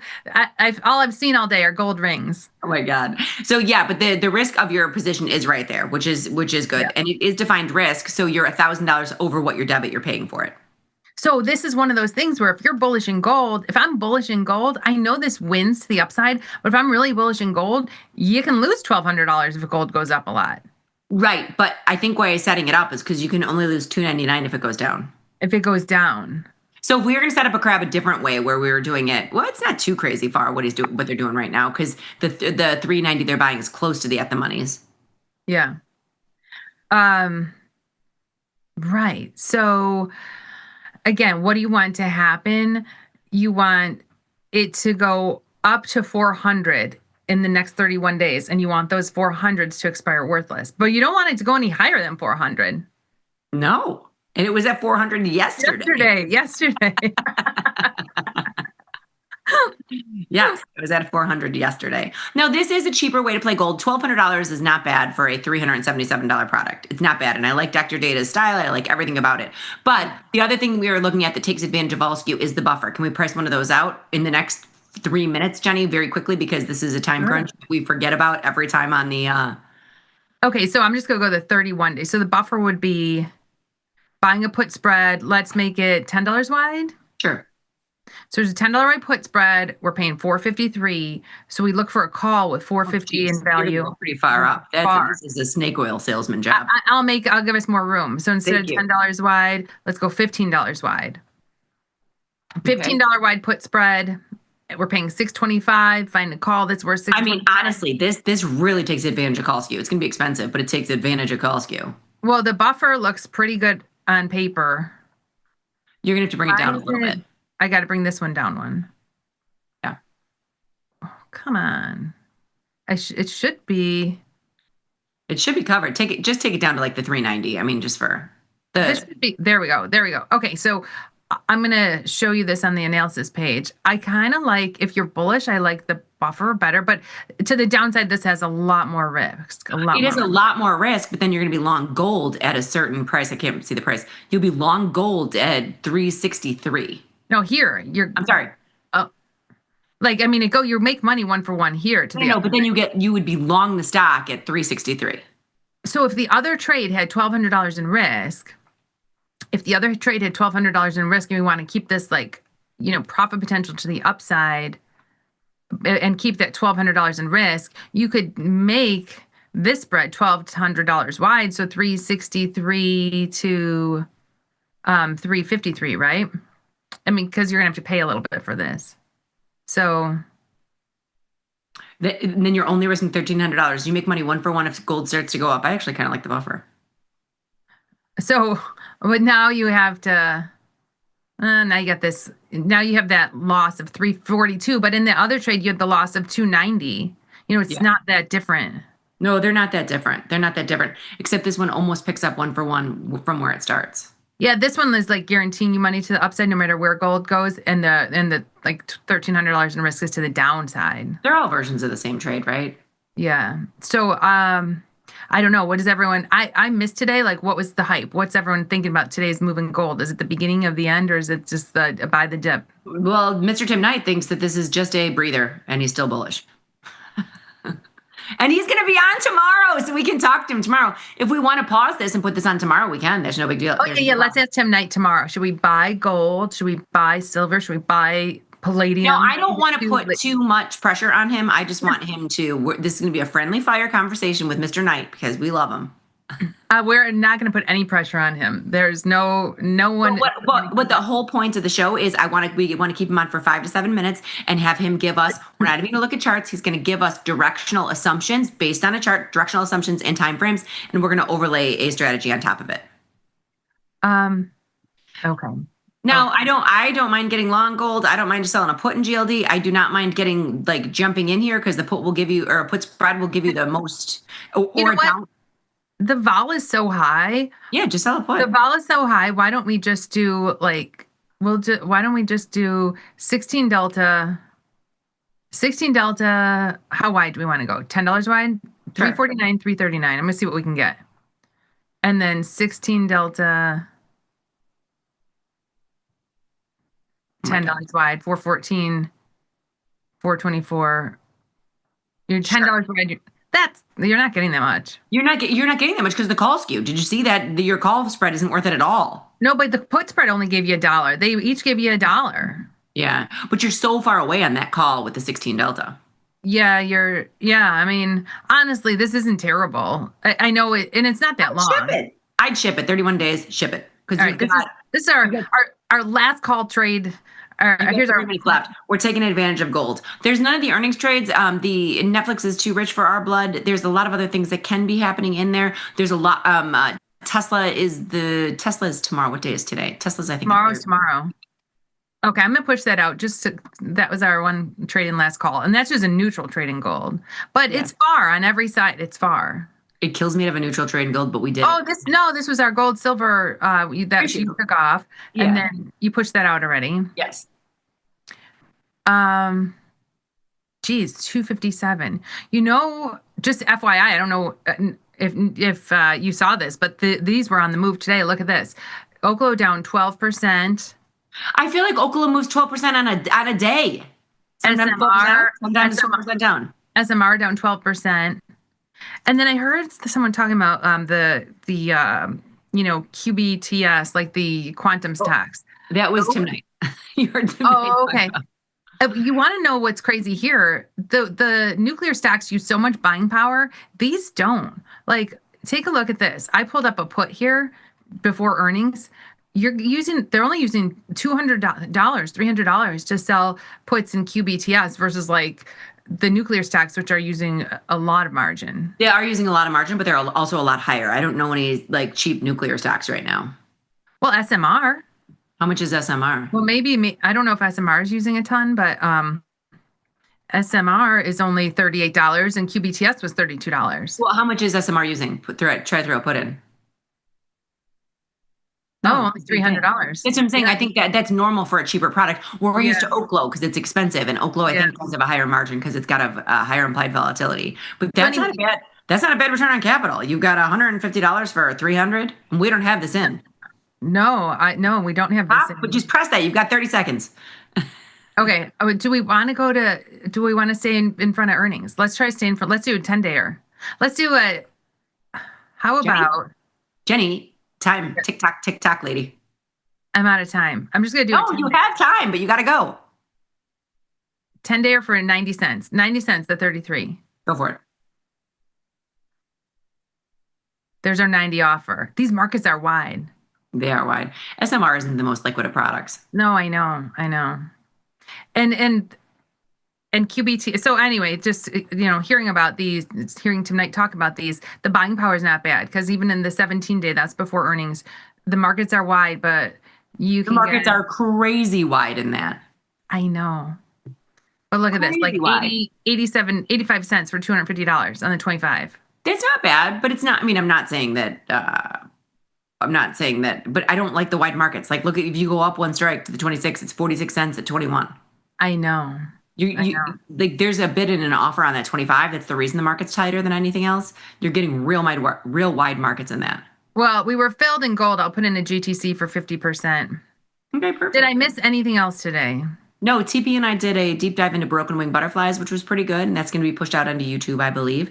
And then we closed the gold silver ratio and we just talked about trading. It was a very delightful day. We did miss you though. Well, I will see you tomorrow. We'll be live from the SIBO tomorrow. Tune in 10 to 11. Yes, we will. And stay tuned for the overtime boys because I think we've got who do we have? Ilya, Thomas Westwater, and Dylan. Yeah, they're great. I know they're great. All right, Liz, have a wonderful day. I will see you tomorrow. See you tomorrow. Remember to trade small, trade often. Laugh with us, learn with us, and watch Tasty Live.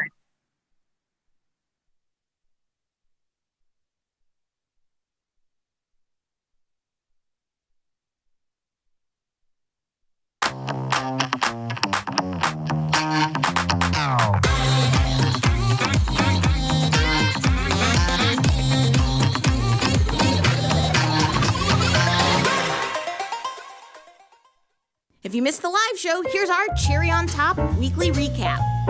I'm sitting at my desk, so I wear my AirPods in most of the time. And I guess he was bellowing at me, and I didn't hear him. I wouldn't call it bellowing. Gus said that you were bellowing at me. So I'm sitting at my desk. I get a text message from Tom, and all it says is, "Where is this chair from?" So he was yelling my name across the office. I didn't hear him. He sends me a text message, and I write back, "Bitch, this ain't Chat GPT." And so back, I proceed to use technology to find it for him. And so then he complains to me about what the price is. As if I had set the price, and he was like, "Well, how much did I pay for it originally?" As if I would know. But a helicopter, not my thing. I'll take another means of transportation. Okay, all right. I mean, I don't want to take a helicopter too, but an electric helicopter with... That's better? I think so. I like the 4 little things as four things. One big... The 4 little things. Oh my God, you're so cute, Sosnoff. I'm serious. Wait, did you get the twirl? We're going to the opening night now? We are, 50-yard line. Oh, you guys are going to another party together. Oh, am I just driving you there? If you could, that'd be nice. Be nice? Be nice? The best part. You need to be picked up too? I hope you're not mad, but I was hoping after work that day you could drop us off. Of course. Because the reason we need to get there early is because we got to start the tailgating on the balcony early because we're going on the field, most likely before the game. You're going on the field, most likely before the game. Might have an invite. We might have an invite with somebody special. I'm working at it. You guys are special, indeed. You guys are really special. It's so annoying. Oof. You guys are gonna hold hands tomorrow before we start the show. We're gonna take a quick 90-second break and come back. We got more Tasty Live. We're already out. No, you're not. Oh, we're not? God, you're really good at this. You're really good at this. Get the full scoop by checking out the archives at tastylive.com. Calling all traders. Are you using Tasty Live mechanics and enjoying awesome results? Are you an up-and-coming options savant? We're looking for you. For over a decade, Tasty Live has shared the most inspiring stories of traders teaching themselves a new skill, using probabilities, and experiencing new levels of success. If you think your trading journey should be shared with Tasty Nation, we'd love to hear from you. We are always on the lookout for the next class of rising stars. Email us at risingstars@tastylive.com if you would like the chance to share your trading journey and inspire others. Got friends? Get $250. We'll give you a bonus for each qualified person you refer to Tasty Trade. So spread the word and earn rewards. Terms and conditions apply.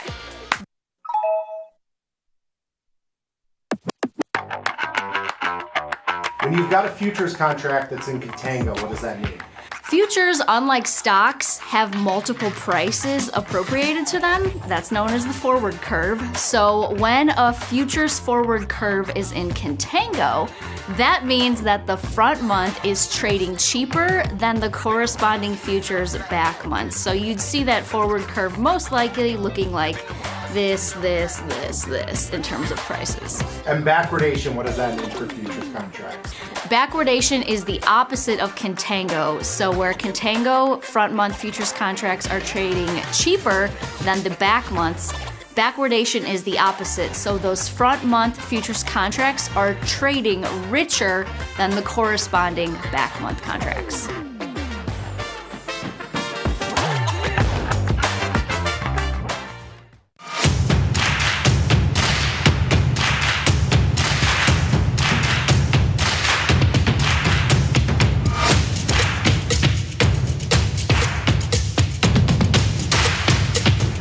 How we respond to the most difficult situations is ultimately how we learn to build on our successes.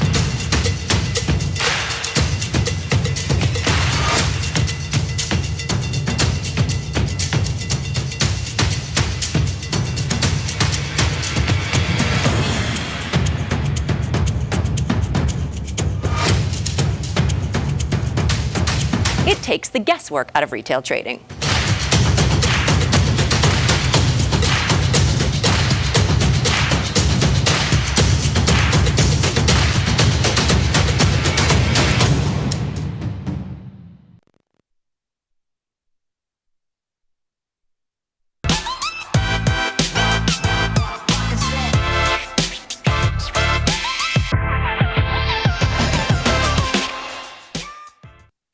We are back. This is Overtime. I'm Elias Pivac here in San Francisco. That's Dylan Radigan in Milan. Thomas Westwater in Chicago. Gentlemen, can I get you into buying this gold dip? Because, it finally came together. We've been talking about this for quite a while. And there it is. Thomas, when Dylan and Jamal and I were talking about this yesterday, we were looking at gold having hit this former high on the rebound at the start of the week and gave us this this little 8-hour indecision candle right here. And I was saying, this looks a little toppish.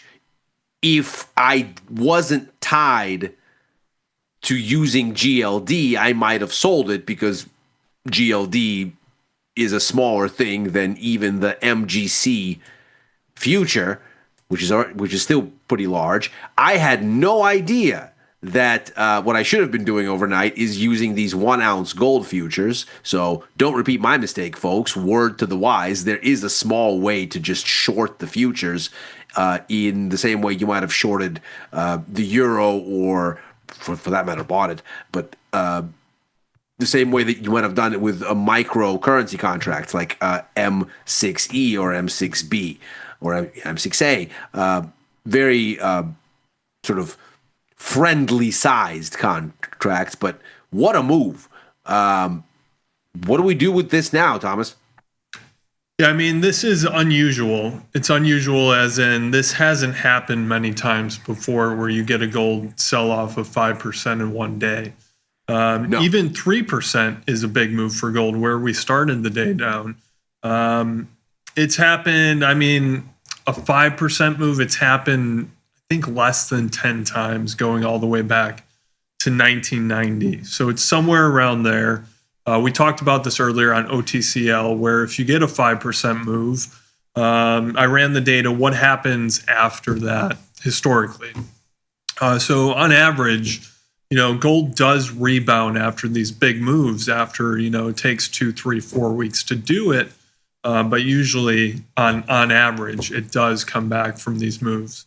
Doesn't mean it's going to happen this time. And, I mean, obviously, given the big rally into this, a lot of this is profit taking. People waking up, seeing gold down 2-3%. You go, your computer, you figure you've been up, you're still up. So, go ahead and get out with this unusual move. It's kind of, none of the thematic elements of what's driven gold higher have changed, currency depreciation, central banks buying, rising deficits, all that stuff. So, the macro story hasn't changed from last week or 2 weeks ago. It's just that, given this run up in gold, I mean, this is after nothing happening in 2021, 2022 for a while. So where we go from here, I don't know over the next several days. There's a lot of volatility in here if you want to play it. Like you said, there's the 1 ounce gold futures. That's 100th of the size of the GC contract. So, there's different ways you could go define risk. You could do the 1 ounce gold futures, but I'm inclined to try to get long again, and I think right around 4,000, maybe a little above that, might be the place to do it. So I did get out of gold last week. I wasn't in that. I was long. Silver via short put spread. That's definitely putting some hurt on me today. But I have no choice but to hold that right now. It's got 38 something days left. So I'm in that for right now. I'm going to see what happens. But I'm going to maybe wait a day to let this play out before I get long gold. So to give you a sense of the last time that we had a move like this, I had to go to a different platform here to go back enough, because obviously these are futures contracts and they only have price action, but for so long, even the continuous contract. So going back to and looking at spot gold here to get a sense of how this move stacks up historically, we've only had but a handful of daily moves like this, to your point. The last time we had one was August 2020. August the 12th of 2020, to be specific, which nicely lines up with that movement into Jackson Hole in August of that year, where the Fed kind of famously told us we are not going to have yield curve control. We're not going to have more escalation and easing. This was, of course, amid the COVID outbreak. The Fed had already gone to zero rates. They'd already done open-ended QE. And there was speculation they would do more. And then they came out that Jackson Hole and basically said, Godspeed. The answer is no. We're not doing more. You have enough. And so not surprisingly, really, that going into that, in the run-up, gold had some hairy days. And that was the last time that we had anything that was even kind of in this realm. That was a decline. Let's see here. That was a decline of just about as much as this, a little bit more, closer to a decline of 5.7% versus today's 5.4%. If you had to go back in history, I mean, you'd have to go back maybe as far back as, one struggles to find similar moves. I mean, you have to go back to 2013, maybe, where you have some moves of similar magnitude. Before that, I mean, yeah, so 2013-ish, right at the onset of the Fed rate hike cycle, after the big slash in rates down to zero in the financial crisis, right around 2013, 2014 is when Bernanke starts talking about, listen, we're going to have to raise these rates eventually. And in 2014, they start, but running into that is where they start to set the stage. So this is a huge move. The last time that we had anything like this, it was a tectonic structural shift in the gold market. So take that with what you wish, but the last time that anything like this, or the several times over the past, let's call it 20, 30 years that you've had moves like this, it's been a major change of pace and a major inflection point for rates, for the dollar, for markets. When gold does something like this historically, and granted, it's very rare, so the sample space on this is very small, but historically, when gold does something like this over the past 20, 30 years, it's been a major pivot. So what I did here, because of course I was asleep at the wheel about these 1 ounce gold futures, was I actually sold some calls in GLD. And that is not because I think that gold is going to get less jumpy here. It is because that was a way to get exposure that made risk reward sense. And also because if we take a look at volatility here, we can in fact look at IV here and just straight up volatility. There we go.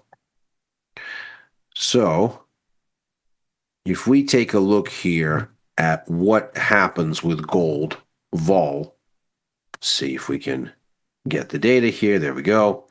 So interesting. What you'll notice is that gold vol, this is IVR, it actually seems to decline when gold goes down. Which is a little bit different than obviously what you see in, let's say, stocks, right? When stocks go down, vol tends to go up. What you see here is vol in gold is higher all the way up in this rally. So the higher you go, the higher the vol builds. And when gold is sideways, obviously. We can see here, vol comes in, but through this decline, vol has actually been going downward.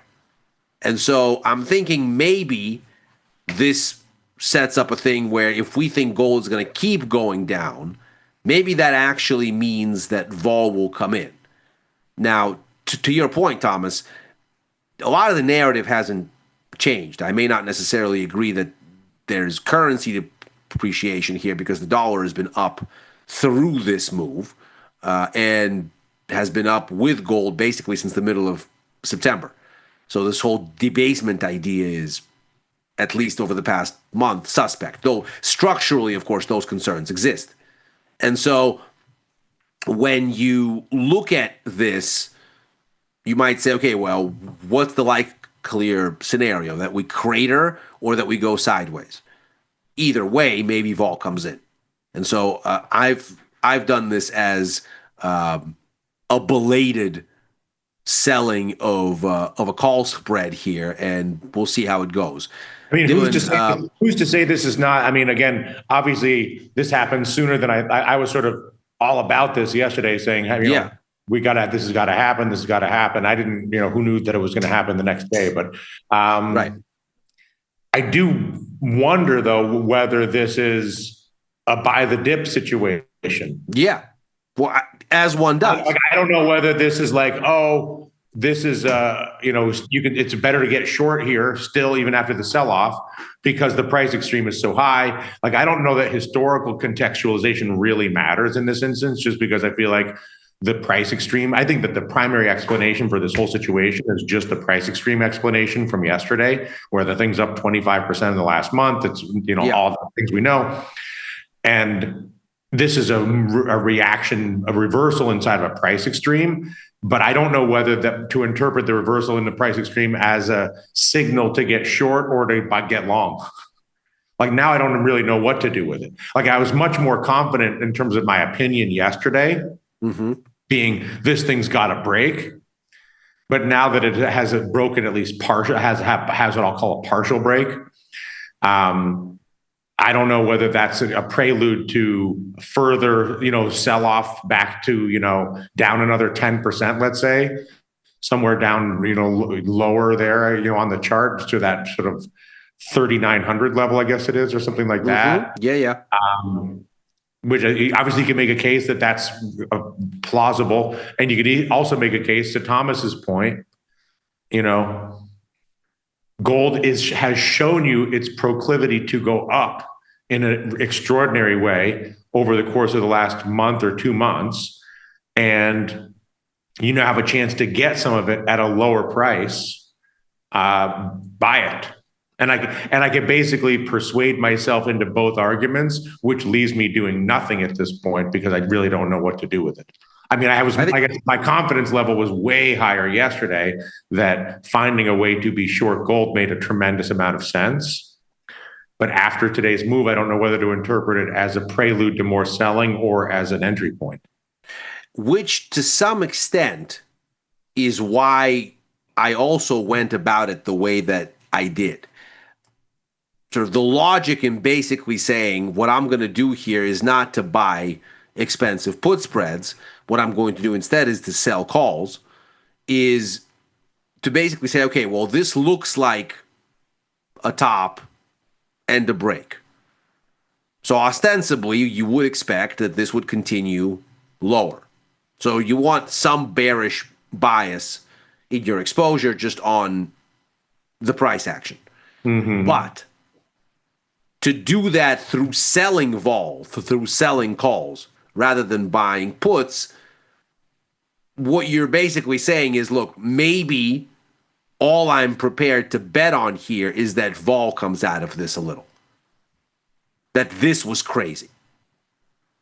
And that on the way down here, if we continue to grind down, that it's probably not going to be in leaps and bounds all at the same time. And that what you might have here is maybe, now that you're sort of at a near-term support level, or so it seems, maybe a little bit of a bounce against this low here to kind of test the waters a little bit, digest a little bit. After all, we do have apparently a CPI report on Friday. That'll be the first glimpse at some sort of economic data, shutdown notwithstanding. I did a little bit of reading on this after the show yesterday, and indeed it turns out that the cost of living adjustment that the Social Security Administration does annually is based on a combination of July, August, and September CPI numbers. They have obviously July and August. They need September, or they can't make that adjustment. So the Trump administration has called back a bunch of furloughed BLS workers to come and make them a CPI report, which is going to be interesting. So it is coming out. So ostensibly, we will get some guidance on Fed policy, on the dollar, on gold. And so maybe this consolidates now for a bit. That would mean vol comes out. So my sense is if you're going to do anything, maybe that's the thing to do. Now, of course, you could take a more bullish view and still sell vol and be a seller of puts. I'm not quite prepared to do that here, but I may yet rue the day. Yeah, my thinking is, if it was a 2% pullback, something modest, I'd be a buyer. When it's 5 or 6, I have to ask myself why I'm not buying. If I was going to buy at a lower price, now I'm getting an even lower price. It's kind of the psychological impact of a huge move like this, kind of putting you in a paralysis mood. But I also think at the same time, after a move like this, it's a little, you do have to be a little bit cautious with getting right into a trade. I don't think there's a very low likelihood that this is going to retrace right away, and then you're going to be like, oh, I missed my chance. I think a little bit of consolidation here, carve out a range, is probably the most likely scenario.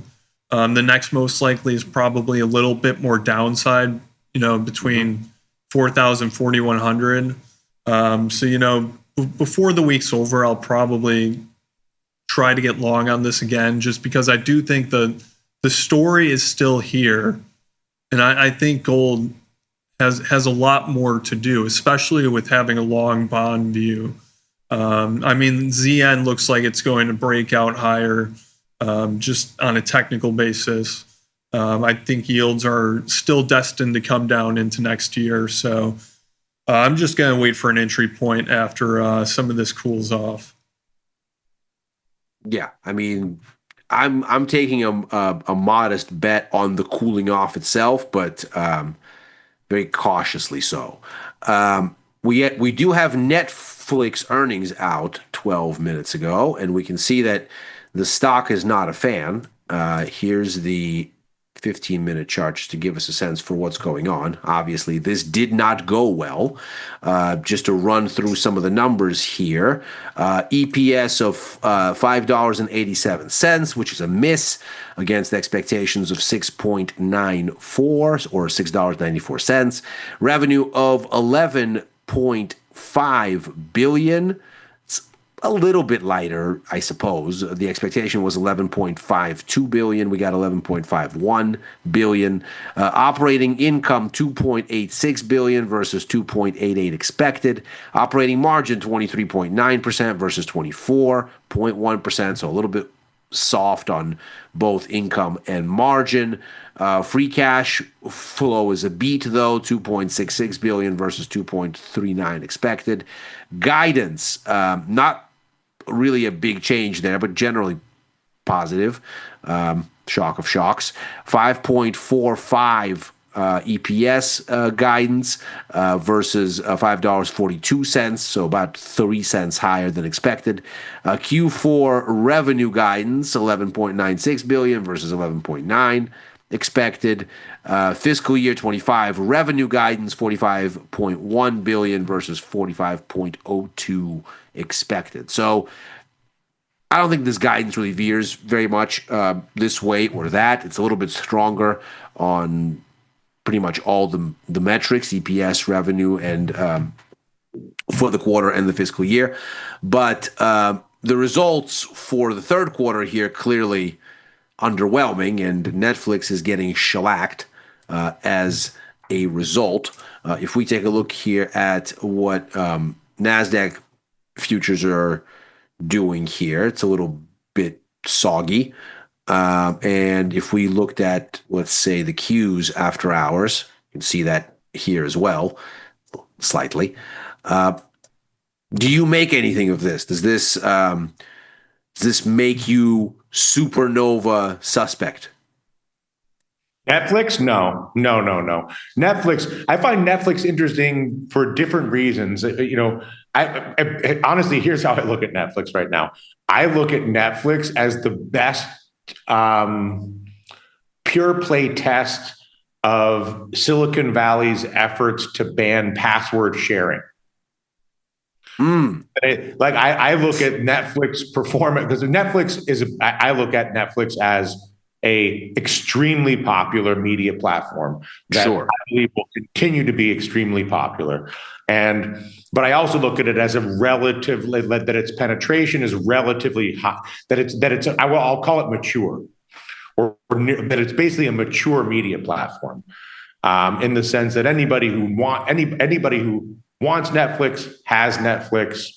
Anybody who uses that Netflix ability to acquire new subscribers from people that don't have Netflix and to turn them into Netflix subscribers as a mechanism of growth is very low. And I say that that's even further validated by the fact that even Netflix themselves have changed their positioning, that they prioritized in their rhetoric the fact that their mechanism for subscriber growth is by becoming stricter in restricting or eliminating or reducing password sharing. That the way that they get more subscribers is basically to force everybody who's using the same password to become that the 5 people on one password become 5 different passwords. And as such, they create 4 new subscribers.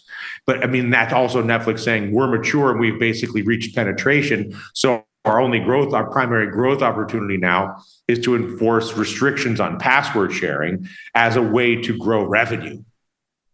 And I look at a report like this one here as an indication of the fact that their ability to enforce or restrict password sharing is it's not some panacea for growth. Obviously, it's clearly not working that well. Maybe that means they have to become more strict. I don't know what that ultimately means, but I look at the Netflix earnings report as a referendum on the failure of their efforts to generate growth by restricting password sharing. So looking at the details of the report here, it looks like Netflix wants to blame this thing on $690 million of a hit on operating margin because of a payout to Brazilian tax authorities. And it looks like they want to say this is a one-off. They had a kerfuffle with Brazilian tax authorities and that they had to give them a chunk here and so had to revise operating margins. And it looks like they want to blame that for what this is here. But nevertheless, the market is clearly reacting in the way that it's reacting. So there's, reason this and reason that, but it would seem. But again, isn't that just another indication of a mature asset? Yeah. If you're basically saying my earnings behavior is a function of tax policy, like that's why this has nothing to do. My point that's why this has nothing to do with the supernova, right? And is unrelated to anything attached to any of those things. It's just not relevant. It's not indicative of any of that. If anything, I would be worried about Netflix from the perspective of multiple compression, because whether it's efforts on restricting password sharing or earnings that come up short because of a tax situation, all those are the challenges of a maturing asset. And a maturing asset, by definition, means an asset that has slower growth, has lower or slower future growth prospects. and as a result has a smaller multiple. Yeah, I mean, if we take a look here, the overall picture, and see if we can get the after hours price action here onto the chart. So we're down to 1171. So we're basically down near the bottom of this range right here. If we wanted to put this in context here, so that's basically the bottom of your range on this stock. There we go. And here's your daily chart. So the daily chart doesn't have the after hours move yet. This is the actual cash equity close. So presume we're somewhere down here in the after hours here. We're basically at the bottom of this range from whence we've bounced pretty consistently going back to August. Is this a buy? I think it's probably a buy. I mean, guidance was on the upper end. You know, like you said, They had that one-time tax hit. Yeah. Netflix has a really good ability to turn things that are unpopular with Americans, like this K-pop stuff, and make it into a. Oh my God, the K-pop stuff is inescapable. My kids play that stuff off Spotify as music, as just like the soundtrack to their lives. They're doing more and more stuff with sports. The Alvarez-Crawford fight was the biggest boxing match ever watched. So I think they need to diversify, do more stuff with sports, games, everything. I still think they probably have some tricks up their sleeve to keep pushing. Not necessarily the growth they saw earlier. They can't rely on subscribers anymore, at least in the United States. They have more penetration ability internationally, at least. I think it might be a buy. I'll take a look at what it gives tomorrow for the options. In the immortal words of the Jizza, a head strategist of Wu-Tang Financial, you've got to diversify your bonds. Speaking of bonds, by the way, as we cycle through the assets here, the bonds seem to have broken out here today. Which is an interesting set of circumstances. So we have this sell-off in gold against the backdrop of yields coming in, which almost kind of makes sense if only the dollar were not also up. So again, this whole debasement trade is obvious nonsense. I digress. We have in the bonds here the former swing high that was right here as a kind of resistance. We tried to work our way through it here. Today, I would say we have a convincing breakout. Is this telling us that we're angling for a more dovish Fed, or is this telling us that there's something larger that's wrong with risk sentiment? Because stocks ultimately didn't do anything today, if we look at the big indexes. I think this is just, if stocks were moving more, maybe you could do a different story. But I think this just technical breakout, lower Fed rates are expected. These prices are finally eclipsing a previous resistance level. It's in ZN too. I'm probably going to trade the upside in ZN being a smaller product. I think this is the chart looks good. I mean, it does. It looks like a buy. I think it makes sense to get a little upside exposure here. For what it's worth, looking at ZN here, and let's look at the tradable version. ZN did not break out today. So if you wanted a mulligan just in terms of a technical sort of a consideration, you can see here where the breakout would be. But technically speaking, we're still holding this high. I'm in this as a TLT call spread that I've been adding into basically since this dip here. And my benchmark for it was ZB, where I was looking at this former high and then this pullback to test that former high right here. And so I started laying into TLT call verticals right here and added a little bit when it broke right there. So it's working. It's an interesting thing that it's working, because if we look at what's going on with Fed policy expectations, I mean, near term, obviously they're stuck, but into next year, this is December's SOFR contract, December of next year. And we can see that basically from the immediate aftermath of the Fed is right around here. And there's a little bit of a kerfuffle here, but since then, we actually get a pullback in yield. This is, of course, the interest rate future price. So this works just like bonds do. Yields and prices are inverse. So this is yields coming in. This is expected rates coming in. So the shift in policy expectations has been to the dovish side for next year, despite the fact that we don't have any economic data to speak of because of this shutdown. So it does seem like this is modestly Fed related, but maybe not today, because for the past 2 days and really all week this week, we haven't really gone anywhere on this. Probability for policy-wise, and I wanted to see if I can get your thoughts on this. Here is where we are on the probabilities. Here's October, and you can see here we're at 98.8% chance that we're going to get a cut. For December, we're at 98.7% chance that we're going to get a cut. Both of them are barely changed from yesterday and from a week ago.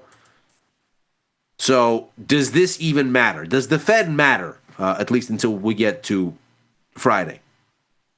I mean, unless you get a huge increase in inflation, I think this is baked in, and that's how the market's going to operate. I think the rate cut focus is going to shift more and more to next year, and this is just priced in now.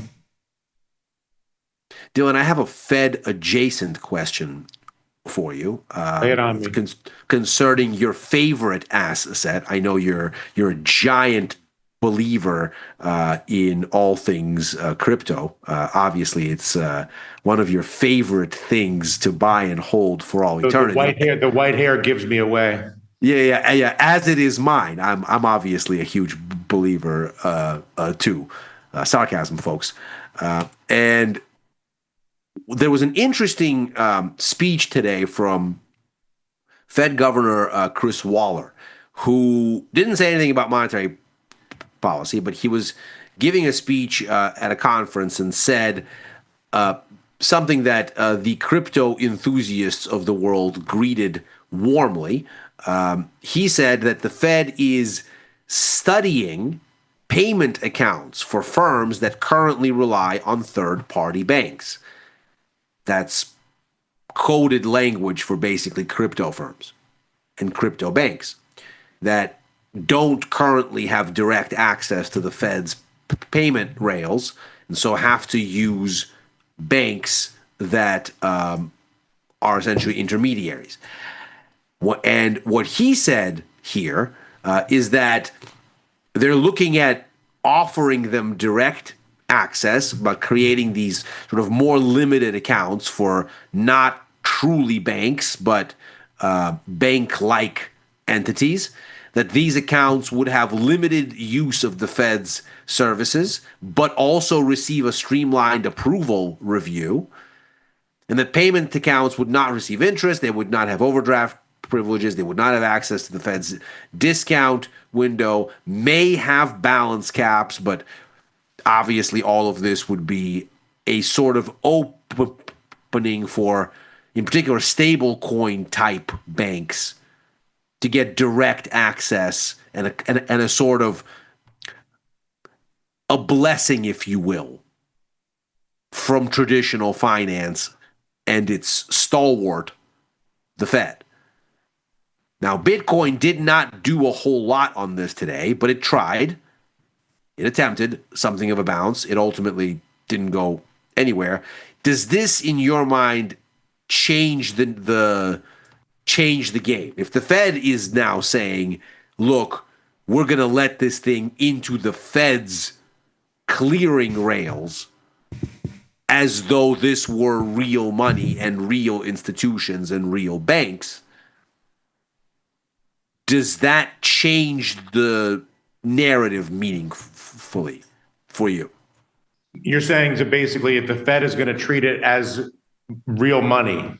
Yes. If the Fed is going to basically say, these are institutions that can have direct access to the Fed's payments architecture. And so if you're, let's say, a bank that offers stablecoin accounts rather than US dollar accounts, you have access to Fed clearing services. The Fed will essentially take the other side of clearing your transactions. I mean, I think for sure it is better for crypto, meaning crypto price stability is improved by the changes that you just described. So I don't know that my opinion of crypto matters. I mean, I find it ridiculous, but who cares what I think? For sure that the Fed treating crypto banks more like real banks and giving crypto banks direct access is yet another validation of crypto as money, regardless of anybody's opinion, including mine. Mm-hmm. So, I don't think that it takes away the fact that that crypto is capable of a catastrophic sell-off, which for sure will happen at some point, maybe with a ripping rebound right after it. And if anything, the more broadly applied crypto becomes, the more painful the sell-off is going to be, because it's going to affect more and more people with smaller and smaller accounts. And the real irony will be when the Fed has to bail out a crypto bank using US dollars. That really will be the real irony. That'll be the real send up of the whole thing. But for sure, that change is very good for crypto. Full stop. I mean, not to change the topic, but the other name that have been watching that's in the Mag 7 world is Apple. Yeah. Which is looking very, very good. And I don't know whether that's a validation of the iPhone 17 or whether that's an endorsement of sort of the Apple posture relative to its privacy and security, or whether it's a relative opinion of for that matter,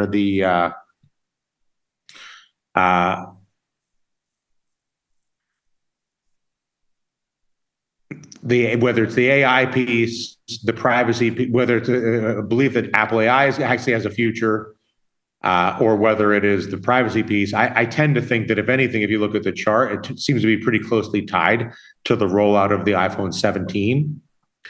And I do wonder whether the upgrade cycle with the iPhone 17 is more robust than anybody anticipated. Because if you look at the behavior of the stock, particularly in a market that has been just sort of obviously buoyant, but it hasn't been a super rally in terms of the overall recent days. But Apple's doing remarkably well. There was a story actually on this yesterday saying that the sales of this next gen iPhones have been stronger than anticipated, and that was really the big surge in Apple. In fact, if you look at sort of what gave us yesterday's tech-powered move, because it really was a tech-powered move. The tech sector really was outsized for stocks yesterday, as it's been. When the tech sector rallies, everything tends to go. And Apple was a very big driver there. I mean, we're talking about something that's close to 12% weight in the sector. I mean, obviously, it's huge. So very, very big day for Apple yesterday, exactly around this story, around the idea that iPhone sales are looking pretty good here at the start.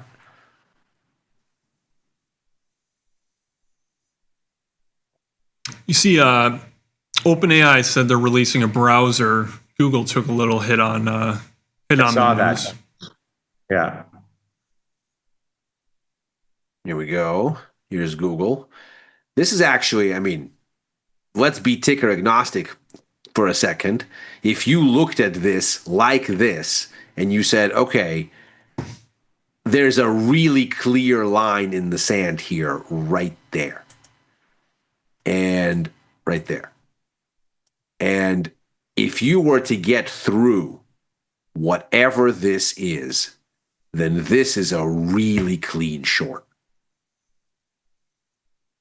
With a double top right here.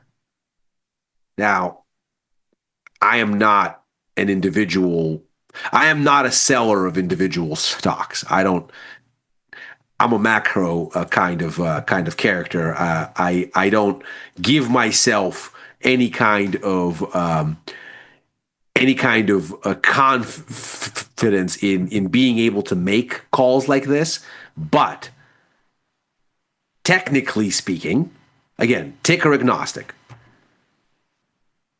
If this sticks, and you can even sort of say there's the kind of last line of defense right there, you stopped right on it, the closing high for this range here, you stopped right on that. There's now a bearish evening star candlestick pattern over here, nominally, with an ugly wick to boot.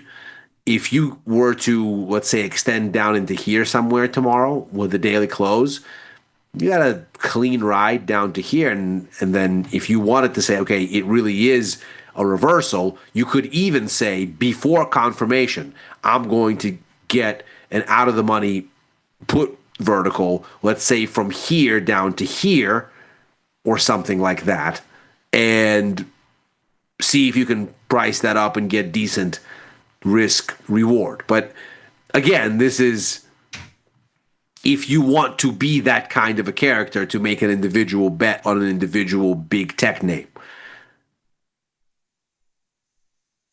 Are you moved to want to sell this? I mean, I can understand why the Chat GPT sort of foreshadowing their sort of browser tease, as Thomas referenced, it was obviously to create a panic around sort of the Google search and all that. Mm-hmm.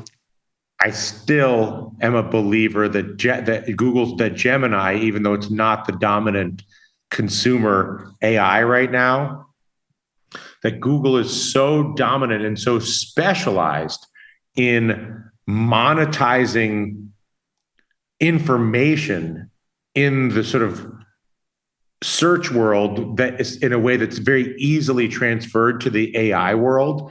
So even I just feel like Google is uniquely positioned to make a fortune on the Gemini side, the same way they did on the search side, because they have such a level of sophistication with using inference now that we're long past tagging, we're long past even cookie setting, right? Into this world of inference, I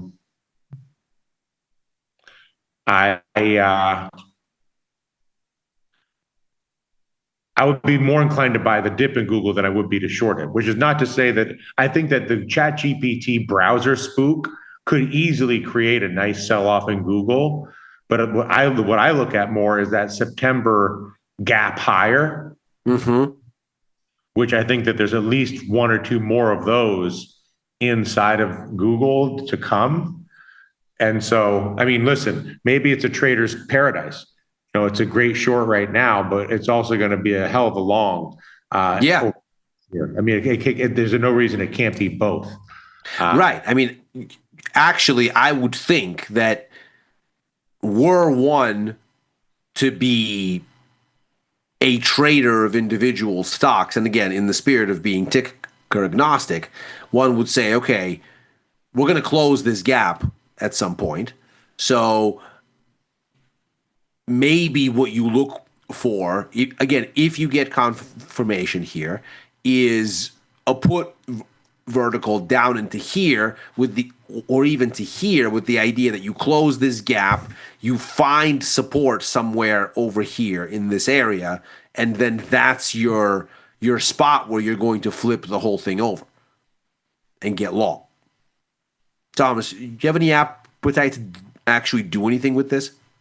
I mean, I was thinking about it, shorting with a ChatGPT browser, OpenAI browser, and I'm not sure that it's going, even though Alphabet, Google search is a huge chunk of their revenue, I don't think the OpenAI browser is really going to put a hit on their revenue from that.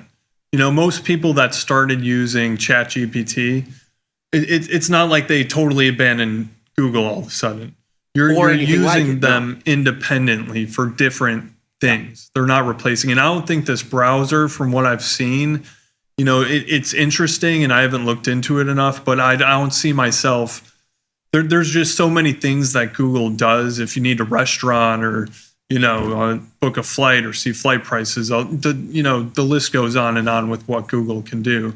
I think it's still probably pretty far away from their browser or Google itself being dethroned. And like Dylan said, they monetize all this data. The advertisers, they do such a good job that really the moat around them is still very deep and wide. I would agree. Let's do a little speed round. The other name that I like, just while we're on the Mag 7 talk, is Amazon. I still think Amazon's probably the best of the bunch to buy, just because the stock hasn't done that much, although it has that little bump higher today, I see. But I like Amazon because I feel like it hasn't actually delivered a mega AI gap higher. In fact, obviously the stock's going the other way. But I think if pound for pound, and again, today's action notwithstanding, I think Amazon is the best of the bunch in terms of a tradable buy in the Mag 7 for the very reason that it hasn't had. I guess it has that one really nice gap back in April or May, I guess that is. But otherwise, it's either the gap lower or it's sort of churning around itself between 210 and 240. And right now, obviously, just coming off of 210. So not that we have to stay on the Mag 7 for too much longer, but I do think that this is the most interesting of all of them in terms of the sort of coiled spring inside of the company. Mm-hmm. Sort of an AI-related bonanza. Yeah, if you thought that this was likely to break out of whatever this downswing has been since early September, there's an out-of-the-money call vertical for you, let's say from about 228 up to 240, just to essentially bet on we're going to come through here, we're going to take out this former high. And so this is sort of the beauty of options. You don't necessarily have to wait for the price to get there. You can essentially take a bet on you will get through here and up here. Now, maybe you won't, but that's sort of the trade. It would be to look for this piece and basically say, okay, I think the bias is higher. So if we get through here, then this is the chunk of it that I want to attempt to catch. While we have 5 minutes here, let's do a quick speed round. On the dollar side of things, we get a little bit stronger today. Dollar catching, apparently, whatever this former resistance becomes support is, if not sort of perfectly, and extending higher. You see it in all of the key levels here: euro, pound, Aussie. The one difference maker here was the Canadian dollar, which didn't really go anywhere because they had some hot CPI data come out. So maybe fewer rate cuts or potential for them from the Bank of Canada. The situation in crude oil has gotten interesting. We're at this support now, essentially. So whatever these lows were, we've arrived at them.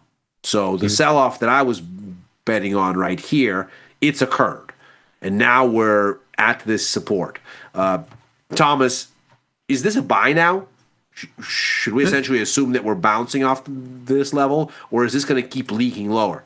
I don't think it's a buy. I think it's like an iron condor. I think we're going to carve out a new range. I mean, things aren't happening fast enough with the economy and everything else that it's going to, likely make another big dip down. If it goes, into the low 50s, the 40s, if it goes into the 40s, that means there's a global recession, right? Right. Or very likely that there is one. And you don't get 40 oil prices if the economy is expected to expand and expanding.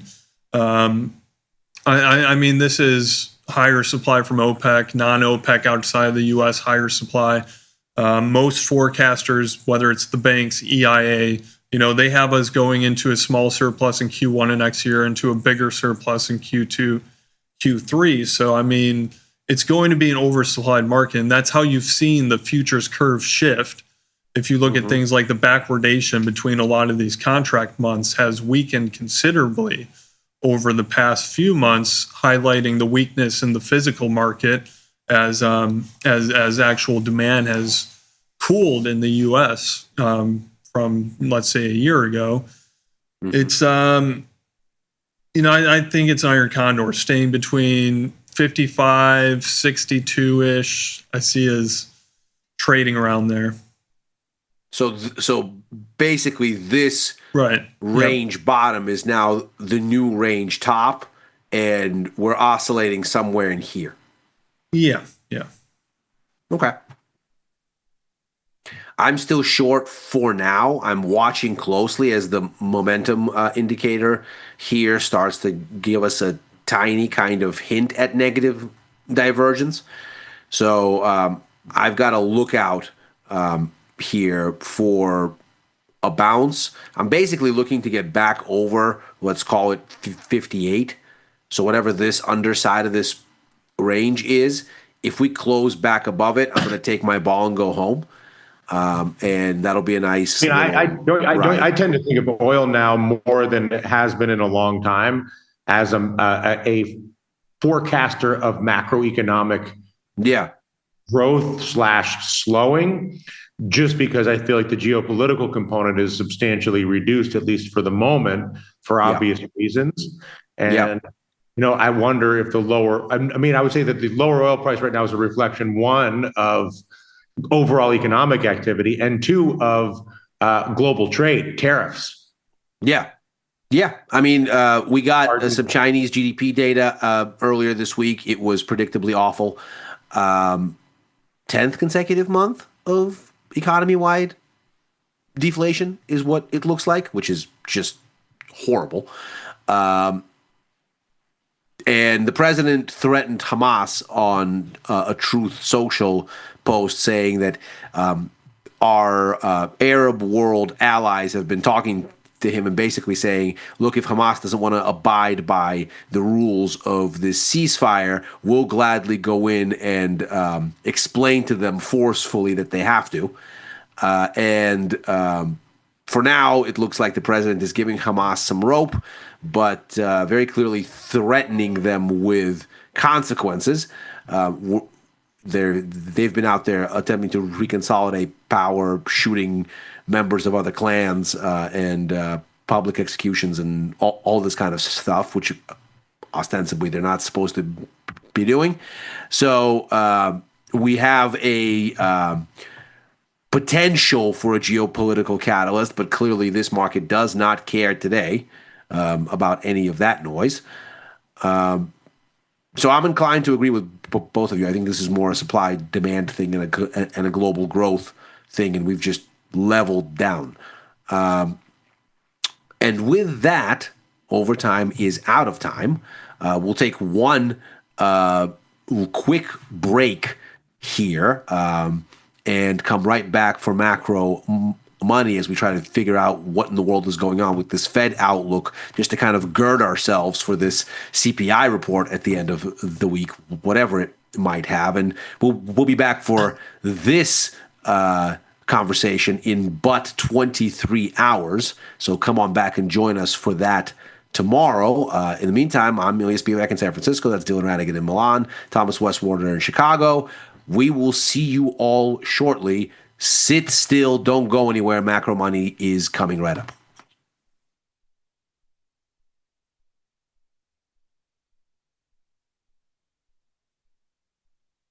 In the world of investing, a beast lurks between the numbers. Some watch from the safety of the sidelines, but others saddle up and ride that 1-ton rowdy ribeye for all he's got. If that's you, join us on Tasty Trade, named best online broker for options trading. Genius loves company. The future of trading is here. Join Mike and his whiteboard, plus the Tasty 2 live crew for 90 minutes of probabilities, punchy portfolio mechanics, and trade tactics. It's totally free and unreasonably fun. Come early to enjoy a drink with the crew and stay for a Q&A after the show. Space is limited, so register today at tastylive.com/events.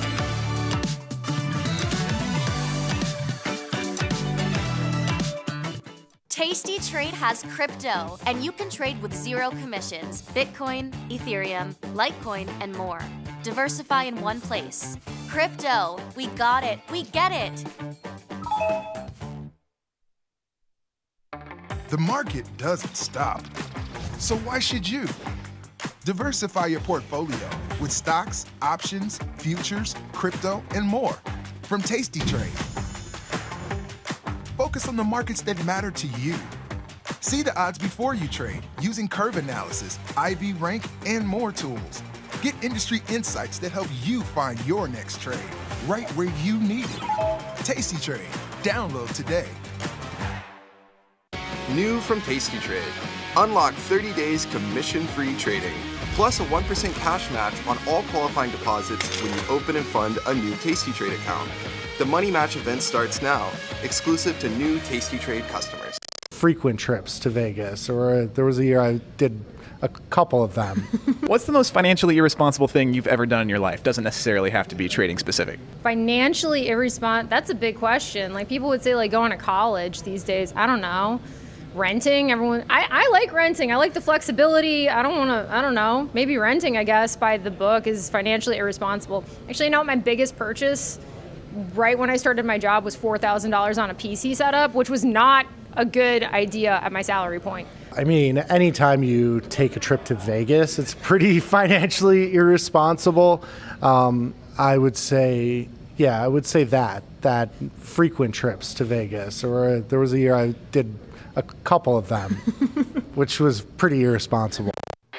When the market moves, traders need to move faster. Tasty Trade Active Trader Tool offers full depth of market visibility, one-click order entry, and instant position management so traders can react in real time. While others charge for professional tools, Tasty Trade provides them for free. Opportunity can move fast. Seize it with Active Trader. Try it now on Tasty Trade.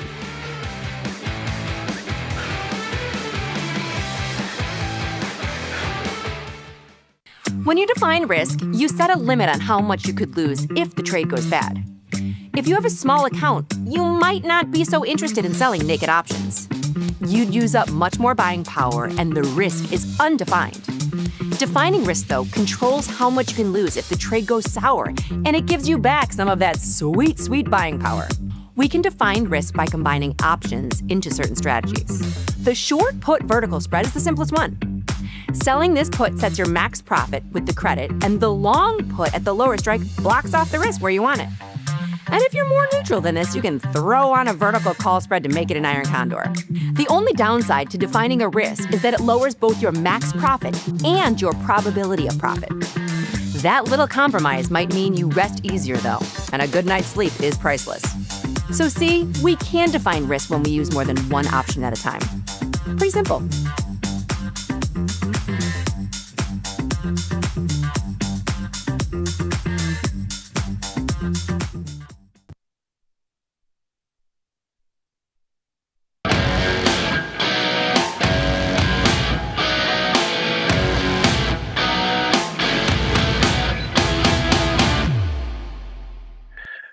what a strange day we have here. We get a massive sell-off in gold. Stocks don't do anything. Crypto is moved and then not by a conversation from a Fed governor. Asset values going all over the place and very little rhyme or reason to discern. But we will try nevertheless. This is Macro Money. I'm Ilya Spivak, head of Global Macro here at Tasty Live. And what we are going to try to do here is take a look at the price action today and see if we can't make sense of what these markets did and why they did it as we get ourselves together for what is finally a glimpse at real U.S. economic data. It's not coming up for a few days here, so we can maybe get ourselves together and have a conversation about why that data should or shouldn't matter. This is, of course, the eternal question for market watchers.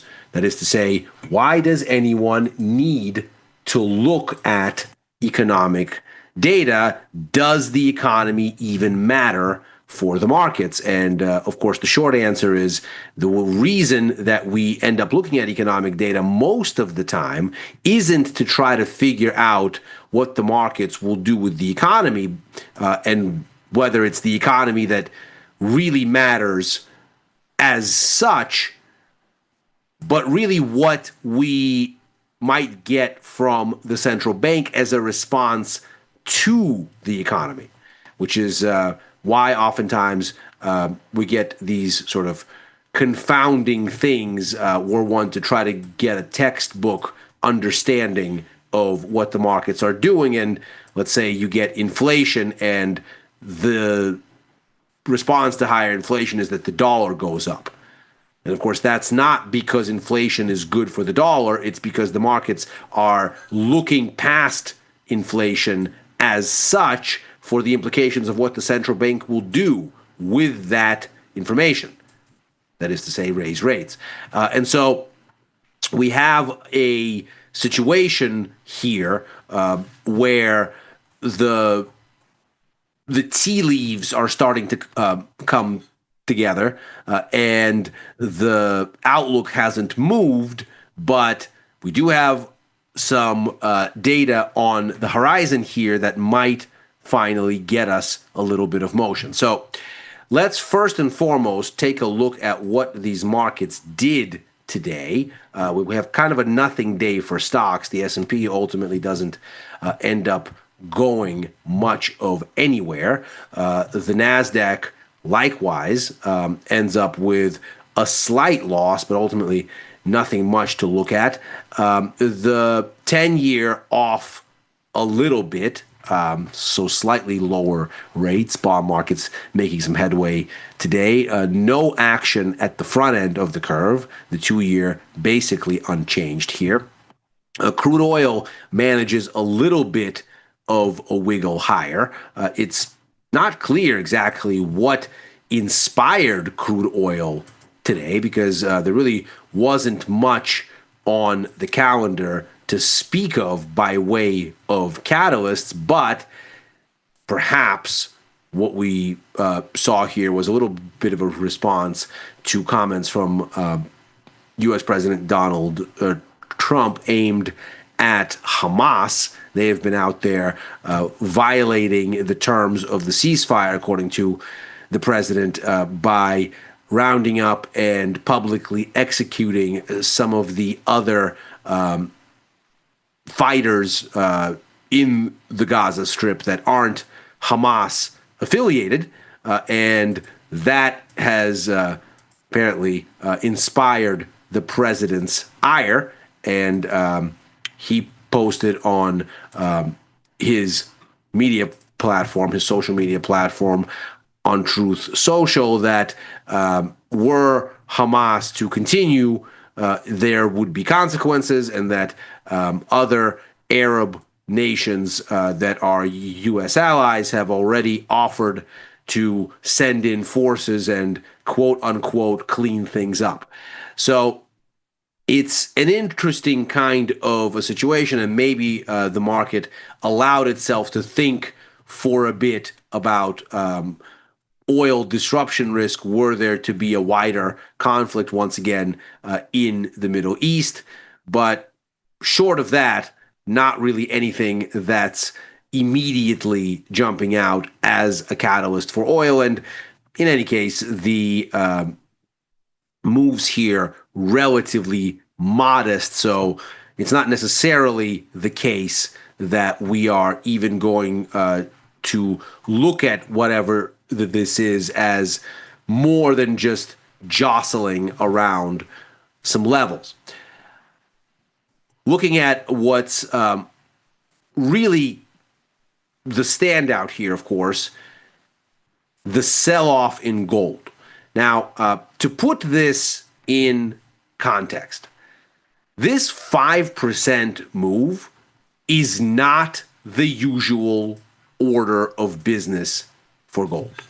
This is a very large decline. The last time we had anything remotely adjacent to this was August of 2020, which nicely gives you a sense of just how tectonic of a move this is. This was right on the run-up to that year's Jackson Hole Symposium, where the Fed kind of famously signaled that they are not going to go down the road of more expansive stimulus than cutting rates to zero and issuing unlimited or open-ended QE in March of that year in response to the COVID-19 pandemic. So we don't really have kind of near-term analogs. In fact, if we had to go before then for gold, we'd be looking at 2013 and the march toward the Fed's rate hike cycle that started in the wake of the 2008 crisis and sort of its immediate aftermath. So we're looking at a situation here that's very unusual, to say the least. This could be just an unraveling of speculative froth. It does make a bit of sense that gold is down in an environment where the dollar is stronger. We can see the euro down about 0.4%. The yen really having the big move. It's off 0.8%. That's after the new Japanese prime minister managed to put together a coalition and actually got her spot. There was a vote in the Diet overnight here, daytime for Japan, where she was able to cultivate a coalition and was able to actually become the first female prime minister of Japan. And of course, her views have been quite dovish as a departure from the recent administration and as a departure from what the BOJ has been doing. The Bank of Japan, they've obviously been something of a standout on the major central bank stage. They've been raising rates, whereas everybody else has been cutting them. And so the news that she will, in fact, move forward, that she has become prime minister, that's weighing heavily on the yen here. Bitcoin up a touch. It was up quite a bit more, and we'll talk in a second as to why, but ultimately couldn't make it stick. So our barometers for risk sentiment, Bitcoin and stocks together, they ultimately don't continue after what was a pretty potent jump yesterday.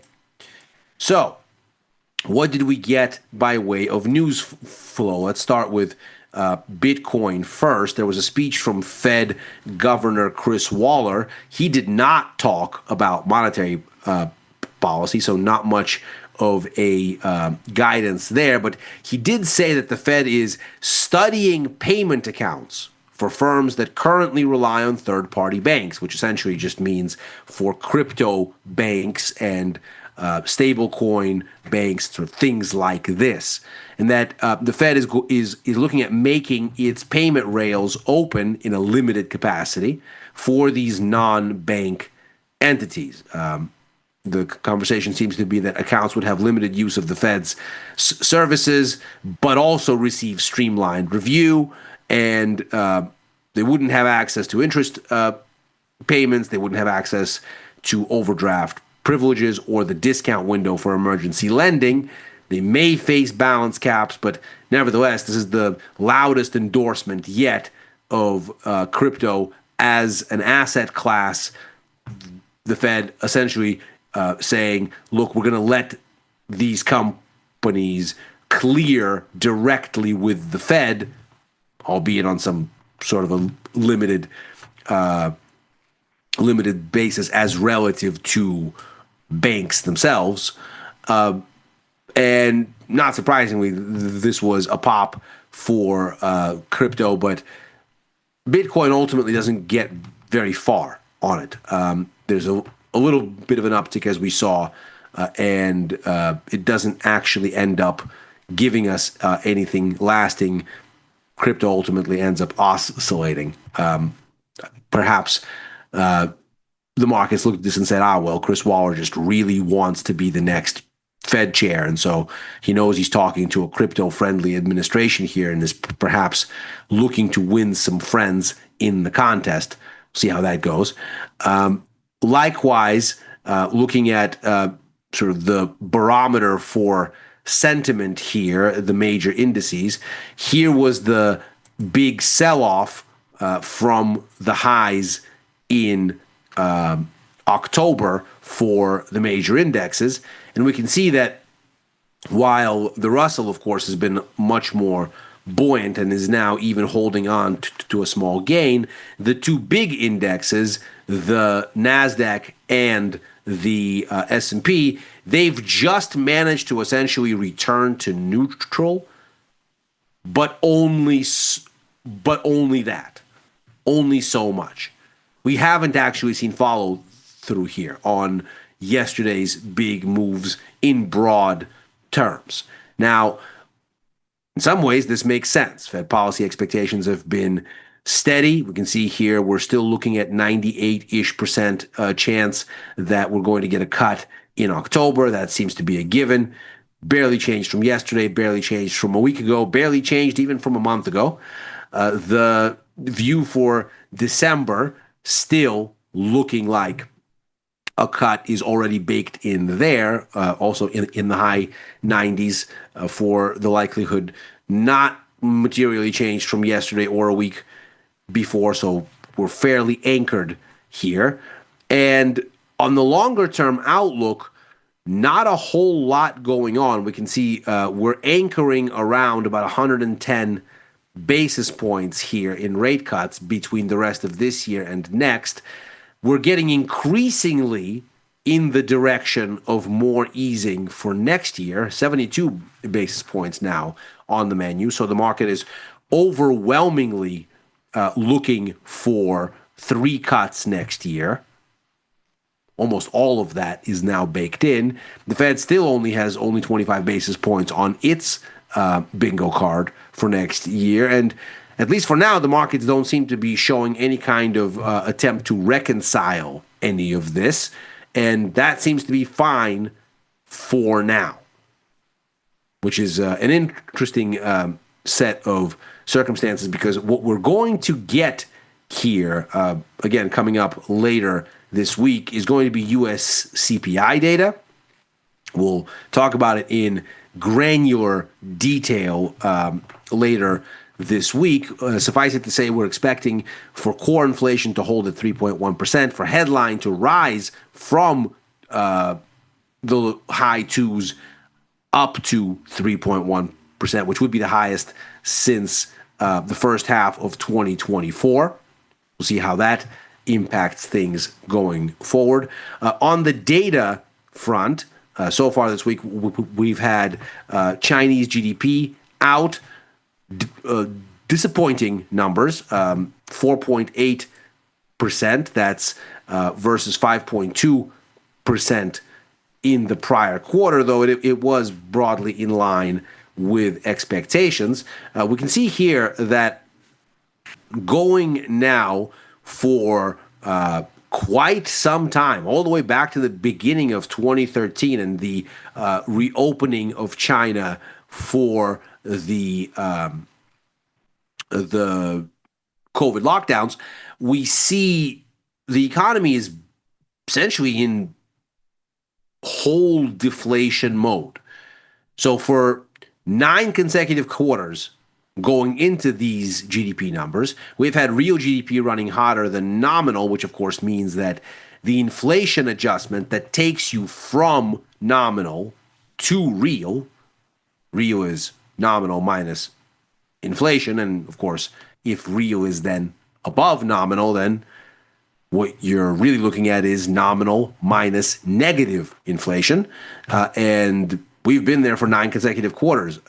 Going into these numbers, we can see we don't quite have the publication of the nominal number yet, but it isn't difficult to figure out which way the wind is blowing here. This was the weakest GDP reading since mid-2024, the third quarter of 2024, as a matter of fact. So we're at the bottom of the range here for real GDP, going back to where the reopening from COVID occurs.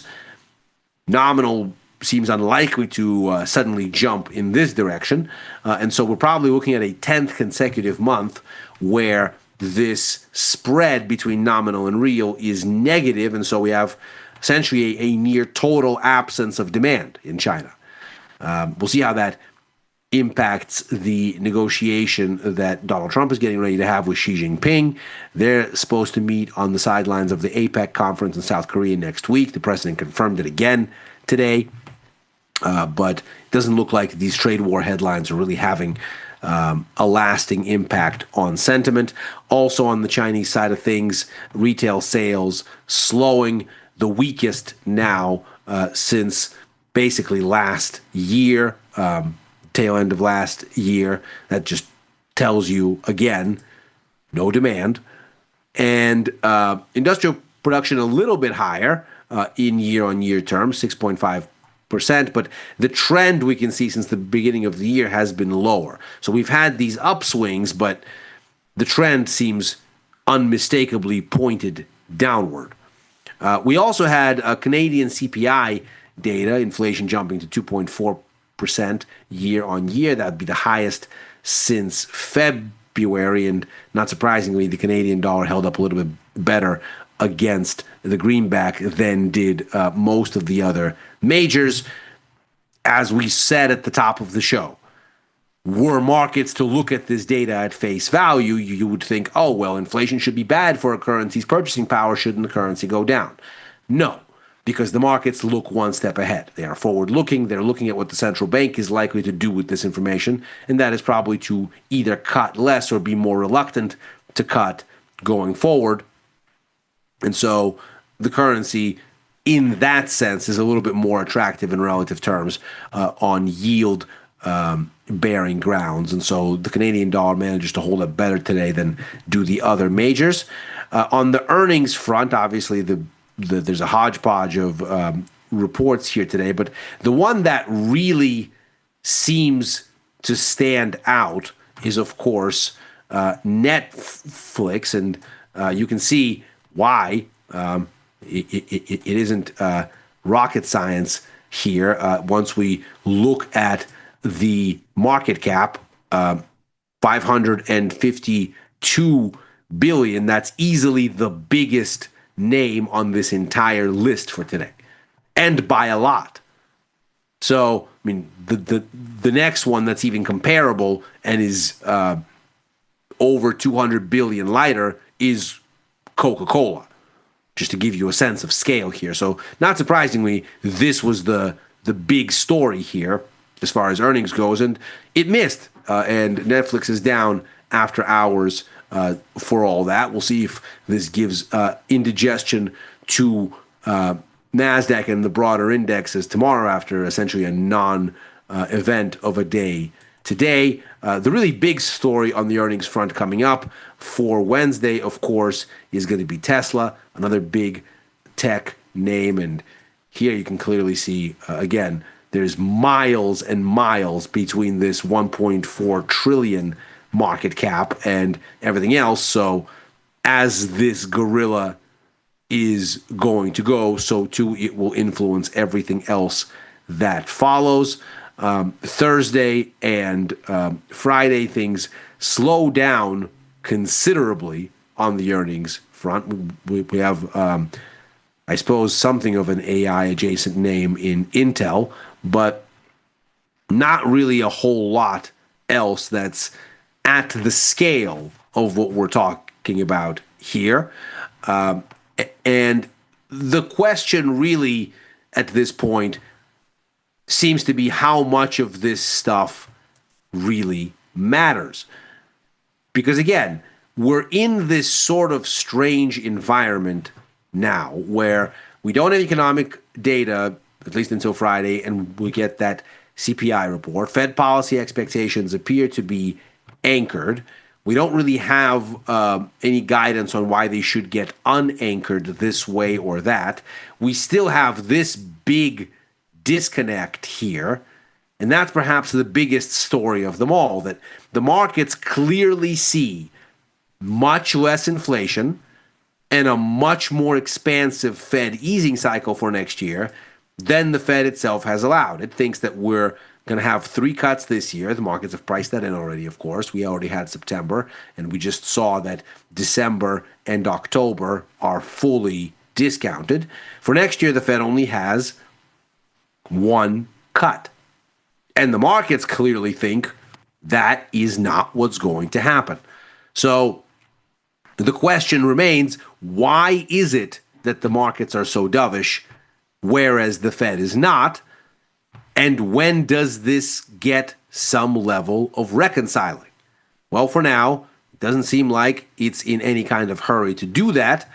And indeed, that we are getting a stronger US dollar here, even though the markets are this dovish, seems to suggest that maybe something else is going on.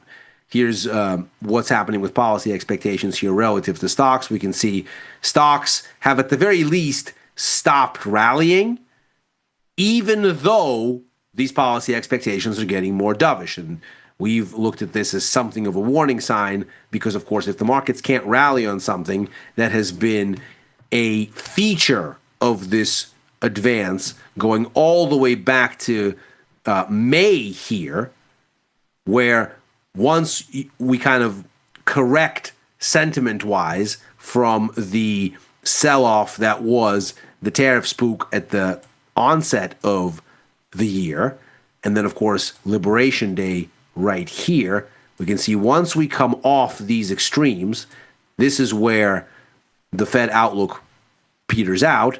Not surprisingly, we can see that's exactly where stocks return to undo this breakdown right there. So essentially, we're back to the starting line here. And you can see from here onward, where you get more dovish expectation, you also get higher stock markets. That seems to have broken right here, where stocks are struggling even though policy expectations are growing more dovish. And that is perhaps one reason to be circumspect about just how far stocks can go here.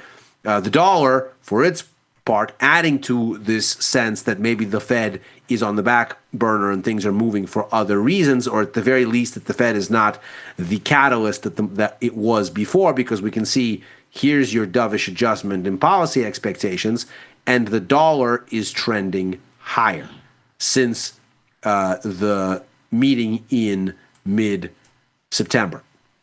So since the Fed actually issued this cut, the dollar is stronger, even though policy expectations have become more dovish. All of this perhaps hinting at capacity for risk aversion and for the dollar to reclaim its haven bid. So positioning-wise, I am still long it. Short the Aussie, short the pound, short the euro, short the Canadian dollar, today's moves notwithstanding. I put on a little bit of an exposure on the bearish side of gold, but selling calls here, looking more for vol contraction after this huge move than anything else. I'm a little bit short Bitcoin after it broke its range last week via a put vertical, and a little bit short the NASDAQ and the S&P, looking for some of these dynamics to eventually give way. If it is risk aversion that's being signaled here, these might work. Still long the bonds, still short crude oil. Bonds working not so much today for crude oil, but ultimately it didn't go anywhere, so we will wait and see what happens next. And that is Macro Money for today. As ever, we are here right after overtime, a show I co-host with Dylan Radigan and Chris Vecchio, usually looking at the Wall Street close and where things may go therefrom. Also writing for the news and insights portion of tastylive.com, commenting at Ilya Spivak on former Twitter and on Blue Sky. Also now commenting on Reddit. So come check out my various thoughts there.